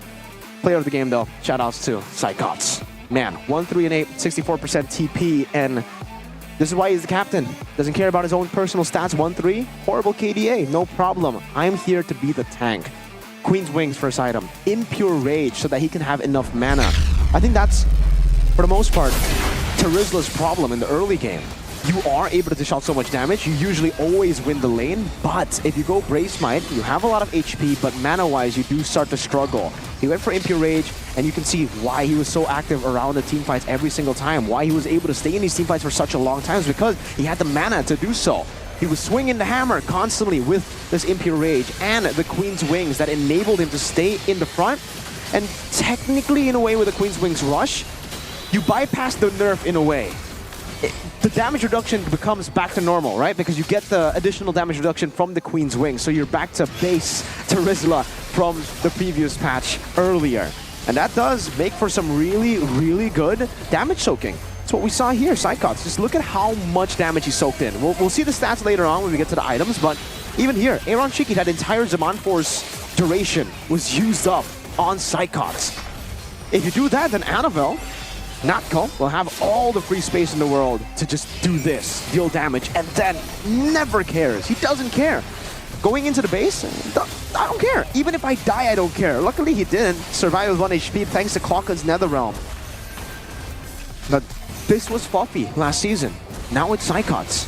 Even with a change, just in 2 roles, XP and gold, they're able to replicate what they were strong for, what they were known for last season. But I think this one, composition-wise, is a bit scarier, actually. Captain Psychot saves the day. He needs his own theme song. Oh, he does have a theme song. I forgot how it goes. Na na na na na na na. Kapten kita datang. Yeah, he does. Nice voice, by the way. Thank you. Oh, amazing. Thank you, man. 14 minutes and 20 that seconds. Means our captain is here. Or our captain is coming. Yeah, our captain is coming. There you go. Wow. He was a big tempo breaker because even from that first turtle, when Team Liquid committed to the contest, how did they lose the neutral objective? Mr. Captain Man Psychot. So already from the early game, I felt like Team Liquid lost control. And then and there, everyone really started scaling out of control. Again, Fabian on the Annabelle was, what? Ling on the Annabelle on Ling. Fanny on the Fabian, Ling on the Annabelle. I'm so confused with these two assassins, junglers, guys. But yeah, tempo breakers. Yeah, that's all I wanted to say. Okay. Tempo breakers. Tempo breakers. Tempo breakers and tempo starters. They were the dictators of tempo, right? Tempo dictators. They could say when to stop, when to start. It was all Psychots every single time. That's why he's the captain. You listen to your captain. Just like Erwin, but he was a commander. My bad.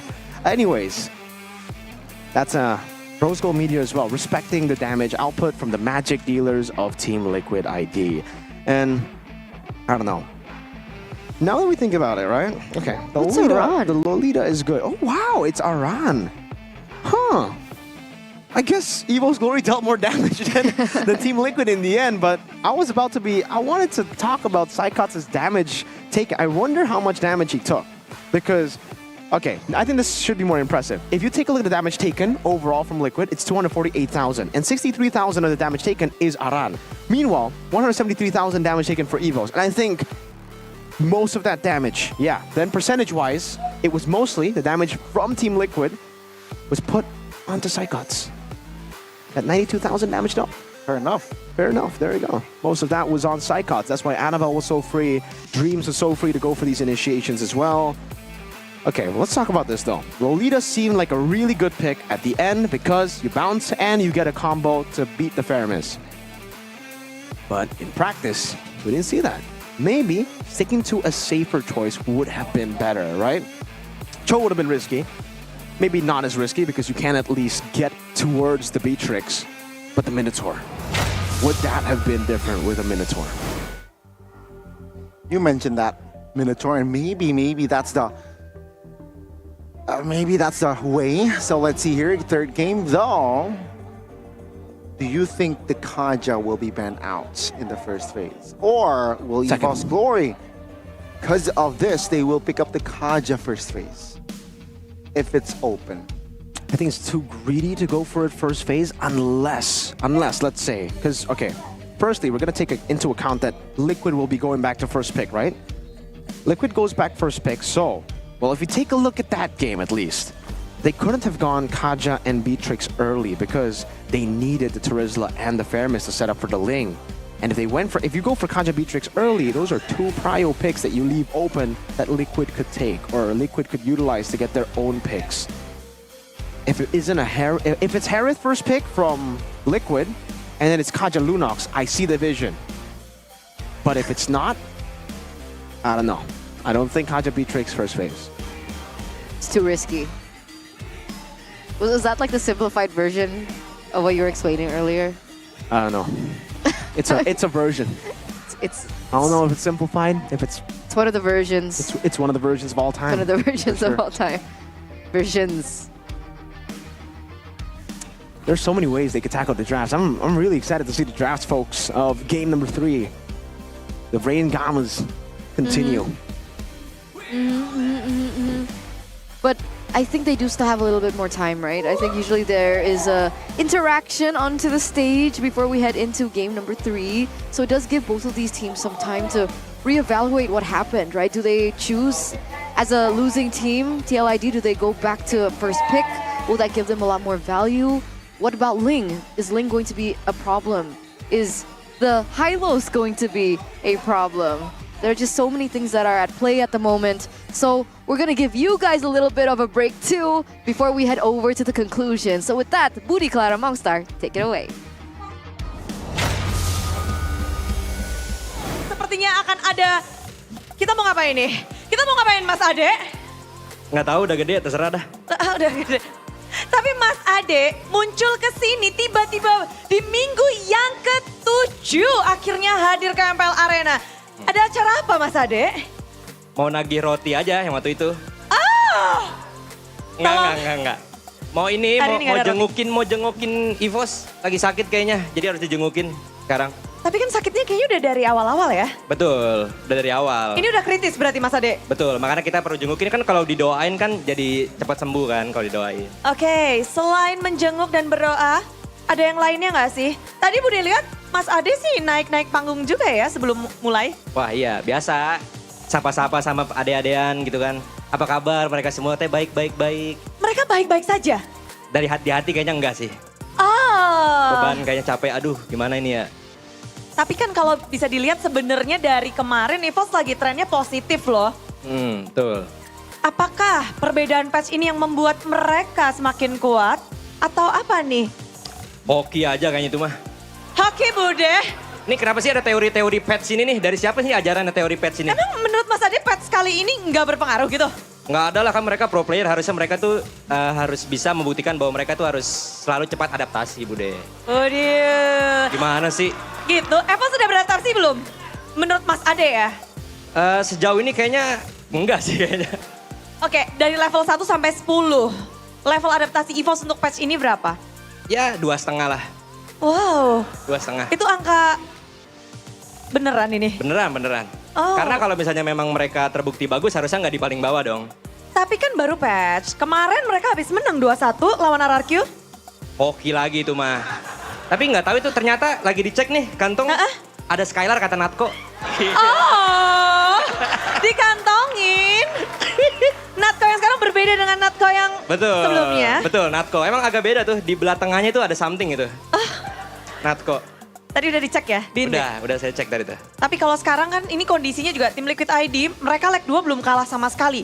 Tapi ini bisa jadi kemungkinan EVOS kemarin mecahin win streaknya RRQ streak panjang banget. Ini pun ada kemungkinan gak sih buat mecahin win streaknya tim Liquid di leg 2? Kalau dilihat dari kemungkinan kayaknya nggak ada sih. Nggak. Ada. Kemungkinan itu selalu ada Bude, walaupun kecil atau gimana pun. Tadi nggak lihat kan Kapten Psychots datang. Wow, Kapten Psychots datang semuanya agak berubah tuh, bagus. Oh jadi hadirnya Psychots, apa sih yang Psychots bawa di tim EVOS Glory? Nggak tahu kayaknya sering diajak nongkrong sih kayaknya nih, Psychots. Bagus, tapi bagus emang begitu, circle tuh harus nongkrong. Harus selalu Kalau nggak nongkrong? nongkrong ntar selek dia nggak apa jadi nggak satu suara pas di in game. Oh berarti memang harus dibutuhkan chemistry. Betul. Nggak mungkin dong tiba-tiba ada aja so asik itu nggak mungkin. Pasti ada flow-nya di mana dia harus nongkrong dulu, nyeruput something dulu. Nah baru dia bisa tuh jadi tuh. Oke, Gitu berarti udah ngeblend, chemistry udah dapet. Tinggal apa nih yang kurang dari EVOS Glory untuk bisa ngedapetin game 3? Kurang menang aja sih jujur-jujuran. Nggak ada lagi. Nggak usah kebanyakan ABCD, kayaknya mereka tuh memang harus menang dan lebih percaya satu sama lain aja. Menang kan ada prosesnya. Betul. Menang harus ada sesuatu dong dari EVOS Glory yang mereka miliki. Apa nih yang harus dilakukan EVOS Glory sebagai yang dulunya tentu saja pernah di EVOS Glory. Mungkin ada mau masukan gitu untuk EVOS di game 3? Ih, siapa yang pernah di EVOS Glory? Ih, EVOS Legend nih bos. Oh iya dong, yang bunyinya ting ting ting ting gitu ya? Sorry, nggak pernah saya menghadapi Oh iya. masa-masa kehancuran itu. Skip. Harus ganti nama lagi kah ini? Ganti nama. Jadi EVOS Legend lagi? Warrior boleh lah. Jangan dong, turun dong. Iya. Nanti. Jangan. Tapi apa sih yang harus mereka lakuin? Ada nggak masukan untuk EVOS sekarang? Masukan sih kayaknya gameplaynya sih so far tadi saya lihat di belakang kayaknya udah bagus ya, bagusan. Udah mendingan. Karena mereka memang kayaknya ada lack of something aja, kayak kekurangan di mungkin dari segi call-nya atau dari apa. Cuma so far dari cara mereka lihat dari full keseluruhan, kayak lihat dari comms-nya, lihat dari apanya, kayaknya mereka udah lebih baik sekarang sih. Memang harusnya Psychots dari awal dimasukin, cuma mereka pada budek kayaknya dah. Aduh. Kagak mau dengerin, aneh emang. Oh gitu? Makanya biarin aja udah gede bude, terserah dah. Udah gede terserah, tapi presentase EVOS buat masuk playoff, bagaimana kalau dari kacamata Mas Ade beneran tuh? Itu pertanyaan itu. Dong. Waduh, susah banget sih Bude. Ini kayaknya dia ada di posisi di mana mereka tuh harus mengharapkan yang lain juga under. Betul, tapi Ya kan paling sekarang kalau juga nggak tahu lah. Cuma chance ya selalu ada sih, saya percaya chance itu selalu ada. Berapa persen tuh untuk EVOS menurut Mas Ade masuk ke babak playoff? Ya 0,07 lah. Karena kan ngarepin yang lain itu nggak baik Bude, ngarepin berlebihan itu nggak baik kan. Jadi kayak ya udah 0,07 aja, kalau bagus ya udah, kalau jelek ya udah biasa. Yang penting masih ada. Betul, masih ada harapan itu nggak apa-apa. Oke, sampaikan sesuatu dong untuk penutupan ini. Silakan Mas Ade. Buat EVOS fans yang selalu mendukung, ya balik lagi yang selalu saya tekankan di stream ya. True fans itu nggak akan pernah pindah, selalu support tim yang kalian suka, tapi jangan berlebihan ya. YTTA? YTTA. Nanti jadi YTTA kalau berlebihan. Wow.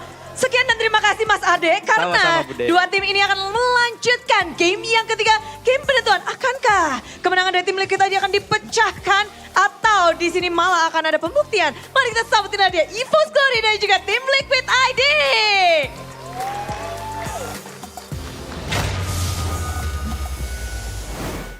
We're going all the way to game number 3, ladies and gentlemen, with a stellar comeback from EVOS to force a game number 3 from TLID. And then, you know, Budi Clara Mongstar makes a fair point there, right? TLID's win streak in leg number 2 could be broken here. Well, let's see, right? I mean, with the momentum that is building in. And if you take a look at yesterday, EVOS Glory, same story. Losing game 1, winning game 2, and then completing the reverse sweep. And maybe that's the trend here for week 7 for EVOS Glory.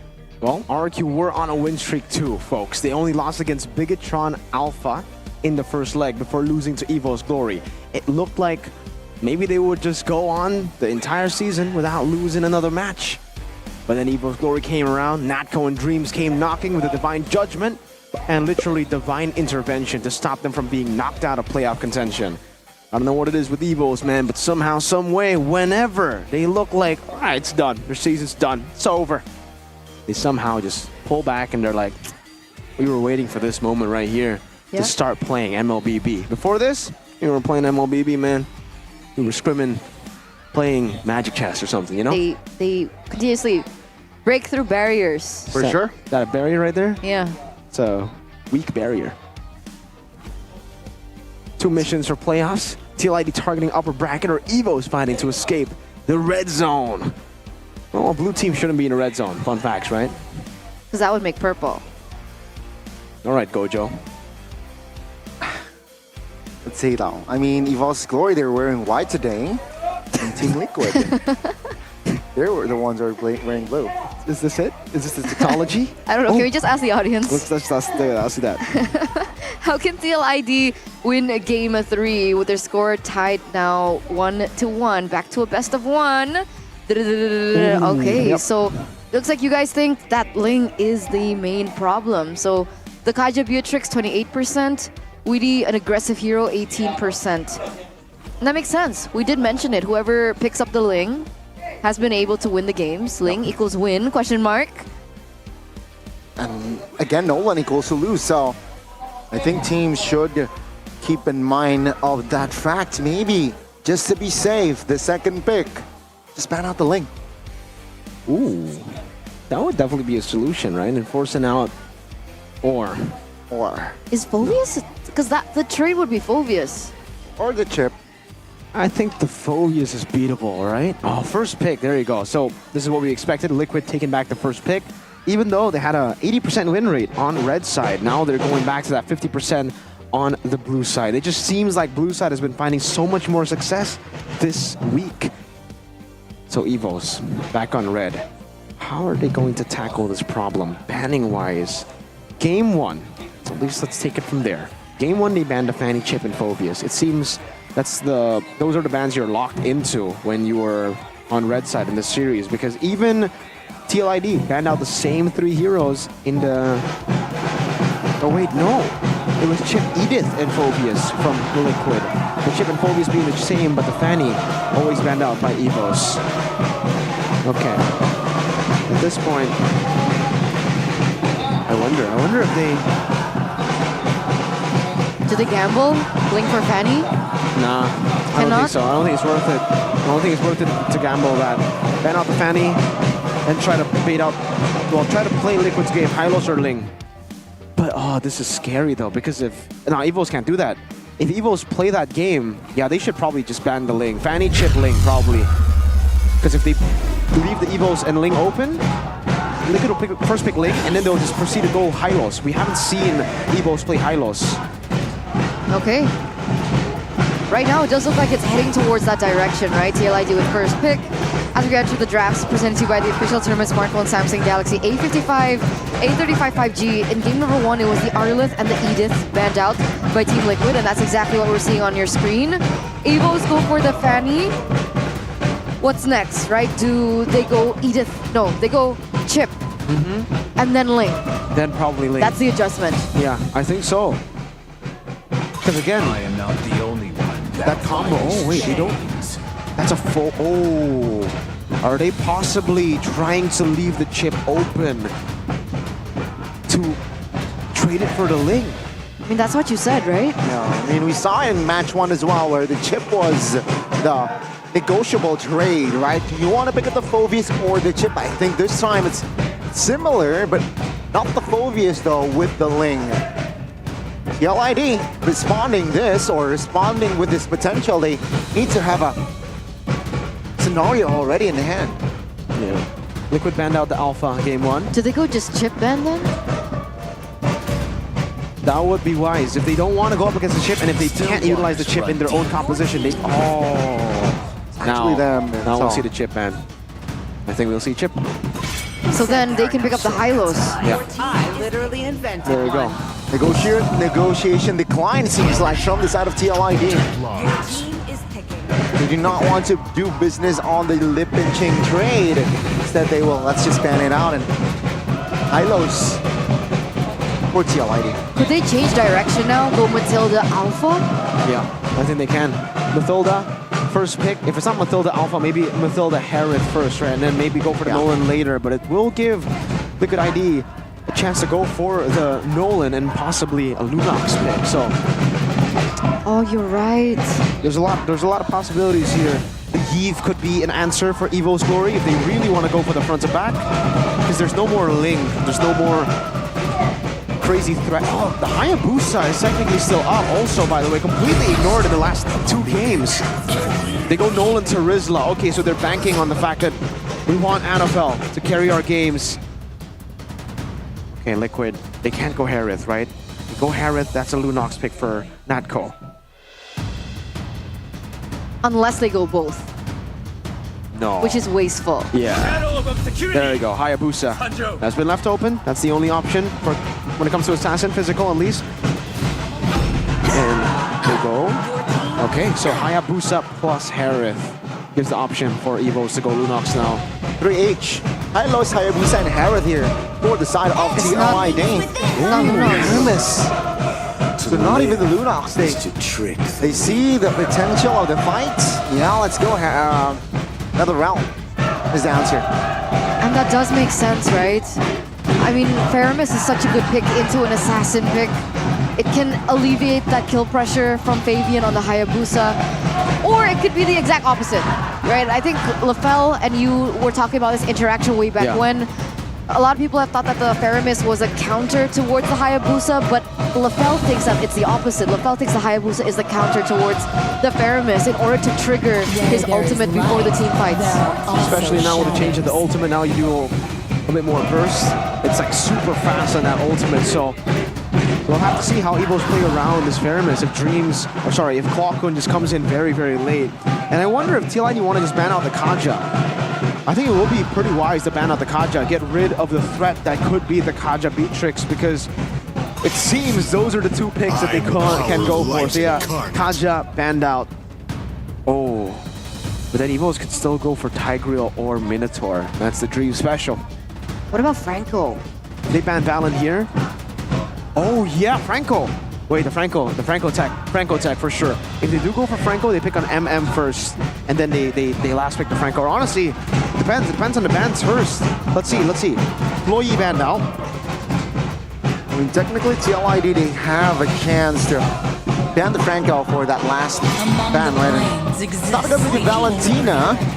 So Evos Glory, they're saying, yeah, we don't want to face your real-world inflation with the Franco and the Kaja here, as expected from Eterna, and as well as Miracle banned out. Yeah. I don't know, because even, like, we thought that the Valentina could kind of even out the playing field for TLID in that previous game, but I didn't really feel the presence of Yehezkiel at all when he was on the Valentina. Does he just stick to the Aurora? I think so. I think that will be very, very wise. Again, you get survivability. You have a way to actually also punish the clumped-up nature of the Faramis with the rest of the team. So Aurora makes sense. For Evos, though, again, what is it going to be up against the Harith? Honestly, against the Hayabusa, the Beatrix would be tough to pull off. They go Lunox. All right, it wasn't banned out. There you go. Just a bit later that we see the Lunox, but it is still a Lunox. The Kaja and Franco ban have actually enabled this. And that last pick could very well be the Tigreal to counter the Haya. So TLID with the next two picks. They need a hero for Yehezkiel. Valen. Potentially. Just go Valen this game, honestly. Because still the Tigreal. Valen? Because the Tigreal. If you go Valen, it should stop the Tigreal Minotaur. Because then there are two good ults to go for. Valen is safer. Aurora is more Yehezkiel. Vexana? It's up for grabs too. Ooh. But you're very vulnerable to Nolan if Nolan gets an angle. That's why the Aurora passive is so valuable. Yeah. Let's see the answer. Yeah. Oh, they go Vexana. And Ruby Rome. Or wait, I don't know. We'll see in the flex. I mean, it's clear that they need crowd control in Vexana and the Ruby. They have a lot of crowd control in their kit as well, so killing two birds with one stone there. Evos Glory, though. Will the Tigreal come up with the Ruby, the Vexana, Harith Purify as well? Minotaur. I don't think the Tigreal will come up, but it's, again, Dreams. You can't see Dreams' face without seeing a Tigreal. That's kind of true.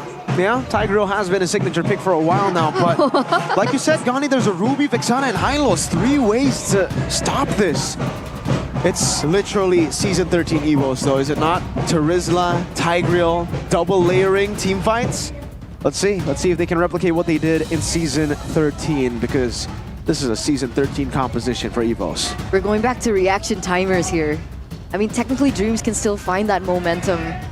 Flicker, is he on Flicker? Yeah, Flicker, Implosion out of a bush that they can't anticipate. Yeah. Yehezkiel is playing safe here. He has the Purify, so he should be able to maneuver around this, but it's going back down to these reaction timers with the Faramis and the Hayabusa on the other end as well.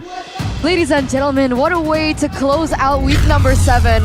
We are inching closer to seeing who will be making it to the playoffs and who will not. And for EVOS, it starts here. They need this win if they want to continue on in Season 14. Let's welcome you into the final game of this match between Team Liquid and EVOS Glory.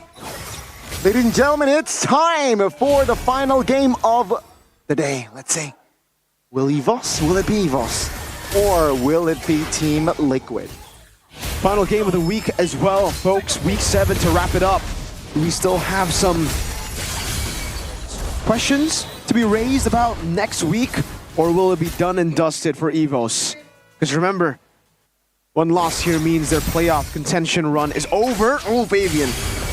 Not able to get that quad shadow in. When it comes to the emblems, Warcry for Fabian, the classic. Yehezkiel also back on the Impure Rage. Clocken with the lethal ignition. Oh, Inspire and Weapon Mastery for Natco.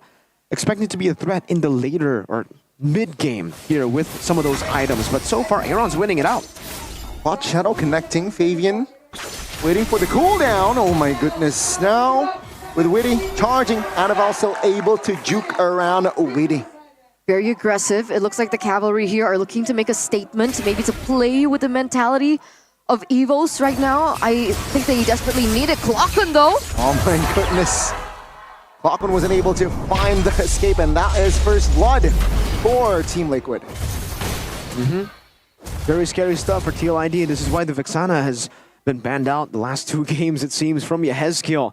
He knows exactly how to play the Vexana, knows the limits of this hero really well. And you can see it again, rotating over to get the Curse Blast. These little pokes build up, folks, especially for the first turtle. These little advantages, as they'll be able to get Prio up top for XP. And maybe, yeah, Witty should be able to get level 4 too with the wave if he didn't miss any of those minions in the mid lane. Does he get it? He's still level 3. He didn't get all the way, minions. But neither, Dreams is also not yet level 4. Yeah. Right, so that is still something to take into account. Meanwhile, the Ruby is. So we'll see. I don't know. Do EVOS really want to go for the contest? Seems like they are charging. Oh, that's a good I'm offended. And that's a good Eternal's Guard as well. EVOS Glory, they are not in a position to fight. And Cyclops taking a lot of damage. Will fall as well. Around though, very low. Natco out of nowhere finds a kill. Witty, the horsey, yeah. Compromise and take him down. Natco, extra gold for that double. Oh, by the way, I just realized, what? It's Witty on the high-lows. It's not Iran on the high-lows. Okay, so there is a little bit of a difference here. How does Witty fare on the high-lows? I think he's really good too on the high-lows. But remember, with the HP growth down, it means that he is going to be quite squishy here as a roamer compared to as XP when you can actually scale up.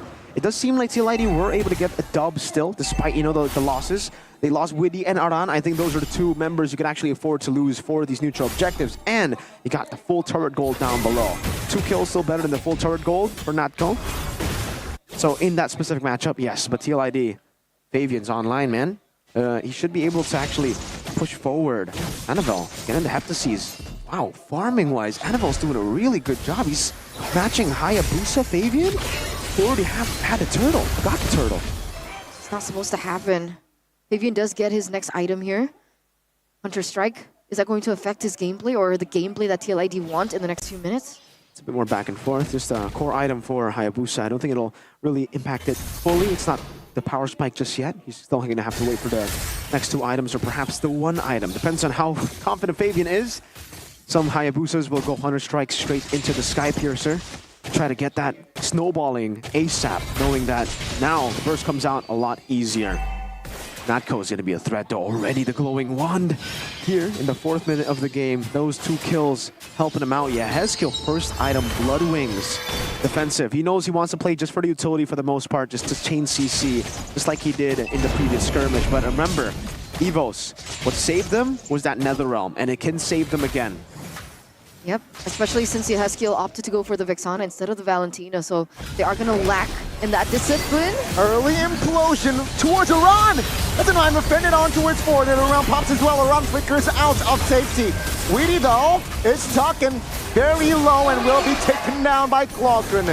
TLID though, they realize that the healthy bars are actually favoring their side. EVOS Glory, a man up and Fabian finds the turtle. Fabian jumps in with the shadow kill. On towards 4 members. Very low for Psychos, but Aaron Chiki is there to find the kill with the Shaman Force. Looking for the double, but not in prime position. Purify away, and Yeskill is there with the Order of Brilliance to save Natko's life. Pixels, they're running on pixels at this point. And TLID, they weren't in a position to go for the neutral objective. They were 2 members down. Iran forced a recall, but Annabelle couldn't get close enough to the neutral objective to take that retribution down. Was that Yeheskill's doing? Wait a second. No, it's a 3v3. Oh, flicker implosion by Dreams, and Aaron Chiki and Winnie will take punish. Iran very low. Eva's Glory responding. Doesn't matter that there are many people that can counter Fabian. That'll kill the damage. Oh my goodness. It's not enough this time. Annabelle was able to get out. That's happened twice, by the way. In game number 2, and now it happens again. Annabelle escaping with a sliver of health when Annabelle was able to get that solo kill onto Fabian. Also, what has happened twice is the whole Evo is getting comboed by the Eternal Guard. I'm offended, don't roll Wolf King. But Clockun has gotten them that get out of jail free card 2 times in a row. They gotta deal with this TLID. If they don't, Evo's Glory are slowly but surely just gonna try to outwork the horses in these team fights because Clockun has given them such a good Netherrealm every single time. By the way, that's why Dreams was given a Tigreal. Minotaur would have never been able to do that, right? You have initiating power. You have that proactive pick-off power as well. Even with the Purifies, that's why Psychots is there. You want to have the double layer. This is Season 13 all over again for Evos, and they're making it work. The Miracle Run, the Cinderella Run that got them not just into playoffs, folks. It got them to MSC.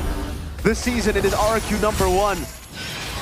And all the way from the start, the Cinderella Run would be for Evos and RQ to return to a World Championship. Penalty zone used up, and that's the implosion on towards Still. Good knock-up as well, but follow-up damage isn't really clear. Another round pops. Fabian looking for an angle towards the backside. Oh, doesn't really find it, and Green very low and Winnie falls as well. Both roamers down and out, but Annabelle, he smells blood and Aaron Chiki, and he falls as well.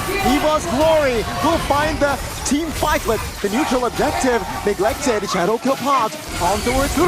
The damage is enough to shut Natko down. So that makes it a 3v3 trade. Yeah, I'm not too sure who got the value out of that. Evil's Glory were the ones in the lead, technically in that skirmish. Before that skirmish, Turtle not taken by anyone. It's still 50-50. Oh man, what a game.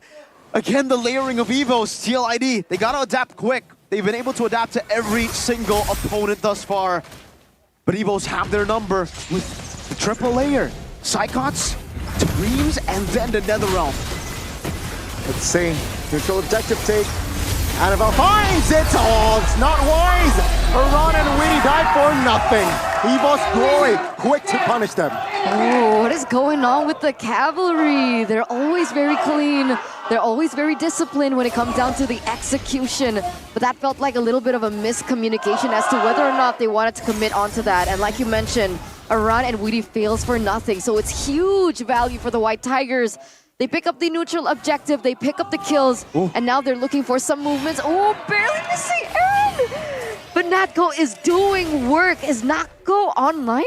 Yeah, for sure he is. Oh, actually, no. In terms of items, he really shouldn't be. He's gone for a defensive build, going on into Bloodwings, but it has worked out. Knowing that TLID run on cycles, if Aaron Chiki uses his Amon Force already, and Natko is able to survive longer than that once Fabian uses the Shadow Kill. And again, everyone on TLID are relying heavily on just a cycle of their resources. So once they have depleted those resources, Natko can utilize the rest of that time to just clean up. That's what they've been doing. Wow, really good stuff. Using the Bloodwings to just get out of harm's way at the early parts of the team fights. It's been very coordinated for the White Tigers. It's, like you mentioned, a wounded Tiger is a dangerous one, and this is exactly the gameplay that is being reflected here. Wow. You know, TLID, they had a 1K gold lead like 2 minutes ago, and now Evils are holding on to that 2K. So now TLID are being put to the test. Yes, you have had an amazing run so far, but how can you work under this pressure? How can you work with so much being thrown at you right now? Things are not in your favor. What's the next game plan? I'm wondering what the call from Woody is now. It's going to be tough to make these calls right now because they're going to have to look for a big pick or a big mistake from EVOS when it comes to composure. But something tells me this EVOS is different to the last, 11 matches of EVOS. This is the EVOS that beat RRQ Hoshi. Whether you want to say it's experiment or not, EVOS are bursting and blitzing Lord. Yep, but the Glorious pathway will not help TLID. EVOS Glory blitzing the Lord, finding the Newt. No chance. They're not giving any single opening over to the cavalry. I mean, the audience in the building, they're making noise right now. This is so unprecedented from EVOS. Again, 2 days in a row. What happened to them? I have no idea what is up with EVOS. They've got to be the weirdest team in history. Doing so poorly in both the start of 13 and the start of Season 14. And now, when their back is against the wall, when these beasts are wounded and elimination lingers, they say, bring it on. One team is thriving this season. The other is surviving, and seems like the surviving team actually is leading here in the 11th minute. Let's see though. Will EVOS Glory be able to close it out? As it seems like the First Lord will still trigger the passive, but doesn't really do much damage on towards that base turret. Oh, they actually protected the mid-tier turret. Really good defense from TLID, able to utilize these waves coming in a staggered way to actually take it one by one. I will buy TLID some time, but this time should be used to look for a pick. EVOS will ultimately, I think, outscale TLID. It's still a Lunox that will still be getting a lot of items. Remember, that is a Blood Wings, and he has weapon mastery. If he's just on a glowing one in the Blood Wings, and he's dealing this much damage, wait till he gets a Holy Crystal. He has a Divine Glaive already. Falcon, boy! Solo kill with the help of the Hylos. 5v4. Dreams caught implosion, penalty zone, that's a crowd control chain! But the Eternal's guard was huge, and Dreams Cyclops taken down. Natco very low. Annabelle finds not just a kill, he gets taken down as well, and that is TLID. Finding the comeback. This is one of the most volatile games I've ever seen. EVOS were holding complete control. Fabian and Witty make that play. And this is what we're getting. No, what? That's an inhibitor turret! Wow. Without the Lord. Natco looking for the outplay. 1v3 with the help of Locken. He will find Aaron Shiki. Wow, some crazy stuff here from TLID. I was just saying, 4,000 goalie for EVOS. They've defended, but they needed to look for a pick. And out of nowhere, Fabian pulls a trick from out of his hat, says, here's the pickoff you wanted, gets the kill, and then turns the game around. The goal lead that EVOS had is gone. It's the mid lane, luckily for EVOS. They should still be able to manage it, and oh man, their far lane is actually still fully up. Tier 1 even, still up for grabs for EVOS Glory, and TLID will definitely have to start committing over 5 of their members towards the Lord. I don't think they can send anyone up top to clear it up or to go for trades, but luckily, they've actually already formed a slow push. EVOS has got to be very careful now. That goal lead that they had, it could have been utilized to take this Lord for free, is no longer present. Fabian? Looking for some members, some info. Spell check though, it's actually TLID here in the more of a ideal right approach for a fight with the spells now just active. Oh man, I really wonder why Natco went for the Genius Wand plus the Divine Glaive, the double penetration. This isn't a tanky lineup, but I guess it's purely for the Hylos. Oh. Man. Pixels. Reaction times. It's going to go down to that. Fabian is caught a little low here. Will he be able to recuperate before they commit onto this? The answer is yes. He's going to be able to get a little bit of HP there. Oh, there you go. That's the opening. Penalty zone pops. Natco jumps in. Is that wise? That's a knockback. And the implosion finding Jill. TLID repositioning. Shaman Force popped. He's free hitting Aaron Cheeky. And that's being taken down as well. Cyclops, Clockon, you name it. Natco now and Annabelle is going back as TLID will find the positioning. Fabian wants it. Oh my goodness. Very, very low. But seems like in the mid lane, it's Annabelle now caught and taken down. TLID, let's go Liquid. What's the call here? Do they go for the push? It looks like Fabian is committing onto the Lord. It's just, what? Wow. Well played to both teams. Evo's Glory, they got outplayed there though. Dreams, that was already initially really good by Psychots. That was the layer that we were talking about. Psychots getting the penalty zone, baiting out the Purifying from Aaron Shiki. But Evos didn't pull back. They fully committed into that team fight, and Dreams didn't have an angle to get to Aaron Shiki. They could have just pulled back again. Aaron already used Amon Force and Purify. It'll be down for a while. That mistake for Evos might have just costed them the game. That was a minuscule mistake in decision making in a very tough spot there. But again, at the end of the day, the Stone Cold team, the team with more composure, will get the dub. And so far, it's been TLID. That 4K gold lead now in the hands of the Cavalry. 4.3K and counting. This Lord is going to be marching. This is Evos' dying breath, ladies and gentlemen, as they look for the complete defense. Last info, Order of Brilliance by Natko has been popped, and Shadow Kill, my goodness, almost takes Natko down! It will! Even with another round, he will fall. That's a knock-up onto it. Cyclops damage comes through. Dreams, good night. Ladies and gentlemen, TLID, they are on the hunt for the base. Annabelle, will he be able to do the impossible? I don't think so. Ladies and gentlemen, this is TLID again, winning in leg 2. Undefeated, undisputed. A team full of rookies. You can feel the emotions running high for the players. You saw it on Aaron's face. But even Evos could not take down the Giants of leg number 2. The only team that has still gone undefeated. But now, what does this mean for Evos? What does this mean for the White Tigers? The miracle run is done. The Tigers wounded, now dead. The playoff contention for Evos is gone, ladies and gentlemen. And TLID will not show any mercy. I like it. You like what? They're here to win. When they win, they celebrate. Evos Glory. Good luck, season 15. Oh man. Like you thought, we saw what they were able to do last season.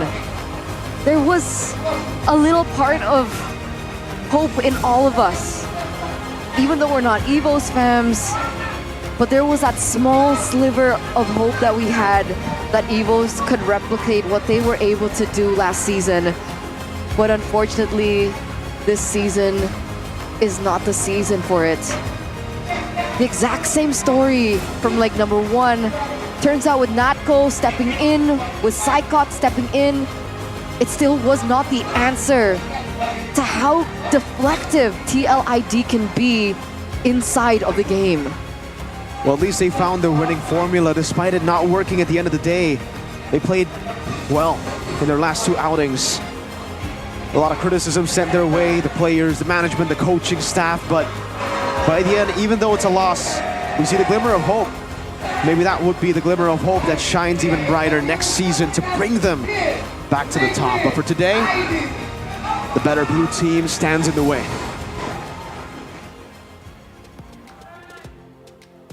Tim Liquid, mereka masih berhasil untuk mengamankan win streak mereka. Melihat hari ini di leg kedua, sepertinya lumayan deg-degan ya ngelawan Evos. 2-1 kalian hasilkan nih. Bagaimana nih untuk match hari ini? Gue bahagia lah, soalnya mereka apa sih nurutin kata-kata gue. Ngasih game yang baik. Bilangnya nggak, tapi tadi baik gak? Bagus, keren sih mereka main. Udah nothing tulus, gue respect. Respect. Tapi gue nggak respect sama ini fans-fansnya berisik banget sampai kedengeran.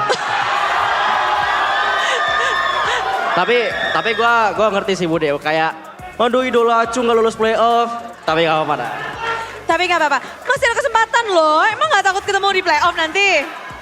Kesempatan apaan? Masih terbuka, masih ada. Oh ya udah, gue berharap mereka bisa inilah apa sih? Ya do the best.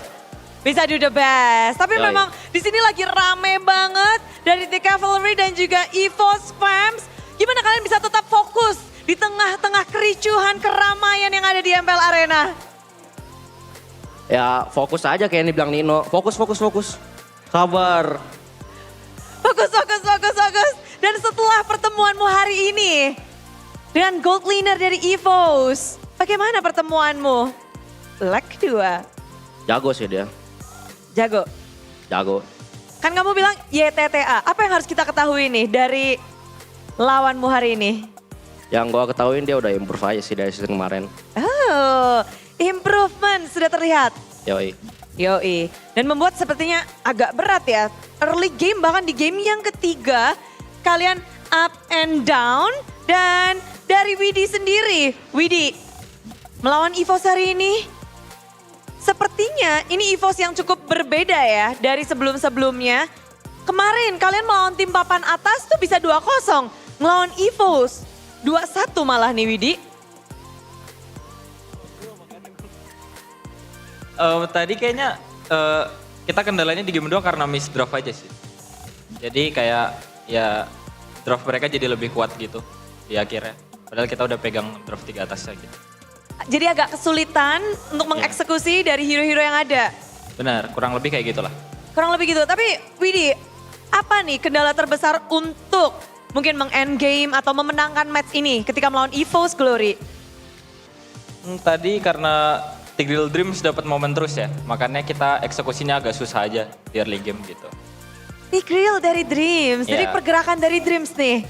Ya dong. Iya dong, dan kamu berhasil untuk menghalau itu semua. Apa nih kiat-kiat dari Widi untuk melawan satu Rome yang punya banyak sekali histori dan juga pengalaman? Yang penting improve aja sih, kayak nggak ada tujuan mengarah ke situ ya, cuma tetap fokus ke diri sendiri. Karena kan aku juga ada tanggung jawab buat menjadi lebih dari Yawi kan. Jadi ya fokus ke diri sendiri aja, nggak usah pikirin apa match apaan aku gitu, musuh-musuhnya. Jadi ya tetap fokus aja gitu. Tetap fokus saja, tapi hari ini kita benar-benar fokus dengan kemenangan yang memukau, win streak masih lanjut. Aran, kamu sempat bilang dari tim biru, gampang semua kecuali kalian. Setelah match hari ini masih sama nggak statement itu? EVOS tuh agak aneh sih Bude. Apa tuh? Mereka tuh tim biru tapi adanya di zona merah. Waduh, benar juga ya. Kalian ada di pucuk ya, seperti awan ya. Ya, tapi percuma sih aku ngomong di sini, taunting di sini soalnya mereka di Goa mana kedengeran.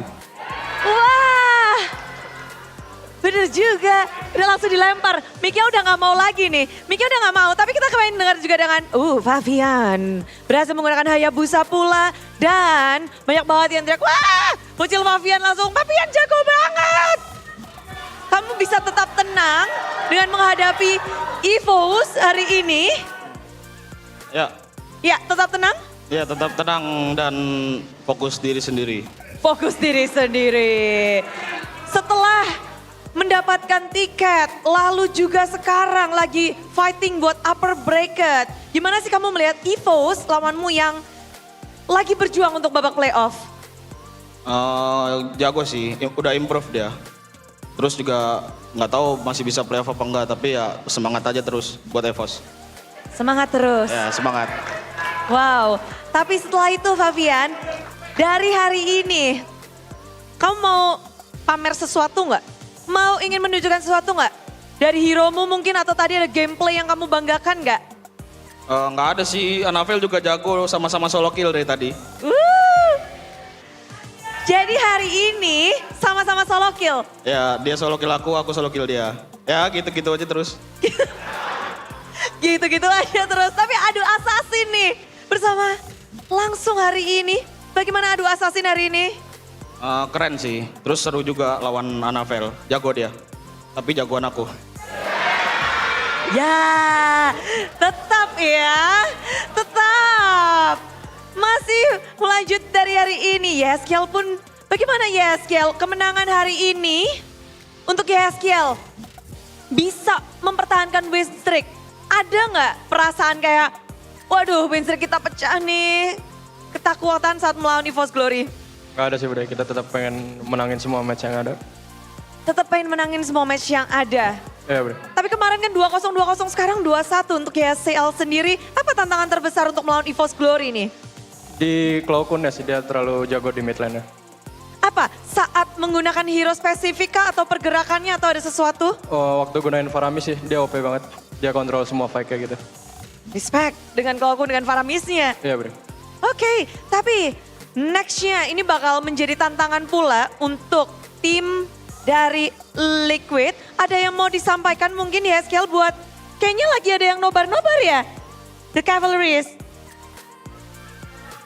Di mana tadi? Malang. Ada yang dari Malang? Ayo tuh, ada yang lagi dari Magelang. Magelang, udah Malang. Halo The Calvary Magelang, makasih udah nobar ya. Makasih udah nobar-nobar. Tapi kalian tahu gak sih hari ini lawan kalian tuh ada buff tersendiri. Mana tadi? Itu tuh. Iron? Ada yang YTTA. Ada yang mau kamu kasih tahu sesuatu gak sih kepada streamer YTTA kita? Kamu, ini Iron udah langsung ketawa-ketawa nih. Ada yang mau kamu sampein gak sih? Dia udah datang loh untuk mendukung EVOS. Ada orang-orangan Konoha Bude. Buat Mas Ade sih keren sih effort dia buat nonton EVOS walaupun kalah gini. Keren effortnya. Keren. Mungkin ada pesan-pesan untuk Mas Ade selanjutnya? Pesan-pesan buat Mas Ade sih ya sukses terus lah. Yang mau jago nonton Mas Ade aja yang penting. Wow, buset. Mas Ade mau menjawab? Bener sih tadi yang kalimat terakhir, kalau mau jago nonton di saya. Jangan lupa membership juga ya. Streamer kapitalis kita ini ya. Tapi tadi Iron kayaknya agak kesusahan tuh melawan King Natko. Kenapa nih? Kenapa tuh? Emang susah? Masa iya sih berat lawan ade-adean? Enggak sih sebenarnya udah ngantuk gua. Udah terlalu malam udah. Udah. Tapi keren sih permainan tim Liquid, patut diapresiasi dan patut buat ditontonin. Kayak mereka tuh salah satu tim yang kuat juga. Jadi bagus sih buat dicontoh, buat ditonton. Kalau kepake sih sama publik-publik, kalau kepake. Itu dari Aaron. Ada yang mau nambahin mungkin? Mumpung di sini nih. Bisa langsung berinteraksi langsung loh. Jangan kasih ke Pavian, takut saya sama dia. Kenapa? Nggak tahu, serem aja gitu bawahannya. Jangan. Karena kejagoannya? Kemarin Kairi dimakan sama dia, takut. Kairi acu itu, bahaya. Ini Fabian kita nih. Iya. Bocil Fabian. Ada yang mau kamu sampaikan? Udah kenyang makan Kairi. Fabian acu. Fabian acu sekarang. Tapi kemenangan hari ini, silakan kata-kata penutupan untuk The Cavalries yang sudah datang dan juga yang ada di rumah. Terima kasih semua yang udah dukung tim Liquid. Ya intinya tetap support terus tim Liquid lah. Doain semoga bisa upper dan nanti di playoff dilancarkan. Amin dan terima kasih. Terima kasih juga yang udah nobar tim Liquid di Magelang. Ya kalian luar biasa keren, mantap. Mantap. Mas Ade lain kali nonton tim Liquid langsung. Jempol. Tapi inilah dia. Kemenangan 2-1 dan masih mempertahankan win streak. Inilah dia, sambutlah tim Liquid ID.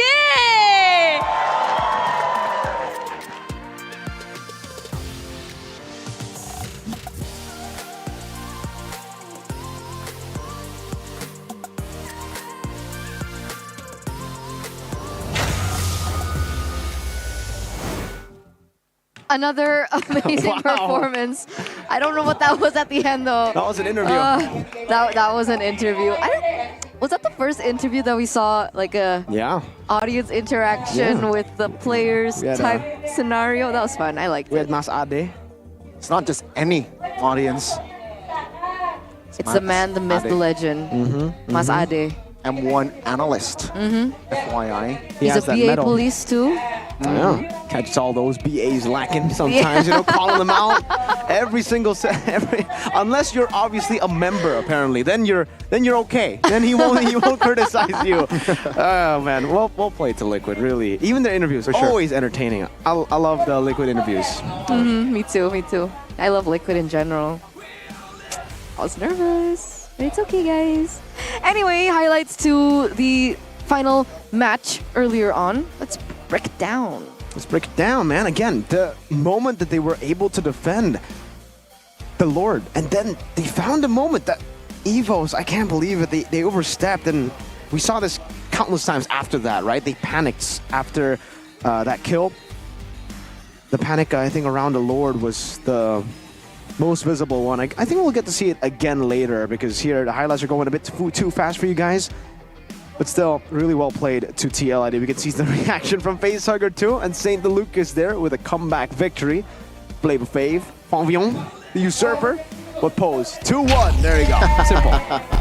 And he'll be crowned our MVP as well, presented to you by the Samsung Galaxy A55, A35 5G. I don't really know what else to say about this kid. I think we've talked about him again and again and again and again and again and again. And I gotta be honest, not a lot of junglers in MPL ID Season 14 found a lot of success with the Hayabusa. No, really no. Not a lot of junglers in MPL ID can match this guy. I don't think. Man, maybe Sutsujin, right? So far, that's maybe the matchup that we should be looking out for. But Fabian, what a player, dude. On the Ling, on the Nolan. Okay, the Nolan was a bit, got outshadowed by Annabelle there.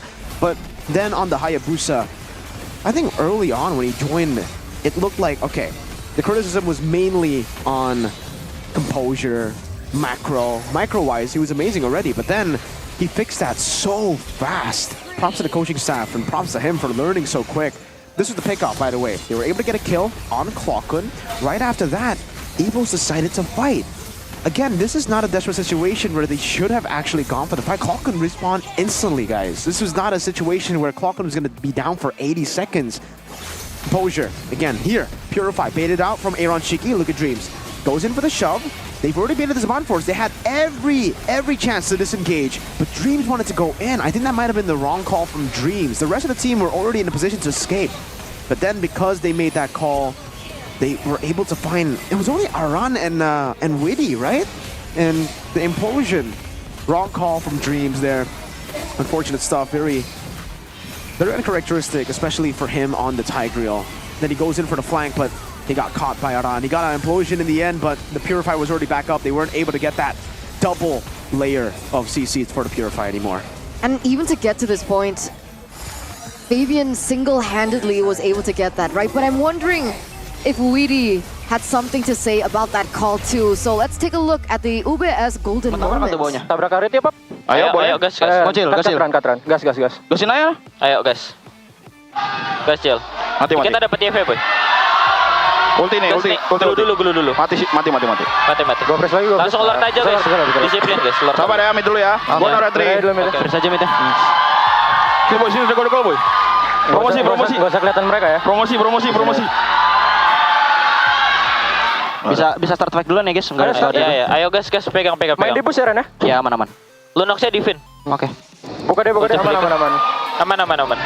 Gua pegangin. Nice. Lunok udah kuning ya? Gas, Cil. Aman, boy. Ulti teris. Ulti 3. Habis masih ada ulti. Pecahin dulu. Pecah mereka. Let's go, guys. Lagi, boy. Bob gua kuat. Rata-rata deh nih. Mid boy. Cukup boy. Gak usah kejar, boy. Gak usah kejar. Mid aja. Bisa. I'm sad we didn't get that clip, because that was the moment when Team Liquid were on the defense, and then Fabian went in for that kill onto, who did he get? Was it Clockun? Yeah.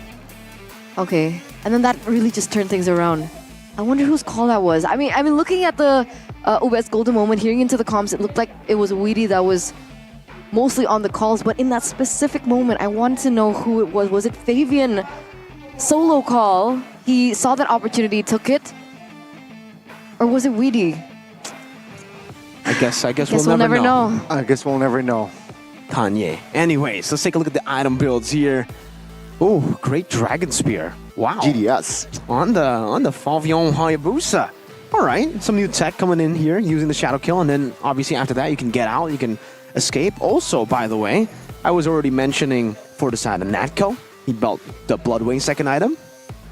Yehezkiel's got him beat. He beat him to it for the Bloodwings at least. He first picked that Bloodwing and then went for the glowing one and then the Immortality. This is well played really for Yehezkiel. He knows that his role in this team, especially with 2 carries already in Harith and Hayabusa, the double H, is to be the one that peels. As long as I'm able to get the Terrify on some of the crucial targets or even the initiators, these guys will have free reign to do whatever they want. Natco. This build, I understand if we're talking about, okay, dealing damage to Aran and Witty, but maybe it would have, maybe the Genius one is a bit overkill in my opinion, right? Because this is a penetration build. I think if you went for Holy Crystal with already a Divine Glaive built up there, that would have been very scary for Team Liquid ID, because the squishy targets like Fabian, Yehezkiel, and Shiki, they really didn't have any magic defense. If you want to count Tough Boots, sure, but other than that, nothing. It's only Aran and Witty, and even then, knowing how Natco plays and knowing how Dreams was able to get these big targets, Natco was always using the Chaos and then Flicker in front, diving the back line. Here we have the full list. Yeah, 120,000 damage taken. There you go, Witty, taking a beating. I wonder how he's not fully blue, that face, because that's a lot of damage. His jersey's blue. Ah, that maybe covers up for all the bruises that was left after taking that beating from Evo's Glory. But hey, I love the fact that Yehezkiel gave props to Clockland, because Clockland was definitely the shining star for me, even though they lost, and even though he was the one picked off. Early on, he was the reason for Evo's Glory winning. Those Netherrealms came in clutch. Clutch. Super clutch. Super clutch. I thought you wanted to say more. Oh, I'm it's just super clutch. I'm just the super clutch right He's now. hype man. Okay. Hype man. This is the goal difference over time. Gani, what would you say this goal difference over time is? It's up and down, man. It's up and down. There's a small hill and there's a trench as well. It's a kite? It's a kite? Is it a kite? Wait, how? What kite? If LaFell were here, he would be like, mindset. No, if LaFell was here, he would be like, it's yellow? Yeah. That's probably what he would say. Why is that so true? He would say it with that same tone. He always flexes that he's colorblind. I always tell him we're flex, but okay. Flex, but okay. Imagine if we gave him the Samsung phone. Then we'll tell him lemon lime. Be like, gotcha. Which one do you think is more attractive? And he's like, I think he can only see like a lighter color and a darker color. Why are we laughing about LaFell's color blindness? Because he makes it a joke, man. That's true. It's your fault. You started it, guys. But let's see what Freddie Lim has to say for Evos. Ooh. Isn't he getting married? Anyway, so far Evos has improved a lot. There may be minor mistakes, but in this pro scene, minors can become major. Hopefully they can keep improving in the next match. Go Evos. So is it official yet? Do we have confirmation on that? Or will we just update on our Instagram stories? Chances thinning. I guess we'll find out. Oh, with that asset? I guess we'll find out. Yesterday, if I lose to mystery. RRQ equals to out of playoffs, now suddenly, no. I don't know. At this point, we'll just have to wait.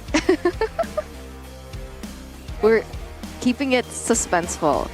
Okay? Mysterious. Elusive. Ooh. If Arashi was here. All right, Bryden. Not Arashi. Yeah, I was about to say, right? Like, where that came from? Exactly. The heck? Arashi, there's always a small part of him that lives inside of all of us. Can I kick it out? Can I kick it out? Why do you want to take it out, Gani? Even for Fabian, he has a small bit of Arashi. And that's the Arashi that got him the kill.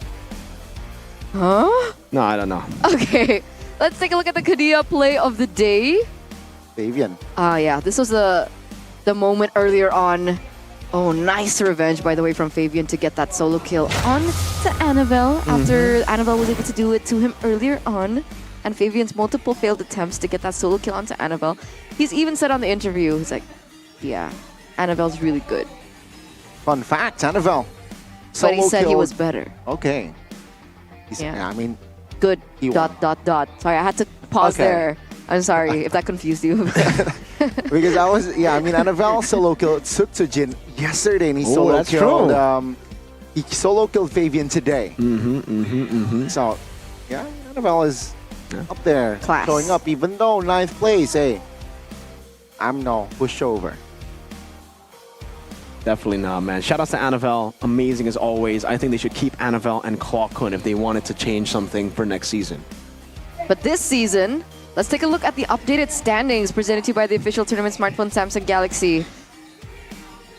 Oh wait, has anything changed? To 11. Oh, Team the Liquid. latest update is Bigtron Alpha. 9 match points, secured playoffs. Yeah, I Yo. mean, Team Liquid up a level there. No, Yeah. they were already at number 2. Oh. No, but Bigatron got there earlier with a win against RPL. Ah. so yeah, now but you it's can't swapped expect again.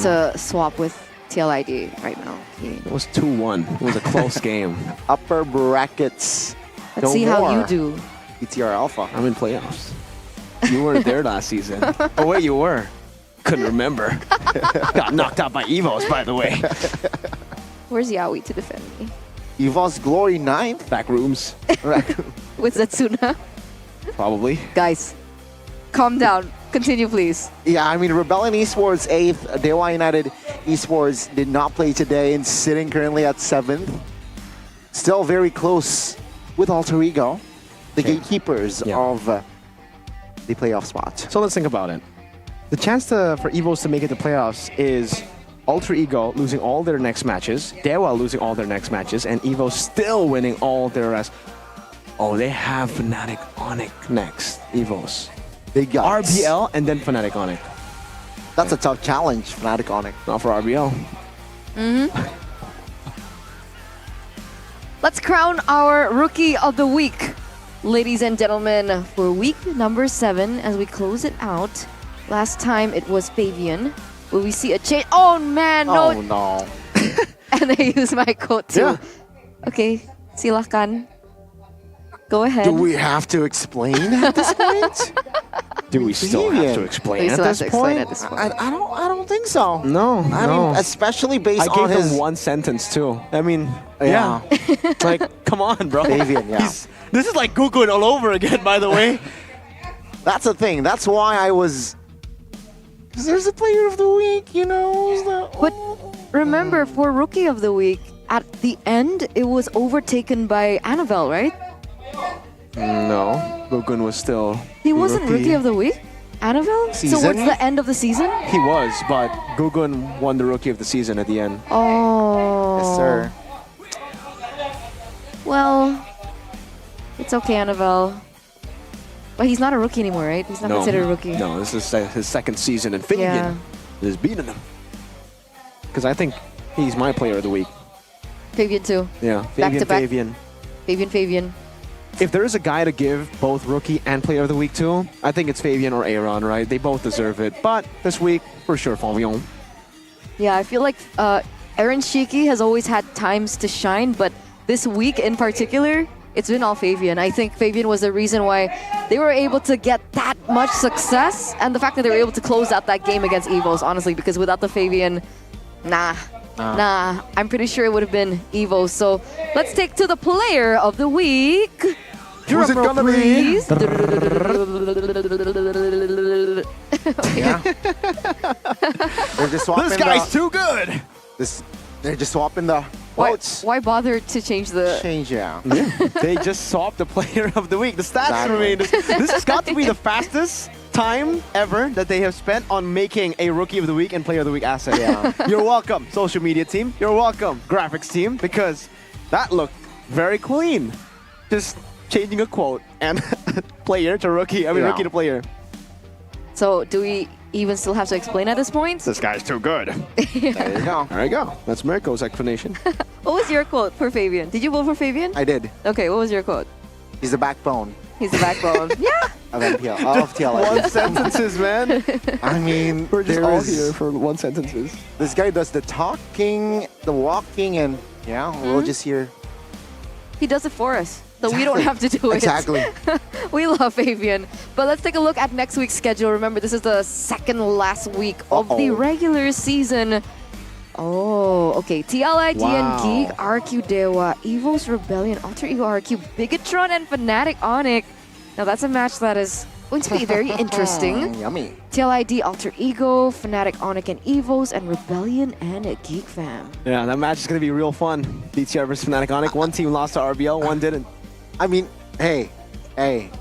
Last time I checked, the porcupines, they love to eat robots. Last time I checked, the porcupines ate eggs. No, the eggs ate the porcupines. Oh, sorry, Zetsuna. My bad. Got me on that one, man. Oh, man. Banter on desk. I love it. I love it. Now, everybody... Whoa, we all can banter now. Because all of our teams are in top 5. You're right. Even RQ, Sheffield. Liquid, BTR, Geek Fam, Fnatic Onyx. Yeah. There you go. Oh, you're right. If your team want to thrive, usually there's always someone that's just sad. Guys, you know, That's always sorry, me usually. man. That's usually me, guys. But the upcoming match for TLID. Sorry, lagging a bit there. I think I need to top up my indie home. Geek versus TLID and TLID versus Alter Ego. So their next matches are going to be against Geek Fam and Alter Ego. Wow. Can they continue their undefeated run in leg number 2? If so, that would be very impressive. Usually we have, you know, the playoffs be the playoff spot, that will be usually seen, the results of that in the final week. Maybe this season we get who makes it to upper brackets in the final week, because it's getting real close and no one has really secured it just yet. Yeah. That might be actually the case. Yeah. It's like voodoo. RQ lost to Evos. They won against Geek, but they still have 2 more matches. TL have some big matches too against Geek. BTR have Fnatic Onyx next. And Evos have Fnatic Onyx next. And RBL, the team that beat them.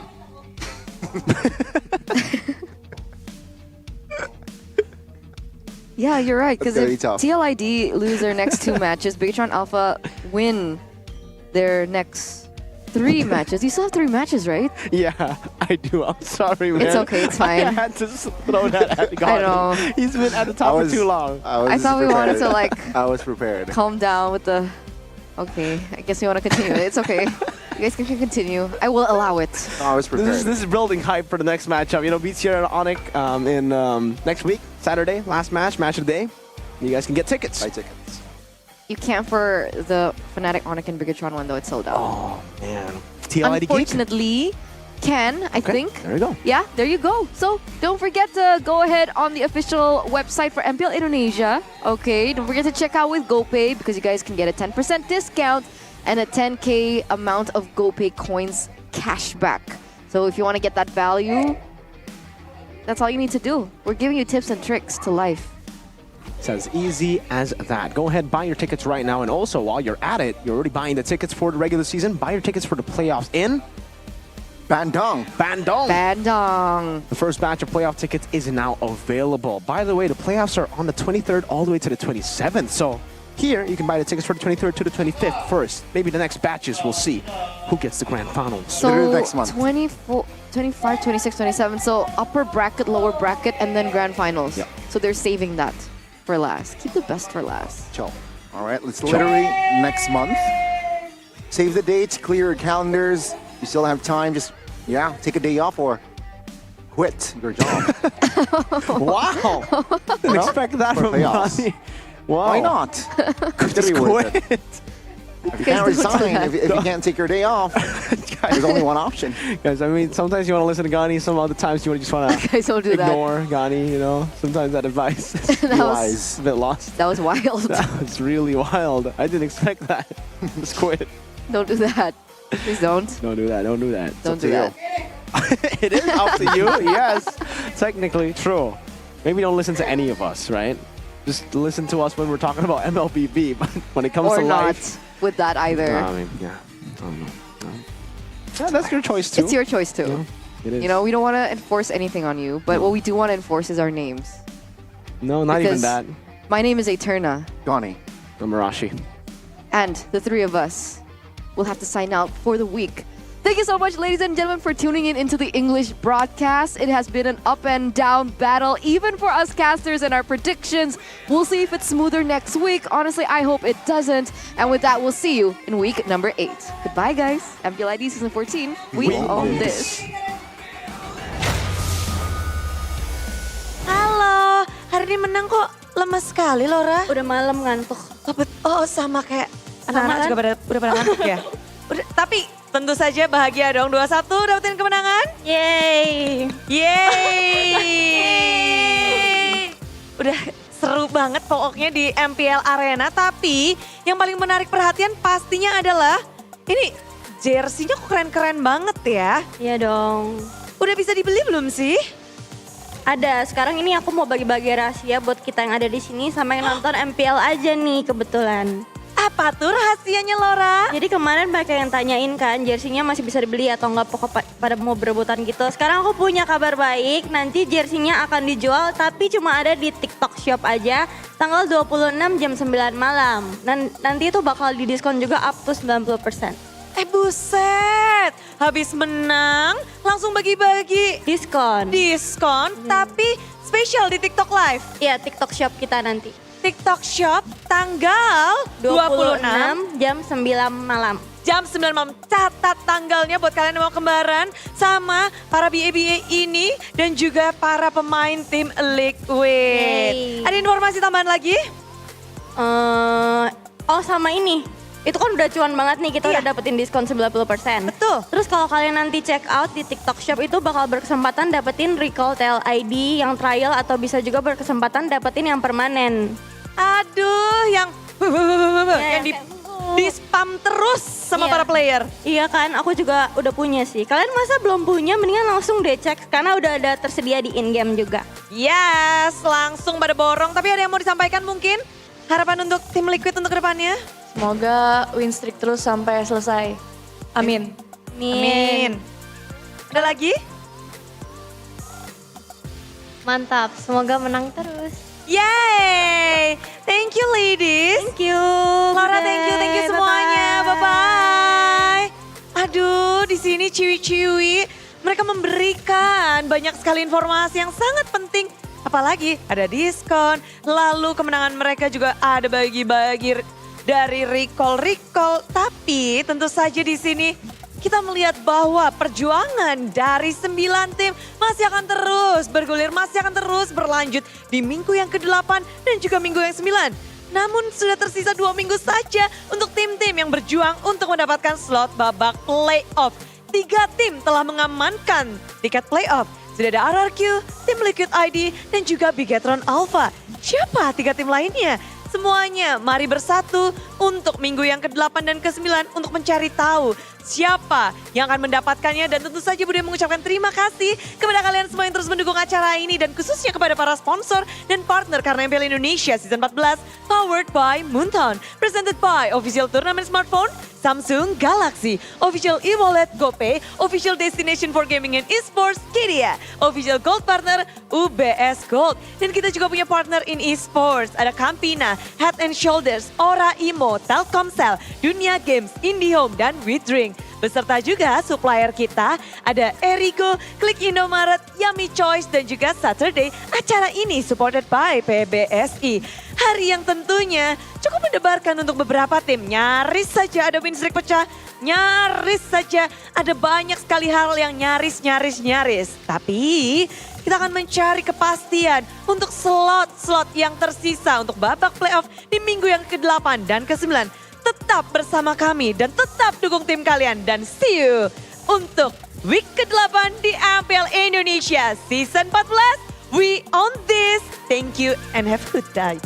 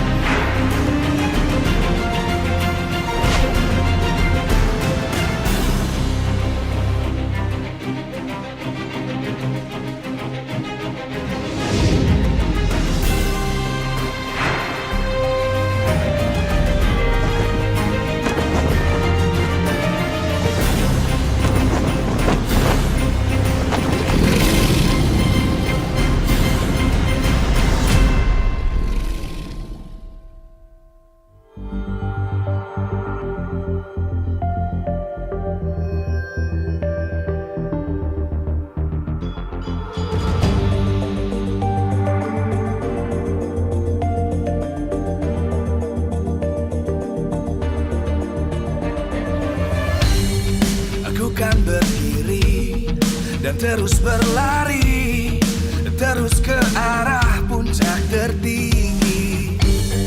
Ku takkan berhenti, hanya sampai di sini.